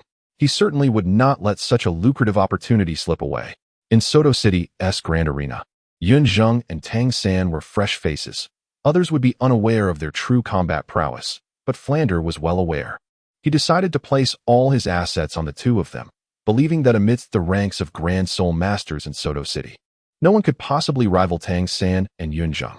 With such a favorable hand, losing would be a challenge indeed. Flander departed hastily, leaving Tang Sect seemingly wanting to inquire further, but Flander had already vanished. Tang Sect appeared bewildered, while Dai Mubai and the other veteran students wore knowing expressions. Having long understood Flander's character, Ma Hongjuan's eyes darted about, contemplating whether he should seize the opportunity to make a quick buck. He was indeed short on funds. Although Wuhuan Temple provided great soul masters with 10 gold soul coins monthly, it wasn't enough for Ma Hongjuan's extravagant expenses. As a principal benefactor, Ma Hongjuan had his limits. Eating a free meal was acceptable, but not exploiting women. With this thought, Ma Hongjuan nodded in agreement and quietly left the group unnoticed. Meanwhile, Xiao had already registered Tang Sect for the duo battle. Dai Mubai seemed inclined to team up with Zhu Qing, but due to the difference in their spirit ranks, he had to sign up for the solo battle alone. Yu Qing'er teamed up with Ning Rongrong to take care of her, casting an apologetic glance at Yun Zheng. Yun Zheng had no objections, as he couldn't leave Ning Rongrong idle, since Ning Rongrong was a support-type spirit master. The only option was for her to participate in the duo battle, with either Yu Qing'er or Yun Zheng as her partner. After Yu Qing'er and Ning Rongrong left, only Oscar, Zhu Zhiqing, and Yun Zheng remained. Zhu Zhiqing, as aloof as ever, walked away by herself. Damn it, where's the fatso? Oscar muttered, searching for Ma Hongjuan. He felt more comfortable with Ma Hongjuan than with Yun Zheng, in whose presence he felt immense pressure. If you can't find Ma Hongjuan, how about we team up? Yun Zheng approached Oscar, extending an invitation. I think I'll pass. You go play in the solo arena first. I'll wait for that fatso. Oscar replied stiffly, visibly startled by Yun Zheng's voice. Oscar wasn't deliberately distancing himself from Yun Zheng, but rather felt intimidated. Oscar recognized Yun Zheng's exceptional talent, even better than his own. Furthermore, Oscar sensed that Yun Zheng's background was far from ordinary, capable of socializing with Ning Rongrong. In front of Yun Zheng, Oscar's only advantage was his appearance. This sense of disparity made Oscar feel restrained, preferring to stick with the familiar, down-to-earth Ma Hongjuan. All right then. Yun Zheng nodded and headed towards the solo arena. He had anticipated Oscar's reaction. After all, they had only met a day ago and barely knew each other. The registration process was simple. Provide a name and pay 1 gold soul coin to register for an Iron Soul badge at the Great Soul Arena. Since there were many participants in the solo arena, Yun Zheng had to wait. He found Dai Mubai, who was also idle. Dai Mubai had just come down from the Soul Grandmaster Arena. The battles were more exciting and had fewer participants. Oscar was sitting next to Dai Mubai. After a brief greeting, Yun Zheng joined them. Everyone else was preparing for their battles, leaving only the three of them and the missing Ma Hongjuan with free time. What do 3 men do together? Discuss women, of course. With Zhu Zhiqing absent, Dai Mubai and Oscar shamelessly objectified the ladies in the arena. This behavior might seem crude, but it was one of life's pleasures. Yun Zheng couldn't quite chime in, as he wasn't familiar with them. Dai Mubai and Oscar were unsure of Yun Zheng's personality, always avoiding him when discussing women. Dude, look, that girl is stacked. I think they're bigger than my head. Dai Mubai excitedly nudged Oscar. Oscar ignored Dai Mubai, giving him a scornful look. Dai, haven't you changed after all these years? Do you only care about the body? Look at that girl across from us. Now that's a beauty, although she's still not as pretty as Ning Rongrong. What the hell? You can see that far? Good eyes. Dai Mubai retorted, unconvinced. What's the point of a pretty face if the body's not good? Get lost, you breast maniac. Get lost, you face maniac. TSK. Yun Zheng finally spoke, unable to bear it any longer. You have no taste. A true masterpiece is right before your eyes, yet you ogle at those mediocre women. A masterpiece? Dai Mubai and Oscar were puzzled. Humph. Yun Zheng scoffed, his gaze drifting towards the legs of the hostess in the arena. Slender, straight, smooth, delicate, exquisite as jade, pristine as silver. He turned to Dai Mubai and Oscar, giving a thumbs up. This is the epitome of beauty. Dai Mubai and Oscar initially didn't understand, but when they followed Yun Zheng's gaze, they realized what he meant. Holy crap! A man of culture! Oscar exclaimed, surprised that the innocent-looking Yun Zheng had his own aesthetic. Pooh! Yun Zheng spat, righteously declaring, I'm not one of you. I've transcended your base desires. Breast maniacs, face maniacs, you're all heretics. Yun Zheng, a man of culture, I sent exactly a compliment, is it? Oscar chuckled awkwardly. I know. Yun Zheng nodded matter-of-factly. I never said we were good people, did I? This. Oscar was speechless. To speak candidly, among the three individuals present, each is a person of integrity, yet they cannot be deemed virtuous. At the very least, no young lady has ever declared to them, you are a good person. Haha. At this moment, Daimu Bai erupted into hearty laughter. His arm draping casually around Yun Zheng's neck, resting on his shoulder, as he jested, Yun Zheng, I once thought you were a dullard. But it seems beneath that exterior lies a clever mind. Men are inherently drawn to beauty. It is simply human nature. Yun Zheng shot Daimu Bai a sidelong glance, responding with a hint of indignation. Well said. However, I still believe that those who are drawn to ferocity hold the ultimate truth. Nonsense. The vast majority of people are captivated by appearances. You are the true anomaly. Yun Zheng calmly flicked a stray lock of hair from his forehead, flamboyantly declaring, legs are the eternal muse. What eternal muse? Just then, Yu Qing'er and Ning Rongrong appeared behind them, and upon witnessing the animated discussion, Yu Qing'er curiously inquired. Chapter 52. Old friends of the ancient city. As the new month commenced, the atmosphere was charged with anticipation. Amidst a fervent discussion that had engrossed them, Yun Zheng and his companions were oblivious to the approach of Yu Qing'er and Ning Rongrong until Yu Qing'er's voice broke their reverie, startling them. Yun Zheng was so taken aback that he nearly unleashed his evil spirit bone tail. The matter they had been discussing was strictly for the ears of brothers. It was absolutely forbidden for girls to hear. Not only Yun Zheng, but Oscar also felt a pang of anxiety upon seeing Ning Rongrong approach. However, he soon realized he had no right to feel tense, and his enthusiasm waned as he forced a weak smile, appearing rather dejected. Conversely, Daimu Bai had no such reservations. With Zhu Zhuqing absent, and knowing that Ning Rongrong and Yu Qing'er were not her roommates, he felt emboldened.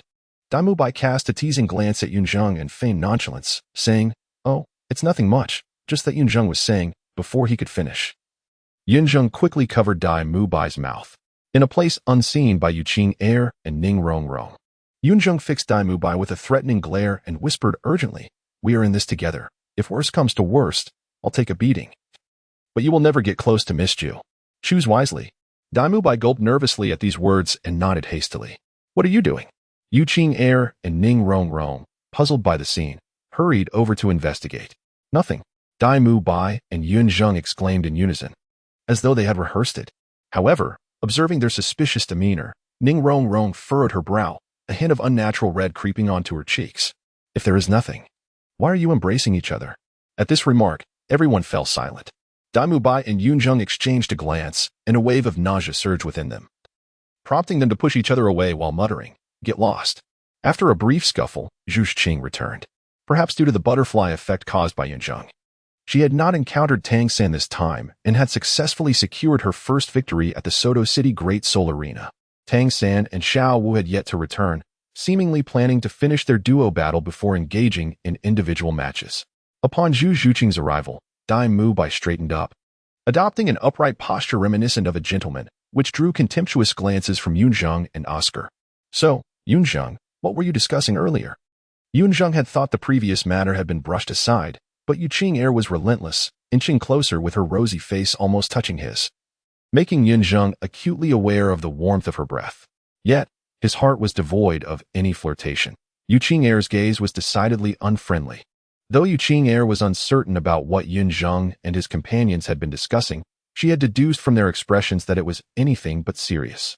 Under Yu Qing'er's persistent scrutiny, Yun Zheng found himself flustered, his eyes wandering as he calculated how to evade her questioning. Just then, he felt a chill behind him as Yu Qing'er seized his anxious tail, her smile sweet as she said in a syrupy tone, you should know. You cannot deceive me. Damn it. One day, I will wrap around you. Yun Zheng seethed inwardly, infuriated by his own tail's betrayal. Well, the other four, witnessing the interaction between Yun Zheng and Yu Qing'er, erupted in playful jeers. To them, Yun Zheng appeared almost prescient, while Yu Qing'er seemed the less articulate among them. Yet when faced with Yun Zheng, he appeared like an open book, while she seemed to possess an intimate understanding of him. This blatant disparity and favoritism were precisely what captivated the youthful hearts of those present. Next, we invite contestant Yun Zheng and contestant Long Tao to the stage. Fortunately, just as Yun Zheng was at a loss, the melodious voice of the host rang out, both contestants are newcomers. We eagerly await the splendid duel they will present. Yun Zheng felt as though a great weight had been lifted from his shoulders as he hastily descended from the viewing area, almost fleeing to the battle arena. Humph. Yu Qing'er let out a mournful huff, seemingly plotting to settle scores with Yun Zheng later.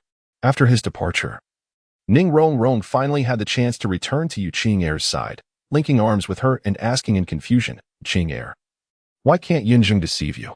Because of his tail. Upon mentioning this, a proud expression graced Yu Qing'er's face as she added, his evil spirit bone tail can speak, and it never lies. It's just that you all are unaware. Tail language? Oscar, sensing a potential opportunity to approach Ning Rongrong, exclaimed in surprise. What do you mean by tail language? Before Oscar could finish, another voice chimed in. Without a second thought, Oscar instinctively replied, it's the language of tails. Tail language? Oh, are you referring to my brother Yun? The newcomer quickly grasped the reference, realization dawning upon him. At that moment, Oscar turned to see Ma Hongyuan's plump figure approaching. Well, fatty, where have you been? I've been searching for you for ages. Oscar exclaimed as he rushed toward Ma Hongyun, scolding him while playfully hitting his belly. I was out earning some extra cash. Ma Hongjun retorted, swatting Oscar's hand away. His excitement palpable. Listen, my brother Yun's odds are 1 to 5, and he is up against a seasoned soul master of level 29. I've wagered everything on him. Win, and we celebrate. Lose, and I'll be left with nothing. By the way, did my brother Yun already take the stage? Upon hearing this, everyone fell silent, staring at Ma Hongjun with wide eyes, momentarily at a loss for words. Oscar and Dai Mu Bai exchanged impressed glances, each offering a thumbs up, exclaiming, you are truly something. You never shy away from anything related to others. What is wrong with that? Ma Hongjun, feeling unjustly accused, protested, why should I refuse free money? The remaining 3 girls shook their heads in exasperation, rising to find new seats, as if they no longer knew him. Unable to bear the shame, Qing'er. You mentioned that Yun Zheng's tail can speak. What exactly does that mean? After settling down, Ning Rongrong remained curious about Yun Zheng's so-called tail language, inquiring sweetly. Yu Qing'er let out a satisfied hum, reveling in the attention, but still shook her head, declaring, I want to tell you. This was a secret between her and Yun Zheng. How could she possibly share it with anyone else? Selfish. Seeing Yu Qing'er's reluctance, Ning Rongrong pouted playfully, her tone reproachful. Meanwhile, Yun Zheng and his opponent had already taken their positions in the battle arena. The duel did not commence immediately. Before the commencement of the soul duel, there exists a deliberate interlude designed to incite verbal sparring among the contestants. This serves a dual purpose, firstly, to intensify the rivalries among the competitors, thereby enhancing the thrill of the impending battles, and secondly, to cultivate an atmosphere ripe for the host to invigorate the ambience of the venue. A mere exhibition of combat would hardly captivate the audience. What they crave is the intricate tapestry of enmity, vendettas, and stratagems woven between the contestants. Some rise to prominence, while others fade into obscurity. Some achieve instant renown, while others toil for a decade in silence. It is only through such narratives that the arena of the soul duel is imbued with an aura of legend. Long Tao, his name alone evokes a sense of impending demise. Observing his unremarkable opponent, Yun Zheng silently scoffed in his mind. At that moment, Long Tao, facing Yun Zheng, cast a sly grin and taunted, Yun Zheng, I know you. You are that little beggar. I never imagined you would rise to prominence. Upon hearing these words, Yun Zheng instinctively felt a chill run through him. The only individuals aware of his past as a beggar were those from August City. He could hardly believe that he would encounter someone from August City here in the grand arena of Soto City. Chapter 53, 70% belongs to others. As the soul fighting system gradually matures, it has become increasingly rare for soul masters to engage in disparaging banter. Those who ascend to the ranks of soul masters are seldom fools. They recognize that such antics only serve to offend others and may unwittingly be exploited by the soul fighting arena, rendering them mere pawns in a game for accumulating soul coins. Essentially, they are being sold out and then reimbursed. However, nothing is absolute. In certain situations, soul masters still relish the opportunity to engage in verbal sparring. Particularly seasoned veterans of the soul fighting arena take great pleasure in provoking newcomers, relishing the chance to shatter their confidence during the banter phase, thus enhancing their own chances of victory. In the realm of soul fighting, triumph does not solely hinge on strength. A multitude of objective factors come into play, such as the interplay of abilities among soul masters, the limitations imposed by the arena, and, crucially, individual mindset. A robust mindset can withstand tempests unperturbed, rendering all verbal assaults futile. merely dismissed as empty rhetoric. Yet, newcomers to the soul-fighting arena are often brimming with youthful exuberance, having not yet been tempered by the harsh realities of life. Their pride makes them susceptible to provocation, and a mere nudge can send them into a frenzy. It is this very vulnerability that the veterans exploit. In the Soto City soul-fighting arena, Long Tao is a newcomer, but in the Ogu City arena, he is a seasoned veteran, well-versed in the unspoken rules of the game. Initially, Long Tao would scoff at such underhanded tactics. After all, Yun Zheng appeared to be merely a young boy, with cultivation inferior to his own. Long Tao did not perceive Yun Zheng as a worthy adversary. However, upon recognizing Yun Zheng, his attitude shifted. 12 years prior, in Ogu City, Long Tao was already a soul master and was aware of Yun Zheng's existence. He knew of Yun Zheng's life as a beggar under the care of an old pauper. Thus, Long Tao comprehended that Yun Zheng was no scion of a prestigious clan. In just 12 years, he had transformed from a beggar into a prodigy who broke through to level 28 at the tender age of 12, his future seemingly limitless. This realization ignited a flame of resentment within Long Tao. How unjust was the heavens! Why should a beggar raised by an old vagabond possess unparalleled talent, achieving a breakthrough at such a young age, while he, now in his 30s, languished at level 29? Why should a wretched creature, once unworthy of his notice, now stand on equal footing with him, and soon, he might even have to look up to him? In the throes of this distorted mindset, Long Tao glared at Yun Zheng with a sinister expression, taunting, "You are that little beggar from back then, aren't you? What happened to you? You've shrunk into a dwarf. Ah, I see now. You must not have eaten well under that old beggar's care. That old fool dared to adopt you when he couldn't even care for himself. Whatever happened to that old beggar? Let me think. Ah, I remember now. He must have died. I saw him once before he passed, a veritable corpse. Disgusting. But that means you are now an orphan, aren't you? Truly pitiful. Oh, I forgot. You're an abandoned child. Your parents rejected you from the moment you were born." Long Tao spared no effort in his cruel taunts, aiming to exploit any cracks in Yun Zheng's composure while simultaneously venting his own raw jealousy. Long Tao would rather face a young master from a great clan than contend with Yun Zheng, a once insignificant creature. Disgusting. This man is repulsive. Oscar exclaimed from the audience, filled with indignation. Ma Hongjun echoed with fervent outrage, "Brother Zheng, this kind of person deserves a beating. Show him the skills you used on Teacher Zhao. Let him know the wickedness of the human heart." Dai Mubai stood up, succinctly declaring, "Teach him a lesson." Though they were unaware of Yun Zheng's past, it was evident from Long Tao's demeanor that he was spewing venomous words aimed at Yun Zheng, purely for provocation. Were it someone else, Dai Mubai and his companions might simply have watched the spectacle, but as Yun Zheng was the one fighting, they could not stand idly by. The recent debate among Dai Mubai, Oscar, and Yun Zheng had subtly forged a bond between them.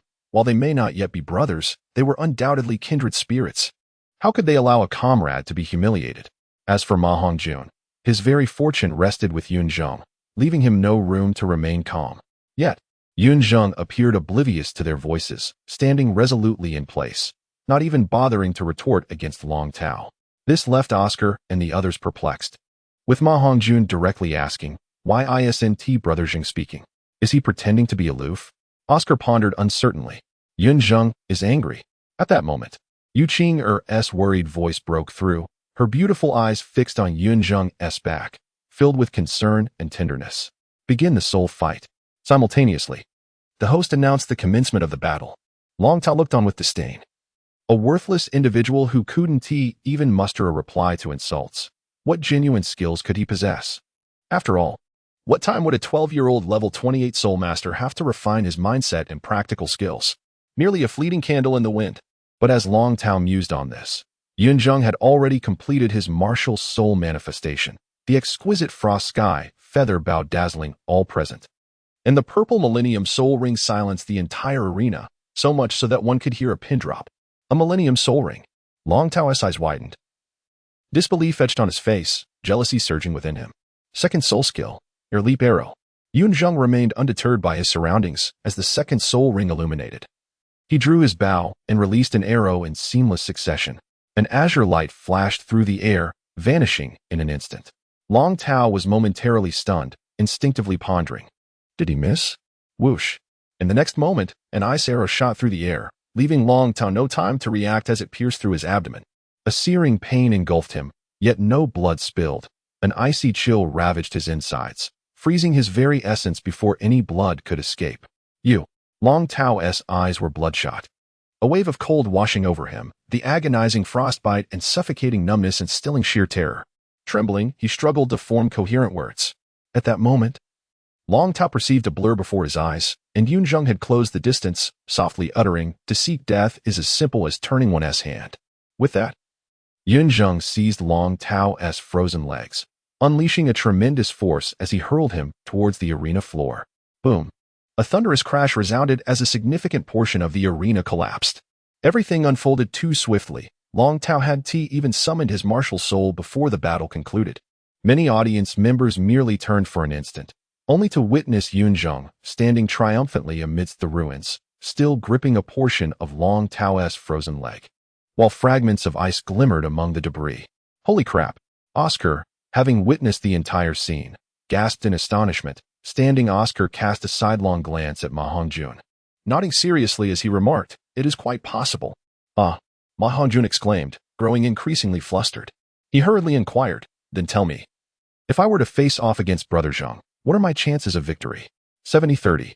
Oscar, observing Ma Hongjun's pitiable demeanor, could only comfort him, albeit insincerely. "You scoundrel!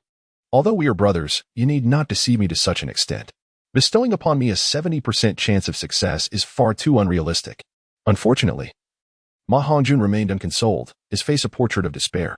Upon hearing Ma Hongjun's lament, Oscar's eyes widened in disbelief, and he retorted disdainfully, 70%. That belongs to him. The 30% is what I, out of brotherly affection, have begrudgingly granted you. That is rather exaggerated. If you ask me, it should be 50-50. At that moment, Dai Mubai, who had remained silent until now, interjected. He shook his head, gazing deeply at Ma Hongjun, and spoke with utmost seriousness. Dai Mubai's words ignited a flicker of hope in Ma Hongjun, who looked at him with eager anticipation and asked, "Really? Can you truly grant me such a high probability of success?" "Oh, no." Dai Mubai shook his head again, his expression solemn as he clarified. "It is not a matter of victory rate, but rather a survival rate. When I say 50-50, it means there is a 50% chance that Yun Zheng will show you mercy and spare your life, while there remains another 50% that we may never see you again." What kind of 50-50 is that? Chapter 54. The dream of homecoming in this lifetime and the last. It was the first time Yun Zheng had taken a life with his own hands. To claim that his heart bore no sense of disquiet would be a falsehood. Yet, the intensity of his emotions was not overwhelming. Overall, Yun Zheng remained composed. Perhaps it was due to the fact that Long Tao's body lay frozen like a block of ice, devoid of any gruesome spectacle. Only a few dismembered, bloodied remnants remained. The impact was not nearly as profound as he had anticipated. There was no sense of guilt. Rather, a refreshing exhilaration surged within him, as if a long-held tension had dissipated. Yun Zheng had always perceived life with clarity, unperturbed by the opinions of others. Nonetheless, he approached situations from an observer's perspective, which allowed him to comprehend the seemingly irrational behaviors of many. By empathizing with others, immersing himself in their emotions, and considering matters from their viewpoints, he found that the world held no mysteries. Today was no different. He saw through Long Tao's thoughts and feelings merely the machinations of jealousy and inferiority. Yet, understanding did not equate to forgiveness. These were two distinct matters. To relinquish his own emotions simply because he could comprehend another's would render Yun Zheng unrecognizable. Even when Long Tao referred to him as a dwarf, Yun Zheng felt little anger. He often jested about his own stature, knowing full well that he would grow taller in time. There was no need for him to become agitated over such trivial matters. However, Long Tao had crossed a line, uttering the words, "old beggar," and mentioning Yun Zheng's parents. The old beggar had saved Yun Zheng's life. While his parents were the deepest source of longing in his heart, those who dared to speak of them would face dire consequences. Yun Zheng had not traversed to this realm willingly. He was not an orphan before his arrival, and he felt no sense of belonging to the Douluo Continent. Though he had a home here, it was not his homeland. Deep within his heart lay a dream of returning home. He envisioned a day when he could once again set foot on Earth, introducing Yu Qing'er to his parents, allowing them to see that their son had prospered, and bringing them joy.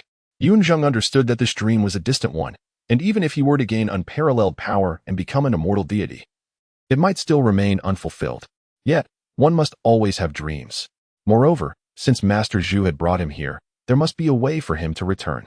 At the very least, Master Zhu had proven that a passage existed between Earth and the Douluo Continent, even if it were only a one-way journey. Yun Zheng was determined to forge a path back to Earth. If he were to return sooner, he would wait. If later, he would defy the flow of time. Fate is shaped by human will. Yun Zheng had not yet reached the point of nonchalance, where he could simply accept his presence in a foreign world and dismiss his past life as inconsequential. He had not died and been reborn. He had crossed over while still alive, and there were many unresolved matters and cherished memories from his previous existence. Of course, Yun Zheng recognized that these were future concerns. At present, he was merely a novice, far from achieving the rank of a soul master. The complexities of time travel felt distant and lofty, a pursuit that could only lead to frustration, had it not been for Long Tao's insults towards the old beggar and Yun Zheng's parents. He might never have unearthed the buried dream within his heart. With a dismissive scoff, Yun Zheng gathered his scattered thoughts and regarded the severed limb in his hand with disdain. He cast it aside and turned to exit the soul arena. The outcome of the battle was clear. After a brief silence, the arena erupted in the most fervent cheers of the day. Long Tao's demise was hardly a spectacle, as deaths among soul masters were a common occurrence in the arena. In fact, other cities had even established arenas for life and death battles. In the grand scheme of things, death was merely a mundane event. Yet, the ferocity and decisiveness with which Yun Zheng had acted, shattering a significant portion of the arena with a single blow, was a sight the audience had never witnessed before. They came to the arena for thrills, and what could be more exhilarating than this brutal display of power? Yun Zheng paid no heed to the cheers that surged towards him and made his way toward Yu Qing'er and the others. At that moment, Yu Qing'er leaped from the stands and rushed to Yun Zheng, her face filled with concern. "Yun Zheng, are you all right?" In comparison to the act of taking a life, Yu Qing'er was far more worried about Yun Zheng's well-being. She was no longer the innocent girl she once was. Only her father, Yu Zhengbai, still believed in her purity. In her eyes, Long Tao had received his just deserts. He deserved to die. Conversely, she did not wish for Yun Zheng to carry any psychological burden from Long Tao's death. At the same time, Dai Mubai and the others approached. Yun Zheng took Yu Qing'er's delicate hand, surveyed the surroundings with a gentle smile, and reassured her, "Do not worry. I am not so fragile." Upon hearing this, the group collectively sighed in relief. However, Yun Zheng noted that Ma Hongjun appeared to be hiding at the back, seemingly afraid to approach. Observing Yun Zheng's expression, the others exchanged knowing smiles. Oscar, in particular, playfully nudged Yun Zheng, teasing, "Yun Zheng, aren't you supposed to be able to read his thoughts? What do you think he's thinking right now?" "Stop." Ma Hongjun quickly interjected, forcing a smile that was more painful than tears. He squeezed his way to Yun Zheng's side and ingratiatingly said, "Don't look. Nothing to see here. If you catch a glimpse and it offends Brother Zheng's eyes, that would be most inappropriate. How about this? I'll treat Brother Zheng to a meal. You have a generous heart. Please overlook my shortcomings." Cough, cough. Just as Ma Hongjun finished speaking, Oscar pretended to clear his throat and added meaningfully, "Ma Hongjun, inviting Yun Zheng without including us would be rather improper, wouldn't it?" "You." Ma Hongjun glared at Oscar, cursing him silently. Nevertheless, he swallowed his pride and gritted his teeth, reluctantly uttering, "Fine. I will treat everyone." The others chuckled at the antics of the two. In truth, they all understood that even if Yun Zheng was aware of Ma Hongjun's betting on him, he would not genuinely be upset. At most, he would seize the opportunity to take advantage of him, as he had merely been joking with Ma Hongjun. Yun Zheng was oblivious to Ma Hongjun's actions and felt no need to delve deeper into the matter. It was likely inconsequential. If it were something that truly crossed Yun Zheng's boundaries, Yu Qing'er would have informed him long ago. However, it must be said that the atmosphere lightened considerably after the playful banter between Ma Hongjun and Oscar. Soon after, Tang Sect and Xiao Wu returned. The group's achievements that day were commendable. Both Yun Zheng and Zhu Zhuqing had secured victories in their individual battles, while Xiao Wu and Tang Sect triumphed in both their duo and individual matches. Dai Mubai had also won his battle against the Soul Master, and Yu Qing'er and Ning Rongrong had emerged victorious in their duo competition. Typically, including a support Soul Master in a duo battle was not the most prudent choice. Given the limited number of participants, the distribution of combat power was restricted, and it was often more advantageous to include an additional attacking Soul Master. This was evident when Ma Hongjun and Oscar participated in a duo battle and lost decisively. In team battles, a support Soul Master could play a crucial role. However, in duo battles, they could hardly double their partner's combat effectiveness. Fortunately, Yu Qing'er and Ning Rongrong had encountered two control-type Soul Masters in their match. The control-type soul masters exhibited a lack of capability, posing little threat to Ning Rongrong. Furthermore, upon encountering Yu Qinger, a formidable assault-type soul master, the two control-type soul masters instinctively lowered their guard, intending to subdue Yu Qinger effortlessly. As it is widely acknowledged that control-type soul masters have an advantage over assault-type soul masters. Yet, who could have predicted that Yu Qinger possessed immunity to control? Initially, the two control soul masters believed they had stumbled upon an opportunity, only to find themselves ensnared by misfortune, with an assault-type soul master beyond their grasp. What could the control soul masters possibly achieve? Yu Qinger unleashed her second soul skill, enveloping herself in the golden dragon, and charged forth with unrelenting vigor, swiftly confronting the two control soul masters. In mere moments, two decisive punches concluded the confrontation. The essence of the matter can be distilled into 4 words: utterly unreasonable. Chapter 55, Cloud Immortal. Their inaugural day at Shrek Academy concluded thus. By and large, it was fulfilling, save for the unfortunate plight of Ma Hongjun and Oscar. The rest secured victories, with Yun Zheng rising to prominence. Supervisor AO of the Soto City Great Spirit Arena personally sought out Yun Zheng, proposing a collaborative performance match. In essence, these performance matches were contrived. Supervisor AO recognized a lucrative opportunity in Yun Zheng. With over a decade of experience in the arena, AO possessed an innate ability to discern natural crowd pleases. Yun Zheng's youthful stature, handsome features, magnificent spirit, exceptional talent, and ruthless combat style coalesced to guarantee a captivated audience.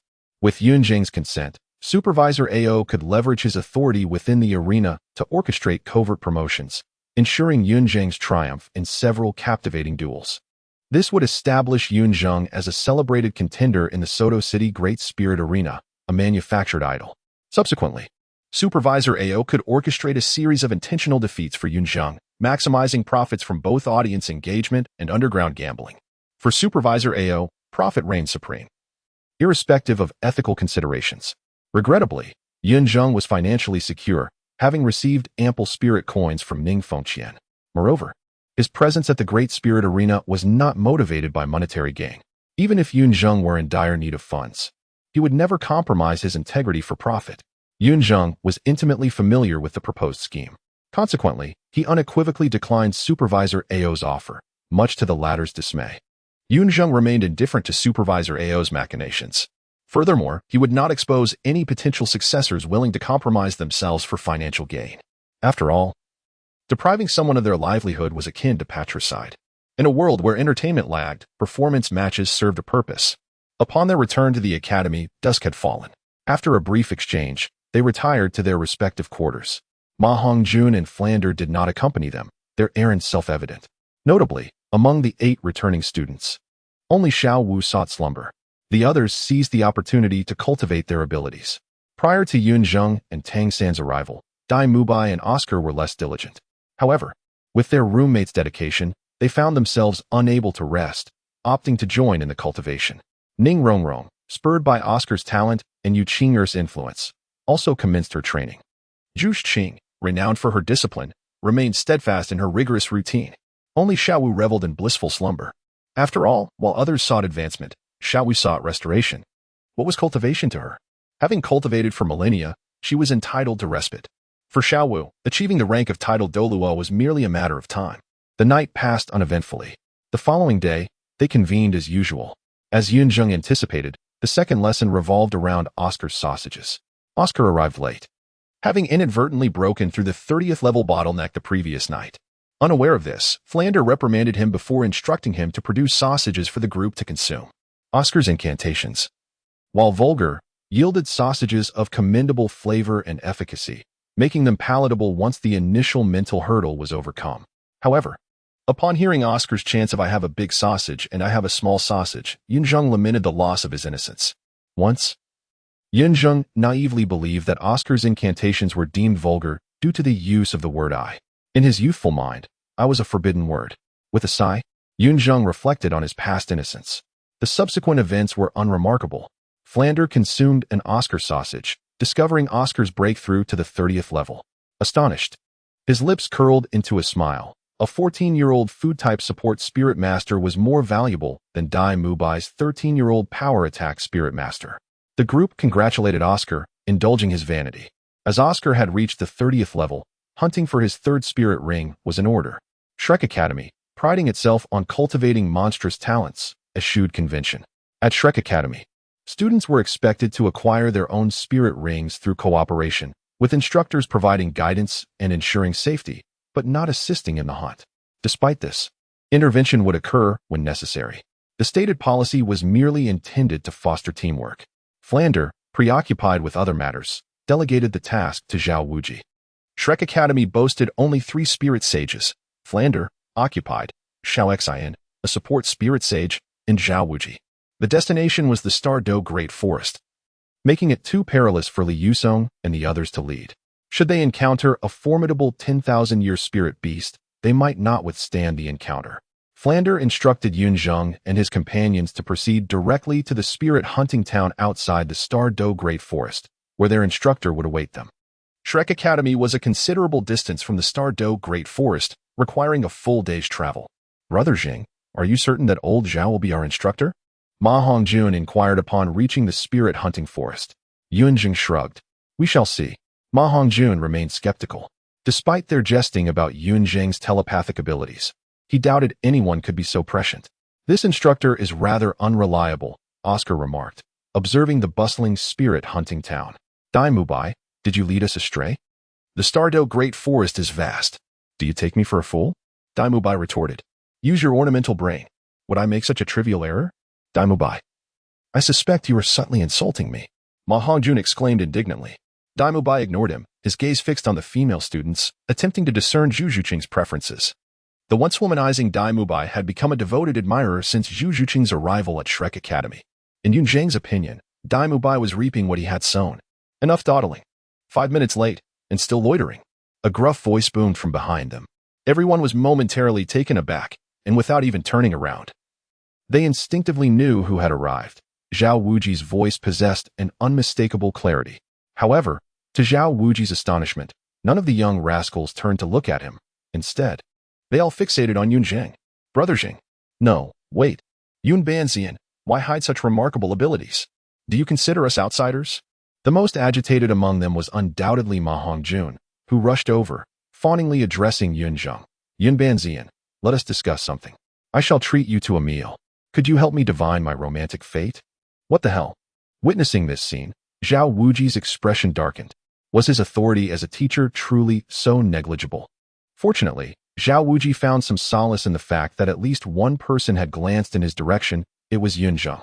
Zhao Wuji nodded to himself in quiet satisfaction, secretly thinking, despite this lad's dubious nature, he still knows how to respect his mentor. In truth, Zhao Wuji had misunderstood. Yun Zheng's gaze towards him was merely to gauge the severity of Tang Hao's actions. Upon this fleeting glance, Yun Zheng was dumbfounded to discover that, aside from some bruises, Zhao Wuji bore marks from electric burns. Goodness! The master had also been present. Realizing this, Yun Zheng suddenly understood. In that instant, his mind raced with thoughts of whether he had ever acted improperly towards Yu Qing'er. If he were caught in the act, wouldn't Yu Zhongbai come after him with a vengeance? Chapter 56. Sanghui Yun Zheng. Why are you still dazed? Teacher Zhao has already arranged our accommodations. We should hurry there. As Yun Zheng was lost in thought, Yu Qing'er tugged at him, playfully chiding him. Only then did Yun Zheng come to his senses, nodding absently before following Yu Qing'er to join the rest of the group. After a long day of travel, the group was now famished, having eaten nothing but sausages. Although it was late in the evening, they unanimously decided to address their hunger first. Oscar's sausages, while flavorful, became tiresome when consumed continuously. Big Brother Dai. Isn't Teacher Zhao joining us? Upon arriving at the restaurant of the inn, Tang San noticed Zhao Wujia heading straight upstairs and couldn't help but ask Dai Mubai beside him. Dai Mubai, with an air of nonchalance, replied, No need. It's our academy's rule. Travel expenses are borne by the teachers and students individually. The academy has this advantage. Clear-cut and straightforward. Unlike those aristocratic institutions where one day you treat me, and the next day I treat you. Trading favors that ultimately lead to nothing but the stench of copper. Tang San was momentarily taken aback, but then smiled knowingly, expressing his agreement. Indeed. As everyone took their seats, a waitress approached with a menu, clearly accustomed to her role. Among the group, Dai Mubai was evidently the leader. And since Tang San had just referred to him as Big Brother, it was natural for the menu to be given to him. However, Dai Mubai merely gestured toward Ma Hongjun without even glancing at the menu, saying, "No need for me to see it. Just give it to him." When it came to dining, Ma Hongjun was undoubtedly the strongest among Shrek's members. The waitress was taken aback, and before she could react, Ma Hongjun excitedly snatched the menu from her hands. Dai Mubai had previously mentioned that travel expenses were self-managed. Thus, since they were dining together, the cost would be shared, making it evident who would eat the most. Truthfully speaking, regarding this aspect, no one in Shrek Academy could surpass Ma Hongjun. Previously, Ma Hongjun had always dined at the academy to save soul coins, but now that they had finally ventured out to eat, especially with several affluent companions present, he felt compelled to treat them lavishly. The thought of this filled Ma Hongjun's eyes with excitement. He no longer even glanced at the menu, instead focusing intently on the waitress. With a grand gesture, he declared, "No need to look. Bring me 2 servings of everything you have." The waitress was momentarily stunned. "How much would that cost?" "Hurry up," Ma Hongjun urged, fearful that Dai Mubai and the others might catch on to his intentions. Only when the waitress disappeared into the kitchen did Ma Hongjun breathe a sigh of relief. Everything was settled, even if Dai Mubai and the others wished to backtrack. It was too late. With this in mind, Ma Hongjun cast a triumphant look at Yun Zheng. What does it matter if there are celestial beings? What does it matter if there are fortune tellers? Today, I, Ma Hongjun, shall defy the heavens. Noticing Ma Hongjun's gaze, Yun Zheng smirked and teased. "Don't look at me like that. It's your treat, so order as you please." Huh. Ma Hongjun was perplexed, his round face reflecting shock and confusion. Dai Mubai chimed in. "That's right. Didn't you say yesterday at the Grand Soul Arena that you would treat us? What? Are you going back on your word?" "Exactly. Fatty, you must understand. You only have this much credibility in your life. You wouldn't want to be seen as untrustworthy, would you?" Oscar added with a mischievous smile. Damn. As the 3 of them bantered back and forth, Ma Hongjun's expression darkened. Yet, under the watchful eyes of his companions, who either threatened or mocked him, Ma Hongjun realized he was cornered. If he had known this would happen, he wouldn't have aimed to exploit the wealthy. Now, he was merely shooting himself in the foot. With a resigned sigh, Ma Hongjun slumped in his seat, accepting this harsh reality. Fortunately, Yun Zheng and the others did not go too far.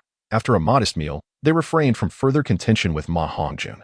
Otherwise, given the appetites of Yun Zheng and Yu Qing'er, even 2 servings might not suffice. However, Ma Hongjun was unapologetic, transforming his indignation into appetite, devouring food with a ferocity that left no room for conversation. After less than 2/4 of an hour, the others were either chatting or playfully teasing Ma Hongjun, creating a light-hearted atmosphere. Suddenly, the tranquility was shattered when the inn's door was kicked open, and an arrogant young man strode in, bellowing, "Manager, hurry up with the food and drinks. If you take too long, I'll have your establishment torn down." Behind him followed 7 or 8 similarly arrogant youths, with a middle-aged man at the rear who looked down his nose at everyone. The manager and waitstaff hurried to greet them, fearful of offending such guests. The reason was simple. These individuals were clad in silk robes bearing the characters Songhui, signifying their affiliation with Songhui Academy. Though not a top-tier institution, it was still a Soul Master Academy, and anyone donning its uniform was undoubtedly a Soul Master. The manager and waitstaff were mere ordinary folk, who dared not provoke such lofty individuals. What kind of people are these, so arrogant? Xiao muttered under her breath, her eyes wide with surprise. "Pa," Dai Mubai scoffed, lifting his feet onto a stool, ready to respond, but Yun Zheng interrupted him. This scene did not go unnoticed by the students of Songhui Academy, who narrowed their eyes, assuming Dai Mubai was preparing to confront them, and they displayed unfriendly expressions. Meanwhile, Yun Zheng whispered to Dai Mubai, "It's unnecessary. When the city gate catches fire, the fish in the moat suffer. If a conflict arises, it will only bring misfortune to the manager, the waitstaff, and the kitchen staff. We are not afraid of trouble, but we need not seek it out. Moreover, if a dog barks at you, you cannot bark back at the dog, especially when it is not barking at us." Upon hearing this, Dai Mubai turned to observe Yun Zheng, noting that he appeared unfazed by the commotion from Songhui Academy. After contemplating, Dai Mubai decided to take a seat again. Yun Zheng's reasoning was indeed sound. If trouble arose, it would be the establishment that would bear the brunt of Songhui Academy's wrath. With Dai Mubai remaining silent, Oscar and Ma Hongjun naturally refrained from acting rashly, and Tang San, ever composed, remained steadfast in his seat. Only Xiao Wu exhibited a sense of indignation, but Tang San restrained her, perhaps due to Yun Zheng and the others' silence. which was misinterpreted as cowardice by Tsanghui Academy's members. Along with Yu Qing'er and the other young women's stunning beauty, the arrogant youth at the forefront of Tsanghui Academy smirked and approached Yun Zheng's group. Some individuals are like this, believing the world revolves solely around them. The reason this student sought trouble with Yun Zheng and his companions was simple. First, the beauty of Yu Qing'er and the others piqued his interest in teasing. Second, Yun Zheng and his group's nonchalant demeanor suggested they regarded him with disdain. And third, he had observed them whispering to one another, undoubtedly discussing Tsanghui. The arrogant youth disregarded Dai Mubai and Yun Zheng entirely, making a beeline for the nearest Yu Qing'er. As he drew closer, the mischief in his eyes intensified, and he mockingly inquired, "Little girl, would you care to play with me?" Simultaneously, he extended his hand beneath the table, reaching towards Yu Qing'er's thigh. In that fleeting moment, Yu Qing'er's gaze sharpened, and just as she was about to take action, another speed surpassed hers. With a resounding crash, the arrogant youth felt a blur before his eyes as Yun Zheng seized a nearby porcelain bowl and hurled it forcefully at his face. The youth experienced a sharp pain as he was sent reeling backward, the tremendous force fracturing the bones in his visage. The porcelain bowl, shielded by Yun Zheng's spiritual energy, embedded itself intact into his cheek, leaving him bloodied and battered. "Did I give you permission to act so brazenly?" At that juncture, Yun Zheng had risen to his feet. An aura of coldness. Chapter 57. 9 against 1. Dai Mubai and his companions could only watch as the arrogant young man approached, curious about how Yun Zheng intended to handle the situation. Before they could even comprehend what was unfolding, the young man was already sent flying. In that instant, not only were the members of Tsanghui Academy stunned, but Dai Mubai and his friends were equally bewildered. Dai Mubai gazed at Yun Zheng in a daze, bewilderedly exclaiming, "Did you not say? If a dog does not bark at me, I can choose to ignore it, but if it dares to bark, I will not argue with it. I will simply break its legs." Hearing Dai Mubai's words, Yun Zheng did not turn around. His gaze fixed intensely on the group from Tsanghui Academy as he articulated each word with precision. "Moreover, this dog not only barks at me but also seeks to bite. I can only dispatch it and prepare it as a broth." Dai Mubai was momentarily taken aback by Yun Zheng's domineering rationale, recalling the previous day when Long Tao had met his end at Yun Zheng's hands.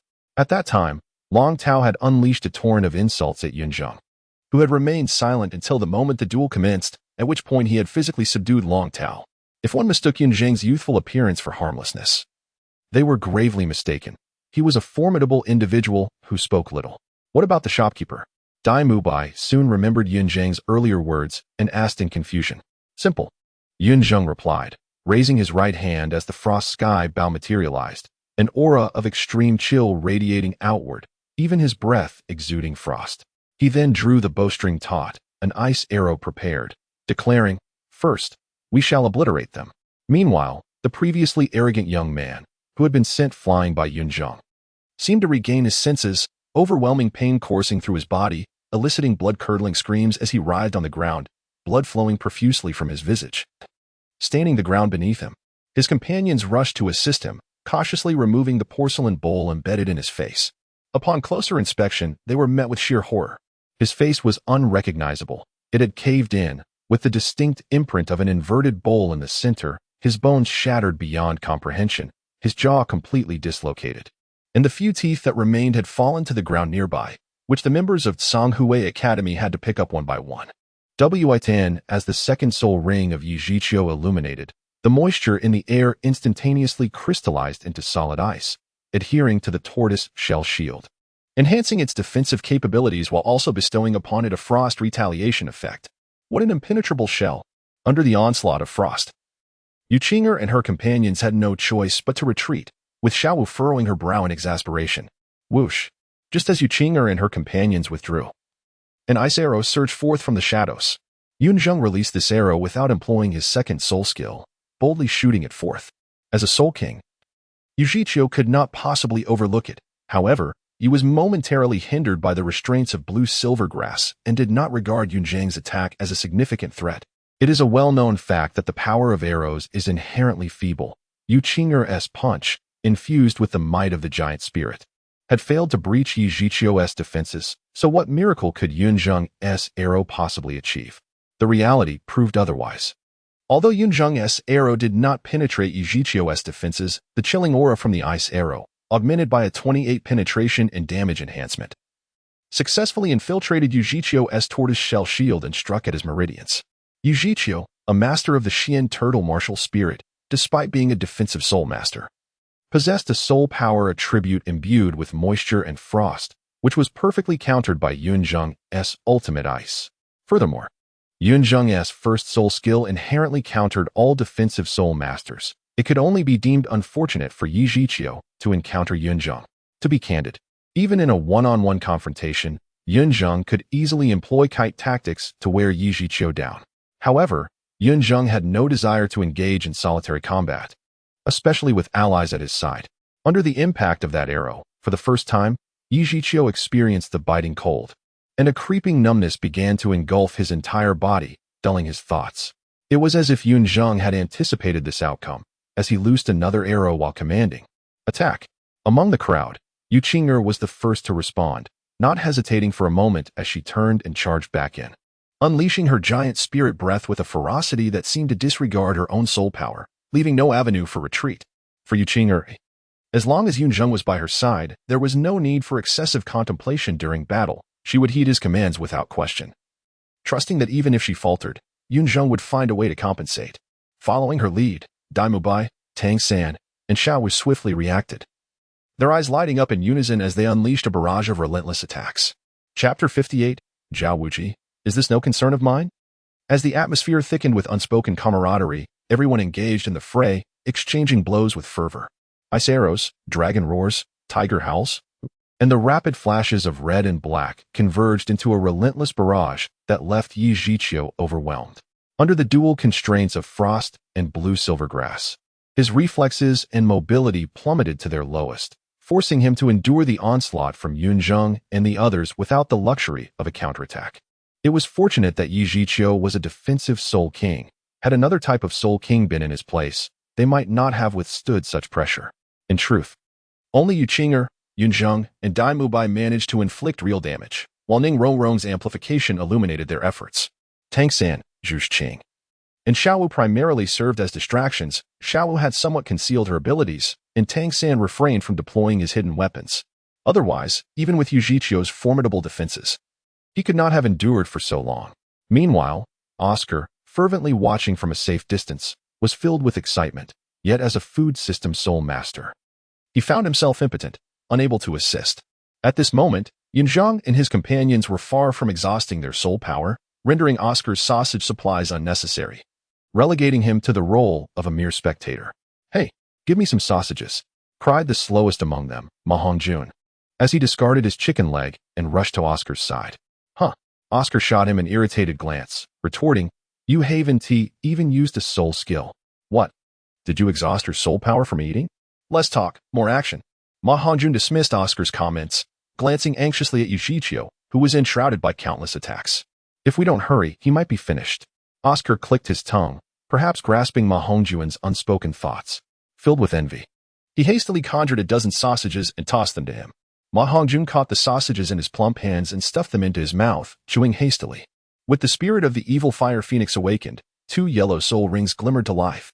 The augmentation from the sausages propelled Ma Hongjun's soul power to its zenith, engulfing him in a blazing inferno. "Phoenix fire line," he bellowed, unleashing a fire pillar as thick as a man towards Yu Zhiqiu.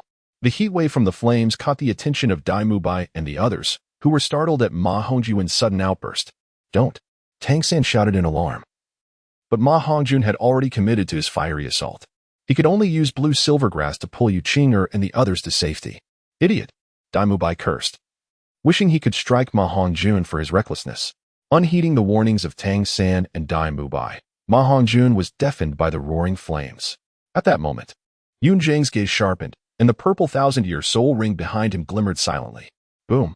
The flames cascaded towards Yu Zhiqiu, whose protective shell was already battered. The flames struck with the force of a final straw, shattering Yu Zhiqiu's defenses upon mere contact. He had no choice but to brace himself with his shell spirit. Yet, the Phoenix fire was not to be underestimated. Even a Soul King like Yu Zhiqiu felt the heat's sting. The shell on his back blackened visibly, releasing a faint scent of charred flesh as his soul power drained rapidly. Concurrently, the extreme cold that had once enveloped him began to dissipate under the fire's searing heat, and the blue silver grass surrounding him turned to ash, Tang San's blue-silver grass was not immune to flames yet. Yi Zhiqiu remained composed. Realizing the icy intrusion within him was minimal, and with the flames aiding him, he quickly suppressed the numbing cold. Mystic water surge. In a moment of recovery, he unleashed a piercing cry, summoning a torrent of water infused with frost towards Ma Hongjun. The collision of water and fire produced a thick cloud of steam that enveloped the first floor of the inn. "Fat fool," Dai Bai yelled, rushing towards Yi Zhiqiu. But before he could close the distance, the water surged back, forcing him to retreat. From the onset, Yi Zhiqiu had underestimated Yun Zheng and his companions, deeming them mere great soul masters. After all, Dai Bai was the only soul venerable among them. How could he, a proud soul king, falter? However, having tasted defeat, Yi Zhiqiu now recognized the genuine threat posed by Yun Zheng and his group. Fueled by humiliation and fury, Yi Zhiqiu resolved to unleash his full potential.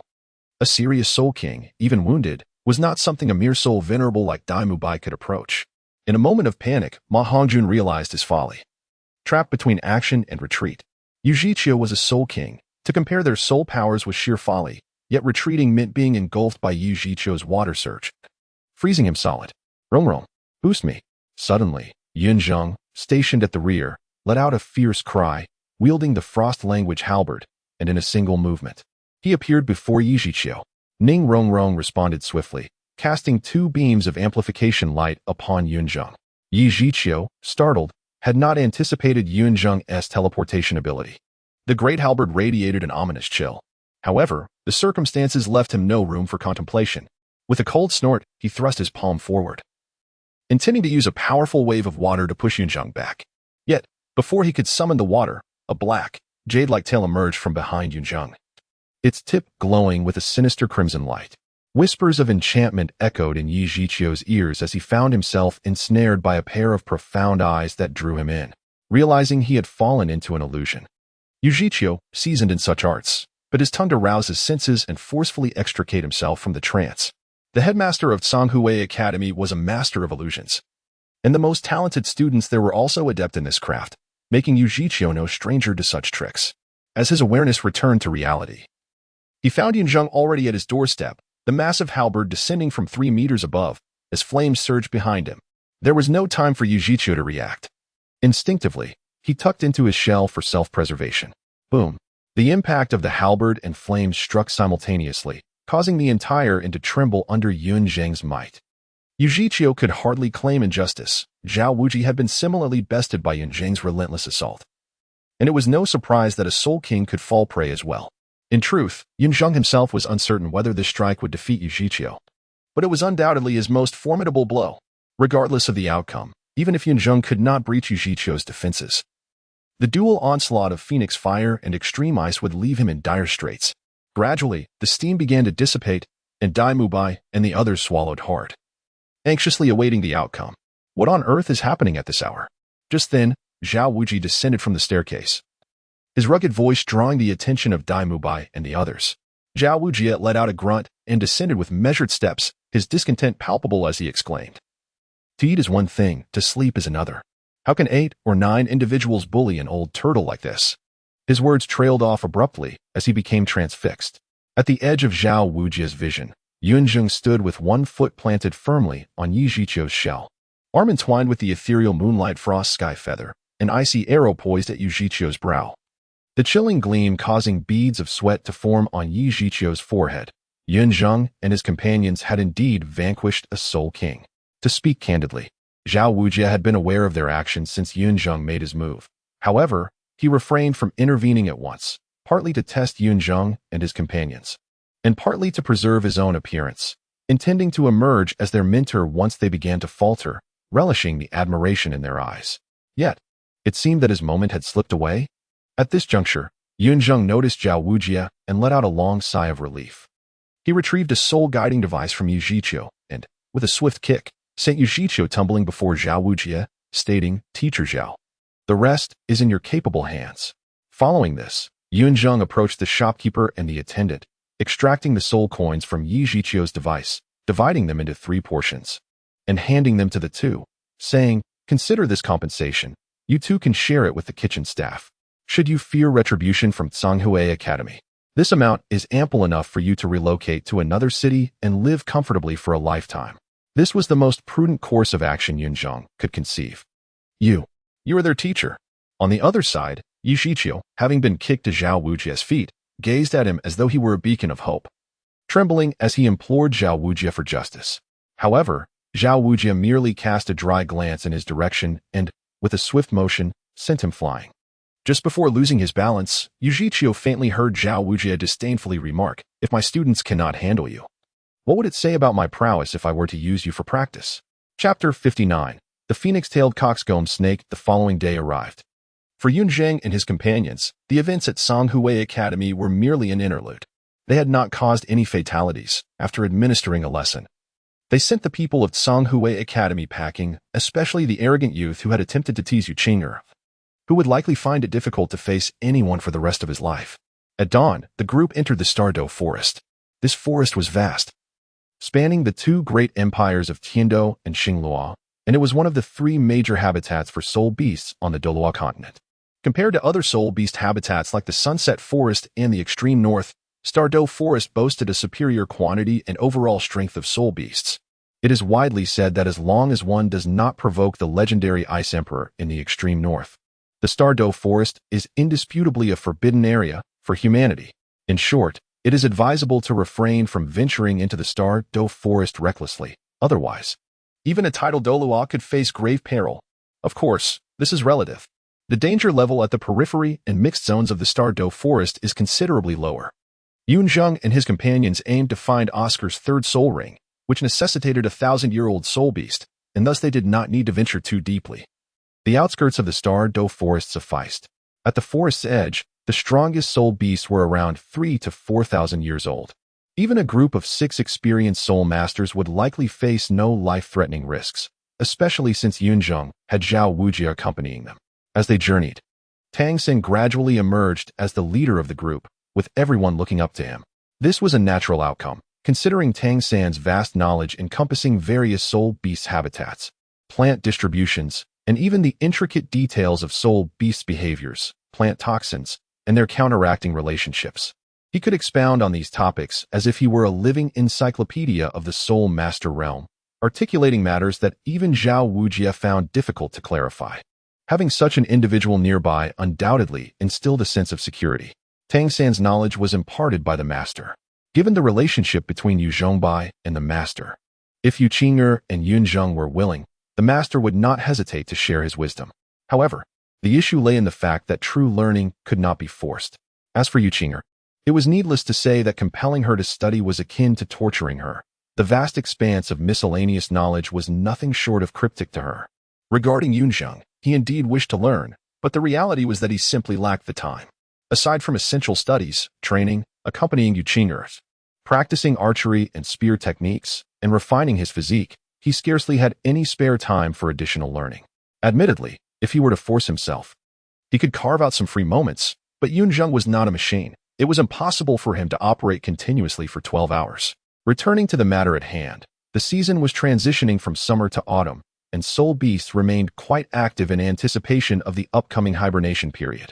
Upon entering the Stardow Forest, the group encountered a soul beast slightly over 1,000 years old, but regrettably, neither its attributes nor abilities matched Oscar's requirements, leading them to forego capturing it. Subsequently, they encountered several soul beasts, but these ranged from 10 to 100 years old.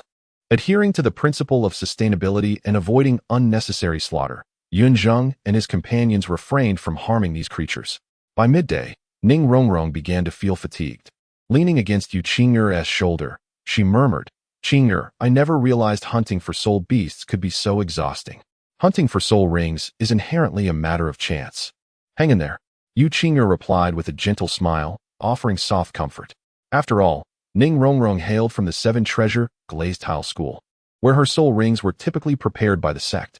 She had never needed to hunt for them herself. This expedition into the Stardow Forest was indeed a novel experience for her. "Oh," Ning Rongrong exclaimed, sticking out her tongue, and chose not to complain further. In truth, she understood that her remarks were merely for Yu Qing'er. After being chastised by Flander, she recognized that at Shrek Academy, she could not maintain an air of a spoiled young lady. Some challenges had to be faced head-on. However, The exchange of whispers between Ning Rongrong and Yu Qing'er did not escape Yun Zheng's notice. After a brief contemplation, he surmised their topic of conversation. Turning to Oscar and Ma Hongjun, who also appeared fatigued, he suggested to Tang San, "Brother San, should we rest here for a moment?" Notably, among the 9 students of Shrek, the top 3 in terms of age remained Dai Mubai, Oscar, and Tang San, but the 4th place had shifted to Yu Qing'er, followed by Ma Hongjun. Yun Zheng ranked 6th, followed by Xiao Wu, Ning Rongrong, and Zhu Zhuqing in succession. Of course, this ranking only reflected their apparent ages. If actual ages were considered, Xiao Wu would be the oldest among them all. Thus, it seemed somewhat misplaced for Ma Hongjun to call Yun Zheng brother. But as Ma Hongjun put it, a master is a teacher. Given Yun Zheng's performance in the Soul Arena, he would not dare to let Yun Zheng refer to him as brother. Something approaches. Just as Yun Zheng finished speaking, Zhao Wujia suddenly barked a command. Everyone's spirits surged, and Tang San called out, "Zhuqing, see what it is." Understood. Zhu Zhuqing, understanding the cue, summoned her phantom cat spirit and swiftly ascended into the treetops, scanning the surroundings. It's a soul beast. Red, elongated, approximately 6 to 8 meters in length, flying 3 to 4 meters off the ground, moving at great speed. Can it fly? Is it a bird-type soul beast? Ning Rongrong speculated upon hearing Zhu Zhuqing's report. Tang San furrowed his brow, already forming a hypothesis, and inquired again, "Zhuqing, take another look. This soul beast may not just have a red head, but rather a red coxcomb atop its head, with pink wings. It's here." Upon hearing the exchange between Tang San and Zhu Zhuqing, Yun Zheng realized what soul beast was approaching. His gaze sharpened, and he readied his frost sky feather bow. With ice arrows knocked, awaiting the phoenix-tailed coxcomb snake. Indeed, it was the red coxcomb. At that moment, Zhu Zhuqing confirmed his suspicion. Zhao Wujia and Tang San's eyes lit up in unison, exclaiming, "Phoenix-tailed coxcomb snake." Based on Zhuqing's description, this phoenix-tailed coxcomb snake should possess around 1,800 years of cultivation, perfectly aligning with Oscar's needs in terms of both attributes and age. Tang San smiled faintly, confidence radiating from him. Hearing this, Oscar was overjoyed. "Tang San, since you know this soul beast so well, you shall lead the way." Zhao Wujia glanced at Tang San, contemplating. Tang San nodded, addressing Ma Hongjun, "Fatty, your martial soul has a suppressive effect on the phoenix-tailed coxcomb snake. When it approaches, summon your martial soul." Having said that, Tang San turned to Yun Zheng, Yu Qing'er, and Dai Mubai, only to find that they had already prepared themselves, prompting him to chuckle awkwardly. "Firepower suppression." Understood. Dai Mubai grinned, nodding with conviction. Whoosh! Just as Dai Mubai finished speaking, the phoenix-tailed coxcomb snake emerged from the thicket. Tang San's gaze sharpened, and he shouted, "Fatty, now is the time." With a resounding cry, Ma Hongjun summoned his martial soul, unleashing a brilliant phoenix cry that enveloped the phoenix-tailed coxcomb snake, causing it to momentarily freeze in place. Seizing the opportunity, Tang San released his blue-silver grass, expertly ensnaring the phoenix-tailed coxcomb snake's tail. Simultaneously, Yun Zheng, Yu Qing'er, and Dai Mubai unleashed their attacks, the icy arrows. Imbued with the brilliance of the giant spirit's golden light and the fierce radiance of the white tiger, shot forth, but the ice arrows vanished midway. The phoenix-tailed coxcomb serpent is not devoid of cunning. Its primal instincts serve as a forewarning against danger, causing it to momentarily forget its reverence for the phoenix. With a swift coil of its body, it extricates itself from Tang San's blue-silver grass, which is laced with barbs and parasites. Simultaneously, the radiance of the giant spirit and the fierce light of the white tiger surged forth, yet the serpent contorted its form into an almost impossible angle, narrowly evading the twin waves of light. At that moment, Tang San discerned a mocking glint in the depths of the serpent's eyes. However, just then, an icy arrow shot forth from the direction of the serpent's lower abdomen, piercing through its midsection. A pained roar erupted from the phoenix-tailed coxcomb serpent as its wings flailed desperately, propelled by an instinctual drive for survival. This serpent was indeed unfortunate, having barely escaped the wolf's den only to stumble into the tiger's maw. A truly tragic fate. "Do not let it escape," Tang San shouted urgently as he witnessed the serpent attempting to flee. Responding to his call, Zhu Zhuqing dashed forward without hesitation. The serpent, having already been ravaged by the extreme cold, found its speed greatly diminished, allowing Zhu Zhuqing to swiftly close the distance. In a panic fueled by the fear of death, the phoenix-tailed coxcomb serpent unleashed a vibrant mist from its mouth. Enveloped by the mist, Zhu Zhiqing felt a sudden numbness wash over her, robbing her of control and causing her to plummet from the sky. Curse it! Distracted by concern, Dai Mubai, witnessing this scene, assumed Zhu Zhiqing had fallen victim to the serpent's venom. In a fit of rage, he activated the first and third soul rings simultaneously, stamping his feet with determination before leaping directly in front of the serpent. Seizing Zhu Zhiqing in his arms, fueled by wrath, he delivered a powerful punch with unbridled fury. Chapter 60. Wait. Dai Mubai? Tang Sect shouted urgently as he witnessed Dai Mubai's reckless behavior. That smoke is not poisonous. However, at that moment, Dai Mubai was clearly oblivious to Tang Sect's voice, consumed by his desire for vengeance for Zhu Zhiqing. With a powerful punch, he struck down the phoenix-tailed chicken-crowned snake, which fell to the ground with a thud.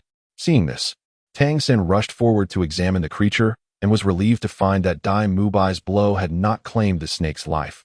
It was merely knocked unconscious. Had Dai Mubai's punch delivered a fatal blow, Oscar would have been heartbroken. Fortunately, the snake's scales were hard and slippery, absorbing nearly 30% of Dai Mubai's force.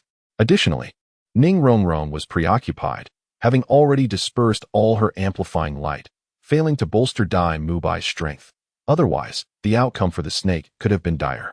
With the phoenix-tailed chicken-crowned snake still alive, Tang Sect exhaled in relief and called Oscar over. Meanwhile, Dai Mubai had landed with Zhu Zhiqing in his arms. At this point, he had regained his senses, and the paralysis effect on Zhu Zhiqing had dissipated. Yet, both seemed to have lost awareness of their surroundings. With Dai Mubai holding Zhu Zhiqing in a daze, while she gazed at him, both unaware of the thoughts swirling in their minds. Ahem. Just as they shared a tender gaze, Yun Zheng's untimely cough broke the silence. The moment Yun Zheng's voice echoed, Dai Mubai visibly stiffened, and Zhu Zhiqing quickly leapt from his embrace, fleeing towards the other girls, including Yu Qinger. With Zhu Zhiqing out of his arms, Dai Mubai snapped back to reality, clearing his throat awkwardly and approaching Yun Zheng with a facade of nonchalance. Yun Zheng noticed the faint resentment in Dai Mubai's eyes as he walked over. In response, Yun Zheng simply shrugged, unfazed. Even without Yun Zheng's intervention, Zhu Zhiqing could not allow Dai Mubai to hold her indefinitely, especially with everyone watching. It would not bode well. Haha, you are fortunate, my boy, to have encountered such an exquisite soul ring. On the other side, Zhao Wujia vigorously rubbed Oscar's head, his face alight with excitement. For Zhao Wujia, the greatest joy lay in witnessing the gradual growth of his students. Seeing Oscar acquire a premium soul ring brought him more delight than obtaining a soul bone himself. Yet, Oscar struggled to endure Zhao Wujia's exuberant affection, his handsome visage adorned with a strained smile. Tang Sect and Ma Hongjun, standing nearby, merely observed, Ma Hongjun relishing the misfortune, while Tang Sect's darker side relished Oscar's predicament. Once Zhao Wujia's excitement subsided, he finally released Oscar. Before Oscar could catch his breath, Zhao Wujia presented him with a dagger, stating, "Pierce through its flesh crest, and this soul ring shall be yours." Upon hearing this, Oscar hesitated but eventually nodded. As a soul master, hunting soul beasts was an unspoken rule. Even though he felt a pang of reluctance, he understood the necessity of the action. After all, it was his third time doing so, and he could not indulge in pity. Meanwhile, Xiaowu noticeably turned her head away. Stop! Just as Oscar prepared to strike, a sharp voice rang out, and a pink snake tongue shot toward him like lightning. Startled, Oscar realized he was powerless to evade such a swift attack. However, Zhao Wujia would not stand idly by. With a cold expression, he swatted out his palm, severing the snake tongue. The hidden figure in the foliage emitted a muffled grunt, clearly wounded by Zhao Wujia's concealed force. What is this? How dare you launch a sneak attack in my presence? Zhao Wujia snorted, his soul's saint-level power surging forth like a tidal wave toward the snake tongue's origin. The figure seemed taken aback by Zhao Wujia's ferocity, retreating a couple of steps. Fortunately, another force created a barrier, countering Zhao Wujia's pressure. Remain calm. Shortly after, a stooped figure emerged from the shadows, first comforting her granddaughter before fixing her gaze on Zhao Wujia, nodding meaningfully. I never expected to encounter the renowned immovable king here. It is an honor. Simultaneously, the figure revealed her 6 soul rings, their luminescence illuminating her surroundings, allowing Zhao Wujia to discern her features. Ah, just a soul emperor. Yet she acts so grand. Ma Hongjun scoffed, disdain evident in his voice. However, before he could finish, Zhao Wujia interrupted him with a light smack to the head. turning to the elderly woman with a cheerful demeanor. "Ah, it is you, Senior Chao Tianxiang. A pleasure to meet you." To be frank, Zhao Wujie was not particularly intimidated by a Soul Douluo-level figure like Long Gong. In terms of strength, he acknowledged that he could not match the established Long Gong.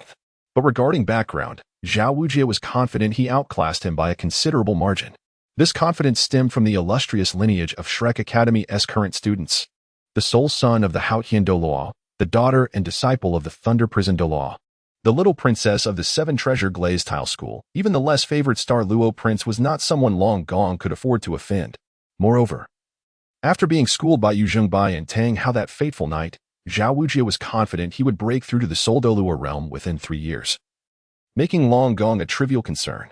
Yet, Zhao Wujie preferred to avoid unnecessary conflict. Although it was evident that the other party bore ill intentions, he was still willing to engage in pleasantries with Chao Tianxiang before matters escalated. "May I inquire the purpose of your visit, Senior Chao Tianxiang?" Zhao Wujie inquired, maintaining a smile while feigning ignorance. Chao Tianxiang regarded Zhao Wujie's shameless demeanor with a mental curse, responding with a forced smile. "My granddaughter has reached the 30th level. This phoenix-tailed chicken-crowned snake was initially discovered by us, but it cunningly managed to escape. If the immovable king does not believe me, you may inspect the creature's abdomen for the wounds I inflicted." Upon hearing this, Zhao Wujie's expression darkened, and he exchanged a knowing glance with Dai Mubai, who understood and approached the fallen snake to investigate. Chao Tianxiang awaited the results with a calm demeanor, her unwavering confidence indicating to Zhao Wujie that her claims were likely truthful. If what she asserted was accurate, the situation could become complicated, as the opposing party was not merely being aggressive but was positioned on solid ground. "Teacher Zhao." Just as Zhao Wujie contemplated how to assist Oscar in securing the soul ring, Dai Mubai's hesitant voice reached his ears.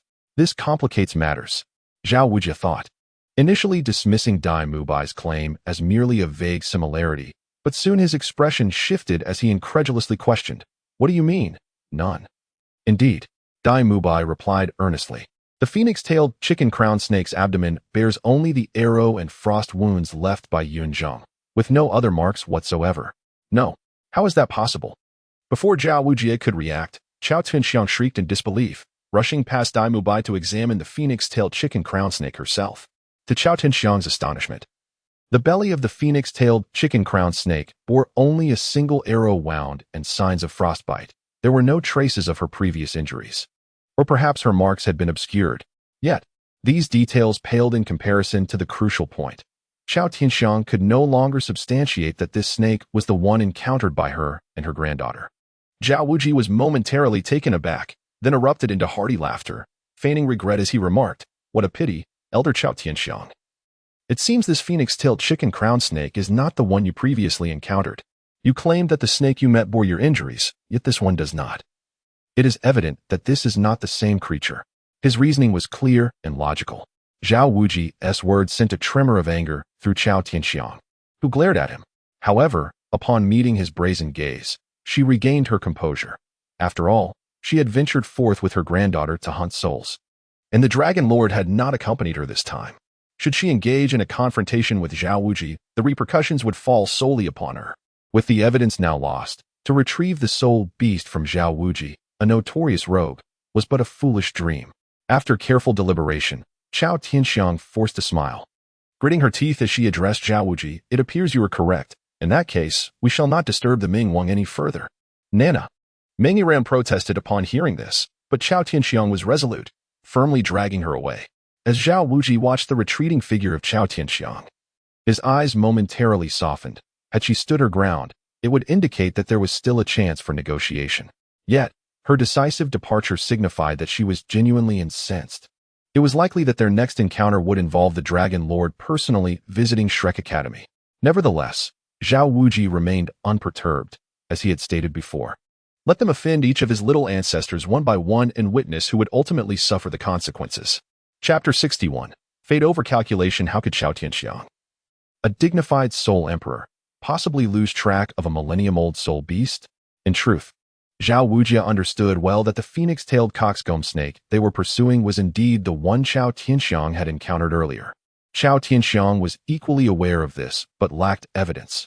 Even the darkest of truths could be transformed into light. The root of this predicament lay in Yun Zheng's arrow. Had it not been for Yun Zheng's fortunate shot, which conveniently concealed the wounds left by Chao Tianxiang, Zhao Wujie might have had to entangle himself with her for a while longer. Retrieving what he had caught was out of the question. But without Yun Zheng's serendipitous intervention, resolving the matter would have been far more complicated, leaving Zhao Wujie without the moral high ground to ask Chao Tianxiang to depart. Reflecting on this, Zhao Wujie glanced at Yun Zheng, who, noticing the gaze, simply shrugged innocently. Zhao Wujie dismissed any further thoughts, not believing that Yun Zheng acted with intent. He perceived it merely as a coincidence. After all, in Zhao Wujie's view, no matter how clever Yun Zheng might be, he could not possess foresight. It was merely unfortunate for Chao Tianxiang and her granddaughter. In actuality, Yun Zheng was indeed deliberate. He bore no malice towards Chao Tianxiang or Meng Eran. He simply wished to prevent a duel between Tang Sect and Meng Eran. Yun Zheng understood that this action could potentially offend the Dragon King and the Serpent Lady. Yet when faced with the choice between the formidable Dragon King at level 80 and the nearly 10,000-year-old Titan Great Ape, he would undoubtedly choose the former. Yun Zheng would rather incur the wrath of the former than confront the latter. He recalled that in the original story, Tang Sect's breakthrough to level 30 occurred during a spar with Meng Eran, which subsequently led to their search for Tang Sect's third soul ring stretching into the night, eventually culminating in their encounter with the Titan Great Ape. The fundamental reason for the Shrek Group's encounter with the Titan Great Ape was indeed Xiao Wu, but the direct cause was Tang Sect's breakthrough to level 30. Had they not sought to procure Tang Sect's third soul ring, it was uncertain if they would have crossed paths with the Titan Great Ape at all. Yun Zheng had to admit his selfishness. Through his actions, Tang Sect not only lost the opportunity to break through to level 30, but also the powerful 8 spider lances. Yet, facing the Titan Great Ape, Yun Zheng dared not gamble. Although there were no casualties in the original narrative, what if? A soul beast like the Titan Great Ape could easily reshape the landscape with a mere gesture. Who could withstand such force? As for Tang Sect, after being on high alert and expending considerable soul power against the phoenix-tailed coxcomb snake, he took the opportunity to recuperate.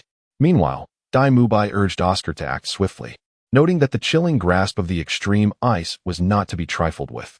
Oscar, shaken from his reverie, nodded and swiftly dispatched the phoenix-tailed coxcomb snake. When Chao Tianxiang had emerged earlier, he feared for his third soul ring, but the situation had turned unexpectedly in their favor. Now, with Chao Tianxiang and her granddaughter having departed, Oscar wasted no time in absorbing the soul ring, summoning his sausage martial spirit as he sat down to meditate. Zhao Wujie stood guard over Oscar, while Dai Mubai and Yun Zheng remained vigilant, and the 4 girls, alongside Ma Hongjun, busied themselves with food preparations. It must be said that Ma Hongjun had a remarkable talent for cooking. Not only was he adept at eating, but he could also prepare meals. Dai Mubai and Oscar often teased him that if he were not a soul master, he could easily earn a fortune as a chef. Similarly, Ma Hongjun believed that if Yun Zheng were not a soul master, he could thrive as a fortune teller. Returning to the matter at hand, they all understood that the absorption of a soul ring was a painstaking process, particularly for an auxiliary soul master like Oscar.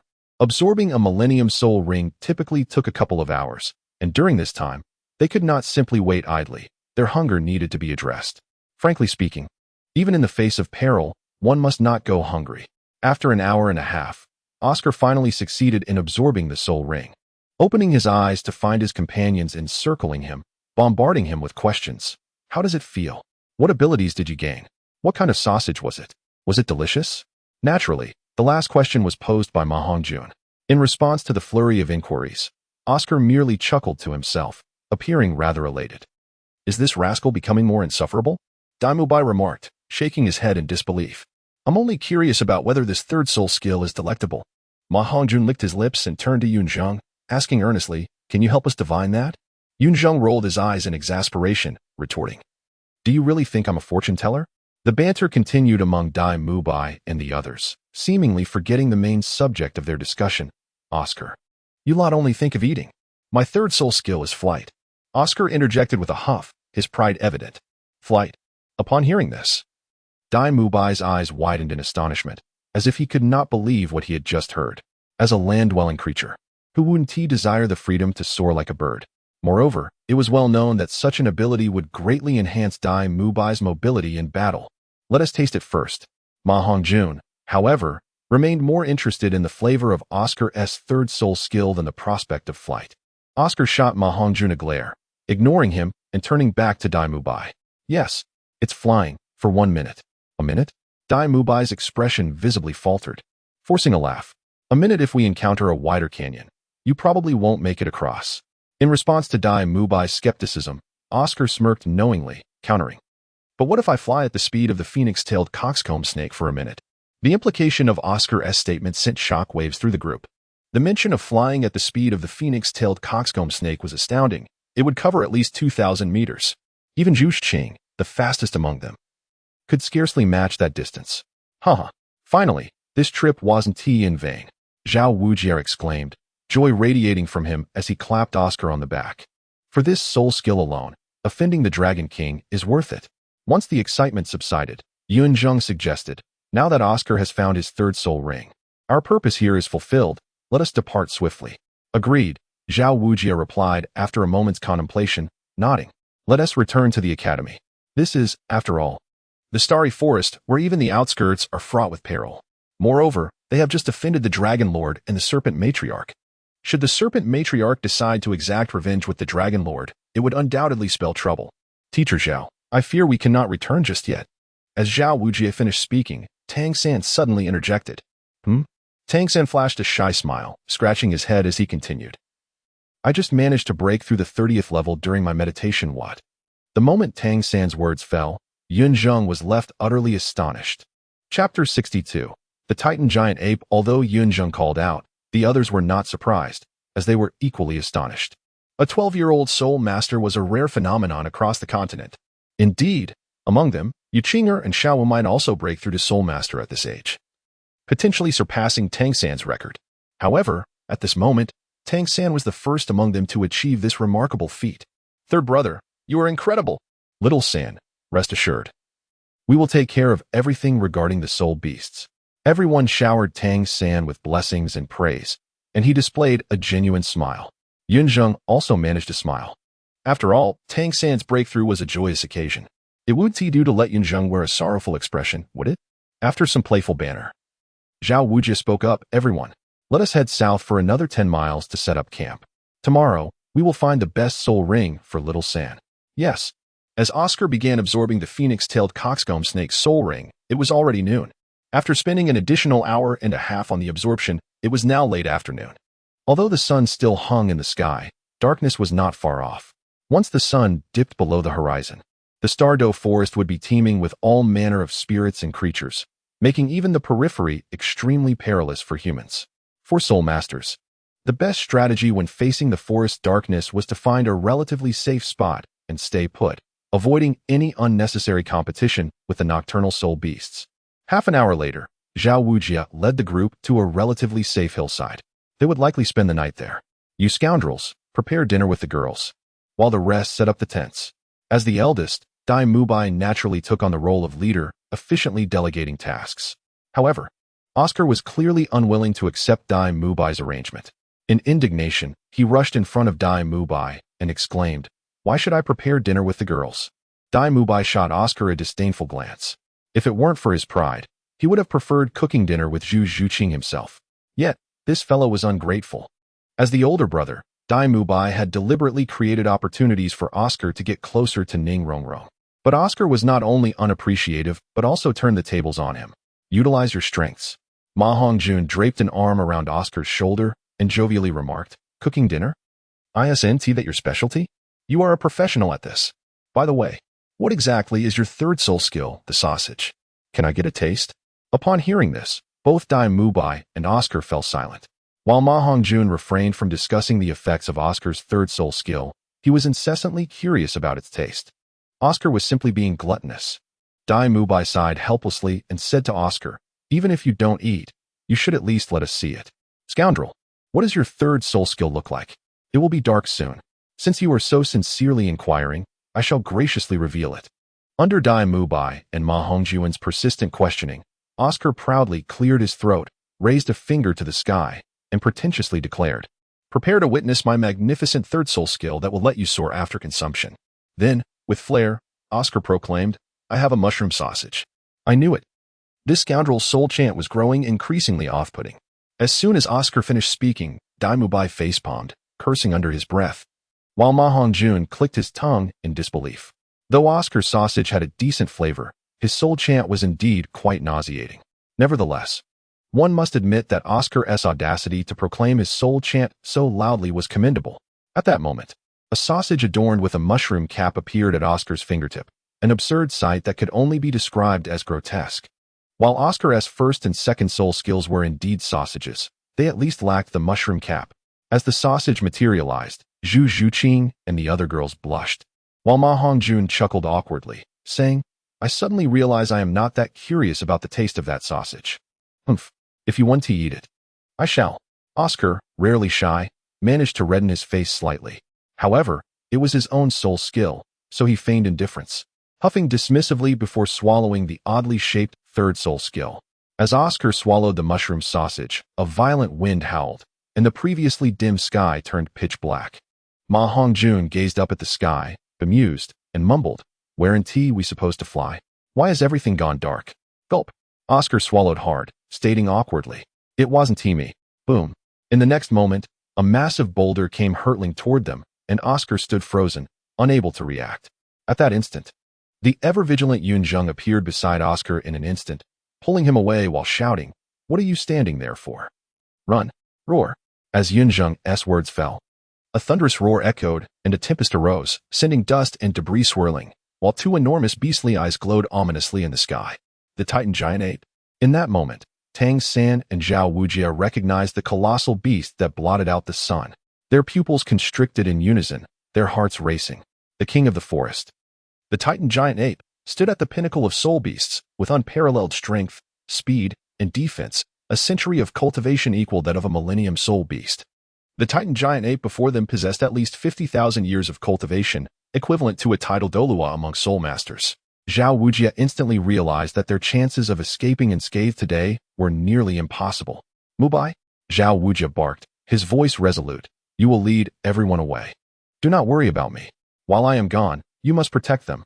Without awaiting Dai Mubai's response, Zhao Wujia stepped forward, took a deep breath, and feigned nonchalance. "Respected king of the forest, we mean no offense. If we have inadvertently trespassed on your territory, we shall leave immediately." Boom.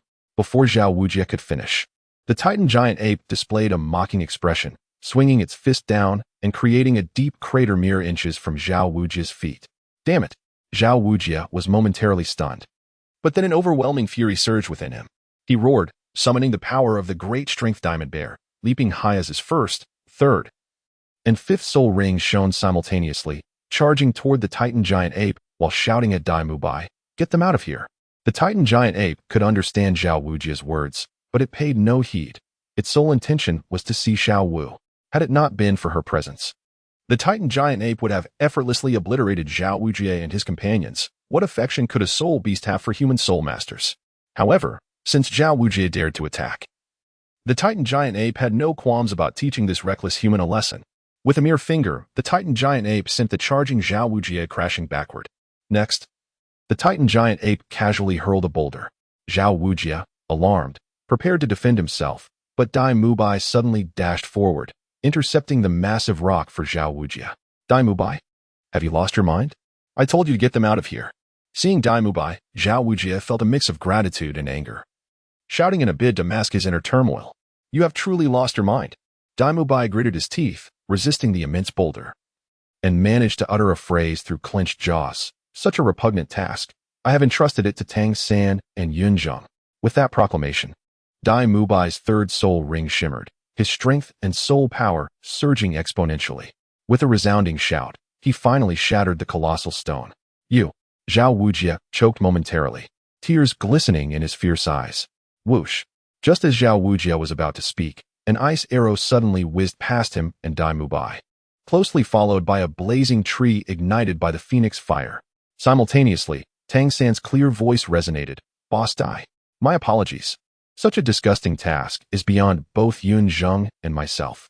Chapter 63. Consider it a favor. To prevent the protagonist from getting involved in Tang San's pursuit of the spider demon, a concise narrative was deemed necessary. Otherwise, the story would be excessively prolonged. With the assistance of Ma Hongjun, Yu Qing'er, and Zhu Zhuqing, Tang San attempted to hurl a fearsome fiery tree at the Titan giant ape. However, despite the impressive display of force, the impact fell short. The Titan giant ape merely roared, extinguishing the flames with a wave of sound. And the tree was obliterated by the oncoming wind before it could draw near. Although Yun Zheng's ice arrows possessed armor-piercing capabilities, they were ultimately ineffective against the Titan giant ape's mountainous form. Like a drop in the ocean, they vanished without a trace. Damn it, Zhao Wujing cursed vehemently. When we return to the academy, I will deal with you. Let us discuss it upon our return. Dai Mubai laughed heartily, unperturbed. The Titan giant ape, incensed by the audacity of these humans to jest before it, decided to teach them a lesson. With this in mind, it extended a finger toward Dai Mubai. After all, Zhao Wujing could be considered a soul saint, but Dai Mubai, a mere soul respect, was akin to an ant that could be crushed with a sneeze. How dare you? Zhao Wujing would not allow the Titan giant ape to have its way. In a fit of rage, he summoned his seventh soul ring, which glowed with a mix of golden light against the night sky, transforming into the formidable form of the great strength King Kong bear. With a powerful push, he blocked the Titan giant ape's finger.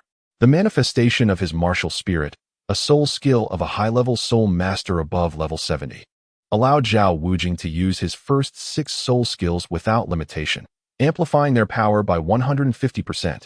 Ning Rongrong, expending all her soul power, bestowed upon Zhao Wujing an enhancement of strength and speed, granting him attributes rivaling those of a soul de law. The 7-treasure glazed tile school was rightly deemed the continent's premier auxiliary martial spirit, not only for its potent support capabilities, but also for its unparalleled amplification that transcended rank disparities, drawing countless soul masters to its prowess. Yet, despite all this, the Titan giant ape remained unimpressed. To put it bluntly, it had never taken the situation seriously. What did a martial spirit manifestation matter? What did the increase in attributes mean? Even if a tidal Douluo were to descend in full force, the outcome would merely be a 50-50 contest against the Titan giant ape. Meanwhile, while everyone else exerted their utmost to assist Zhao Wujing in fending off the Titan giant ape, only Xiao Wu intentionally steered clear of the main battlefield, her expression conflicted. Behind her were merely 4 individuals. Oscar was supporting the exhausted Ning Rongrong, and Yun Zheng, with a flicker of his gaze, instantaneously appeared beside Xiao Wu, whispering, "If I were you, I would leave with it." Upon hearing this, Xiao Wu trembled, her eyes wide with shock as she regarded Yun Zheng, her mind swirling with unasked questions, yet unsure how to voice them. Yun Zheng swiftly shot an arrow, aiding Yu Qing'er in dislodging a falling boulder, then adopted a more forceful tone. "If you wish to prevent the others from falling into peril, depart with the beast. Trust me, should anything happen to anyone, you will bear the weight of that responsibility." With that, Yun Zheng disregarded Xiao Wu's reaction and vanished, joining Yu Qing'er in battle. Meanwhile, Zhao Wujing's martial spirit manifestation had been shattered by the Titan giant ape, causing him to spit blood and plummet from the skies. This sight jolted Xiao Wu into action. No longer hesitating, she leaped towards the Titan giant ape, only to be pulled back by Tang San's control technique. Yet, akin to one unable to rouse a slumbering individual, no one could deter someone intent on sacrificing themselves. Xiao Wu's scorpion braid ensnared Tang San, flinging him back, while she herself was seized by the Titan giant ape. With its target secured, the Titan giant ape disregarded the remaining individuals, unleashing a roar that sent them reeling before making its exit. Following this, the events that unfolded were rather mundane. Ma Hongjun and the others felt relief for having survived, and rightly so. Encountering the Titan giant ape in the Star Doe forest and losing only one person was a stroke of fortune amidst misfortune. Although this sentiment was tinged with regret for Xiao Wu, the reality stood. Typically, an encounter with the Titan giant ape would likely result in total annihilation. Deep down, everyone understood that Xiao Wu's chances of survival after being captured by the Titan giant ape were minuscule. However, Tang Sen could not accept this. He needed to see her alive or a body to grieve over. Rationally, the most prudent course of action would be to regroup and leave this perilous place, returning later to search for Xiao Wu. Yet, Tang Sen disregarded reason. Having previously shunned his feelings for her, he now recognized his love for Xiao Wu. Without her, his life would hold no significance, and even in death, he wished to be united with her. In this almost twisted fervor, Tang San's eyes blazed crimson as he fixed his gaze on Oscar, demanding the flying mushroom sausage. If Oscar had experienced enough and maintained his composure, he would have refrained from aiding Tang San, allowing someone with a skewed mindset, one seemingly seeking death, to recklessly venture into the treacherous Star Do forest, especially to pursue the Titan giant ape, was akin to sentencing him to demise. Yet, youth is often ruled by emotion, and Tang San's fervent and sincere feelings deeply moved Oscar, prompting him to hand over the flying mushroom sausage without hesitation. Familial bonds, love, and friendship often overshadow rational thought for the young. Coincidentally, aside from Zhao Wujing, all present were youths.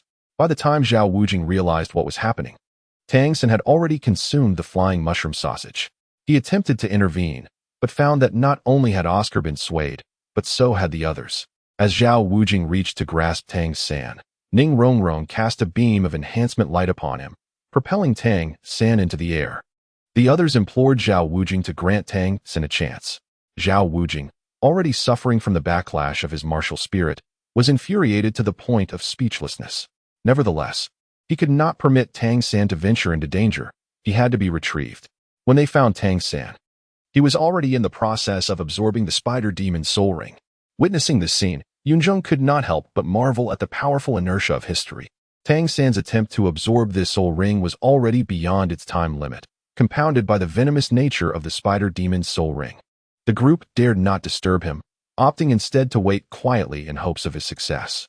Fortunately, Tang San's absorption process progressed steadily, and all they needed to do was wait. Yet, as hours passed, dawn broke, and even Xiao Wu returned. Tang San remained unresponsive.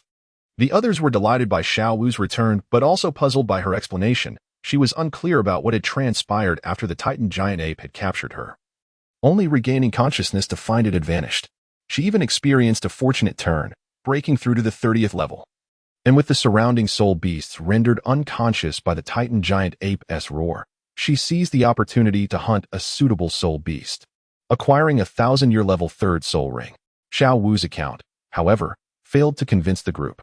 Nonetheless, her return was a blessing, and they chose not to dwell on the details. Of course, Xiao Wu would not forget Yun Zheng's earlier words. In the stillness of the night, she intentionally kept watch alongside him. Originally, that duty belonged to Zhao Wujing, but now, burdened by the backlash of his martial spirit, he was the one in greatest need of recuperation. Do you know my identity? Xiao Wu asked, her voice laced with uncertainty. Yun Zheng shrugged non-committally, replying, I happen to know, but it's not just me. Sangu's father is likely aware of your identity as well. He refrained from mentioning that Yu Zhongbai might also know, not wanting to alarm Xiao Wu, as the relationship between Tang San's father and Yu Qing'er represented a stark contrast in their connection to her, although she had long suspected it. Hearing Yun Zheng's affirmation caused Xiao Wu's expression to falter, particularly upon realizing that Tang San's father was also privy to her true identity. Her cheeks paled. She understood well what it meant to have been a soul beast for 100,000 years. If only Yun Zheng knew, it would be manageable. However, with Tang San's father also aware, her presence by Tang San's side could be jeopardized. Observing the change in Xiao Wu's demeanor, Yun Zheng chuckled softly, saying, Do not fret unnecessarily. Currently, no one knows your true identity, and the fact that San Ji's father has not impeded your relationship with him speaks volumes about our stance. The reason I revealed your identity today is simply to prevent those two from the core area from bothering you unnecessarily, both now and in the future. I am not in a relationship with Ge. Xiao retorted, her cheeks flushing crimson at the implication. Yun Zheng laughed lightly. Say what you will. He found no inclination to argue with her. The truth was evident to all, though only Tang San and Xiao Wu themselves were reluctant to acknowledge it. As for the Titan giant ape and the sky blue bull python, Xiao Wu had already taught them a lesson, ensuring they would no longer disturb her life without her consent. Xiao Wu shot Yun Zheng an indignant glare before falling into silence. After a considerable pause, she finally murmured, Regardless, thank you. But could you please continue to keep this secret, especially from my brother? I do not wish for him to find out very well. But consider this a favor owed to me. Yun Zheng mused, raising an eyebrow with a light-hearted tone. Well, you are quite stingy, Xiao Wu exclaimed, feeling a wave of relief at his teasing manner. I am not Tang San. I cannot work for you for free. My kindness belongs to Qing'er. At least you dare to mention your brother. You and Qing'er are no different. Apologies, but Qing'er and I are not siblings. Chapter 64. A young man's evening. Once Tang San awoke, Yun Zheng and the others departed from the Star-Do forest. It is noteworthy that previously, Oscar's phoenix-tailed chicken snake had snatched Meng Yuran's soul beast, and this time, Tang Sect's faceless spider again stole Meng Yuran's soul beast, with both incidents witnessed by her. On this occasion, Meng Yuran had brought along her grandfather, Long Gong. After 2 consecutive thefts, both Meng Yuran and her grandfather were visibly upset, seemingly poised to seek justice. However, when Ning Rongrong revealed the 7-treasure glazed tile school's master token, the old man quickly retreated, much to Zhao Wujia's disappointment. After bidding farewell to Long Gong and Snake Granny, Yun Zheng and his companions prepared to return to the academy. By the time they arrived, the moon was bright yet sparse among the stars. Zhao Wujia instructed everyone to return and rest, announcing, "We have a break for the next 2 days. And classes resume in 3 days. Understood?" "Yes." Upon seeing Yun Zheng and the others nod, Zhao Wujia, too fatigued to concern himself with whether the energetic youngsters had truly absorbed his words, waved dismissively and retreated to his room. The backlash from his martial soul had persisted for 7 days, leaving him drained and dizzy. Now that they were back at the academy, he felt no worry for Yun Zheng's safety. All he wanted was to collapse into bed. Even if Yun Zheng blew up the academy, he would leave it for Flander to deal with. Once Zhao Wujia departed, Ma Hongjun immediately revealed his true self, exuberantly exclaiming, "Ah, the feeling of being home is wonderful. Is there anyone who wants to join me for a midnight snack? What time is it? All you think about is eating." Oscar scoffed, casting a disdainful glance at Ma Hongjun. "You know nothing. Being able to eat is a blessing." Undeterred by Oscar's jibe, Ma Hongjun simply dismissed it. He believed that if one wasn't enthusiastic about food, it was Oscar who had the issue. With that, Ma Hongjun turned his attention away from Oscar and the others, focusing instead on Zhu Zhuqing and the girls. Zhu Zhuqing didn't even glance at Ma Hongjun. Leaving without a word, Xiao Wu and Yu Qinger stuck out their tongues and said, "Sorry, eating something so greasy at night will cause breakouts." Ning Rongrong appeared pensive, completely oblivious to Ma Hongjun's presence. After being rebuffed by the girls, Ma Hongjun shrugged it off, saying, "If you won't eat, I will eat by myself." His inquiry had merely been a formality. Ma Hongjun had never intended to share a midnight snack with the girls. Although he appeared foolish, he was quite aware of his surroundings. His brothers had clear goals, and he would never think of undermining them. With that, Ma Hongjun excitedly dashed toward the kitchen. Dai Mubai, watching Ma Hongjun leave, sighed, "Everyone has had a long day. Let's all go back and rest." Hardly had he finished speaking when he hurried after Zhu Zhuqing. Though the night was deep, none of them felt particularly sleepy. Yun Zheng, after escorting Yu Qinger and Ning Rongrong back to their dormitory, sought out the most tranquil tree. With a gentle leap, he settled into a branch, gazing at the bright moon on the horizon, his eyes shimmering with an indescribable glow. It must be acknowledged that while the Douluo Continent may lack technological advancement and cultural abundance, it boasts an enchanting environment free from the industrial pollution of modernity. The fresh air invigorated the spirit, the cool night breeze caressed his face, fireflies danced ethereally among the bushes, and the gentle sound of flowing water played a melodic symphony in his ears. After the new rain in the empty mountains, the weather turns autumnal, he mused, recalling ancient poetry that captivated the heart, lamenting that he had not memorized more verses in the past, leaving him capable of recalling only this one. Yun Zheng rested his arms behind his head, sighing wistfully. According to the calendar of his previous life, today marked the Mid-Autumn Festival, a day of festivity, when one could enjoy mooncakes and take a break from toil. Alas, here, Yun Zheng could only celebrate alone. Indeed, the seasonal customs of Douluo Continent diverged from those of Earth, yet the sight of the full moon stirred within him a profound nostalgia. Humans possess a peculiar tendency to overlook the tangible while yearning for the unattainable. Yun Zheng was no different, back on Earth. He had fantasized about traversing to a new realm and ascending to the pinnacle of existence. Douluo Continent had once been a splendid vision in his dreams.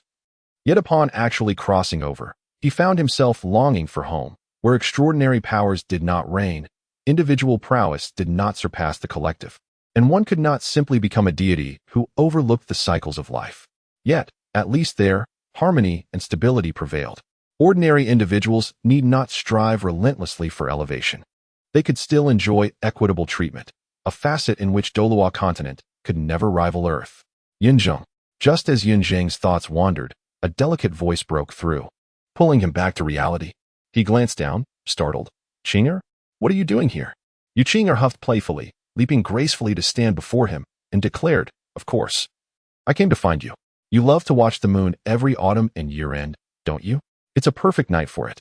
Yun Zheng paused, warmth flooding his heart. Before he could respond, Yu Qing'er opened her arms and sweetly implored, "Hug me." Ah! Yun Zheng's heart fluttered, but recalling Zhao Wujia's scars, he forced a laugh and waved his hand, saying, "I'm not that fragile yet." Yu Qing'er pouted, her brows furrowing in displeasure at Yun Zheng's rejection. She seized his arm and playfully scolded, "Come here." With that, Yu Qing'er pulled Yun Zheng into her embrace, resting her head on his shoulder. After affectionately nuzzling his cheek, she beamed with satisfaction. Enveloped by the soft warmth of the girl, Yun Zheng felt his cheeks flush. After a token struggle, he relented, half-heartedly yielding to her embrace. It seemed that no one intended to sleep that night. Yun Zheng and Yu Qing'er admired the moon from the branches, while Ma Hongjun busied himself in the kitchen. Others were equally engaged. At the other end of the village, Zhu Zhuqing stood atop an abandoned temple, quietly playing her ceramic flute.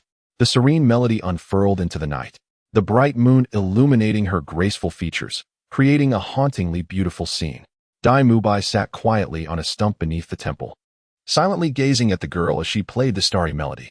Tang San and Oscar discussed the events of the previous day, with Oscar still feeling a lingering sense of dread. In truth, when Oscar had handed over the flying mushroom sausage to Tang San, he had already regretted it.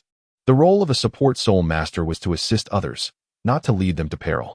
Had Tang San truly perished in the Stardow Forest, Oscar would have been burdened with guilt for a lifetime. Tang San, however, brushed it off. He even felt he lacked the right to forgive Oscar, for he was genuinely grateful for Oscar's contribution to his growth. With this understanding, Oscar felt a weight lift from his heart, and their friendship deepened. Among the youth, there were no schemes or deceptions, only heartfelt sincerity. Thus, friendships formed in youth are treasured. Before maturity, 3 months of camaraderie can be cherished for a lifetime, while 3 years of friendship can be forgotten with ease upon maturation. This distinction underscores the restraint exhibited by Yu Zhongbai and Tang Hao, 12-year-old boys. Having studied together for a year or two, would likely become friends. If Yun Zheng and Tang San were to grow close, their elders would surely wish for harmony among the children. If Yun Zheng and Tang San were both 20 years old, perhaps Yu Zhongbai and Tang Hao would not be so easily approachable. Returning to the main subject, while Tang San and Oscar were engaged in a casual conversation, Ning Rongrong suddenly approached and called Tang San away. This scene was inadvertently witnessed by Xiao Wu from the dormitory. If all goes as expected, Tang San would soon owe Xiao Wu an explanation. Meanwhile, in the room, Zhao Wujia heard the commotion outside and let out a hum, muttering to himself with a mixture of envy and resentment. The youth have abundant hair. The late nights they endure now will surely be repaid in the future. In the dean's office, Flinders smiled faintly, reflecting, the academy is about to become lively once more.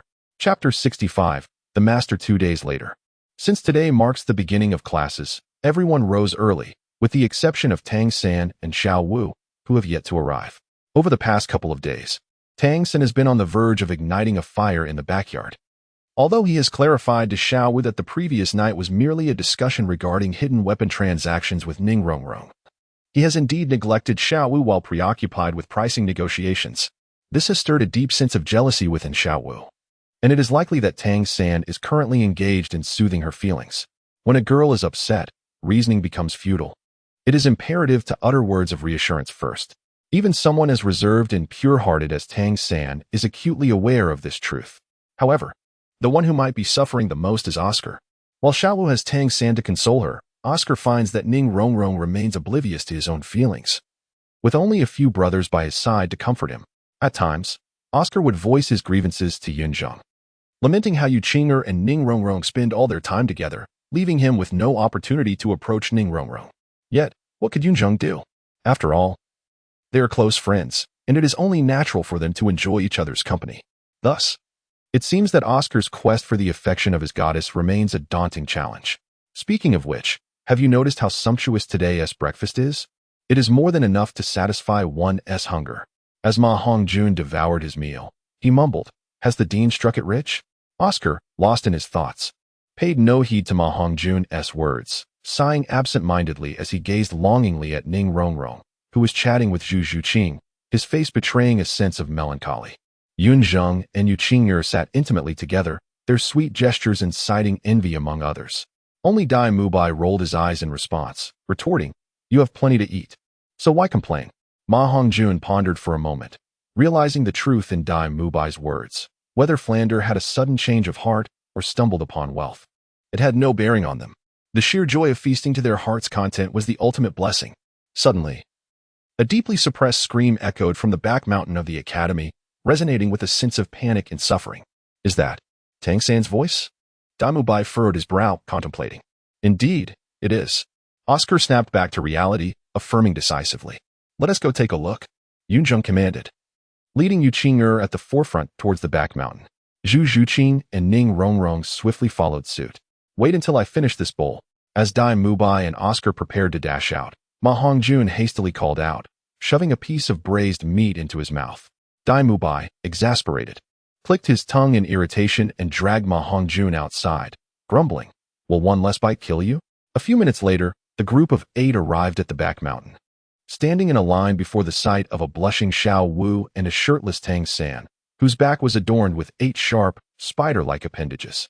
The expressions among the onlookers varied. Some were teasing, others amused, and some awkward, creating a rather entertaining scene. Moments before, Xiao Wu and Tang San were nearly locked in a kiss, and clearly their arrival was ill-timed. Holding his bowl, Ma Hongjun stared blankly and muttered, "What is this? Role-playing?" It was unclear why he thought of role-playing. Perhaps his imagination was simply peculiar. No one paid heed to Ma Hongjun's nonsensical comment. Dai Mubai, being the more composed one, scrutinized the peculiar appendages on Tang San's back and remarked, "Such a unique soul power fluctuation, it resembles Yun Zheng's external soul bone." Oscar, picking up on Dai Mubai's observation, provided a confirming answer. The expressions of Yu Qing'er and the others grew serious. Being of noble birth, they were no strangers to external soul bones. Ma Hongjun's heart raced as he exclaimed, "8 external soul bones." Upon hearing this, everyone fell silent, and Yun Zheng patted Ma Hongjun's shoulder, saying earnestly, "You should read more and think critically. Don't let that large head of yours become a mere ornament. This way, you won't see mysteries everywhere." "What? Am I not allowed to ask questions?" Ma Hongjun protested, sensing the subtle sarcasm in Yun Zheng's words. "This is an external soul bone." Before Yun Zheng could elaborate further, a calm and serious voice resonated from behind them. "Teacher." Upon seeing the newcomer, Tang San was instantly elated, striding forward to bow respectfully. Meanwhile, Yun Zheng and the others caught sight of the master.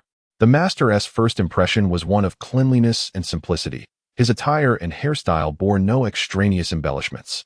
Dressed in understated black and gray, he exuded an aura of modesty.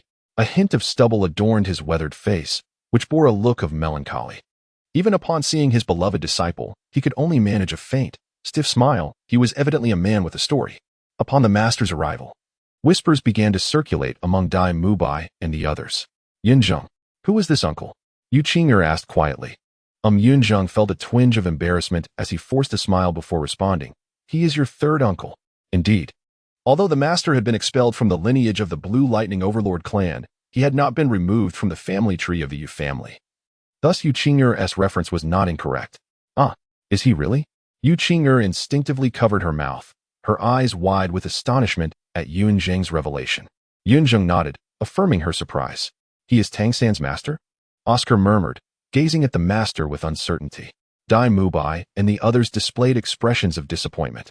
They had high expectations for Tang San's master, believing that anyone capable of nurturing such an exceptional disciple must possess vast knowledge and immense strength. Yet, the master was clearly far from their expectations. Sensing the disappointment among the group, the master smiled gently and introduced himself. "Hello. I am Tang San's master and will be your instructor moving forward." Upon hearing the master's words, Tang San and Xiao Wu were elated.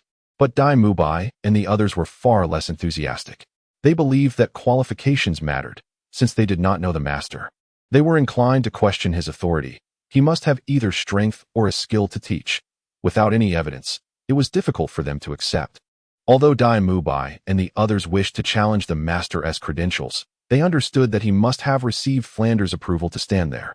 And out of respect for Tang San, they refrained from voicing their doubts. However, The master was perceptive enough to sense their skepticism and recognize the need to demonstrate his capabilities to these talented individuals. Although he lacked combat strength, indeed, he could not best even Ma Hongjun. He possessed a remarkable skill that he had honed over time. Haha, I know you are skeptical, and that is perfectly fine. However, Flander has entrusted you to me, so I am now your teacher. The master said gently. It's natural for you to doubt me, but I have confidence in myself. How about this? Let us make a wager. Give me 1 week. During this week, you will strictly adhere to the tasks I assign. If, by the end of the week, there are no results, I will leave immediately. But if there are results, you must accept me as your teacher. In this manner, even if I were to depart, you need not worry about Flander casting blame. We can all maintain our dignity. How does that sound? Initially, the master did not intend to be so forthright. In his original plan, he sought to undermine the pride of this group of prodigies, exploiting their vulnerabilities one by one, much like the strategy Flander employed against Ning Rongrong.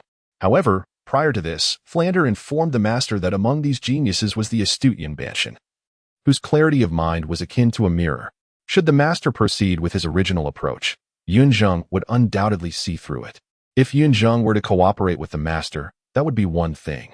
However, if he chose not to, it could lead to total defeat and even counterproductive outcomes. Thus, the master opted for a candid confrontation with everyone. It can be said that the master's strategy was entirely directed at Yun Zheng. The master aimed to convey to Yun Zheng that he acknowledged his intelligence and would not engage in any tricks. He wished to demonstrate his capabilities while urging Yun Zheng to reciprocate with sincerity. Chapter 66. The Master's Training Teacher. Tang Sect. Finding it difficult to watch the master demean himself, hesitated, feeling that the master shouldn't have set up this wager, as time would naturally prove everything. Before Tang Sect could finish, the master waved a hand, cutting him off. After giving Tang Sect a look to silence him, the master's gaze settled on Dai Mubai and Yun Zheng. The master had discerned that Tang Sect and Xiao Wu, having been his students from the start, naturally believed in him. The remaining 8 were primarily influenced by the attitudes of Yun Zheng and Dai Mubai. Dai Mubai's opinion reflected that of Zhu Zhuqin, Oscar, and Ma Hongjun, while Ning Rongrong and Yu Qing'er deferred to Yun Zheng. Dai Mubai was wavering. A week was sufficient to determine whether this weathered man possessed genuine skill. Sensing this, the master pressed his advantage. Furthermore, during my tenure, I will have complete authority over the academy, including finances. I will ensure the best nutritional support for your training, along with necessary medicinal baths. This morning's breakfast was merely a prelude to even better provisions. Dai, this uncle is a natural fit as our teacher. No sooner had the master spoken than Ma Hongjun, his eyes gleaming, sided with the master and exclaimed to Dai Mubai. Ma Hongjun had been wondering how the miserly Flander could have arranged such a lavish breakfast, but upon learning it was this uncle's doing, Ma Hongjun instantly defected. You gluttonous oaf. Dai Mubai, fully aware of Ma Hongjun's thoughts, cuffed him, scolding good-naturedly. However, with the master having gone this far, Dai Mubai had no reason to refuse. Taking a deep breath, Dai Mubai looked at the master earnestly, stating, "Very well. We will fully cooperate with you for a week. But we expect our efforts to be rewarded." Naturally, the master nodded confidently. With Dai Mubai's agreement secured, the master turned his gaze to Yun Zheng. Yun Zheng did not steal Dai Mubai's thunder, simply offering the master a subtle nod. Yun Zheng believed in the master's abilities, even without having read the original work. Yun Zheng was acquainted with the master's capabilities. In the past 6 years, Yun Zheng had gained some insight through Yu Zhongbai, who would occasionally seek the master's counsel, a testament to the master's genuine talent. However, since the master desired to prove himself, Yun Zheng was willing to oblige. With the endorsement of Yun Zheng and Dai Mubai, the master felt a sense of relief. In that case, everyone, gather at the village entrance. Taking a deep breath, the master abandoned his previous gentleness, his expression turning stern as he commanded sharply. The sudden shift in the master's demeanor sent a tremor through the group. Dai Mubai frowned slightly, seemingly harboring some reservations. But remembering his promise, he adopted a respectful attitude, nodding first and replying in a deep voice, "Yes." With that, Dai Mubai dashed toward the village entrance. The others exchanged glances, following suit with some trepidation. Ma Hongjun suddenly realized that his defection had been somewhat rash, as the master was not as amiable as he had imagined. Upon arriving at the village entrance, they discovered 10 baskets, each labeled with their names and filled with what appeared to be heavy stones. A sense of foreboding washed over them. "This is your first lesson," Carry these stones and run 10 laps around the village without using soul power. Anyone who fails to return before nightfall will not eat." The master's voice echoed from behind them. As the master's words fell, Ma Hongjun and Ning Rongrong's faces turned ashen. The others displayed varying degrees of unease. While Oscar's face turned green, the others had never run before, but Oscar had experienced it firsthand. Shrek Village was not large, but neither was it small. When Flander had instructed Oscar to run 10 laps around the village, even with the use of soul power, it had taken him 2 or 3 hours. Now, the master was ordering them to run 10 laps around the village with heavy loads and without using soul power. Yun Zheng and Yu Qing'er also wore peculiar expressions, but their thoughts differed from those of Oscar and the others. Oscar and the others felt the task was too arduous, while Yun Zheng and Yu Qing'er felt it was too simple. Yun Zheng and Yu Qing'er had trained their bodies since childhood. One possessed innate divine strength, while the other had an exceptional physique. These stones, weighing no more than 30 or 40 kilograms, were insignificant to them. "What? Are you going back on your word?" Seeing their hesitation, the master narrowed his eyes, intentionally goading them. Spurred by the master's challenge, Dai Mubai scoffed and hoisted his basket. Tang Sect followed suit, running alongside Dai Mubai. The others had no choice but to follow. Yun Zheng and Yu Qing'er exchanged glances, noticing the oddity in each other's eyes, but still hoisted their baskets. As they prepared to run, the master suddenly called them back. Yun Zheng and Yu Qing'er turned back in confusion, and the master gestured for them to approach. As they stood before him, the master produced 2 sets of bracelets from his soul tool, each set containing 4 pieces. The bracelets were small and even somewhat exquisite, suitable as ornaments. However, upon hitting the ground, they created deep indentations. "These were prepared for you too by your second brother. The ones on the left are for Yun Zheng, and the ones on the right are for Qing'er. Your second brother intends for you to wear these bracelets from today onward." The master glanced at them, smiling slightly, and continued, "Your second brother and my training are synchronized. I hope you persevere." Yun Zheng blinked, picking up the 8 bracelets. Instantly, Yun Zheng's expression changed drastically. Yu Zhongbai's bracelets for Yu Qing'er weighed at least 300 pounds combined, while Yun Zheng's bracelets weighed 1,000 pounds. "Master, you truly dote on me." Yun Zheng inwardly groaned in amusement. Uncle, is there anything else?" Yu Qing'er asked hesitantly. Yun Zheng noticed that the master visibly trembled when Yu Qing'er addressed him as uncle, his rigid expression softening. After all, they were family. It was impossible for the master not to care for his niece, Yu Qing'er, but he had refrained from acknowledging her. The master had numerous opportunities to meet Yu Qing'er. In the past 6 years, Yu Zhongbai had repeatedly suggested bringing Yu Qing'er and Yun Zheng to see him, but the master had always refused. In the master's heart resided a morbid pride, a self-esteem bordering on inferiority. He did not want Yu Qing'er and Yun Zheng to see his incompetent side. He wanted to achieve success before standing before them.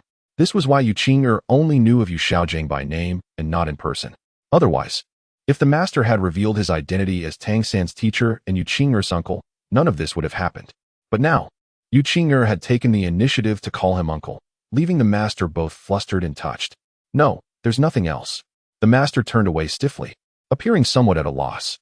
Yu Qing'er was bewildered, sensing that her unfamiliar third uncle was rather peculiar, and thus inquired, "Shall we proceed then?" Upon receiving a nod from the master, she eagerly grasped Yun Zheng's hand and dashed outside. It must be said that Yu Zhongbai had accurately assessed the capabilities of both Yun Zheng and Yu Qing'er. The weights of 300 and 1,000 pounds effectively subdued them to the status of ordinary individuals. Consequently, even a mere increase of several dozen kilograms by the master felt quite burdensome. If they continued at this pace, it was likely that the performance of Yun Zheng and Yu Qing'er would not significantly surpass that of their peers. They were all good children. After Yun Zheng and Yu Qing'er had exited, the master sighed in contemplation, but soon thereafter, he exhaled deeply, his expression darkening as he lamented, "Yet I, as their third uncle, have brought disappointment." Following a brief moment of despondency, the master rallied his spirits. Previously lacking the opportunity, he now found himself as the teacher to this group of prodigies. As the foremost in theoretical knowledge, he resolved to exert his utmost effort in the days to come, ensuring that these talents would regard him with newfound respect. Xiaojing. Just as the master envisioned the future, Flanders stormed toward him, brandishing a bill with indignation, demanding, "Xiaojing, is this truly your plan for a day's worth of meals?" While the master had exerted immense effort to consider the needs of Yu Qing'er and her peers, he exhibited far less patience towards Flander. He merely glanced at Flander and confidently replied, "Indeed. What of it? Flander, infuriated by the master's demeanor, retorted, "You are blissfully unaware of the costs of living. Do you not realize that if this continues, the academy will soon face bankruptcy?" 2 months. Without even glancing at the bill in Flander's hand, the master provided a precise timeline. The academy's funds will suffice for 2 months. Knowing this, how can you still be so wasteful? In 2 months, we shall be eating dirt. Flander lamented. Do you realize that the medicinal baths you've prepared for the children have drained my savings? That is of no concern. I have my own plans, the master assured him confidently before turning his attention to preparing the medicinal baths for Yun Zheng and the others. Chapter 67. The codename of the crowd. The master's wager with the group was set for a week, yet by the 3rd day, Dai Mubai and the others had already developed a deep admiration for him. The master, although a strict teacher, undeniably possessed a unique approach to education and training. His reputation as a theoretical expert was well-deserved. Ning Rongrong even confessed that within the 7 treasure glazed tile school, none could rival his theoretical prowess. Despite his limitations in innate talent and strength, the master's decades of relentless research into the spirit master and spirit beast systems endowed him with wisdom and talent that surpassed ordinary individuals. Regardless of the master's past experiences and endeavors, his unwavering commitment to continuous learning and self-improvement over the years is commendable, surpassing that of 99% of spirit masters on the continent. Even more remarkable is the master's ability to teach in an engaging yet profound manner, guiding Yun Zheng and the others to comprehend complex concepts while using the simplest of language to elucidate the deepest truths.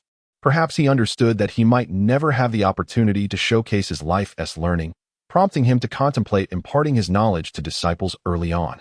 With the experience of teaching Tang Sect behind him, he found it even easier to teach Yun Zheng and the others. In terms of training, the master was indeed formidable. He could precisely gauge the limits of each individual, tailoring training regimens that suited their unique characteristics. Sometimes, his methods were amusing, such as instructing Tang Sect to build a house with the 8 spider lances, or having Ma Hongjun cook with the phoenix fire, and even making Yun Zheng and Yu Qing'er play dodgeball. Yet, upon adhering to the master's rigorous requirements, they reaped substantial benefits, albeit occasionally exhausting themselves in the process. Of course, the master was equally attentive to practical combat training. His methods were unconventional, occasionally pairing individuals for free-for-alls or orchestrating battles where they faced uneven numbers, such as 5 against 4, 6 against 3, or even 1 against 8. At times, he would restrict Yun Zheng and the others from using certain abilities, forcing them to engage in spirit battles with their hands tied. Initially perplexed, they gradually grasped the rationale behind these exercises. Combat for spirit masters could never be as rigid as depicted in textbooks. Various forms of battle, group fights, chaotic skirmishes, and team confrontations were all possible, and their opponents could vary widely. Take Dai Mubai as an example. Before meeting Tang Sect, he had no knowledge of hidden weapons. Before encountering Yun Zheng, he had never heard of dual-element spirit masters, and prior to knowing Yu Qing'er, he could not fathom that a powerful attack-type spirit master could ignore control. The continent was vast, teeming with peculiarities, and a myriad of enemies could arise. The master sought to cultivate the group's ability to adapt to various forms of combat and to confront diverse adversaries. The master's teaching and training methods were plentiful and varied. Some training regimens were entirely novel to Dai Mubai and his companions, proving not only effective but also enjoyable. By the end of the week, they had completely forgotten their earlier wager. It was no wonder that Tang Hao felt at ease allowing his only son to learn from the master. However, 2 months later, the master's training had to come to a pause. This pause was unavoidable. Under the master's guidance, Yun Zheng and the others had indeed experienced comprehensive growth, from tangible increases in strength to abstract insights into their martial souls, the integration of spirit skills, and enhanced combat awareness. Their progress was evident to the naked eye. Yet, behind these advancements lay a substantial amount of gold spirit coins. Over the past 2 months, Flinder had been nearly in tears every night, as the daily bills felt like death warrants, tormenting him both mentally and physically. The master spent money without restraint. He would purchase medicinal materials worth thousands of gold spirit coins without a moment's hesitation, buying anything he deemed beneficial for Yun Zheng and the others' training. 2 months prior, Flinder had enjoyed a period of unprecedented wealth when Yun Zheng and his companions first enrolled. having received the scholarship from the 7-treasure glazed tile school along with subsidies from 2 titled Douluos. In his lifetime, Flinder had never been so extravagant, even doubling the bonuses he awarded to Zhao Wujin. Yet, in a mere 2 months, 60 days, he found himself unable to produce even 1,000 gold spirit coins. He could no longer sustain such lavish training as the master had previously orchestrated. Consequently, the master's training had to transition into its second phase. One day, he summoned everyone into a room and solemnly announced, after 2 months of training, the academy has run out of funds. Upon hearing this, the group was taken aback, yet not overly surprised, as the expenditures had been evident. Hence, to repay the academy's financial deficit and to facilitate future training, I require you to participate in the soul fighting competition beneath Soto City.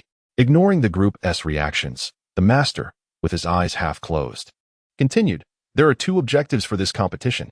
The first, as I have mentioned, is to repay the academy's financial losses. The second is for all of you to obtain the Silver Spirit Badge from the Soto City Great Spirit Arena. At this point, the master suddenly opened his eyes wide, fixing an intense gaze upon everyone, and inquired deliberately, do you know what this signifies? Under the master's penetrating gaze, the group felt a weight in their hearts. Sensing the pressure, does it mean we can graduate? At that moment, Ma Hongjun swallowed hard and hesitantly spoke up. Flinder had previously stated that one of the conditions for graduating from Shrek Academy was to obtain the Silver Spirit Badge from the Great Spirit Arena. But Ma Hongjun's sudden mention of this shifted the atmosphere in an unexpected direction, dissipating the previously serious tone.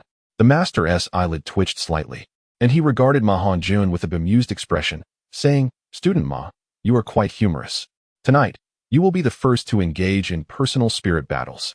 If you lose, you shall run 10 laps around the village tonight. Please, master, I was wrong, Ma Hongjun exclaimed, his voice filled with despair as he quickly begged for mercy. The master paid him no mind and turned his attention to Tang San. Little San, you are not permitted to use hidden weapons without my permission. Tang San's heart raced at this command, but trusting the master, he nodded. Understood. Very well. The master acknowledged with satisfaction before shifting his gaze to Yun Zheng and Yu Qing'er, instructing, you 2 must not remove your bracelets. Understood. Yun Zheng and Yu Qing'er had anticipated this and did not resist. Seeing that Yun Zheng and Yu Qing'er had no objections, the master then addressed everyone, producing 9 masks from his robe. One final point. During the competition, no one is to reveal their appearance or name. All must wear masks and use code names. Upon hearing this, Dai Mubai remarked with a puzzled expression, Master, is this truly necessary? Our martial souls are visible during battles. For instance, Fatty, Yun Zheng, and Qing'er possess unique martial souls that only one of each kind exists on the continent. Moreover, I have been mingling at the Soto City Great Spirit Arena for years. Anyone with a bit of curiosity could uncover our true identities with minimal investigation.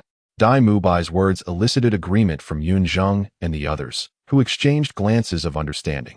No, the use of codenames and masks is essential, the master replied, shaking his head seriously.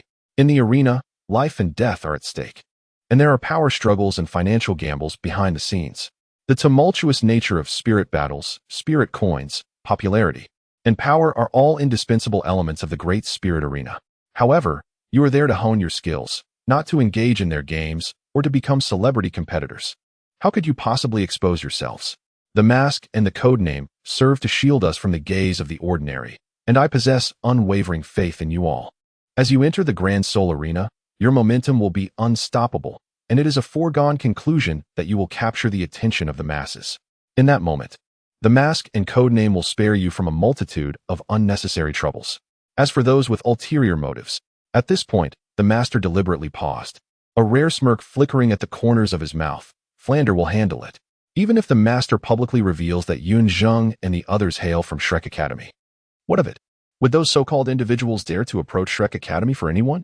In the city of Soto, there are no trifling souls who could easily provoke Shrek Academy. Do they truly believe that anyone could be as formidable as Yu Zhongbai or Tang Hao? Upon hearing the master's words, Dai Mubai was struck with sudden enlightenment and nodded in agreement. So what are our code names? The master had spoken at length. And while Yun Zheng and the others pondered thoughtfully, Yu Qing'er remained in a fog. She understood the master's point, but in comparison, she was far more eager to learn what their code names would be. At least that was something she could grasp. Hearing Yu Qing'er's voice, the master smiled gently and said, The names for the pairs are entirely up to you, but I have already devised each of your code names.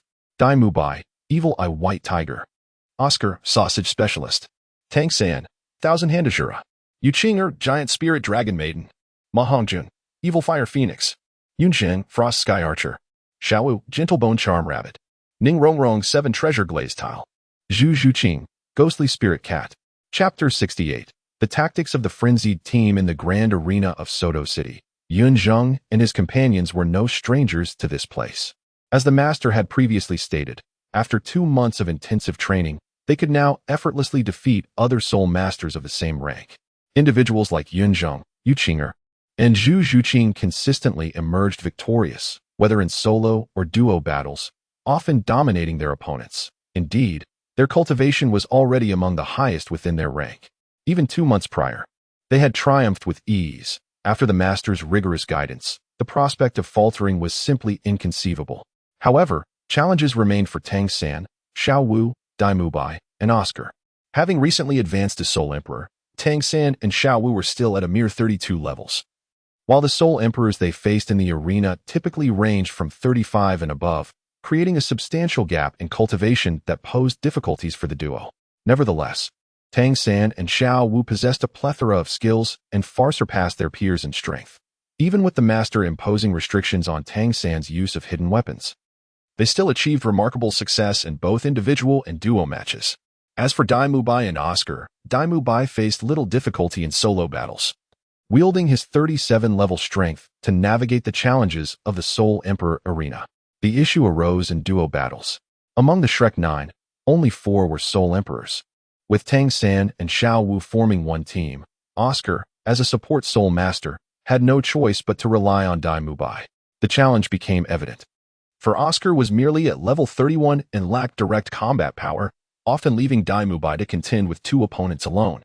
Fortunately, under the Master's guidance, the duo learned to utilize Oscar's third soul skill to kite their enemies effectively, resulting in improved outcomes. The team battles at the arena were not easily arranged, as the complexities of interest behind them were significant, involving numerous soul masters. Most participants in the arena were solitary fighters, and with the arena's confidentiality measures in place, team arrangements were often scrambled, resulting in the Shrek team being unable to engage in team battles for an entire week. Ultimately, however, they were scheduled to compete, with Yun Zheng and his companions set to participate in their first 7-person team battle in 3 days. It is noteworthy that the team battles at the arena were not limited to 7 participants. There were also formats for 8 and 9 players, though 10-player battles were non-existent due to the difficulty in accommodating such numbers once the competition commenced. The Shrek team's inaugural battle would be in the 7-person format, necessitating the master to choose between Yun Zheng and Tang San for leadership. Both possessed leadership qualities, prompting the master to devise an internal rotation system within the Shrek team. During 7-person battles, Tang San and Xiaowu would alternate with Yun Zheng and Yu Qing'er, naturally placing command in the hands of Yun Zheng and Tang San. In 8-person battles, the rotation would be between Tang San and Yun Zheng, maintaining shared leadership. The 9-person format would not require rotation, with command ultimately relinquished to Tang San by Yun Zheng. Leading 6 individuals was already taxing, let alone 8. Of course, specific circumstances would dictate the approach, and the master would not rigidly apply the system. With 3 days remaining, the master was not in a hurry to finalize the lineup for Shrek's debut. While the master remained composed, Yun Zheng and Tang San shared their tranquility, dedicating their days to training at the academy and their nights to honing their combat skills at the arena. Yet, their adversaries were not so leisurely. Most teams participating in the arena either had wealthy sponsors or relied on the battles for their livelihood, meaning that any unexpected losses could have significant consequences for them. That evening, in the backstage area responsible for recording team battle arrangements at the Soto City Arena, a striking pair, a man and a woman, entered. The man was robust and towering, his dark skin and muscular physique resembling wrought iron. Standing still, he appeared as an indomitable fortress. The woman, by contrast, exuded grace, her skin radiant, hands delicate, and her long, silvery hair cascading down. Together, they formed a striking contrast. Ignoring the curious gazes around them, the burly man approached the backstage coordinator with purpose, nonchalantly placing a heavy bag on the table and booming, "Greetings. Could you assist us in discovering who our opponents will be in 3 days?" As his words echoed, the attention of the surrounding staff abruptly shifted away, each engrossed in their tasks as if they had not heard him. The arena had strict regulations forbidding the disclosure of participant information, yet the unspoken reality was well understood among the staff. Although internal personnel were prohibited from engaging in gambling, it was well known that the head of operations, Supervisor AO, was a leading participant in such activities. Bribery for insider information was not uncommon backstage, and the staff had long since become desensitized to such transactions. Moreover, the hefty bag of gold soul coins presented by the man would certainly see a portion allocated to the staff to ensure their silence, creating an unspoken agreement among them. The backstage coordinator, recognizing the identities of the man and the alluring woman, maintained a silence as he opened the bag on the table. A glint of gold illuminated his face, and his demeanor shifted to one of delight, his attitude becoming notably more obsequious as he addressed the man. "Please hold on. I will check this immediately." In no time, the coordinator presented 2 forms to the pair, stating, "Your opponents in 3 days will be the Shrek team. Here is their information." The man's expression darkened slightly upon noticing the scantness of the information, yet he accepted the forms nonetheless. The Shrek team was a new entity. There was too little data. After reviewing the documents, his eyes narrowed in dissatisfaction, and he handed the forms to the enchanting woman beside him. Noticing his displeasure, the backstage coordinator remained unfazed. What could he do about it? The information was already provided. Would they dare to act against him? The woman perused the forms and murmured, "This new team has 9 additional members. It seems we require further details." The man shot a glare at the backstage coordinator, suspecting he was withholding more information, but before he could voice his frustration, the woman pulled him away. Meanwhile, in the core area of the arena, a seemingly underprivileged young lady, aided by her martial spirit, soared into the air and joyously announced, "Welcome to the Soto City Arena. The first 2-on-2 battle of the evening is about to commence. Please welcome the Explosion Flame duo and the Frost Dragon duo." The Frost Dragon duo referred to Yun Zheng and Yu Qing'er, indicating that fortune favored them this evening, as they were set to participate in the inaugural battle. After this match, they would have the opportunity to rest. "Yes, watch me obliterate them," Yu Qing'er exclaimed with excitement, her fists clenched as she jumped from her spot. Yun Zheng chuckled in response. Just as they were about to step onto the stage, the master suddenly called out to them. "Yun Zheng, Qing'er, I need you both to deliberately conceal your strengths in today's and tomorrow's battles, ensuring we do not lose while minimizing the display of your true prowess. Can you manage that?" The master regarded the two with a serious expression, his words laden with significance. Yu Qing'er paused in surprise, clearly grasping the underlying message in the master's request. Yun Zheng offered a knowing smile, refraining from providing the master with an affirmative reply. Instead, he countered with a question. "Have you indeed decided that we will take the stage in 3 days? You are indeed astute." The master's lips curled into a rigid arc as he stated, 3 days hence will mark the Shrek team's inaugural team battle. Not only must you secure victory, but you must do so with flair. Do you grasp my meaning?" "Understood." Yun Zheng confidently gestured before leading Yu Qing'er onto the arena. Even as they approached the stage, Yu Qing'er remained perplexed, arching her delicate brows and playfully chiding, "What riddle are you and Uncle Sam playing at?" "The master has instructed us to feign weakness and play the part of the unsuspecting," Yun Zheng patiently elucidated. "But how can we do that when we still do not know who our adversaries are?" Yu Qing'er queried, still bewildered. "Well, it's rather challenging to explain." Yun Zheng shrugged helplessly, indicating his own confusion. Soon, the soul battle commenced, with Yun Zheng at level 28 and Yu Qing'er at 29, both wielding top-tier martial souls. Facing 2 white-ringed soul masters, it felt rather unfair. However, while Yun Zheng and Yu Qing'er engaged in their duel, a captivating woman in the audience watched them intently, more seriously than the host. Meanwhile, in the competitors' resting area, Dai Mubai and his companions paid no heed to Yun Zheng and Yu Qing'er's match, instead preparing for their own contest. A sure victory seemed rather dull. At that moment, a burly man with dark skin emerged from seemingly nowhere, striding directly to Zhu Zhuqing's side.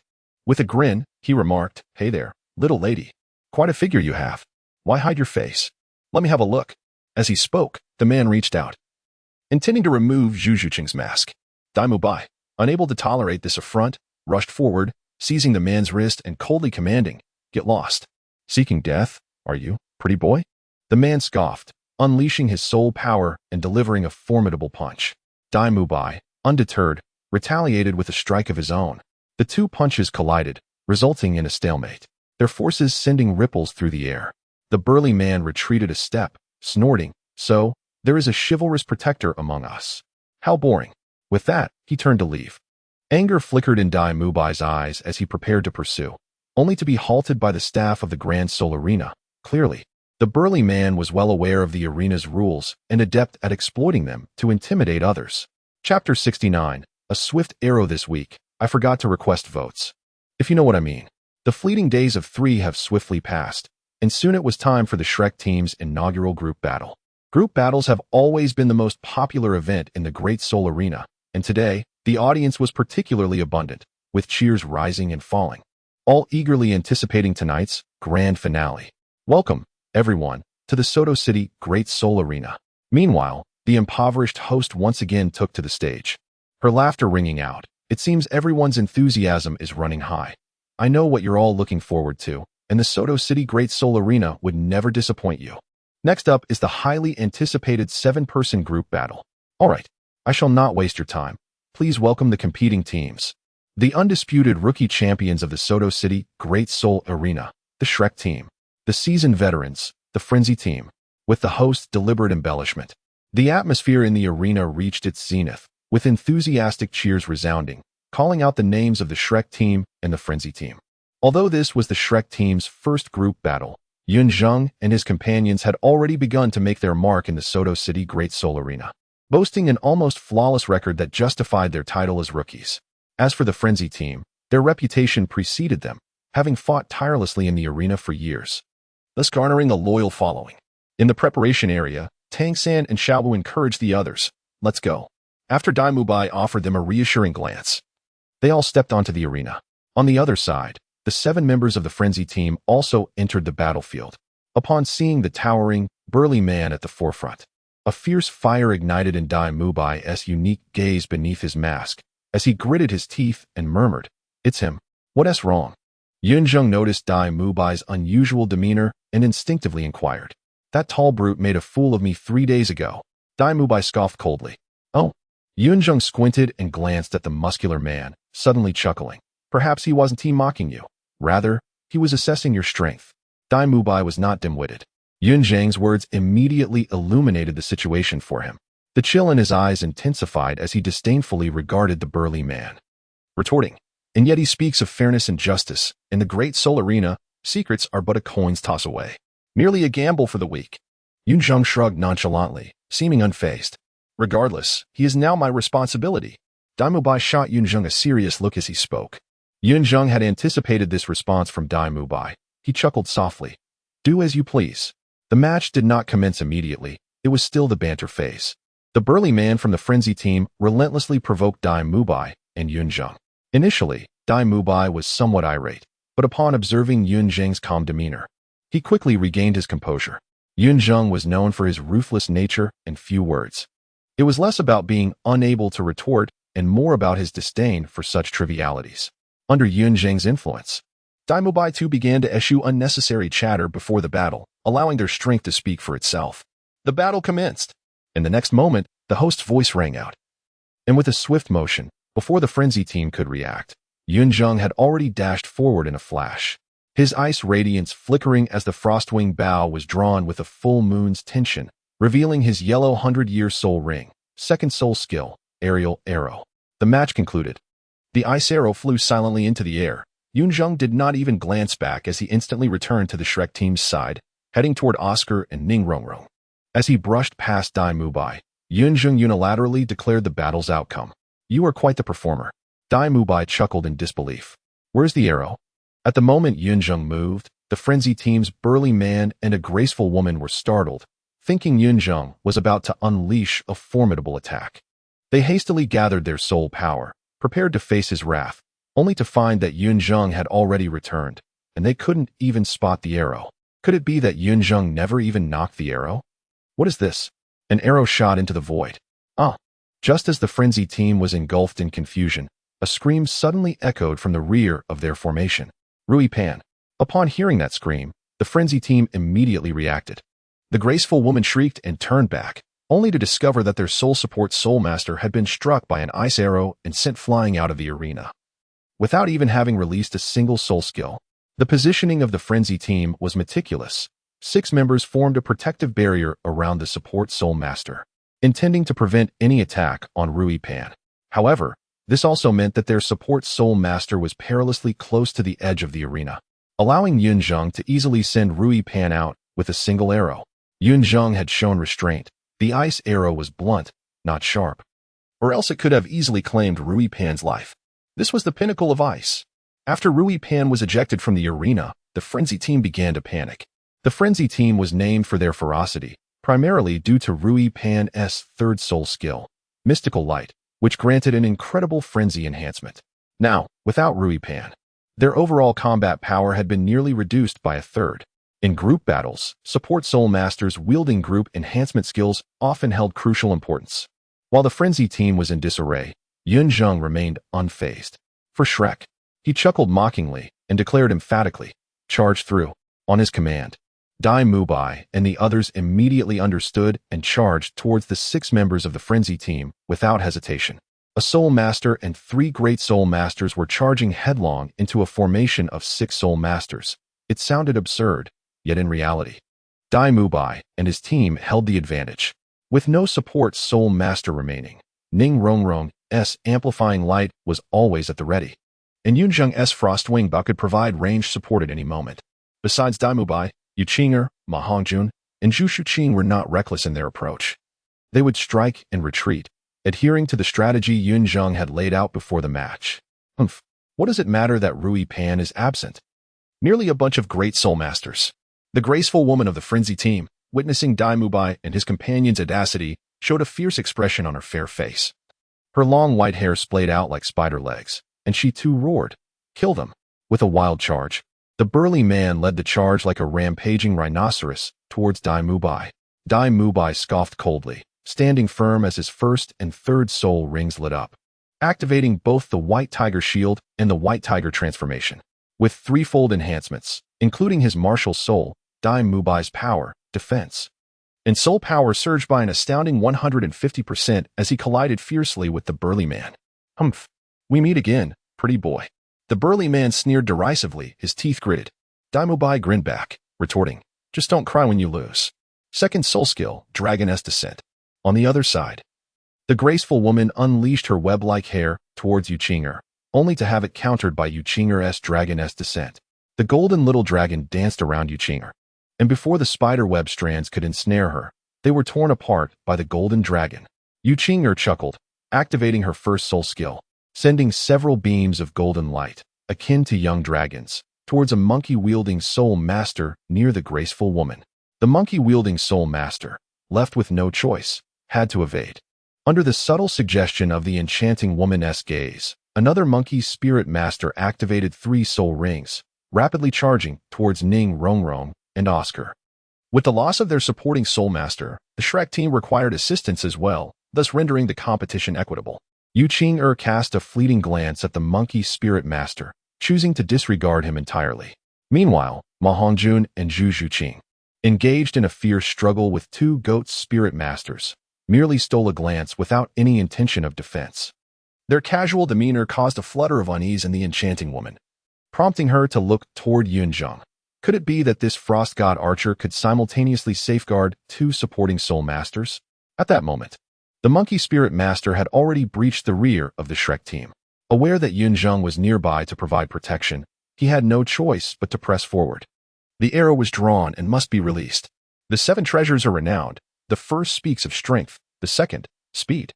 In a moment of true liberation, the frost spear materialized as the amplification light from the 7 treasures glazed tower enveloped Yun Zheng. The exquisite frost sky bow in his grasp transformed instantaneously into a formidable ice spear. The second soul ring behind him illuminated once more, unleashing his second soul skill, a strike from above. With a thunderous crash, and under the dual amplification of Ning Rongrong, Yun Zheng's speed and power reached their zenith. Even though the monkey spirit master was swift, he was precisely captured by Yun Zheng. The spear, 3 meters in size, struck forth, and the monkey spirit master felt a void in his consciousness before being sent flying out of the arena, blood spewing uncontrollably. To speak candidly, Yun Zheng's passive protection ability was nearly non-existent. However, he could actively strike. by sending flying all those who dared to harm Ning Rongrong and Oscar. He effectively ensured their protection, did he not? Alas, the constraints of these bracelets were exceedingly burdensome. After propelling the monkey spirit master out of the arena, Yun Zheng gazed at the exquisite bracelet adorning his wrist and sighed in reproach. Without these 4 bracelets, a mere flick of his hand could have rendered that ordinary spirit master unconscious, yet now, even at full strength, he could only send the monkey spirit master flying a few meters, retaining his consciousness all the while. Chapter 70. The surrender of the mad battle team with the chilling aura of the frost spear dissipating. Yu Qing'er disregarded the enchanting woman and the monkey spirit master before her, exultantly cheering. Though the enchanting woman was astonished by Yun Zheng's explosive power, she knew that now was not the time to be distracted. Sensing an opening in Yu Qing'er's defenses, her silken white hair, resembling a spider's web, surged toward Yu Qing'er in an attempt to capture her. Yet, even without directly facing her adversary, the golden dragon, gliding around Yu Qing'er, adeptly intercepted the strands of hair, tearing them apart with sheer force. What a troublesome little girl! The enchanting woman hissed in frustration. Noticing her subtle movements, Yu Qing'er playfully stuck out her tongue, her charming demeanor appearing particularly irksome to her foe. With the departure of the monkey spirit master, the scales of victory tipped once more. Only 12 individuals remained in the arena, with the mad battle team reduced to 5. Even considering the disparity in cultivation levels, the situation was overwhelmingly dire for them. In the brief skirmish, the enchanting woman had discerned that although the 7 members of the Shrek team lacked in cultivation, their spirits, Golden Dragon, White Tiger, and Phoenix, far surpassed the goat, monkey, rhinoceros, and spider spirits of the mad battle team, rendering their efforts futile. The overwhelming advantage in spirit prowess compensated to some extent for the cultivation gap, and coupled with the amplification from the 7 treasure glaze tile, the mad battle team found little hope for victory. Aside from the dark, burly man still locked in a stalemate with Dai Mubai. The 2 goat spirit masters and the remaining monkey spirit master retreated to the side of the enchanting woman, unable to suppress their anxiety, asking, "Spider, what should we do now?" The enchanting woman pressed her lips tightly, her eyes lighting up as she noticed Yun Zheng, who was slightly panting in the distance. She signaled her teammates to fall back and step forward alone.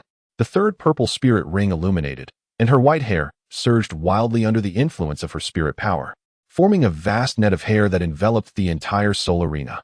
This was the enchanting woman's 3rd spirit skill, Skynet, the largest control skill known in the Soto City Soul Arena at the Soul Master level.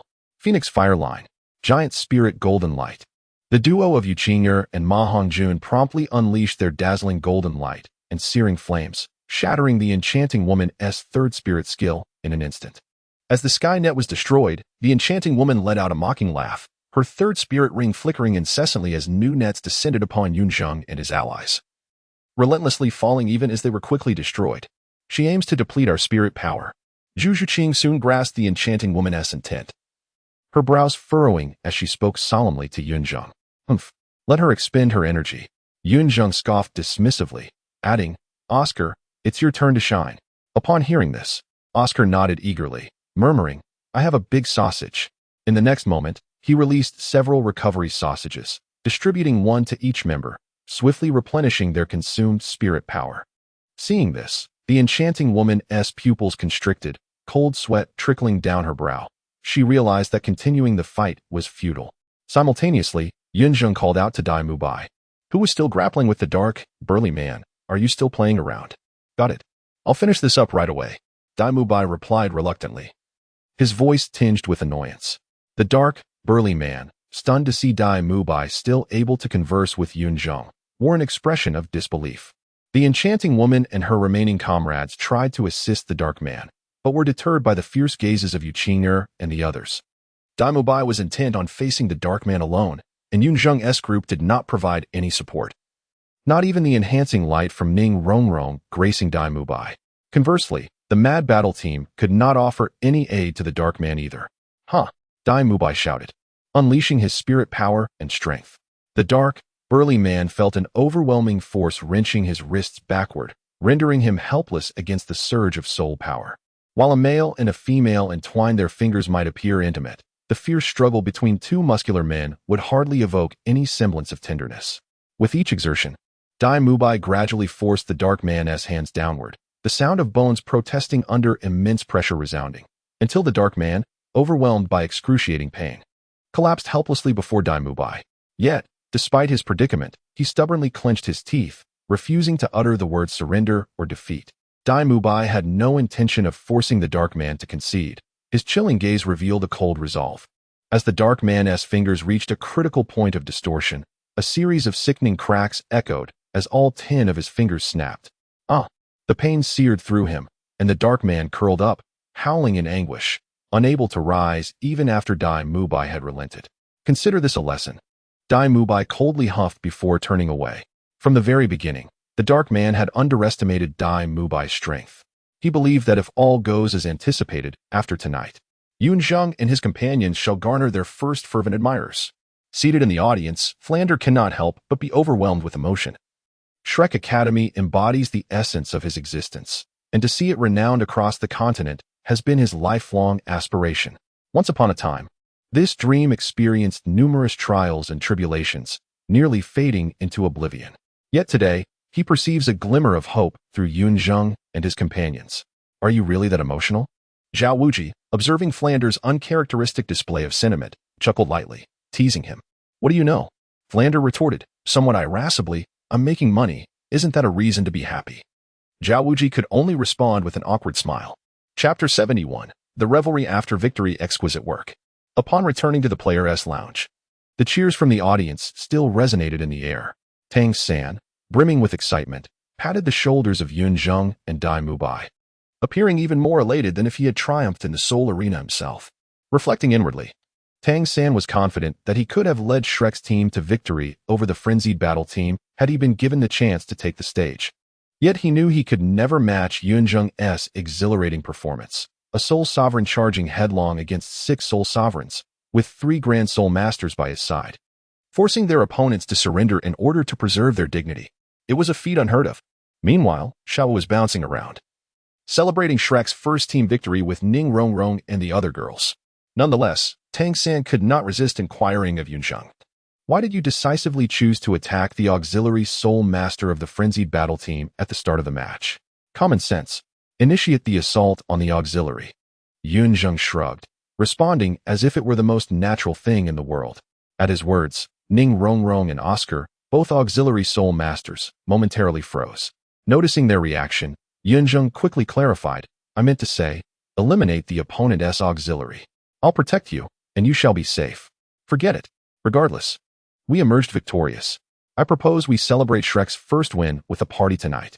Let us drink to our heart's content. We won't return until we're intoxicated. Oscar, not dwelling on the misunderstanding, exclaimed with enthusiasm. Upon hearing Oscar's words, everyone's spirits brightened. Youth is indeed boundless in energy. However, at that moment, Ma Hongjun interjected with a sarcastic tone, you fool. While I do not oppose the party, there is one correction I must make. It is we who won, not you. You merely sat in the VIP section, enjoying the match as a spectator. You did nothing. How can this victory be attributed to you? Damn it. Oscar glared at Ma Hongjun, fuming. Did my sausages feed the dogs? Without your sausages, we still won. You were merely a decoration. Ma Hongjun retorted, mockingly pinching his nose in a comical fashion. You chubby fool. It seems you need a lesson. Come on. Am I afraid of you? And thus, the two began to tussle, seemingly in agreement to forego using their soul power, engaging in a brawl akin to street ruffians, exchanging punches and kicks until they tumbled to the ground. Observing this spectacle, Yun Zheng and the others discreetly stepped back, pretending not to know the two. After all, even if no one else was around, it was undeniably embarrassing. Ahem.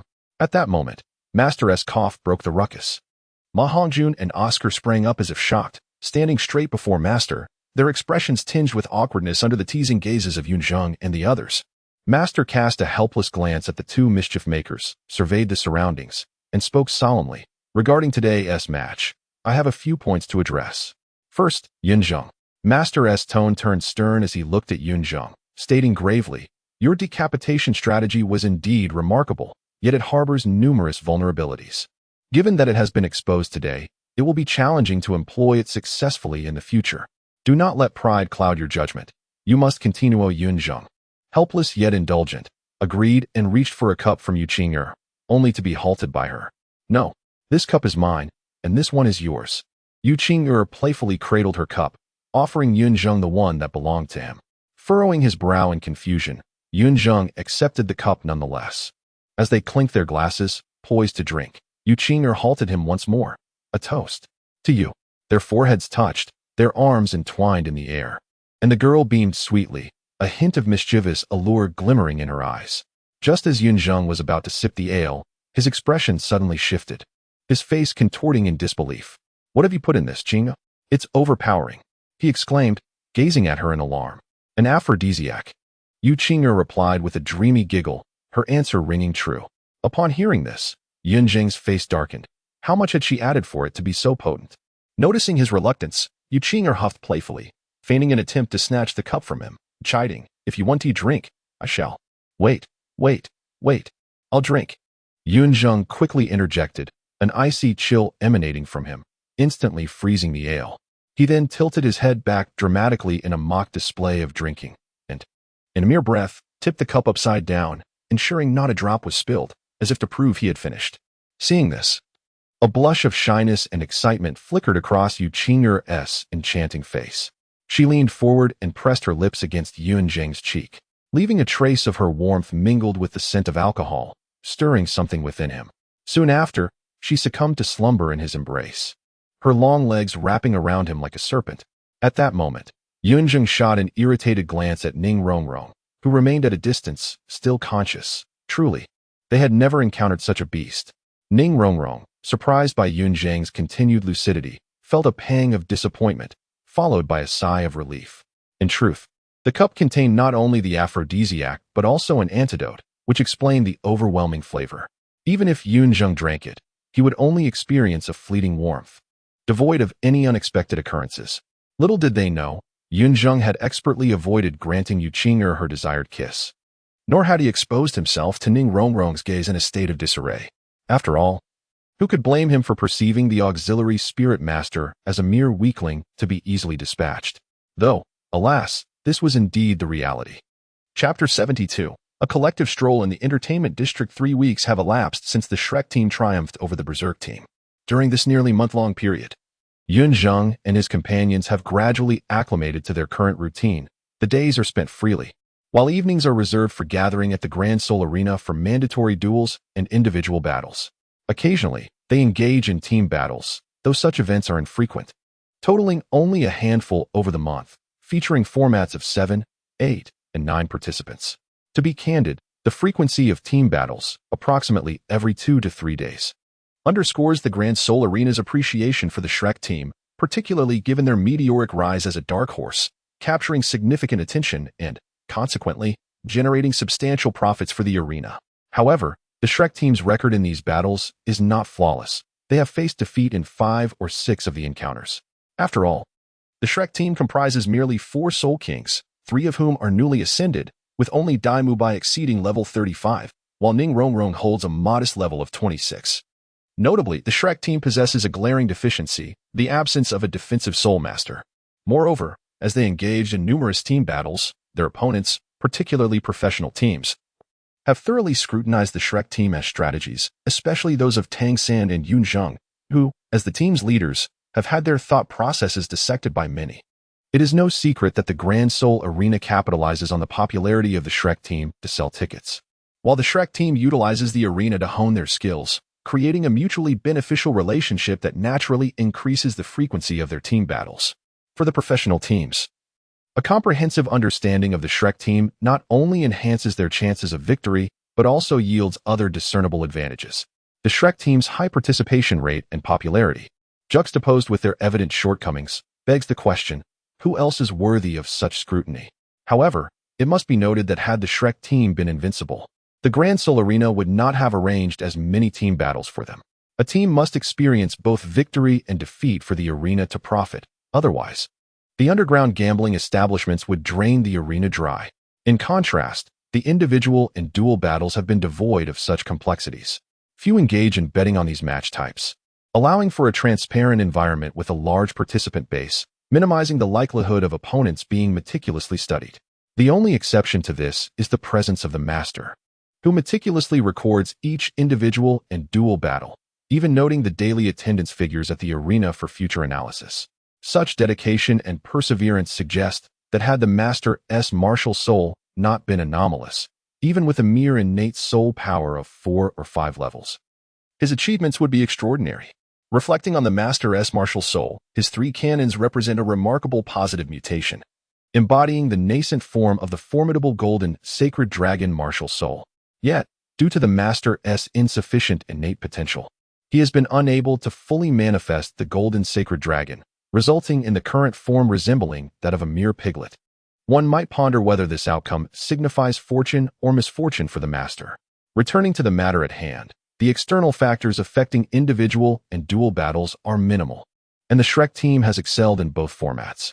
Over the course of 27 days, encompassing 27 individual matches, all team members, except for Ning Rongrong and Oscar, who did not partake in individual battles, have secured over 20 victories, with Tang San and Yu Qing'er boasting an impressive flawless record.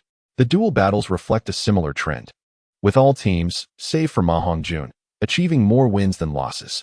The pairs of Yun Zheng and Yu Qing'er, along with Tang San and Xiao Wu, have notably achieved perfection in their duel encounters, astonishing the entire arena. In truth, Yun Zheng's individual battles should have also been flawless. However, an unfortunate clash with Yu Qing'er forced him to concede.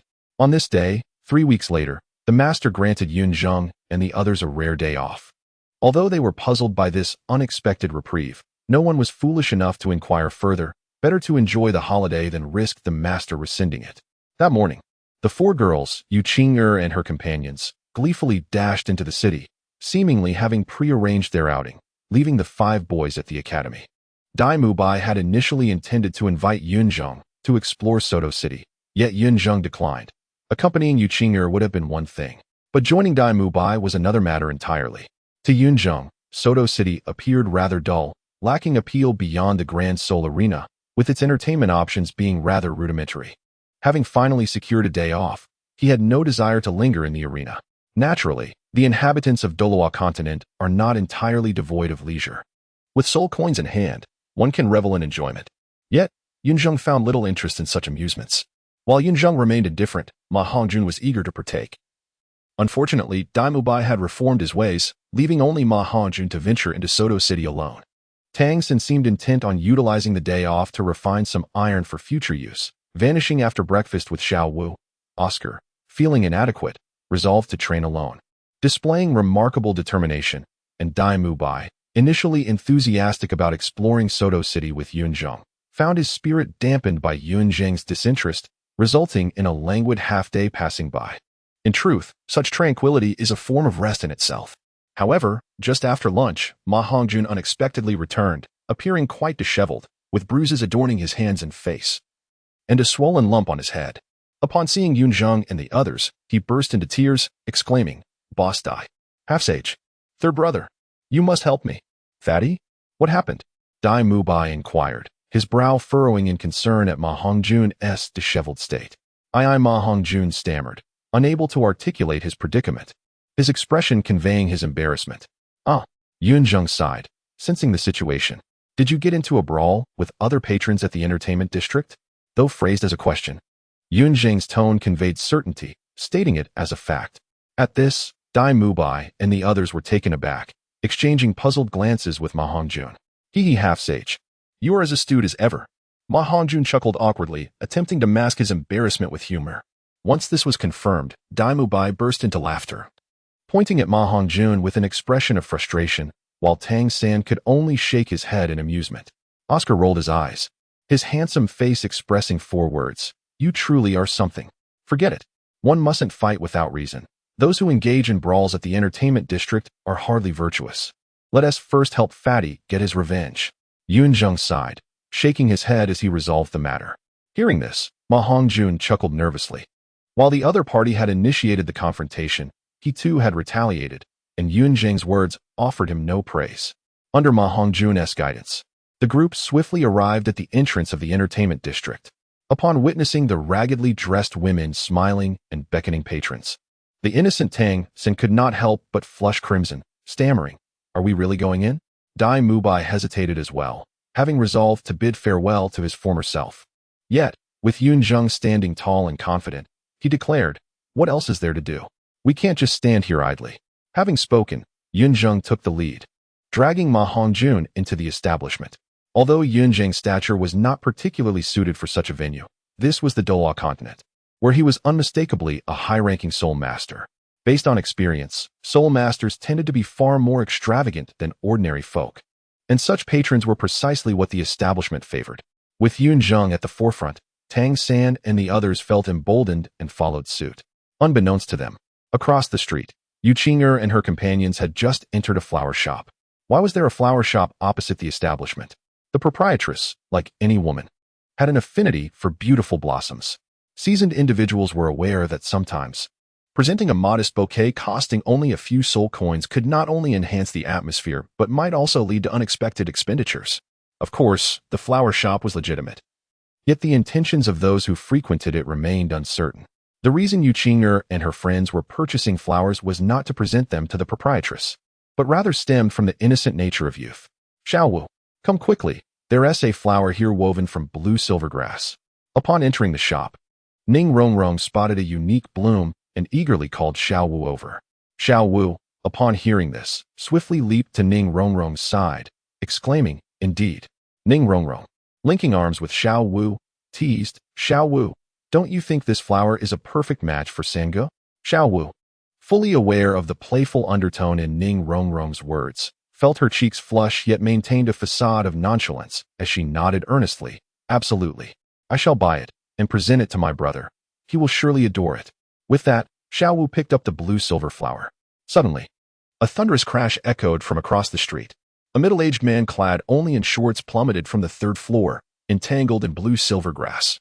His body marked with bruises and singed hair, inciting a wave of astonishment. The four young women were drawn outside by the commotion, while Xiaowu glanced at the vividly colored building across the street, perplexed, and asked Ning Rongrong, "Rongrong, what is that place over there?" "The establishment," Ning Rongrong replied. Her cheeks also flushed as she hesitated for several breaths before uttering the words. "The establishment? What does it do?" Xiaowu questioned, her confusion evident. This inquiry left even the formidable Ning Rongrong at a loss for words, and she could only stammer, "Oh, it's just not a good place." At that moment, as Ning Rongrong and Xiaowu exchanged hushed whispers, Yu Qing'er suddenly gasped softly, and Zhu Zhuqing emitted a chilling scoff. Ning Rongrong and Xiaowu instinctively turned their gaze across the street, just in time to see Yun Zheng, Tang Sect, Dai Mubai, and Oscar exiting the establishment, with Ma Hongjun trailing half a step behind, audaciously tossing several gold soul coins into the hands of a heavily made-up older woman. Witnessing this scene, Ning Rongrong was left in a state of shock. Chapter 73. The predicament of Supervisor Ao. The figure riding on the steed of Hongjun was a soul master known as Douluo, who was a frequent visitor to the brothels. Despite being a soul master, Douluo did not embody the qualities typically associated with his rank. His abilities were inferior to many soul venerables. His soul power was of mediocre quality, and he appeared sluggish and bloated, clearly a victim of indulgence in wine and pleasure. He seemed utterly incapable of engaging in soul battles, leading one to suspect whether he had consumed counterfeit liquor. It was no surprise that, as a soul master, he could only manage a tenuous contest against Ma Hongjun. Had he encountered any of the formidable figures such as Dai Mubai, Tang Sect, or Yun Zheng, he would have stood no chance. When Yun Zheng and his companions found Douluo, he was caught in the act of sowing seeds, a sight quite disconcerting. Not wishing to linger in such a place, they collectively decided to intervene, delivering a thorough beating to Douluo. With his barely soul venerable strength, Douluo stood no chance against the combined might of the five from Shrek Academy. Even though Oscar was a support-type soul master and could not contribute directly to combat, Douluo had no opportunity to resist. Bound by the blue-silver grass, he was left only to endure the punishment. To Yun Zheng's astonishment, the courtesans cheered their actions against Douluo, revealing that he was indeed a scoundrel. His brutish behavior was already reprehensible, but he had further transgressed by causing one courtesan to become pregnant and then coercing her to ingest mercury for an abortion, ultimately leading to her demise. The other courtesans, though filled with rage, remained silent out of fear, knowing Douluo was a soul master. Under normal circumstances, Yun Zheng and his friends might have merely expressed their dismay at such tragedies, for on this continent where productivity is low, human suffering is a constant reality. Natural disasters could lead to desperate acts, and they recognized their limitations in saving everyone. However, the courtesans, perhaps fearing that Douluo would redirect his wrath towards them upon recovery, or genuinely filled with hatred for him, confided in Yun Zheng about his numerous atrocities ranging from the exploitation of young girls to the abduction of women and the coercion of others into prostitution. While not every accusation may have been true, even one could kindle the flames of Yun Zheng's fury. Unlike Dai Mubai and his companions, who had grown accustomed to these harsh realities, Yun Zheng hailed from a more serene homeland, untouched by such darkness. Witnessing the fear, anxiety, and hope reflected in the eyes of the courtesans, and observing the pitiful state of Douluo, Yun Zheng's expression turned icy. A chill began to gather at his feet, and with a decisive kick, he sent Douluo crashing through the wall of the brothel, the power of his ice rendering Douluo's abilities utterly nullified. Yun Zheng's soul power dwarfed that of Douluo, who now seemed as feeble as cotton before him. Rather than extinguishing Douluo's life, Yun Zheng deemed it a greater punishment for such a wretch to endure a powerless existence. After this decisive act, Yun Zheng instructed Ma Hongjun to compensate the courtesans for their troubles, believing that having frightened away their patron and damaged their establishment warranted some form of restitution. As Yun Zheng turned to depart, he was pursued by Dai Mubai, who sensed his discontent, along with Ma Hongjun and the others. The matron of the establishment, emboldened, approached them as they attempted to leave. Though Ma Hongjun was reluctant to comply with her intentions, a glance from Tang Sect and Oscar compelled him to reluctantly toss a few gold soul coins her way. Meanwhile, as they stepped outside, a jubilant voice rang out from across the street. "Brother!" The instant they heard that call, Tang Sect, Yun Zheng, Oscar, and Dai Mubai all felt a jolt of shock. They turned to see Zhu Zhuqing, Ning Rongrong, and Yu Qing standing with Xiao Wu, their hearts sinking. Zhu Zhuqing exchanged a look with Dai Mubai, her eyes reflecting disappointment and heartache. With a cold laugh, she turned away without a trace of longing. Yu Qing, biting her lip, hesitated to seek an explanation from Yun Zheng, but seeing Zhu Zhuqing's resoluteness, she ultimately followed suit. Believing that Yun Zheng must have a compelling reason for his presence at the brothel, she grappled with her emotions. If she remained indifferent while witnessing her beloved emerge from such a place, it could only signify a waning affection. Xiao Wu, however, was blissfully unaware of the tension, eager to present the blue-silver flower she had just acquired to Tang Sect. But before she could take a step, Ning Rongrong pulled her away, exclaiming, "Don't pay any mind to those despicable men. Dai Mubai, listen to my explanation," he called out, hastening after Zhu Zhuqing. Tang Sect followed suit, with Oscar trailing behind. Acutely aware that failing to clarify the situation could jeopardize any potential for development between himself and Ning Rongrong. With a sigh, Yun Zheng cast a vexed glance back at Ma Hongjun and pursued Yu Qing. The latter's look of reproach sent Ma Hongjun into a panicked state. While Dai Mubai occasionally jested about Ma Hongjun's stature, he was no fool. He was acutely aware of the dynamics among the other 8 in their group. Fortuitously, nothing untoward had occurred, and with evidence to support their innocence, he hoped no significant fallout would ensue. However, he knew that during the next few days, he would likely face the ire of the group, especially if Yu Qing and the others learned the truth. The thought sent a shiver down his spine. Being the sole individual remembered for a misstep among 9 of them was a precarious position. The outcome of the night remained unclear, but word from an unnamed man hinted that 3 figures, 1 short and 2 tall, stood guard at the academy's entrance, leading to Ma Hongjun's absence that night. While the ruckus unfolded within Shrek Academy, Flander and the Master received an urgent summons from Supervisor AO of the Soto City Grand Sol Arena. "May I inquire as to the purpose of your late-night summons?" The Master addressed Supervisor AO directly, his tone devoid of pretense. "Several days ago, the noble families of this city enlisted a silver-ranked Soul Master team for competition, hoping to reap substantial rewards. However, under the pressure from these families, the Grand Arena is on the brink of bankruptcy. We have been unable to find a team capable of rivaling the Royal Fighting Team. Perhaps the Shrek team may be our last hope." After finishing his words, Supervisor AO fixed a penetrating gaze upon Flanders and the Master, although he refrained from directly beseeching them. The plea in his eyes was unmistakably evident. "Humph." As soon as Supervisor AO concluded his statement, Flanders let out a cold snort and sternly remarked, "Do you intend to use us as mere pawns?" Under the precise targeting of a soul sage, Supervisor AO felt a momentary constriction in his breath, the cold disdain cascading over him. Fortunately, at that moment, the Master gently patted Flanders on the shoulder, signaling him to remain calm, and then inquired, What kind of team possesses such formidable strength that the entire Soto City Soul Arena finds itself powerless against them? The Royal Combat Team. Supervisor AO quickly responded. The master pondered for a moment before shaking his head, stating, "I apologize, but our Shrek team does not engage in matches with teams of dubious origin." With those words, the master turned to leave with Flanders, having perceived no benefits, no promises, and possibly no chance of victory. The master had never intended to acquiesce to Supervisor AO. However, while the Soto City Soul Arena was not the only option for the Shrek team, it was certainly the most convenient choice. Thus, his words were not entirely offensive. "Please, stay." Upon seeing the master and Flanders preparing to depart, Supervisor AO felt a surge of panic and quickly retrieved a stack of documents from his drawer, urging, "Here is the information regarding the Royal Combat Team. Perhaps you two might review it before making a decision." Oh, noticing Supervisor AO's earnestness, even offering detailed information about the opposing team, both the master and Flanders displayed expressions of keen interest, eager to discover what kind of team could compel a leader of a major soul arena to such a state. Seeing that the master and Flanders had indeed paused, Supervisor AO, feeling relieved, seized the moment to add, "Moreover, regardless of whether the Shrek team triumphs in the match, I can guarantee a substantial combat fund.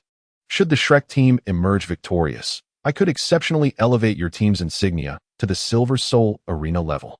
Realizing that coercion would not suffice, especially with Flanders, a soul sage, and Zhao Wuji, who was not present, Supervisor AO was reluctant to offend both.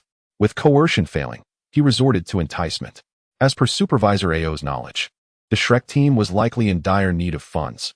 Otherwise, their members would not be compelled to compete daily. "Let us review the information first," the master remarked nonchalantly, remaining unmoved by Supervisor AO's enticement. However, upon glimpsing the first page of the documents, the master's expression shifted dramatically. Yu Tianheng, Blue Lightning Tyrant Dragon. These names left the master astonished. "What is it, Xiaogang?" Flanders inquired with concern upon noticing the master's reaction. The master offered no response, merely regaining his composure and continuing to read. Observing this, Supervisor AO understood that the matter had likely progressed significantly. Once the master finished perusing all the information, he continued. "The Royal Combat Team's leader personally requested a match against the Shrek team, and they have stated that regardless of your agreement, they wish to meet with you both. He is currently awaiting you in the VIP lounge. May I inquire about your thoughts?" The master and Flanders exchanged glances before proceeding towards the VIP lounge. Chapter 74. Behind at last, we have the honor of welcoming the two esteemed guests. As master and Flander entered the VIP lounge, a refined and gentle voice resonated through the air. The master remained indifferent, perceiving it merely as a formality, yet Flander beside him could hardly contain his excitement. A visible thrill illuminated his youthful face as he exclaimed, "Qin Ming, it's truly you." "Flander, it has been quite a while." Qin Ming bowed respectfully, a smile subtly gracing his lips. "Haha." Flander chuckled heartily a couple of times, stepping forward to pat Qin Ming on the shoulder. "Qin Ming, you have achieved great success, becoming the leader of the Imperial Battle Team. It is entirely thanks to your wise guidance." Dean Flander, encountering his former mentor, brought forth a wave of emotion in Qin Ming, who responded with a cheerful smile. Qin Ming's flattery left Flander feeling quite at ease, and with a proud demeanor, he introduced the master, saying, "Xiao Gang, allow me to present to you. This is our Shrek Academy's most outstanding graduate, the youngest Soul Emperor in the continent, Qin Ming. He is now the leader of the Imperial Battle Team, your opponent." Upon hearing Flander's introduction, the master cast a surprised glance at Qin Ming. However, his astonishment did not stem from the fact that Qin Ming was the youngest Soul Emperor on the continent. The master had not been living in seclusion for over a decade. He was well aware of this remarkable genius whose fame had soared, especially since the Tiando Royal Academy had heavily promoted their association with Qin Ming. Yet, while not dismissing Qin Ming's talents, the master was uncertain about the legitimacy of the claim regarding the youngest Soul Emperor, for he knew that there were others who had achieved that title at younger ages. A 35-year-old Soul Emperor is indeed a prodigy, yet the title of the continent's #1 carries a weight too substantial. Not to mention, the master's idol, Tang Hao, had already reached the rank of Soul Sage by the age of 35. Following this, Flander introduced the master to Qin Ming, who was equally astonished to learn that this renowned figure was Flander's old friend. The master chose not to engage in the emotional reunion of the two. Instead, He quietly seated himself aside, patiently sipping tea while they reminisced over trivial past events. However, a hushed whisper reached the master's ear, causing him to furrow his brow. He gradually stood and addressed Flander. Flander, I must step out for a moment. I shall return shortly. Very well. Flander thought nothing of it. Knowing that the master was not a child, the master nodded and exited the Soto City Grand Soul Arena. He walked to a secluded grove just outside the arena, where his keen eyes spotted a tall and agile figure among the shadows of the trees. He called out softly, "Second brother, Xiao Gang." Yu Zhongbai had long since seen the master and appeared in a flash. "What brings you here?" The master and Yu Zhongbai had not been apart for long, so there was little surprise, only a hint of curiosity. "Xiao Gang, I heard that you have become the leader of the Shrek team?" Instead of answering the master's question, Yu Zhongbai posed his own. Indeed, the master frowned, instinctively sensing that his brother was acting strangely today, yet he responded truthfully. "The Shrek team is set to face the Imperial battle team, correct? You must have reviewed their information, yes?" Yu Zhongbai continued. Speaking steadily, "I am aware of the Shrek team's situation. Let us get straight to the point. Xiao Gang, I hope you will agree to let the Shrek team face the Imperial battle team and allow Qinger and Zheng'er to challenge them." "What? You arranged this?" The master's expression shifted, disbelief flashing across his face as he looked at Yu Zhongbai, his tone growing irate as he questioned, word by word. The master was uncertain of Yu Zhongbai's intentions. But one thing was clear: sending 6 great soul masters and 1 soul respect to confront 7 soul respects above level 35 was utterly preposterous. Honestly speaking, no matter how much confidence the master had in his 9 Shrek members, he could not fathom their victory over the Imperial battle team. Whether led by Tang Sect or Yun Zheng, the chances of success were nearly non-existent. The only distinction lay in the fact that Tang Sect might possess a slight glimmer of hope for a miracle, while Yun Zheng's chances were utterly bleak. Ultimately, both Yun Zheng and Yu Qinger were merely second-ring soul masters, whereas Tang Sect and Xiao Wu were soul respects. Moreover, Tang Sect's leadership style was more conducive to overcoming stronger opponents. Tang Sect preferred maneuvering and orchestrating various small-scale skirmishes, employing tactics such as feints, luring enemies into traps, and myriad cunning strategies. In contrast, Yun Zheng favored a more aggressive, straightforward approach. When he struck, it was with overwhelming force. However, against a formidable team like the Imperial battle team, such an approach was prone to collapse. This was not to say that Tang Sect was inherently superior in leadership. Rather, their tactics differed. In the context of battling the Imperial battle team, rationally speaking, Tang Sect was indeed the more suitable choice. After all, the blue silver grass that Tang Sect wielded offered greater control and mobility, while Yun Zheng's frost skybow provided low-range damage and support. Observing the agitated master, Yu Zhongbai gently shook his head. "Regardless of your belief, this matter is purely coincidental. I had no hand in it. The Imperial battle team happened to arrive in Soto City, and I merely learned of it by chance, which led to our meeting." The master scrutinized Yu Zhongbai deeply before resolutely shaking his head. "I cannot agree to this. While Yun Zheng and Qinger are both exceptional, they are simply 10 levels lower than the members of the Imperial battle team. This is not a matter of soul power quality or brute strength that can be compensated for. Xiao Gang, your obstinacy has always been your flaw." After the master's refusal, Yu Zhongbai took a deep breath, his tone sharpening. "Why do you believe you understand my daughter and my disciple better than I, their father and mentor? Who told you that the purpose of battle is necessarily victory?" After uttering this, Yu Zhongbai regained his composure, sighing softly, a hint of helplessness in his voice as he continued. "Xiao Gang, do you not think that Qinger has been overly sheltered throughout her life? The greatest hardship she has faced was the discrimination during her time in the Blue Lightning Tyrant Dragon Sect. Yet even then, with Feng Qian and me supporting her, those individuals could only gossip behind her back. After I took Yun Zheng as my disciple, I had hoped that his experiences would subtly influence her, but to my surprise, he has spoiled her too much, preventing her from maturing and turning her into a naive child." At this point, Yu Zhongbai let out a bitter laugh, imparting a profound message to the master. "Xiao Gang, you must understand that for a mature soul master, naivety is not a desirable trait. Neither I nor Yun Zheng can constantly protect her. She must learn to grow on her own." Upon hearing this, the master grasped Yu Zhongbai's intentions. Simply put, Yu Qinger needed a thorough defeat. The minor skirmishes she had encountered thus far did not constitute a true failure. What was needed was a defeat that would leave a lasting impression on her. Yu Tianhing would be an excellent candidate. Yu Qing'er had always despised and looked down upon the blue lightning tyrant dragon sect. Should she be defeated by Yu Tianheng, it would undoubtedly foster significant growth within her. Yet the master still hesitated, struggling with the thought. Are you not afraid that the children will be left disheartened from then on? Upon hearing the master's words, Yu Zhongbai chuckled softly and remarked, who told you that Qing'er's failure equates to the defeat of the competition? The master, perplexed, emitted a soft sound of inquiry, awaiting Yu Zhongbai's elucidation. Without any mystery, Yu Zhongbai directly stated, Qing'er requires growth, while Zheng'er does not. Yet he harbors his own flaws. He is somewhat indifferent. The world is but a transient passage, vast and unfathomable, and humanity is steeped in suffering. At such a tender age, he has grasped far too much. Consequently, he has never exerted himself to the fullest. His benevolence is incomplete, and his aversion to malevolence is insufficient. I intend to seize this opportunity to instill in him the understanding that there are indeed matters in this world worthy of his utmost dedication. Moreover, I am curious to discover just how extraordinarily talented that child truly is. Indifference? The master was somewhat bewildered by this assertion. He did not perceive Yun Zheng as an indifferent individual. Even Tang Sect, at such a young age, comprehended numerous truths. Yet he did not display the same aloofness that Yu Zhongbai attributed to him.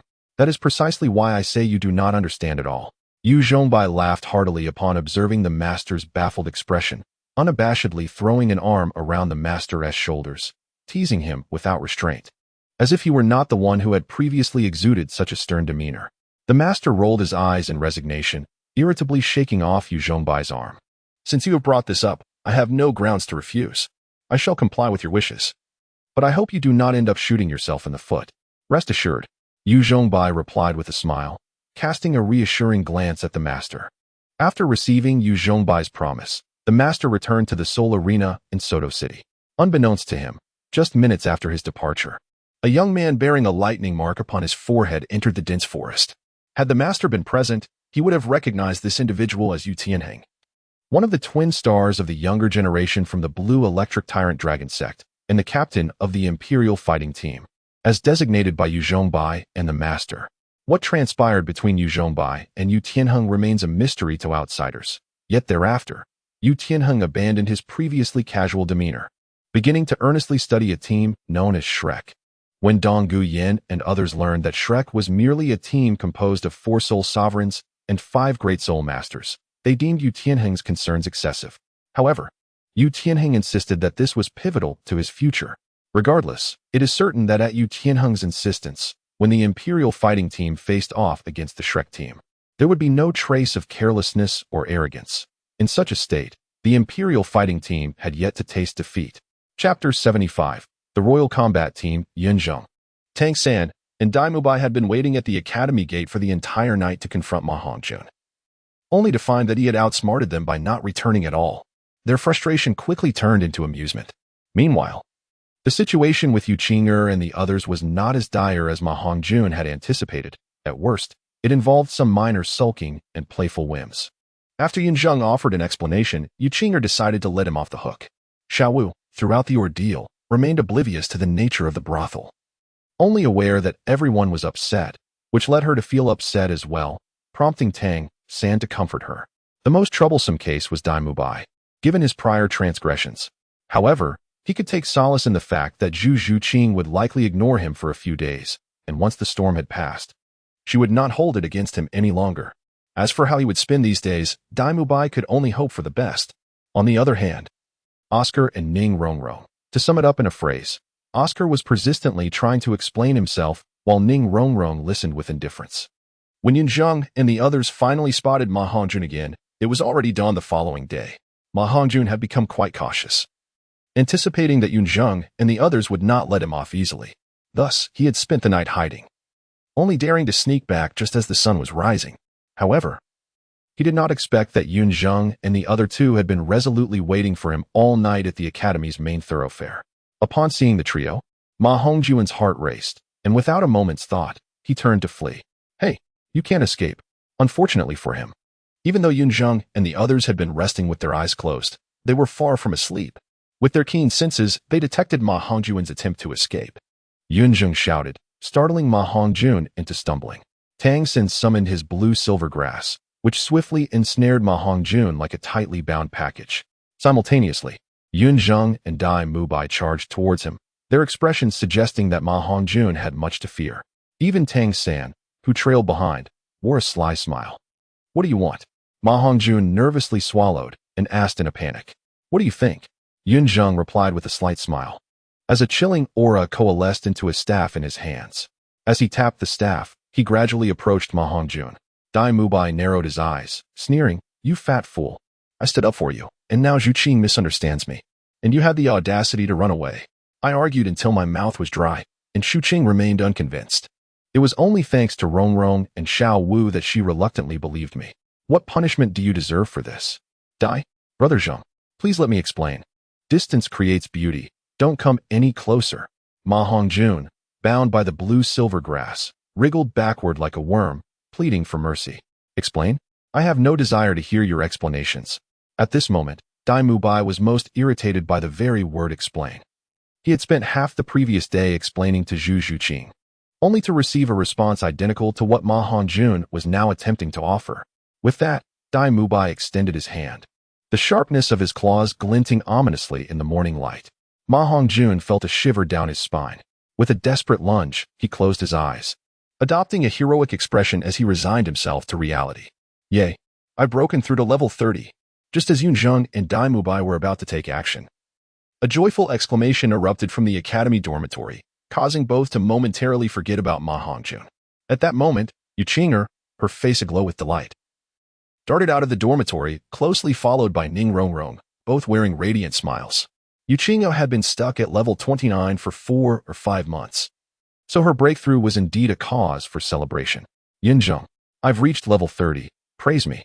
As soon as Yu Qing'er spotted Yun Zheng at the academy gate, her face lit up, and she rushed into his arms, playfully demanding his admiration. All right. Our Qing'er is the best." Yun Zheng initially smiled indulgently, ready to shower her with compliments, but was interrupted when Yu Qing'er covered his mouth, leaving him puzzled. With a frown, Yu Qing'er's expression turned serious, and she glared at Yun Zheng, then playfully extricated herself from his embrace, saying, "Wait, I just remembered, I'm still angry with you. Rongrong said I shouldn't spoil you too much, so I won't talk to you. I'm going to find Rongrong." After her statement, Yu Qing'er cheekily stuck her tongue out at Yun Zheng before happily rejoining Ning Rongrong, Zhu Qing, and Xiao Wu, laughing together. Yun Zheng could only smile helplessly, realizing he had no way to deal with Yu Qing'er. On the other side, a groggy Oscar approached Tang Sect, teasing, "Little San, your record has been broken again." Tang Sect chuckled lightly, seemingly unconcerned, as his gaze shifted to Xiao Wu. "Wasn't it already broken long ago?" Oscar, feeling unwarrantedly bombarded with affection, rolled his eyes in exasperation. Yet he couldn't deny Xiao Wu's exceptional talent. If all went well, she would likely be the youngest among their group to become a soul master, and perhaps even the youngest in the continent. Currently, at Shrek Academy, the only ones theoretically capable of surpassing Xiao Wu and breaking through to soul master would be Ning Rongrong and Zhu Qing. However, that would require them to achieve 3 consecutive breakthroughs within 2 or 3 months, which was utterly unrealistic. Brother Zheng, let's negotiate. Now that Sister Zheng has reached level 30, how about you let me off the hook? I promise to help Sister Zheng find the most suitable soul ring for her." Ma Hongjun, bound tightly, saw Yu Qing'er's breakthrough as a glimmer of hope and shamelessly appealed to Yun Zheng.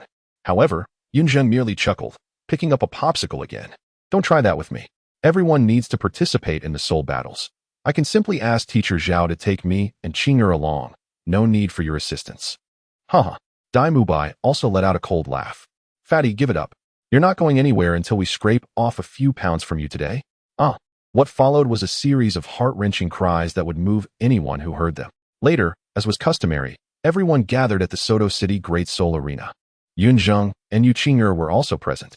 Given that Yu Qing'er had just broken through to level 30 and needed to hunt for a soul ring, they had initially planned to head directly to the Stardow Forest with Zhao Wujin.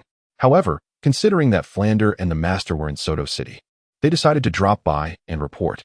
To their surprise, the moment they laid eyes on the Master, he informed them that the next day they would face the strongest opponent in Shrek's history, the Royal Combat Team.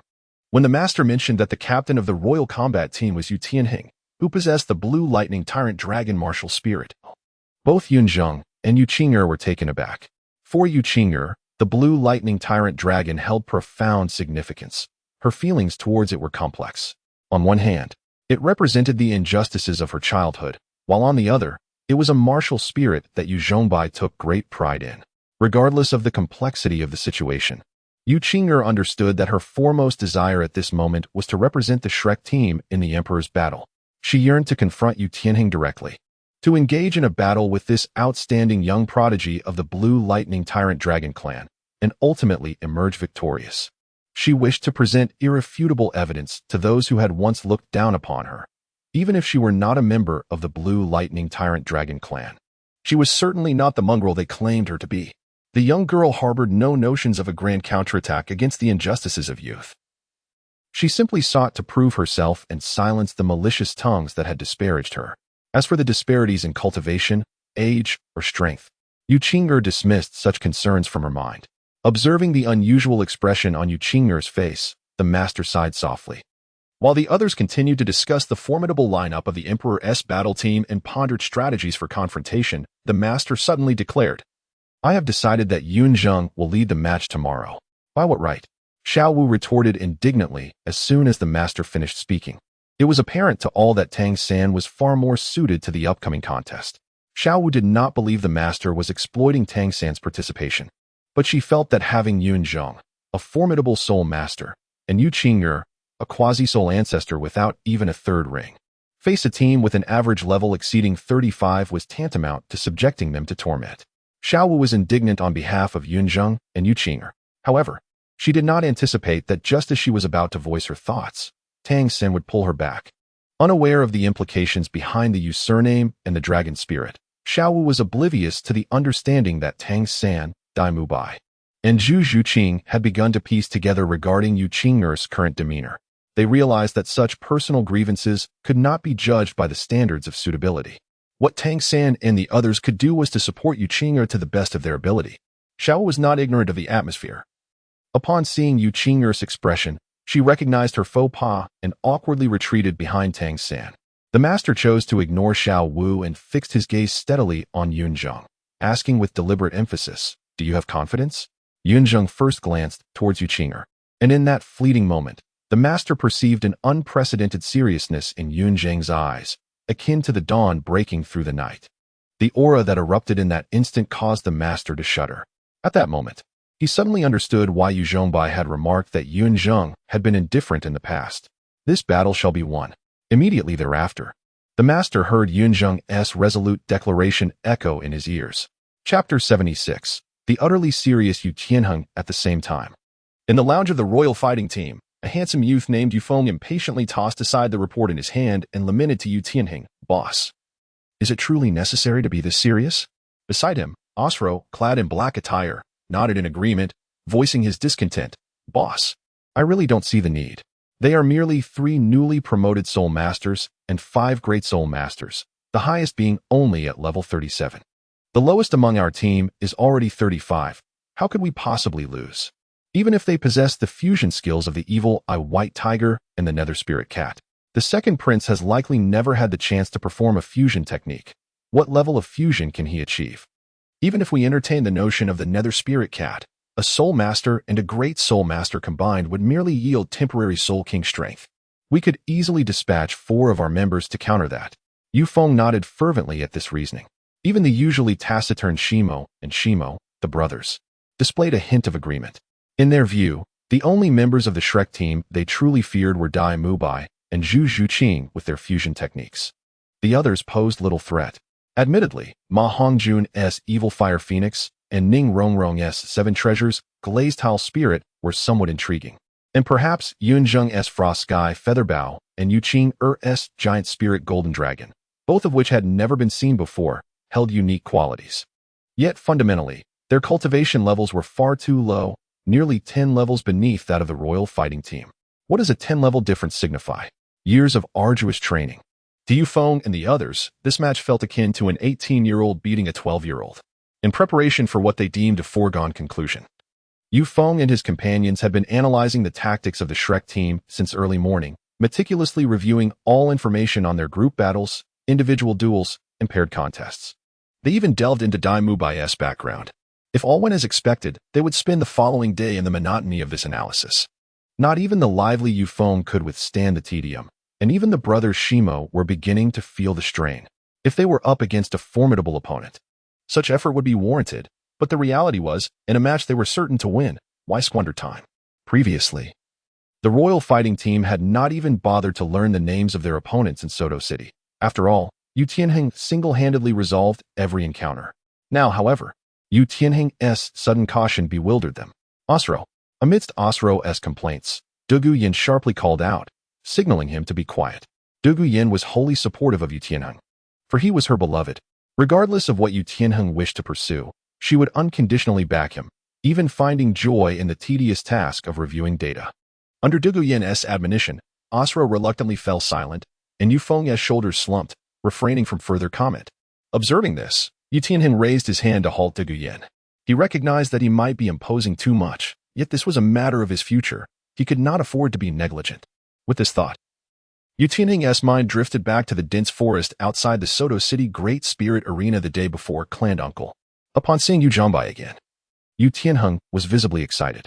After all, Yu Zhongbai was a remarkable talent within the Blue Lightning Tyrant Dragon Sect, the youngest title Douluo in its history. The younger generation revered him as an idol, and Yu Tianheng was no exception. Conversely, Yu Zhongbai remained calm, waving his hand to indicate that there was no need for such astonishment. Tianheng, are you and the royal fighting team about to compete against a group called Shrek? Yu Zhongbai inquired thoughtfully. Yes. How did Clan Uncle know? Yu Tianheng was thrilled, believing Yu Zhongbai had been observing him secretly. How would I know? Yu Zhongbai replied with a knowing smile, countering, there are my daughter and disciple among the Shrek team. How could I not be aware? Boom.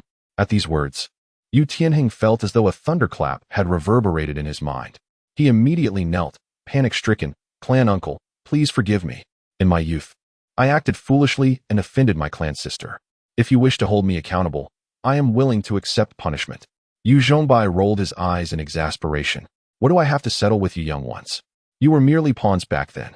The true masterminds are the elders now seated in the Blue Lightning Tyrant Dragon Sect. I would not stoop to quarrel with children who know nothing. Then does Clan Uncle mean you wish for Tianheng to lose the match? Sensing Yu Zhongbai's lack of anger, Yu Tianheng felt relieved, but could not suppress his curiosity. No, quite the opposite. To Yu Tianheng's surprise, Yu Zhongbai directly denied this and continued. I am not here to urge you to lose intentionally. Rather, I want to convey that when facing the Shrek team, you must present your strongest self. Victory is non-negotiable. Huh? Yu Tianheng was momentarily taken aback, perplexed as he asked, why is that? Do not question why. Have you not always been dissatisfied with my disciple outside? Have you not yearned to take his place? Defeat him honorably in the arena and conquer the Shrek team, and I shall accept you as my disciple. Yu Zhongbai did not answer Yu Tianheng's question, but instead fixed an intense gaze upon him, igniting the fire of ambition within him with an irresistible condition. Upon hearing this, everything else became irrelevant. Yu Tianheng believed that Yu Zhongbai would certainly keep his word, and now his sole focus was to triumph over the Shrek team. It could be said that within the younger generation of the Blue Lightning Tyrant Dragon Sect, half were resentful of Yun Zheng, while the other half aspired to take his place. Had it not been for Yu Zhongbai's protection, Yun Zheng would have long been beleaguered by the younger generation's incessant challenges. As a member of this younger generation, the opportunity lay before Yu Tianheng. His course of action was all too clear. Returning to the present, to ensure absolute victory over the Shrek team, Yu Tianheng devoted considerable time to studying their strategies. From their foundational cultivation, martial spirits, and roles, down to the minutiae of their combat habits, methods, and tactics, leaving no stone unturned. Yet, others could not comprehend Yu Tianheng's fervor, and he understood their complaints. He merely stated, if you are unwilling, feel free to rest. I can manage on my own. Upon hearing this, Yufeng and Oscar fell silent, quietly immersing themselves in their analysis of the Shrek team. Though all were aware that Yu Tianheng's words were literal, offering them permission to rest, stepping out of the room at this moment would feel like betraying him. Yu Tianheng paid no mind to the reactions of others. His focus solely on the two forms before him. The left belonged to Yun Zheng, titled Frost Sky Archer. The right belonged to Tang Sect, titled Thousand Hand Azura. Yu Tianheng gazed intently at these two forms, murmuring to himself, who could it be? Yu Zhongbai once revealed that his external disciple is a male, thereby excluding all females. Among the remaining 5 males, Yu Zhengbai would never accept an auxiliary soul master as a disciple, eliminating Oscar from consideration. Although Ma Hongjun possesses formidable soul talent, his glaring flaws render him unworthy in the eyes of the proud Yu Zhengbai, who would never allow Ma Hongjun to live and dine alongside his daughter. Despite Yu Zheng and the others wearing masks, the prowess of the Imperial fighting team makes it exceedingly easy to uncover such information. Among the remaining 3 candidates, Daimu Bai's lineage and age do not align, thus he too is dismissed. This leaves only Tang San and Yun Zheng, both of whom are equally impressive and gifted. Tang San's martial soul, though seemingly weak, has been cultivated to the soul master level with blue-silver grass, evidencing his innate talent.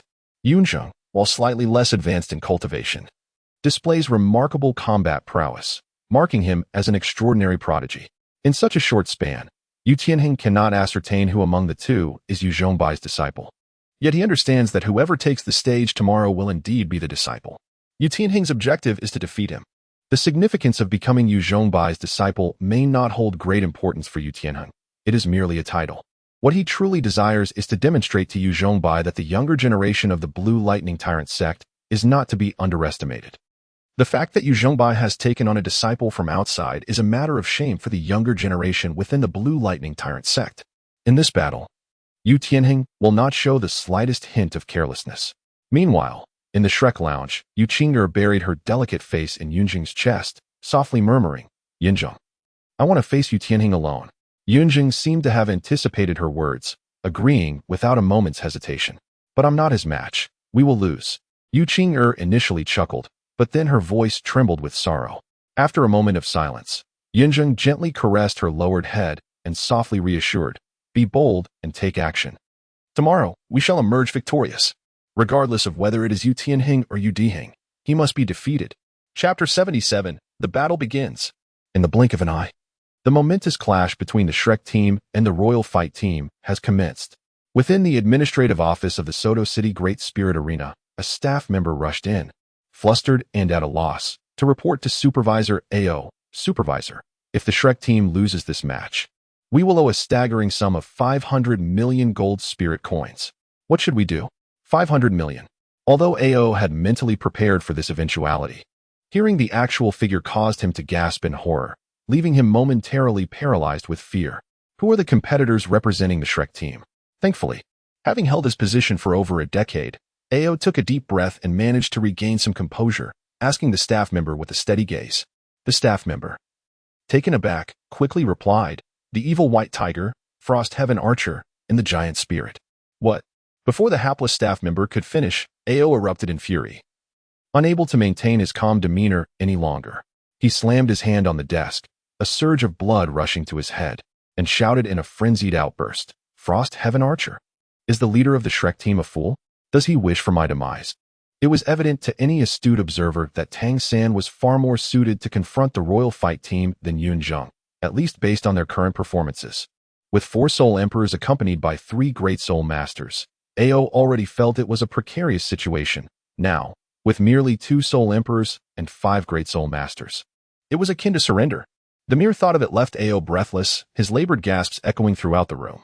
His expression contorted with rage, as if he were on the verge of doing something reckless. The staff member, sensing the tension, felt a chill run down his spine and promptly fled the scene. At this moment, only one thought occupied Ao's mind: escape, as far away as possible.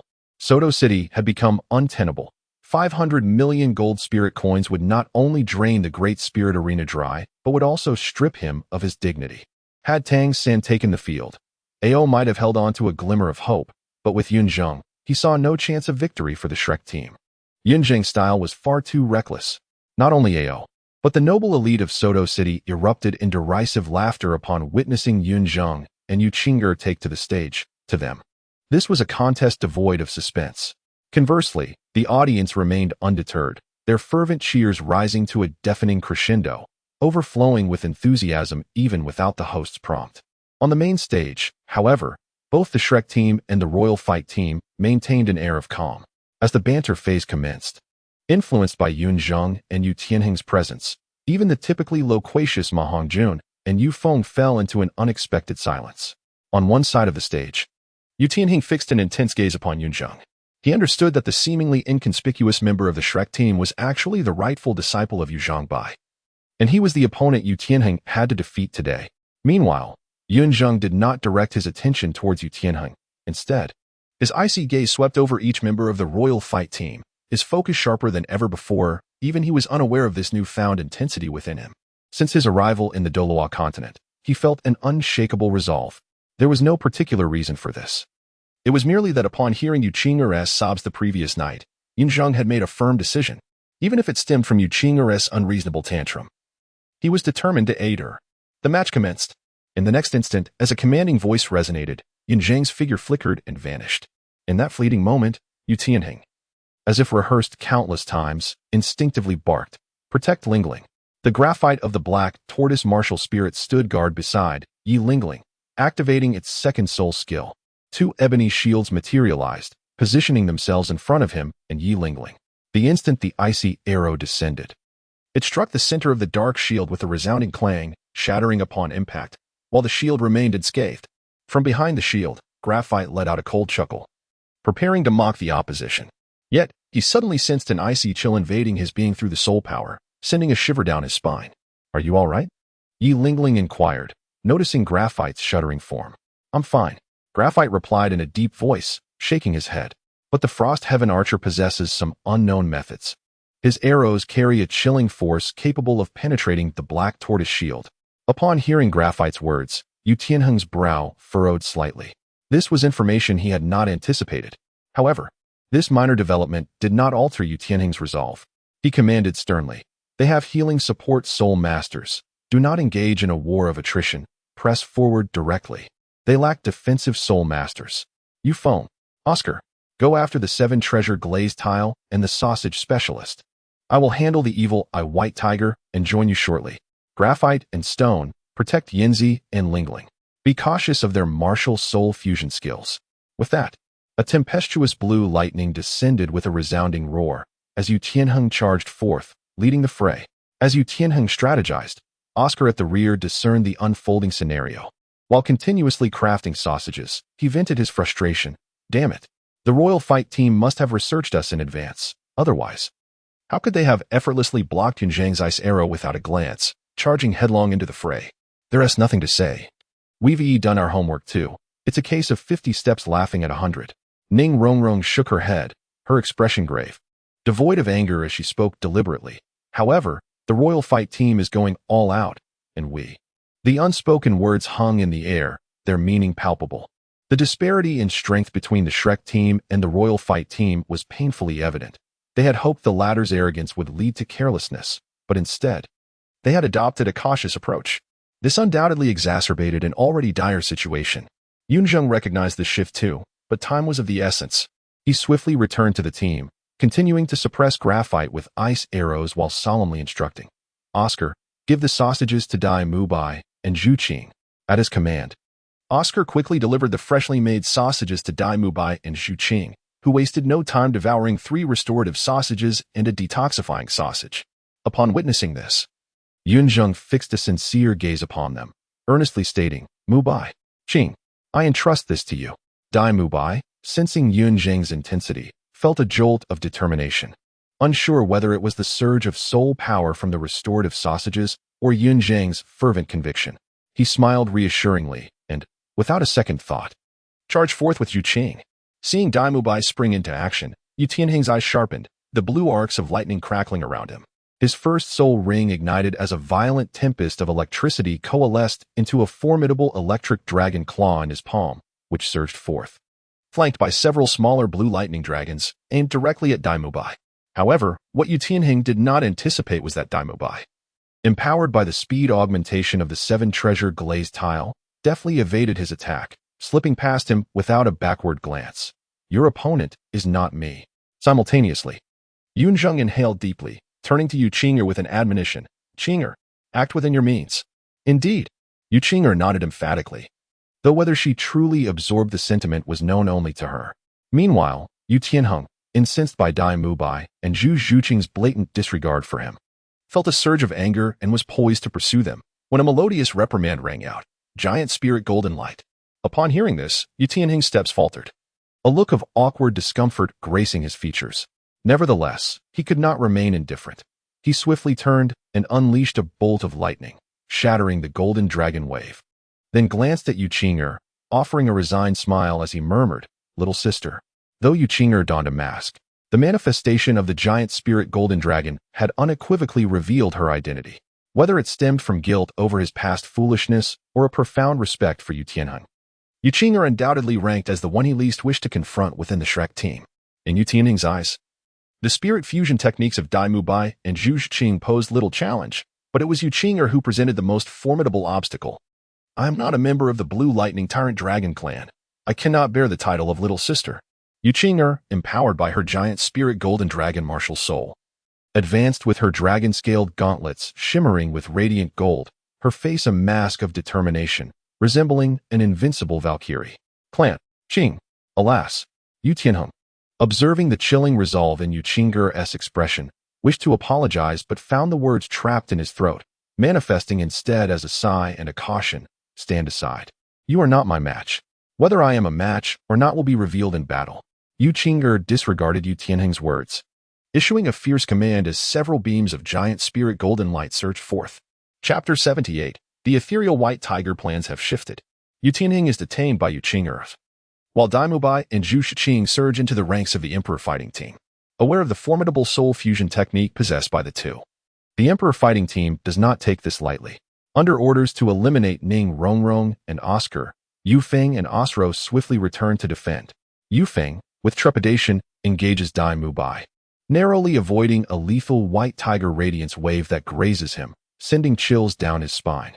Osro, on the other hand, has a slight advantage, given the nearly 10-level disparity in cultivation between him and Zhu Zheng.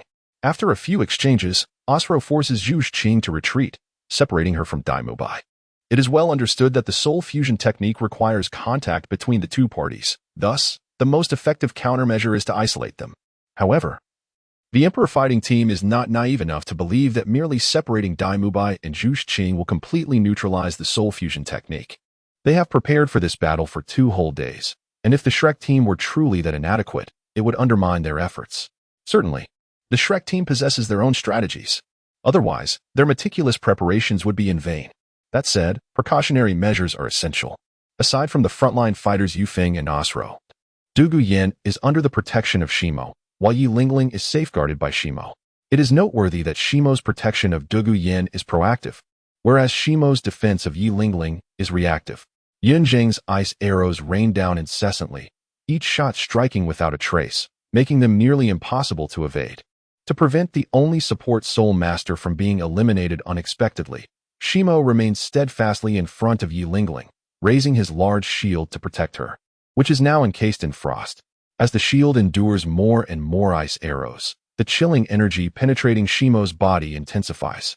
This icy aura is unlike anything he has ever encountered, but thanks to Yi Lingling's presence behind him.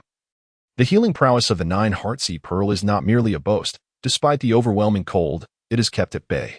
Even so, Yun Zheng's ability to single-handedly suppress 2 soul ancestors from the Emperor fighting team is commendable. This is a feat only Yun Zheng can accomplish.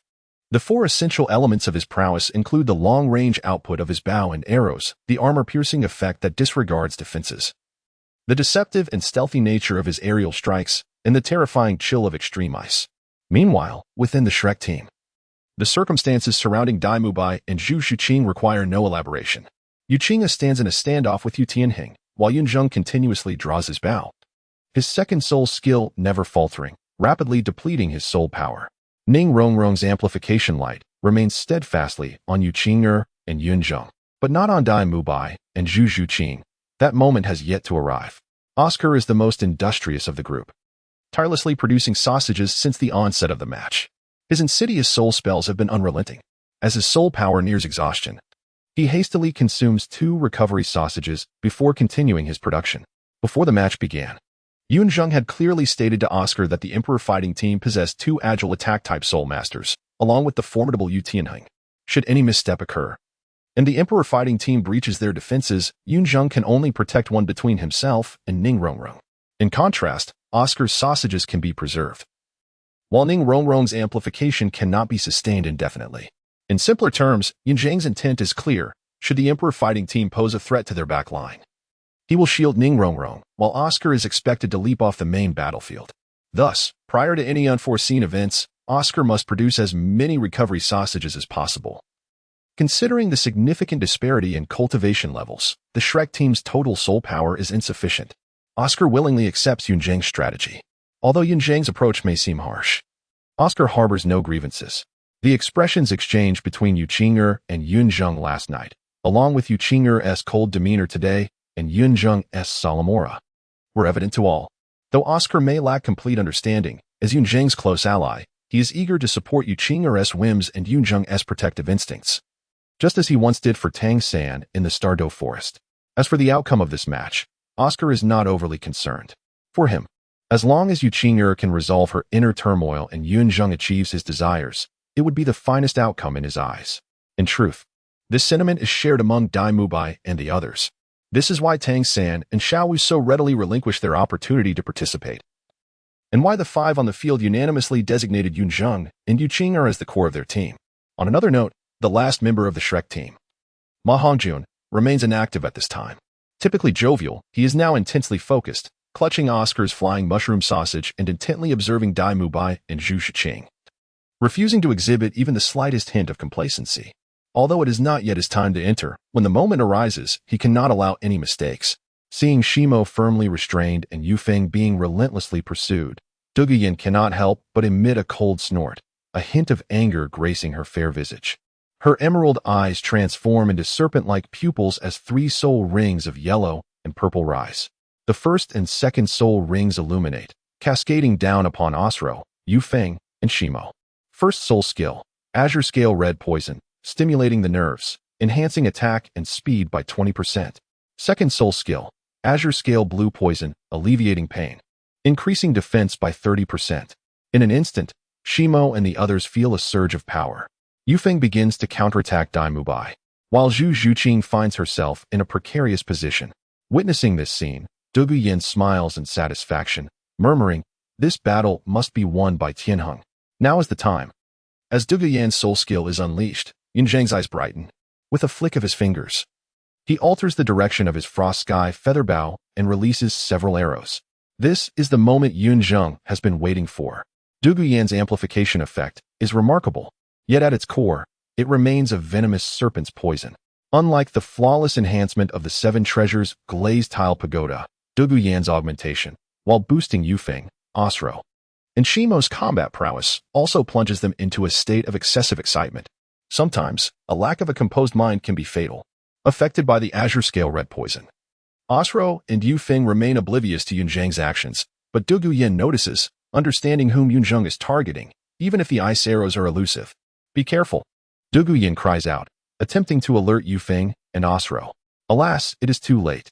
In truth, Yun Zheng's soul power is nearly depleted, and should it run out, he would have to pause to consume a recovery sausage. At that moment, even a fleeting lapse in attack could become a vulnerability. Perhaps Yufeng and Osro could still react. But in reality, Yun Zheng maintains his composure better than Duguyan. By the time Yufeng and Osro discern Yun Zheng's intent, several ice arrows are already hurtling towards them. Fortunately, both Osro and Yufeng are agile attack-type soul masters, and with the speed enhancement from the Azure Scale Red Poison, they manage to evade the sudden onslaught of ice arrows. Just as planned, as the ice arrows are dodged, Yun Zheng smirks, his voice low and resolute. Even if these arrows find their mark, they hold little significance, for with the presence of the 9 Hearts Begonia, the two can swiftly regain their strength.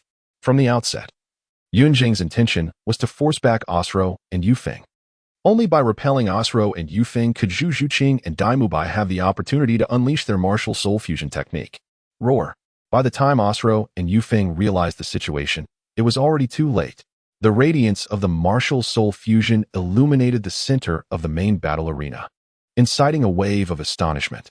A thunderous roar akin to a tiger's echoed as the towering, 5-meter-tall, nether-white tiger emerged from the black and white light, its majestic and intimidating gaze striking fear into the hearts of all. For a fleeting moment, the members of the Imperial battle team were left in a daze, forgetting their purpose. Meanwhile, the Shrek team had long awaited this moment. Without hesitation, Ning Rongrong unleashed her final 2 beams of amplification light to assist the Nether White Tiger in breaching the enemy's formation. Currently, Ning Rongrong could only support 3 individuals simultaneously. Precisely Yun Zheng, Yu Qing'er, and the Nether White Tiger. Yun Zheng gritted his teeth, compelling himself to channel more soul power, overwhelming the graphite with a torrential force. Chapter 79. Is this reasonable? The roar of a tiger echoed, sending a tremor through Yu Tianheng's heart. Aware of the significance of this battle, he understood that he could no longer afford to prolong the confrontation with Yu Qing'er. Step aside, Yu Tianheng bellowed, igniting the second spirit ring behind him. An ocean of thunder surged upon the main battle stage, with countless bolts of furious lightning coalescing into a divine dragon that ravaged the arena, leaving a path of destruction in its wake. Yu Qing'er was taken aback, forced to dodge frantically, yet was ultimately struck by the thunder. The golden dragon encircling her let out a mournful cry, dissipating into motes of light. Yu Tianheng was acutely aware that Yu Qing'er would not yield easily, and thus, he decided to press his advantage, intending to send her out of the arena entirely. A dragon's roar resonated as Yu Tianheng directly unleashed the dragon transformation secret. Even he had to concede to Yu Qing'er's formidable talent, had she possessed the blue lightning tyrant dragon martial soul. The existence of the blue lightning twins would be rendered moot. Yet, Yu Qing'er was still too young, and the nearly 10-level gap in their cultivation, coupled with a millennium-old spirit ring, was a disparity that mere talent could not bridge. As Yu Tianheng transformed, Yun Zheng detected the shift and promptly loosed an arrow aimed at intercepting him. No one understood the disparity in combat power between Yu Tianheng and Yu Qing'er better than Yun Zheng.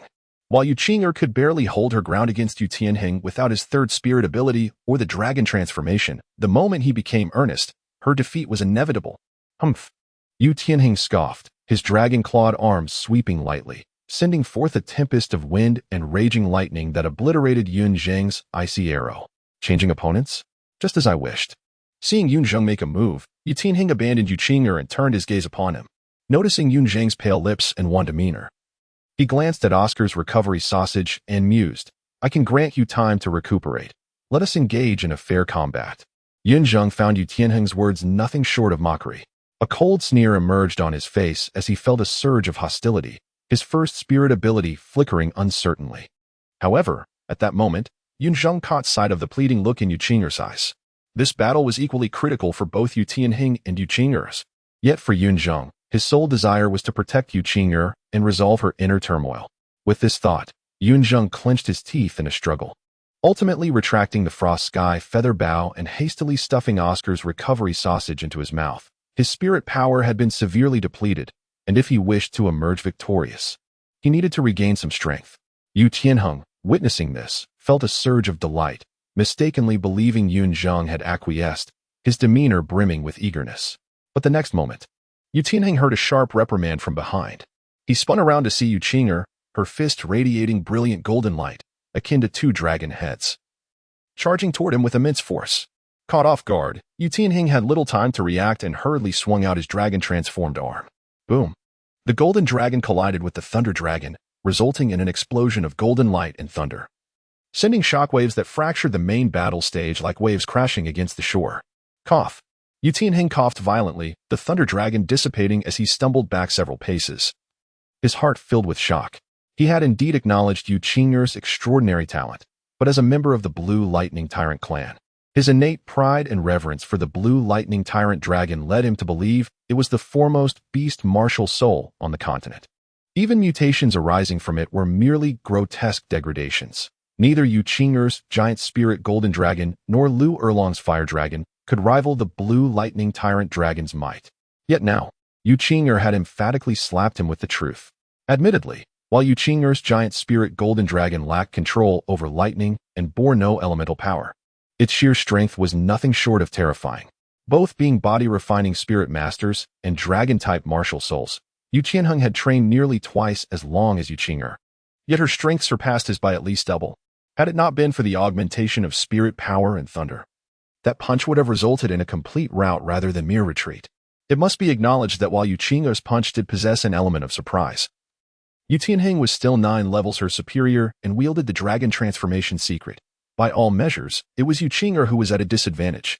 Meanwhile, Yu Qing'er appeared somewhat disheveled, yet her eyes gleamed with determination. The reality had proven that the giant spirit golden dragon was not inferior to the blue lightning tyrant dragon. Half-saint, I am coming.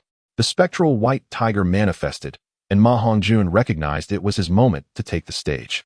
He swallowed a flying mushroom sausage in one gulp, engulfed in flames, and descended into the air.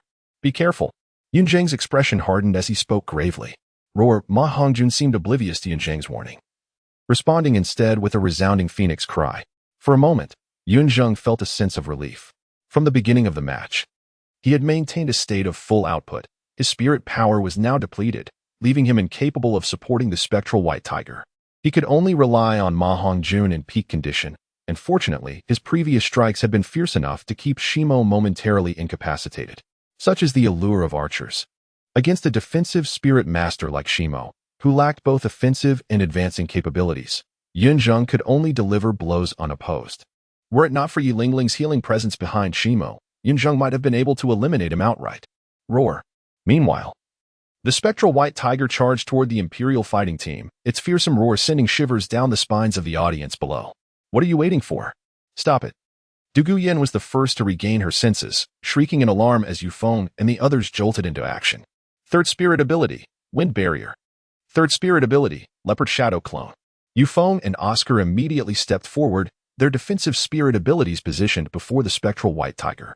Yet, to their astonishment, the spectral white tiger merely glanced at them, casually swatting with a paw, visibly restraining its power. As Yufeng and Oscar stood bewildered, that massive tiger paw descended. With a whoosh, all of Oscar's clones shattered, and Yufeng's wind barrier crumbled as if it were mere glass, causing both to cough up blood from the violent backlash. Thankfully, the spectral white tiger had not exerted much spirit power. Otherwise, that single strike would have easily sent them tumbling off the stage. What the hell? 100% fusion compatibility. Oscar landed, his eyes wide in disbelief as he cursed vehemently. Is this reasonable? Yufeng echoed in astonishment. The Imperial fighting team had indeed prepared for the martial soul fusion technique of Dai Mubai and Zhu Qing. But they had never anticipated that the battle power unleashed by the spectral white tiger would rival that of lower-ranked spirit kings. With a mere swipe, it shattered the defenses of two spirit elders, these two individuals, who had barely met before, achieving a 100% fusion compatibility. To the knowledge of the Imperial fighting team, this was undoubtedly Dai Mubai and Zhu Qing's first attempt at a martial soul fusion technique. First fusion, and it achieves 100% compatibility. Is this reasonable? Upon hearing Oscar and Yufeng's exclamations, Du Guyan's pupils constricted. At that moment, the spectral white tiger was already charging towards Shimo and Du Guyan. Prior to the match, Yun Zheng had remarked that aside from Yu Tianheng, the greatest threats on the Imperial fighting team were Du Guyan and Yi Lingling. They would certainly be assigned a Xuanwu turtle each, and Yun Zheng had advised Dai Mubai that, if possible, they should aim to eliminate all four of them. The threats posed by Yufeng and Oscar were not significant. However, the Royal Combat Team was evidently prepared for such a scenario. The distance between Du Guyan and Yi Lingling was not insignificant, making it nearly impossible for the Nether White Tiger to eliminate both simultaneously. Ultimately, the Nether White Tiger opted to target Du Guyan. This decision was not solely due to her proximity, but also because of Du Guyan's third spirit ability. In the arena of the soul fighting stage, particularly in the absence of Tang San, the extensive poisonous mist generated by Du Guyan's third spirit ability posed a significant threat to Yun Zheng and the others, effectively transforming it into a domain technique. Chapter 80. The Royal Battle of 7 against 3. The thunderous roar of the phantom white tiger reverberated once again, sending a chill through Du Guyan's heart. The Royal Battle Team had indeed prepared measures to contend with the phantom white tiger, but they had not anticipated a creature possessing a 100% compatibility. Even with martial soul fusion techniques, the Royal Battle Team had encountered them before. Du Guyan, having grown up alongside Du Gubo, had absorbed a wealth of knowledge regarding soul masters. She had heard of martial soul fusions among 5 or 6 individuals, and a mere dual martial soul fusion was hardly a novelty. However, witnessing a perfect fusion at the very first attempt was a sight she had never encountered before. It was well known that even friends who had coordinated for over a decade achieved only about 90% compatibility. In this moment, Du Guyan felt an urge to curse aloud. What on earth is this? It was evident that merely relying on Shimo's defense would not suffice against the advancing phantom white tiger, even though Du Guyan had maximized the activation of her blue poison. and Shimo was present, it would be of no avail. She understood that her and Shimo's elimination was inevitable. If luck were to turn against them, even Shimo and Yi Lingling could face the same fate. With this thought, Douluo clenched her teeth and cast a determined glance towards Yun Zheng, a fierce strategy blossoming in her mind. At this moment, Yufeng and Osro were desperately harassing the phantom white tiger, although they could not inflict substantial harm. They were effectively depleting its soul power. Yufeng, Osro, forget about that monster. Head straight for Oscar and Ning Rongrong, Douluo shouted. Upon hearing her words, Osro and Yufeng froze for a moment, but quickly regained their composure, decisively abandoning the phantom white tiger in favor of Oscar and Ning Rongrong. The phantom white tiger's eyes flashed with ferocity as its colossal paw descended like a meteor, deliberately altering its course. Although it did not strike Yufeng and Osro directly, the ensuing gust and soul power still sent them crashing to the ground. Once again struck down, both Yufeng and Osro let out muffled groans, feeling as if their bodies were falling apart. Seizing this fleeting moment, Douluo activated her third soul skill, summoning a swirling cloud of purple mist. Bang! Before the toxic mist could disperse, the phantom white tiger's paw had already come crashing down, resulting in a thunderous impact that sent both Shimo and Douluo flying from the arena. Yun Zheng, engaged in a fierce struggle with Yuqinger, roared upon witnessing Douluo's defeat. Unleashing a tempest of thunder, the size of his dragonized arm surged dramatically as he delivered a powerful punch towards Yuqinger.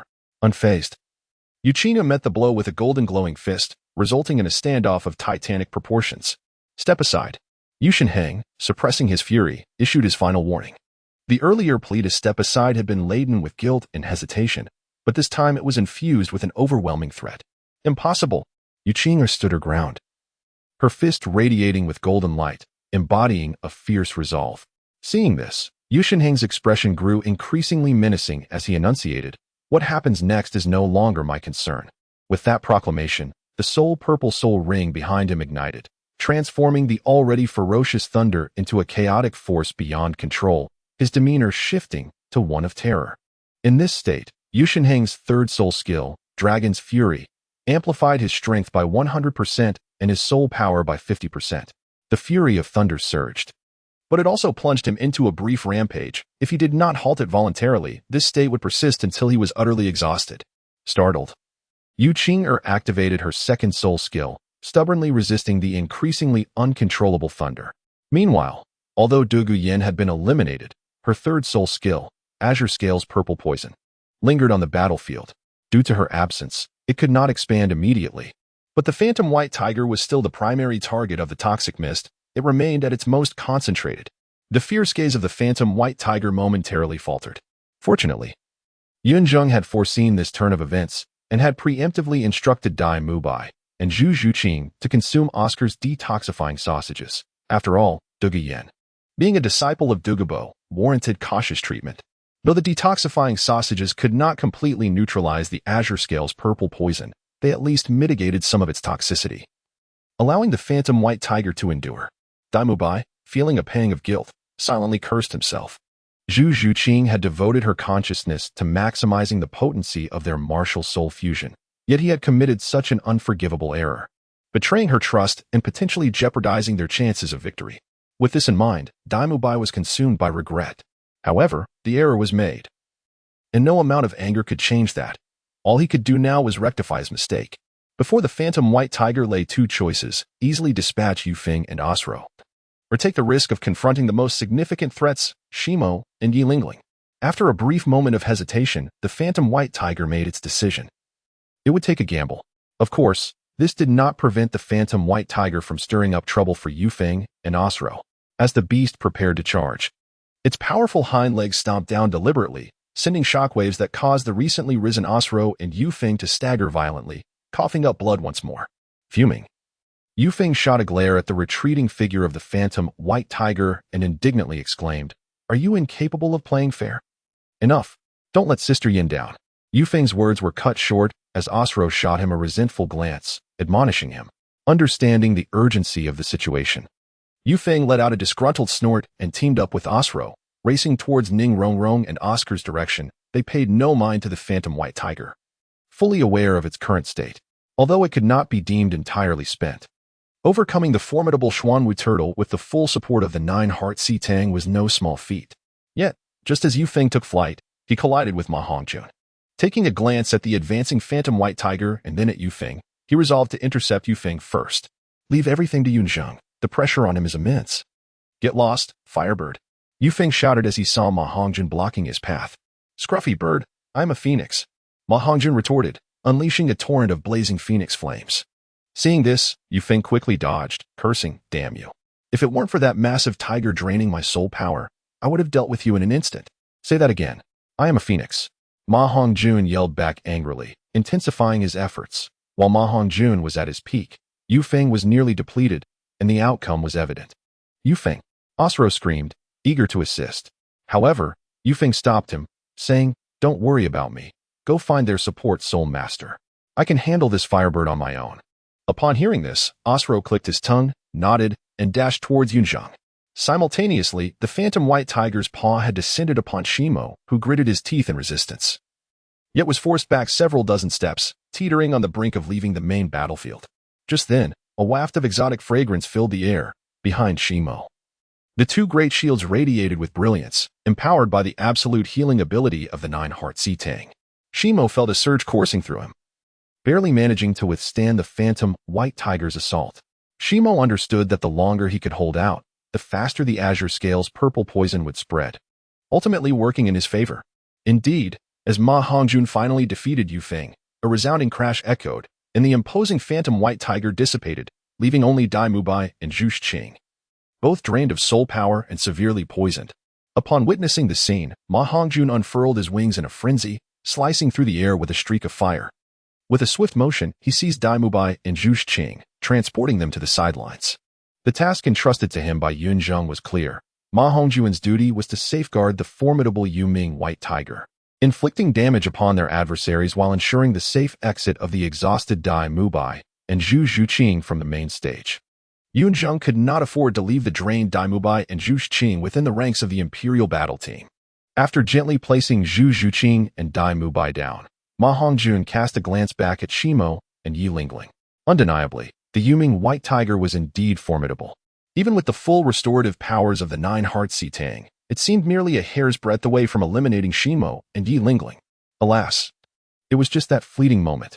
Driven by determination, Ma Hongjun turned back, the flames of the phoenix roaring to life. He was resolved to become a hero. Chapter 81. A must-win boom. Ma Hongjun had already envisioned the scenario in his mind. He turned around, expelling Shimo and Yu Lingling from the main arena. Out of the 7 members of the royal battle team, 5 had been eliminated, leaving only Yu Tianheng and Osro to stubbornly resist. Subsequently, he allied with Yun Zheng and Yu Qing'er, effortlessly defeating Yu Tianheng and Osro. Ma Hongjun had no other choice. He could not match Yu Tianheng, nor could he catch up to Osro. He could not merely stand aside and watch, could he? Thus, he would emerge as a hero, saving Shrek from impending doom. The great champion propping up a collapsing edifice. Wouldn't Yun Zheng be compelled to acknowledge him as a brother? This thought filled Ma Hongjun with excitement. However, before Ma Hongjun could take action, a tremendous sound reverberated throughout the arena as a bolt of thunder erupted at the center. Yu Tianheng let out a skyward roar amid the tempest, while Yu Qing'er suffered from the violent lightning, her delicate face paling, blood trickling from the corner of her mouth. Even with the amplification from the 7 treasures glazed tower, Yu Qing'er could not withstand Yu Tianheng's full might, ultimately being blasted backward by the ferocious thunder. The 9-level gap in soul power was simply insurmountable. Yu Qing'er was exhausted. Throughout her battle with Yu Tianheng, she had employed no flashy techniques, relying solely on raw strength. Her ability to hold on until now had already garnered the admiration of many. Yet, Yu Tianheng showed no intention of sparing Yu Qing'er. Under the influence of his 3rd soul skill, he was completely in a rampaging state, oblivious to Yu Qing'er's current condition, intent only on forcefully expelling her from the arena. Another bolt of thunder crashed down, its thickness akin to a barrel, blindingly bright. Many spectators instinctively squinted, and those in the lounge, including Flander, stood up in alarm, contemplating abandoning the match to save Yu Qing'er. At this moment, she possessed no capacity for resistance. Her soul power depleted, her strength exhausted, and possibly even suffering internal injuries. If struck by this bolt of lightning, the consequences would be dire. However, before Flander and Zhao Wujing could summon their martial souls, they were halted by the master. while others were unaware. The master was acutely aware that his second brother was undoubtedly watching this match. If Yu Tianheng could severely injure Yu Qing'er before Yu Zhangbai, it would signify that Yu Tianheng had truly grown formidable. Flander and Zhao Wujing, oblivious to the underlying circumstances, angrily shrugged off the master's grip, only to witness the lightning being thwarted on the main stage. As Yu Tianheng pursued, Yun Zheng became furious. He had allowed Yu Qing'er to battle Yu Tianheng alone, not out of impotence, but because this was a matter of Yu Qing'er's heart. In truth, had Yu Qing'er consented, Yun Zheng could have disposed of Yu Tianheng from the very beginning. For Yun Zheng, victory was not the priority. Yu Qing'er's happiness was paramount. Thus, even though Yu Qing'er stubbornly insisted on confronting Yu Tianheng alone, rendering Yun Zheng's tactical arrangements extreme and causing the entire Shrek team to be on edge, he accepted it willingly. Yun Zheng's favoritism was never concealed. Consequently, he had restrained himself from intervening in the battle between Yu Tianheng and Yu Qing. But now he could no longer hold back. Yu Qing'er's defeat was anticipated. Aside from a few prodigies, no soul master could triumph across a 9-level gap, especially when the quality of their martial souls was comparable. Yet, Yun Zheng had never stated that his non-intervention in their battle meant he would abandon Yu Qing'er. In an instant, Yun Zheng appeared before Yu Qing'er, transforming his ice bow into a spear, embracing her as the boundless chill of ultimate ice radiated outward. With a powerful strike, thunder clashed with solid ice, arcs of electricity intertwining with shards of ice, ultimately extinguishing the thunder, leaving only the remnants of the ice.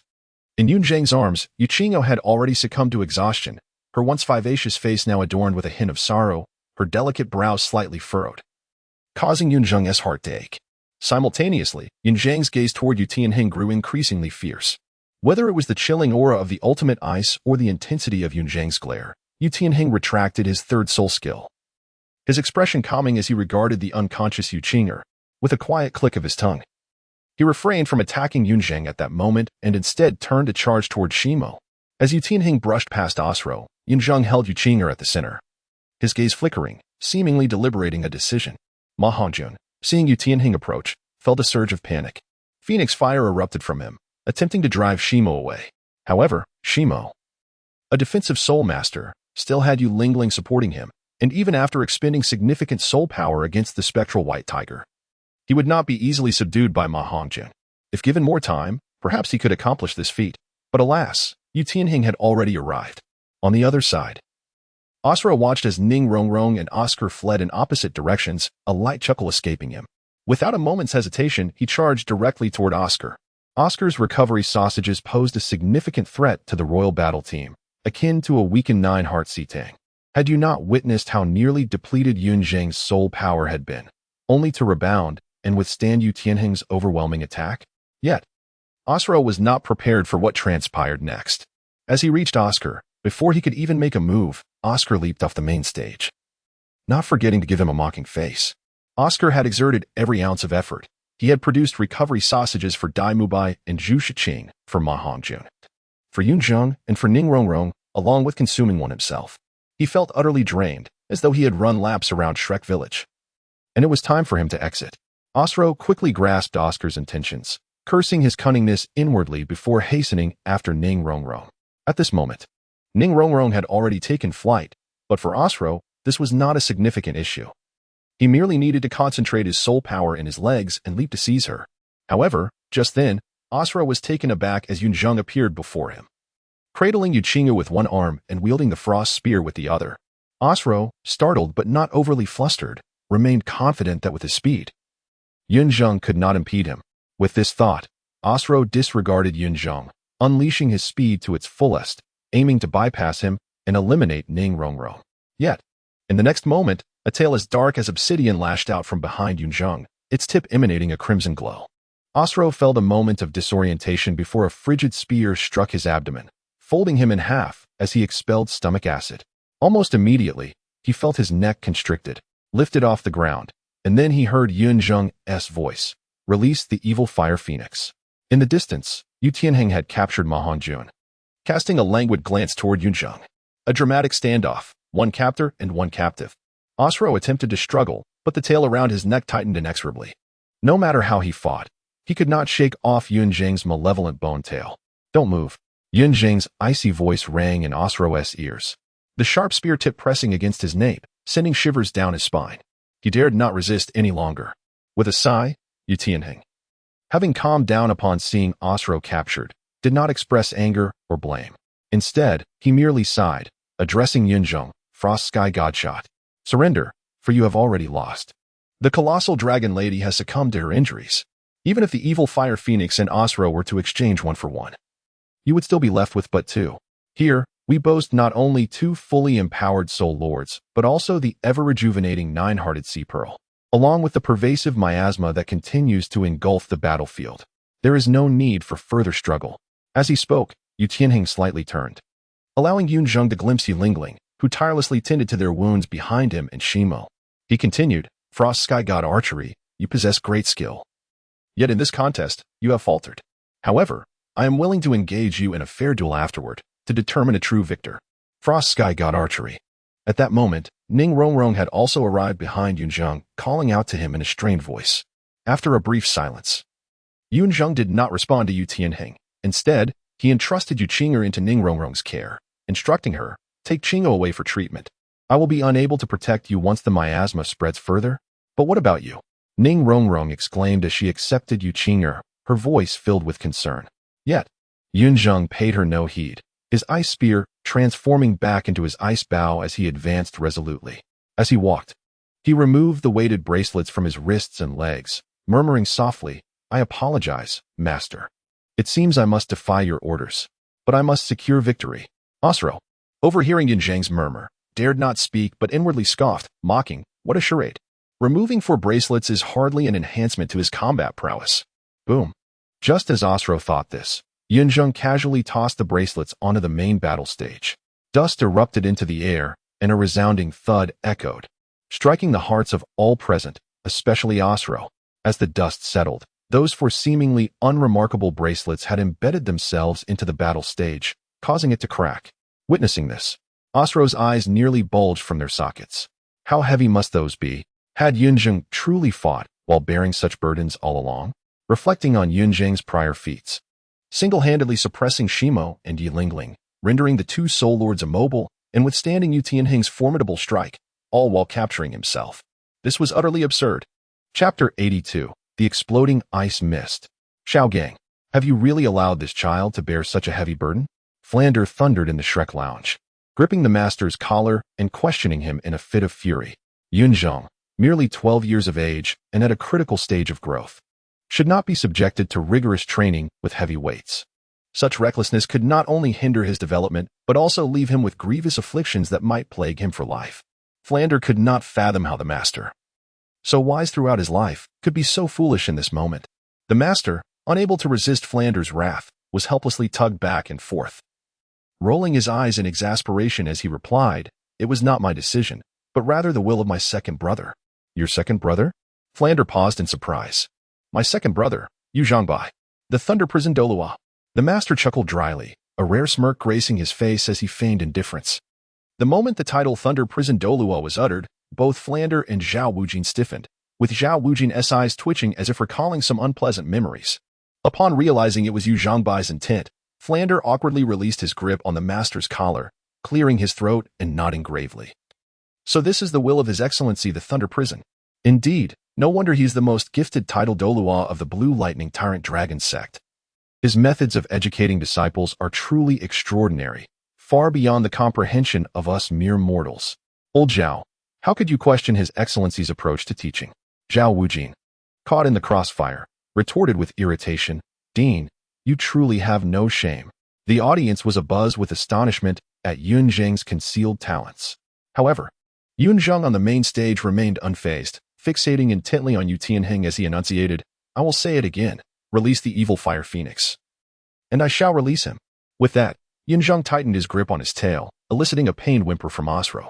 Seeing that Yun Zheng still had a trump card, Yu Zheng's initial reaction was one of delight, thrilled at the prospect of contesting with Yun Zheng. Yet, this soon morphed into complexity. Yun Zheng's excellence only further validated Yu Zhangbai's choice and highlighted the inadequacies of the younger generation of the Blue Lightning Tyrant Dragon Sect. Very well. Yu Zheng promptly acquiesced, flicking his dragon claw and casting Ma Hongjun from the main stage. Yun Zheng kept his word and discarded Osro as well.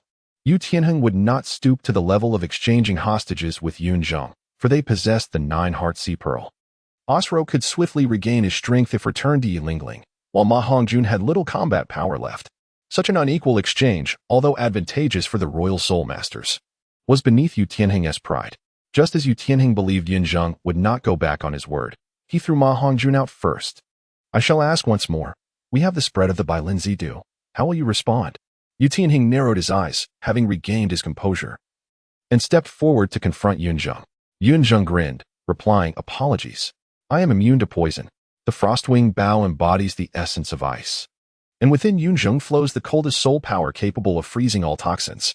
Were it not for Yun Zheng's lack of wide-ranging ice attribute soul skills and the limited soul power at his disposal, he would not need to fear the Bailin Zidu of Duguyen. Ironically, despite being an ultimate ice martial spirit, only the first soul ring's ice attribute damage enhancement barely linked to the essence of ultimate ice, while the rest of his skills bore little relation whatsoever. The armed modification granted Yun Zheng 2 combat stances, with the air leap arrow being the most direct manifestation of stealth.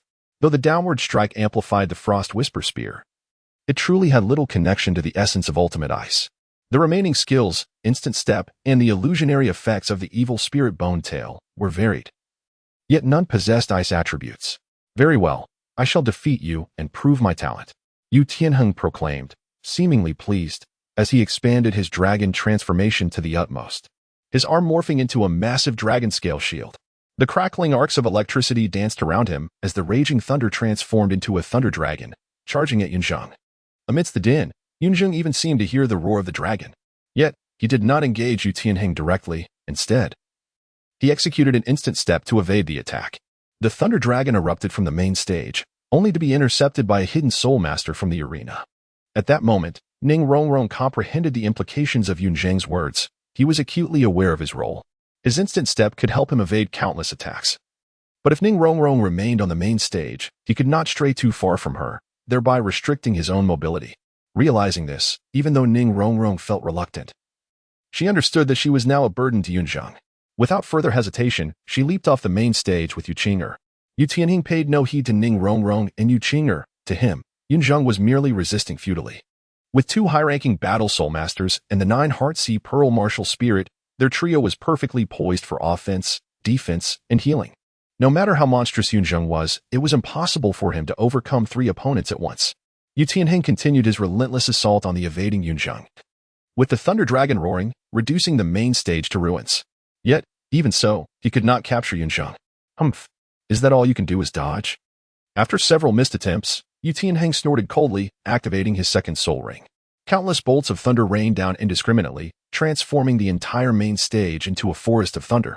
Under the baptism of the overwhelming thunder, even with Yun Zheng's instant step, evasion became impossible, compelling him to take the initiative and charge toward Yu Tianheng.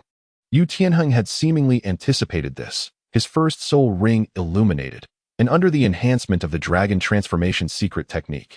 His first soul skill, Thunder Dragon Claw, expanded nearly twice its size, crashing down upon Yun Zheng like a door.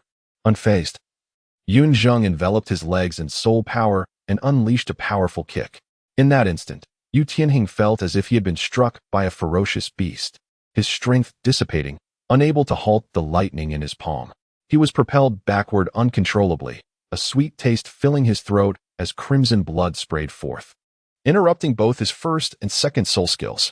That kick transported Yu Tianheng back to his youth when he had foolishly challenged the elders of his clan. The same feeling of helplessness, the same unstoppable force. Yu Tianheng's heart sank with horror. This was yet another monster, a true and unadulterated beast. That kick was worth more than 1,000 pounds. Many soul masters and kings from the Blue Lightning Tyrant Dragon Sect, after decades of physical training, could not surpass 1,000 pounds of strength, yet Yun Zheng accomplished it with ease. Innate divine strength. At that moment, only these 4 words echoed in Yu Tianheng's mind. However, Yun Zheng did not hesitate. After kicking Yu Tianheng away, he swiftly controlled the bowstring, drawing the bow and shooting an arrow in one fluid motion. Aimed at Yi Lingling. Shimo, protect Lingling. Yu Tianheng's fervor for victory snapped him back to reality, as he urgently reminded Shimo of the impending ice arrow. Shimo understood immediately. Though astonished by Yun Zheng's power, he stepped in front of Yi Lingling without hesitation. Both his first and second soul skills activated. maximizing his defense while Yi Lingling stood prepared to employ absolute healing, mirroring the stance she had taken against the spectral white tiger. Clang! Yun Zheng's ice arrow arrived in an instant, possessing significantly greater force, yet being a bow and arrow, it was not a projectile, and Shimo managed to block it. Just as Shimo was about to breathe a sigh of relief, Yun Zheng instantly appeared before him, gazing at the imposing dark Xuanwu shield blocking his path. Yun Zheng chuckled mockingly, his fist wrapped in the essence of ultimate ice, coldly stating, "I am curious. How much frost has accumulated within you? Let us find out." With a resounding crash, Yun Zheng's fist collided with the obsidian Xuanwu tortoise shield, unleashing a torrent of formidable power. 2/3 of his soul force surged forth, engulfing Shimo. The blow, carrying a weight of 1,500 pounds, shattered the seemingly impenetrable shield, allowing Yun Zheng's fist to strike Shimo's abdomen unimpeded. Instantly, Shimo's martial soul fusion dissipated, his negligible armor offering no protection. He felt as if his internal organs had been pulverized, a mixture of organ fragments, gastric fluids, and blood erupting from his mouth. As a premier defensive soul master, Shimo vowed this was the most agonizing experience of his life. Yet, this was not the end. Yun Zheng's fist also carried frigid soul force. How many of Yun Zheng's arrows had Shimo blocked? Even Yun Zheng himself had lost count. He only knew that nearly all the ice arrows he had fired during his first soul force depletion had been received by Shimo. Each arrow had allowed a trace of extreme ice to infiltrate Shimo's body, although the healing effect of the Nine Heart Sea had temporarily suppressed it. The power of the extreme ice had not vanished. Yun Zheng's fist fully activated the extreme ice latent within Shimo's body. Terrifying, chilling air emanated from Shimo's body, threatening to freeze the entire main battle stage. Icy mist, beautiful and surreal, erupted from Shimo's back, while before him lay a tragic expanse of crimson ice crystals. The stark contrast in colors might have been aesthetically pleasing, but no one appreciated the spectacle. All witnessed Yun Zheng defeat Shimo, who was in his prime. With a single punch, the Xuanwu tortoise, known as the #1 defensive martial soul, had been instantly defeated by a great soul master, who had overcome a major rank difference. The unconscious Shimo was sent flying, impacting Yi Lingling, who was behind him, and both were ejected from the main battle stage. The initial 3-on-1 situation had transformed into a 1-on-1 final showdown in the blink of an eye. Chapter 83. I await the CD. What do you await? As Shimo and Yi Lingling were sent flying, Yu Tianheng carved a deep trench on the main battle platform, finally coming to a halt. He coughed violently, his entire body racked with pain. There was no time for Yu Tianheng to assess his condition or to check on Shimo and Yi Lingling. Fortunately, Yun Zheng's kick was merely intended to repel Yu Tianheng, allowing him to strike at Shimo. Moreover, Yu Tianheng had been refining his body since childhood and was not in a state of detachment from his martial soul like Shimo. Without hesitation, Yu Tianheng quickly rose to his feet, activating his second and third spirit rings simultaneously. A torrential downpour of thunder rained down like a dense forest. This time, Yu Tianheng left no gaps, especially to his sides. The previous kick had already made him acutely aware of the disparity between himself and Yun Zheng.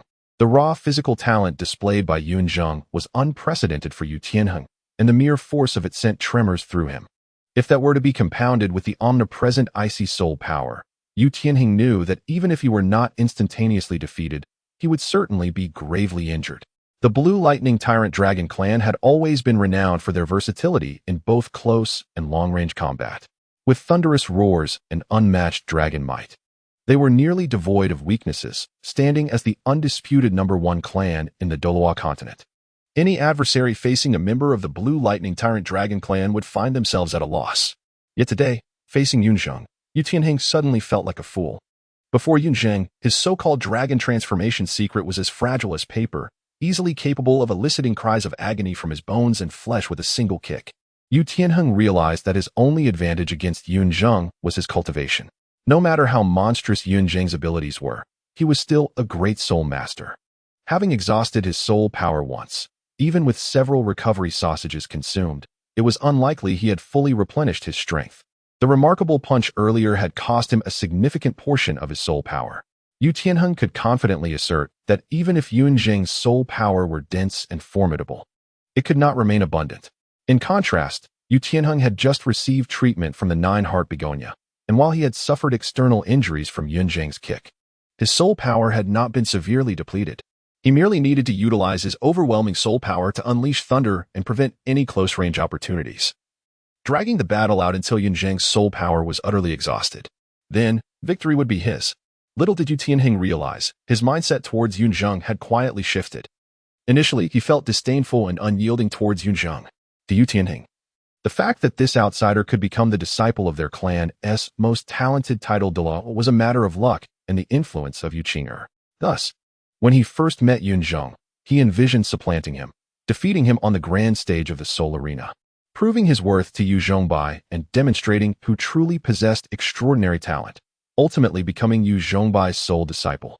However, as the competition progressed, each astonishing act by Yun Zheng dealt a blow to Yu Tianheng's pride and confidence, tearing it apart. Even now, the Yu Tianheng spoke of a fair battle.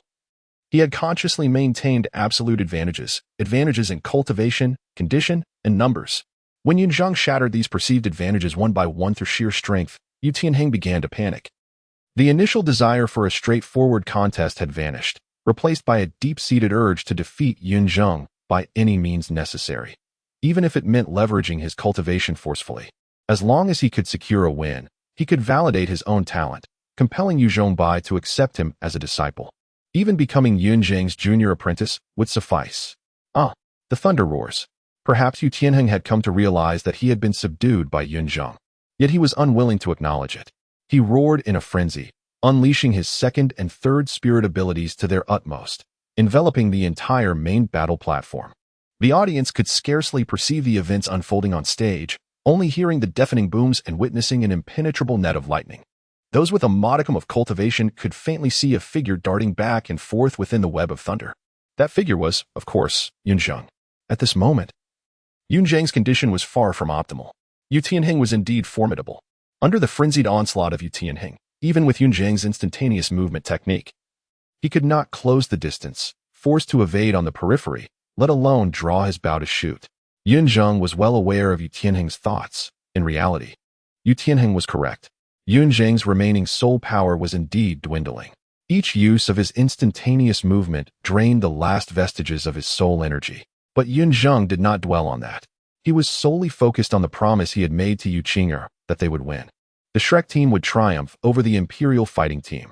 2 minutes later, in the Shrek team's resting area, Flinder watched Yun Zheng darting through the web of lightning. His eyes filled with concern. He could not help but say to Master, "Xiao Gang, should we surrender? The children's performance has been remarkable enough. I do not wish to risk any further. Something might truly go wrong." During these 2 minutes, although Yun Zheng had evaded with instantaneous movement, the overwhelming thunder unleashed by Yu Tianheng made it impossible for even a pure agility-type soul master to avoid every strike of the thunderous net. Although Yun Zheng was indeed extraordinarily gifted, he was ultimately still wounded by the lightning. While others might not have noticed, Flinder, a soul sage, saw it all too clearly. At this moment, Yun Zheng was little more than a shadow drenched in blood. Master furrowed his brow as well. Yun Zheng's performance had far exceeded his expectations. When Master first met Yun Zheng, his impression was similar to that of Tang Sect. Both possessed extraordinary talents and numerous techniques. While Yun Zheng's power was indeed formidable, Tang Sect also had the ability to wield his strength effectively. Master had always believed that Tang Sect was not inferior to Yun Zheng. However, today's battle had reshaped Master's perception of Yun Zheng. He had never anticipated such a terrifying surge of energy from him. To be frank, Master did not believe that Tang Sect, without the use of hidden weapons, would be a match for Yun Zheng. Indeed, what a cold-hearted child. With that thought, Master waved his hand and said, "There is no need for that. Second brother is here. He won't allow anything to happen to Yun Zheng or Tianheng." Upon hearing this, Flinder felt a wave of relief wash over him, returning to his seat. "However, have you all noticed how peculiar Yun Zheng's soul power is? Shouldn't he have exhausted it by now?" At that moment, Zhao Wujie suddenly spoke up, his deep voice resonating. Flinder was taken aback by this statement. Indeed, how could Yun Zheng possess so much soul power? The sausages Oscar had given him should not have sustained him to this point. Yun Zheng has infused his soul power into his blood. This time, before Master or Tang Sect could respond, Xiao Wu spoke up first. Yun Zheng has channeled his soul power into his blood, continuously stimulating his meridians to generate soul power, resulting in this abundance. Xiao Wu's revelation stunned Flinder and Zhao Wujie. Infusing soul power into the blood was a well-known life and death technique among soul masters. yet not every soul master could employ it. It required meticulous control of one's soul power, something coarse individuals like Zhao Wujie had never managed to accomplish. Furthermore, the potential risks were dire. At best, it could lead to blocked meridians and loss of cultivation, reducing one to a mere mortal. At worst, it could cause a violent surge of soul power, rupturing the meridians and leaving one a cripple, or even resulting in death. Then we should hasten to surrender. Zhao Wujie, unwilling to let Yun Zheng continue down such a perilous path, exclaimed urgently. This time, Tang Sect shook his head and said, "There is no need. The most challenging aspect of infusing soul power into blood lies in maintaining one's rationality amidst the fervent rush of heated blood. Yun Zheng's soul power is frigid, and when infused into his blood, it not only remains under control but also places him in a state akin to absolute rationality, rendering it less perilous. Moreover, since Lord Lei Yu has yet to intervene, it seems the situation is still within our grasp." Then Zhao Wujie blinked and hesitantly remarked, "Isn't this lad simply lucky? He can use soul power in blood without restraint. I envy him. In my lifetime, I have never had the chance to do so." However, before Zhao Wujie could elaborate, Tang Sect had not yet replied, and the master shook his head, saying, "I once conducted research on this matter. The reason infusing soul power into blood is classified as a forbidden technique is not only due to its difficulty and danger, but also because the nature of soul power, once infused, can significantly influence the soul master's mentality. Yun Zheng is not without side effects. We simply do not yet understand what those effects are. You three seem to know so much, while I, old Zhao, am left in the dark." After receiving scoldings from Xiao Wu, Tang Sect, and the master, Zhao Wujie chuckled awkwardly, not wishing to engage further with these intellectuals. His attention returned to the arena for him, as long as Yun Zheng was not in mortal danger. It was a stroke of good fortune. On the main battle stage, Yu Tianheng was equally curious about how Yun Zheng possessed such an abundance of soul power. Could it be that such a near-instantaneous skill required no soul power consumption? Unable to find an answer, Yu Tianheng continued to unleash his thunderous assault, denying Yun Zheng any opportunity to counterattack. Boom. Just then, an intense cold force erupted amidst the thunderous net, the terrifying chill nearly freezing the lightning. Yu Tianheng, closest to the source of the cold, involuntarily shivered, a sense of foreboding washing over him. He understood that at the epicenter of that icy blast lay Yun Zheng. Countless bolts of lightning coalesced into a formidable lightning dragon, only to be cleaved in two by a 3-meter-sized frost spear. Yu Tianheng was startled and instinctively took a step back, only to see Yun Zheng emerge, drenched in blood. At that moment, Yun Zheng appeared utterly wretched. His body covered in blood clots, fresh blood oozing forth, and charred lightning marks adorning his figure, leaving little unscathed. Yet, his gaze was chillingly serene, akin to an endless glacier devoid of any emotional fluctuation. Upon seeing Yu Tianheng, Yun Zheng's lips curled into a smile, though it did not reach his eyes, which exuded a disquieting coldness. As the chilling aura spread, Yun Zheng spoke softly, "I am waiting for the cooldown. What about you?" Yu Tianheng, unfamiliar with the term cooldown, felt no need to compare Chapter 84. Qin Ming's intervention. Xiao Gang, your nephew is about to be killed. In the Shrek Team's lounge, Flanders shouted anxiously. Although he was not on the battlefield, with Flanders' soul sage perspective, he could clearly see that the spear wielded by Yun Zheng bore an immense weight, imbued with the power of extreme ice, making it impossible for Yu Tianheng to withstand. The events unfolding on the main stage were beyond the master's judgment, and even he rarely displayed such a serious expression. Yet, the master maintained his composure and gritted his teeth, saying, "There's no need to panic. My second brother would never allow either Tianheng or Yun Zheng to come to harm. We simply need to await the outcome." Upon hearing the master's words, Flanders hesitated momentarily before refraining from further comments. After all, regardless of the outcome, Yu Tianheng was not his nephew. On the main stage, Yun Zheng stood like a statue of ice, perpetually exuding a chilling aura. The Frost Whisper Spear had returned to its original size. But this did not signify a reduction in power. On the contrary, this strike was the culmination of Yun Zheng's utmost calmness, releasing his full potential in both vitality and soul power. Each step he took left a distinct imprint on the stage, echoing in Yu Tianheng's heart. Thunder Dragon, Radiant Descent. Under the threat posed by Yun Zheng, Yu Tianheng unleashed his desperate prowess. His dragon transformation, which had reached its limits, seemed to come alive in that instant. A vividly lifelike blue electric Tyrannosaurus Rex burst forth from Yu Tianheng's palm, instantly draining all his soul power. The rampaging lightning that surged forth seemed to have found its king, rushing towards the blue electric Tyrannosaurus Rex like fledgling swallows returning to their nest. This was the last resort of the Blue Electric Tyrannosaurus clan, and could only be utilized by those possessing the Blue Electric Tyrannosaurus martial spirit. Once invoked, Yu Tianheng would be unable to use any soul power for an entire week. However, at that moment, Yu Tianheng could think of nothing else. He realized that Yun Zheng must have some grave issue. While Yu Tianheng sought to determine the victor, Yun Zheng was intent on deciding life or death. It is fair to say that even during Yu Zhongbai's ascension to title Douluo, Yu Tianheng had never felt such regret, had he known this day would come. He would never have foolishly mocked Yu Qingyu when she was still at the Blue Electric Tyrannosaurus sect. Roar, Yu Tianheng's life-risking technique summoned what appeared to be the true Blue Electric Tyrannosaurus, emitting an exceptionally high-pitched dragon roar that resonated throughout the Grand Soul Arena. Yet, Yun Zheng remained unperturbed. In fact, he seemed devoid of any emotion, fixated solely on the imposing lightning dragon before him, advancing without hesitation.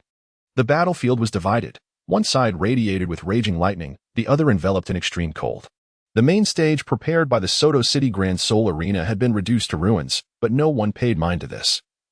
Their attention was entirely captured by the confrontation between Yun Zheng and Yu Tianheng. This was no mere spectacle that could be produced by a great soul master and a soul respect. It was akin to a pinnacle clash between two soul emperors. Clang. Rending, before the magnificent Blue Electric Tyrannosaurus, Yun Zheng's Frost Whisper Spear, beautiful as a celestial artifact, appeared as fragile as glass. Many emotional young women instinctively shielded their eyes, unable to bear witness to the imminent brutality. Yet the truth was, before the Frost Whisper Spear, the seemingly invincible Blue Electric Tyrannosaurus was the weaker party. With the ease of slicing through vegetables, Yun Zheng tore apart the dragon's claw, and, in one fluid motion, cleaved the Blue Electric Tyrannosaurus summoned by Yu Tianheng in two. With overwhelming power and the attributes of extreme ice, Yu Tianheng stood no chance. As the Blue Electric Tyrannosaurus dissipated into arcs of electricity, Yu Tianheng's pupils constricted in disbelief at how easily his desperate strike had been thwarted. Simultaneously, Yun Zheng advanced towards him. The Frost Whisper Spear in Yun Zheng's hand never ceased its motion. Each rotation summoned howling winds and tremors across the ground. Yet, in Yun Zheng's eyes, there was neither joy nor sorrow, nor any hint of battle fervor or killing intent. He was as indifferent as the Frost Whisper Spear itself. With another step forward, Yu Tianheng found himself devoid of any capacity to resist. Exhausted of soul power, he stood before Yun Zheng without the means to defend himself. Only then did Yu Tianheng realize that Yu Zhongbai had not merely offered him an opportunity, he had unwittingly become a tool for sharpening Yun Zheng's blade. While he claimed to disregard past events, did he not harbor a petty heart? Reflecting on this, Yu Tianheng let out a bitter laugh, never anticipating that he, a prominent figure of the Blue Electric Tyrannosaurus sect, would one day be reduced to a mere clown. How, at that moment, a resounding wolf howl pierced the air. From the Huangdo team lounge, a blazing wolf charged forth at astonishing speed, arriving in front of Yu Tianheng. Yun Zheng remained unfazed by this sudden turn of events. His Frost Whisper Spear descended like a meteor, only to be caught in the jaws of the fiery wolf. Boom! The earth-shattering sound erupted, leveling the main stage. Flames and frost intertwined, preventing Yun Zheng from advancing an inch, while the fiery wolf had no intention of achieving victory. It merely restrained Yun Zheng, not allowing him to harm Yu Tianheng behind it. The clash of frigid ice and searing flames brewed a tempest, sending Yu Tianheng tumbling away, leaving only the duel of ice and fire obscured from view. At the center of the storm, Yun Zheng had exhausted his strength. Withdrawing the Frost Whisper Spear into his body, gazing at the refined middle-aged man before him, Yun Zheng expended his last ounce of energy to softly declare, "I have won." With that, Yun Zheng lost consciousness and collapsed completely. Qin Ming observed the young disciple before him and glanced at his trembling right hand, unable to suppress a wry smile. Once, Qin Ming had believed himself to be the most exceptional student at Shrek Academy, yet now it was evident that talent would inevitably emerge to eclipse the past. His own story at Shrek Academy would soon be overshadowed by this young disciple. In comparison to Yun Zheng, he felt he was hardly even a monster. When Qin Ming was a great soul master, he was no match for Dade's Asro, let alone for Shimo and Yu Tianheng. Yet Yun Zheng had single-handedly defeated the three of them, alongside Yu Lingling. It was nothing short of a miracle. Ah, what a reckless young disciple. With this thought, Qin Ming sighed again, carefully lifting Yun Zheng, channeling his soul power to dissipate the tempest engulfing the soul arena. Upon regaining sight of the audience, a cacophony of gasps and boos erupted, as spectators were displeased to see the team leader intervene in the match. It often conveyed a sense of defeat. However, Qin Ming felt he had no choice. Yun Zheng's reckless strike could have led to fatal consequences for Yu Tianheng, and he could not bear to witness such an outcome. Despite this, Qin Ming maintained his gentlemanly demeanor, bowing sincerely to the audience as he earnestly said, "I apologize for the inconvenience. This match has resulted in a loss for our Huangdou team." Though his voice was not loud, it resonated throughout the Grand Soul arena, demonstrating that Qin Ming's strength was far from insignificant. Realizing this, the previously jeering audience fell silent. Seeing this, Qin Ming chuckled lightly, harboring no anger, and turned to the previously swept-away Yu Tianheng, saying, "Tianheng, let us go." Yu Tianheng, however, turned a deaf ear to Qin Ming's words, instead becoming entranced by the sight of Yun Zheng in Qin Ming's arms. He then retrieved the heavy bracelets that Yun Zheng had previously discarded, attempting to lift them. With all his strength, Yu Tianheng managed to raise all 4 heavy bracelets simultaneously. Yet it was utterly impossible for him to live, let alone fight, under such a burdensome weight. Experiencing the stark disparity between himself and Yun Zheng once more, Yu Tianheng, without needing any further urging from Qin Ming, left in a daze. Qin Ming could only sigh in response. Long ago, he had warned Yu Tianheng that there are always greater heights beyond the heavens and greater individuals beyond mere mortals, and that one should not succumb to arrogance. However, the inherent pride of the Blue Lightning Tyrant clan prevented Yu Tianheng from heeding any of his words. Today, having faced a crushing defeat, it was only by Qin Ming's intervention that he escaped with his life. The impact of this defeat on Yu Tianheng was, without a doubt, profound. In the Shrek Team's lounge, upon seeing Yu Tianheng's retreating figure, the master hesitated momentarily before ultimately deciding to step outside. Flinders showed no intention of stopping him, allowing the master to go. Upon regaining consciousness, Yun Zheng found himself confined to his bed. A dull ache throbbed in his head, and he was unsure how many days had elapsed. He felt a pervasive coolness enveloping his body. Instinctively, he reached up to massage the Qin Ming acupoint on his nose, only to discover his arm encased in thick bandages, extending across his entire body, even up to his neck. As the person most familiar with his condition, Yun Zheng knew that he was not so severely injured that he needed to be swathed like a mummy. At the very least, he was capable of independent movement. "Yun Zheng, you're awake." Yun Zheng stretched his limbs, intending to get out of bed for a drink of water. However, his movements roused Yu Qinger, who had been vigilantly watching over him. Seeing Yun Zheng awake, she let out a joyous cry, her eyes brimming with tears. She attempted to embrace him, but hesitated. Mindful of his injuries, she gently enfolded him, her tear-filled eyes conveying her profound concern. In that instant, Yun Zheng noticed something amiss. Yu Qinger's embrace felt both familiar and foreign. It was familiar because she was Yu Qinger, his companion of 6 years, the person for whom he would willingly sacrifice everything. Yet, it was foreign because the embrace lacked the subtle, indefinable sensations he had previously experienced. The pleasant, tingling, and comforting warmth were now entirely absent. Yu Qinger held Yun Zheng, alternating between tears and laughter, repeatedly apologizing and expressing her worries. Her tears soaked the bandages on Yun Zheng's shoulder. But Yun Zheng felt nothing but tranquility. He realized that he seemed to have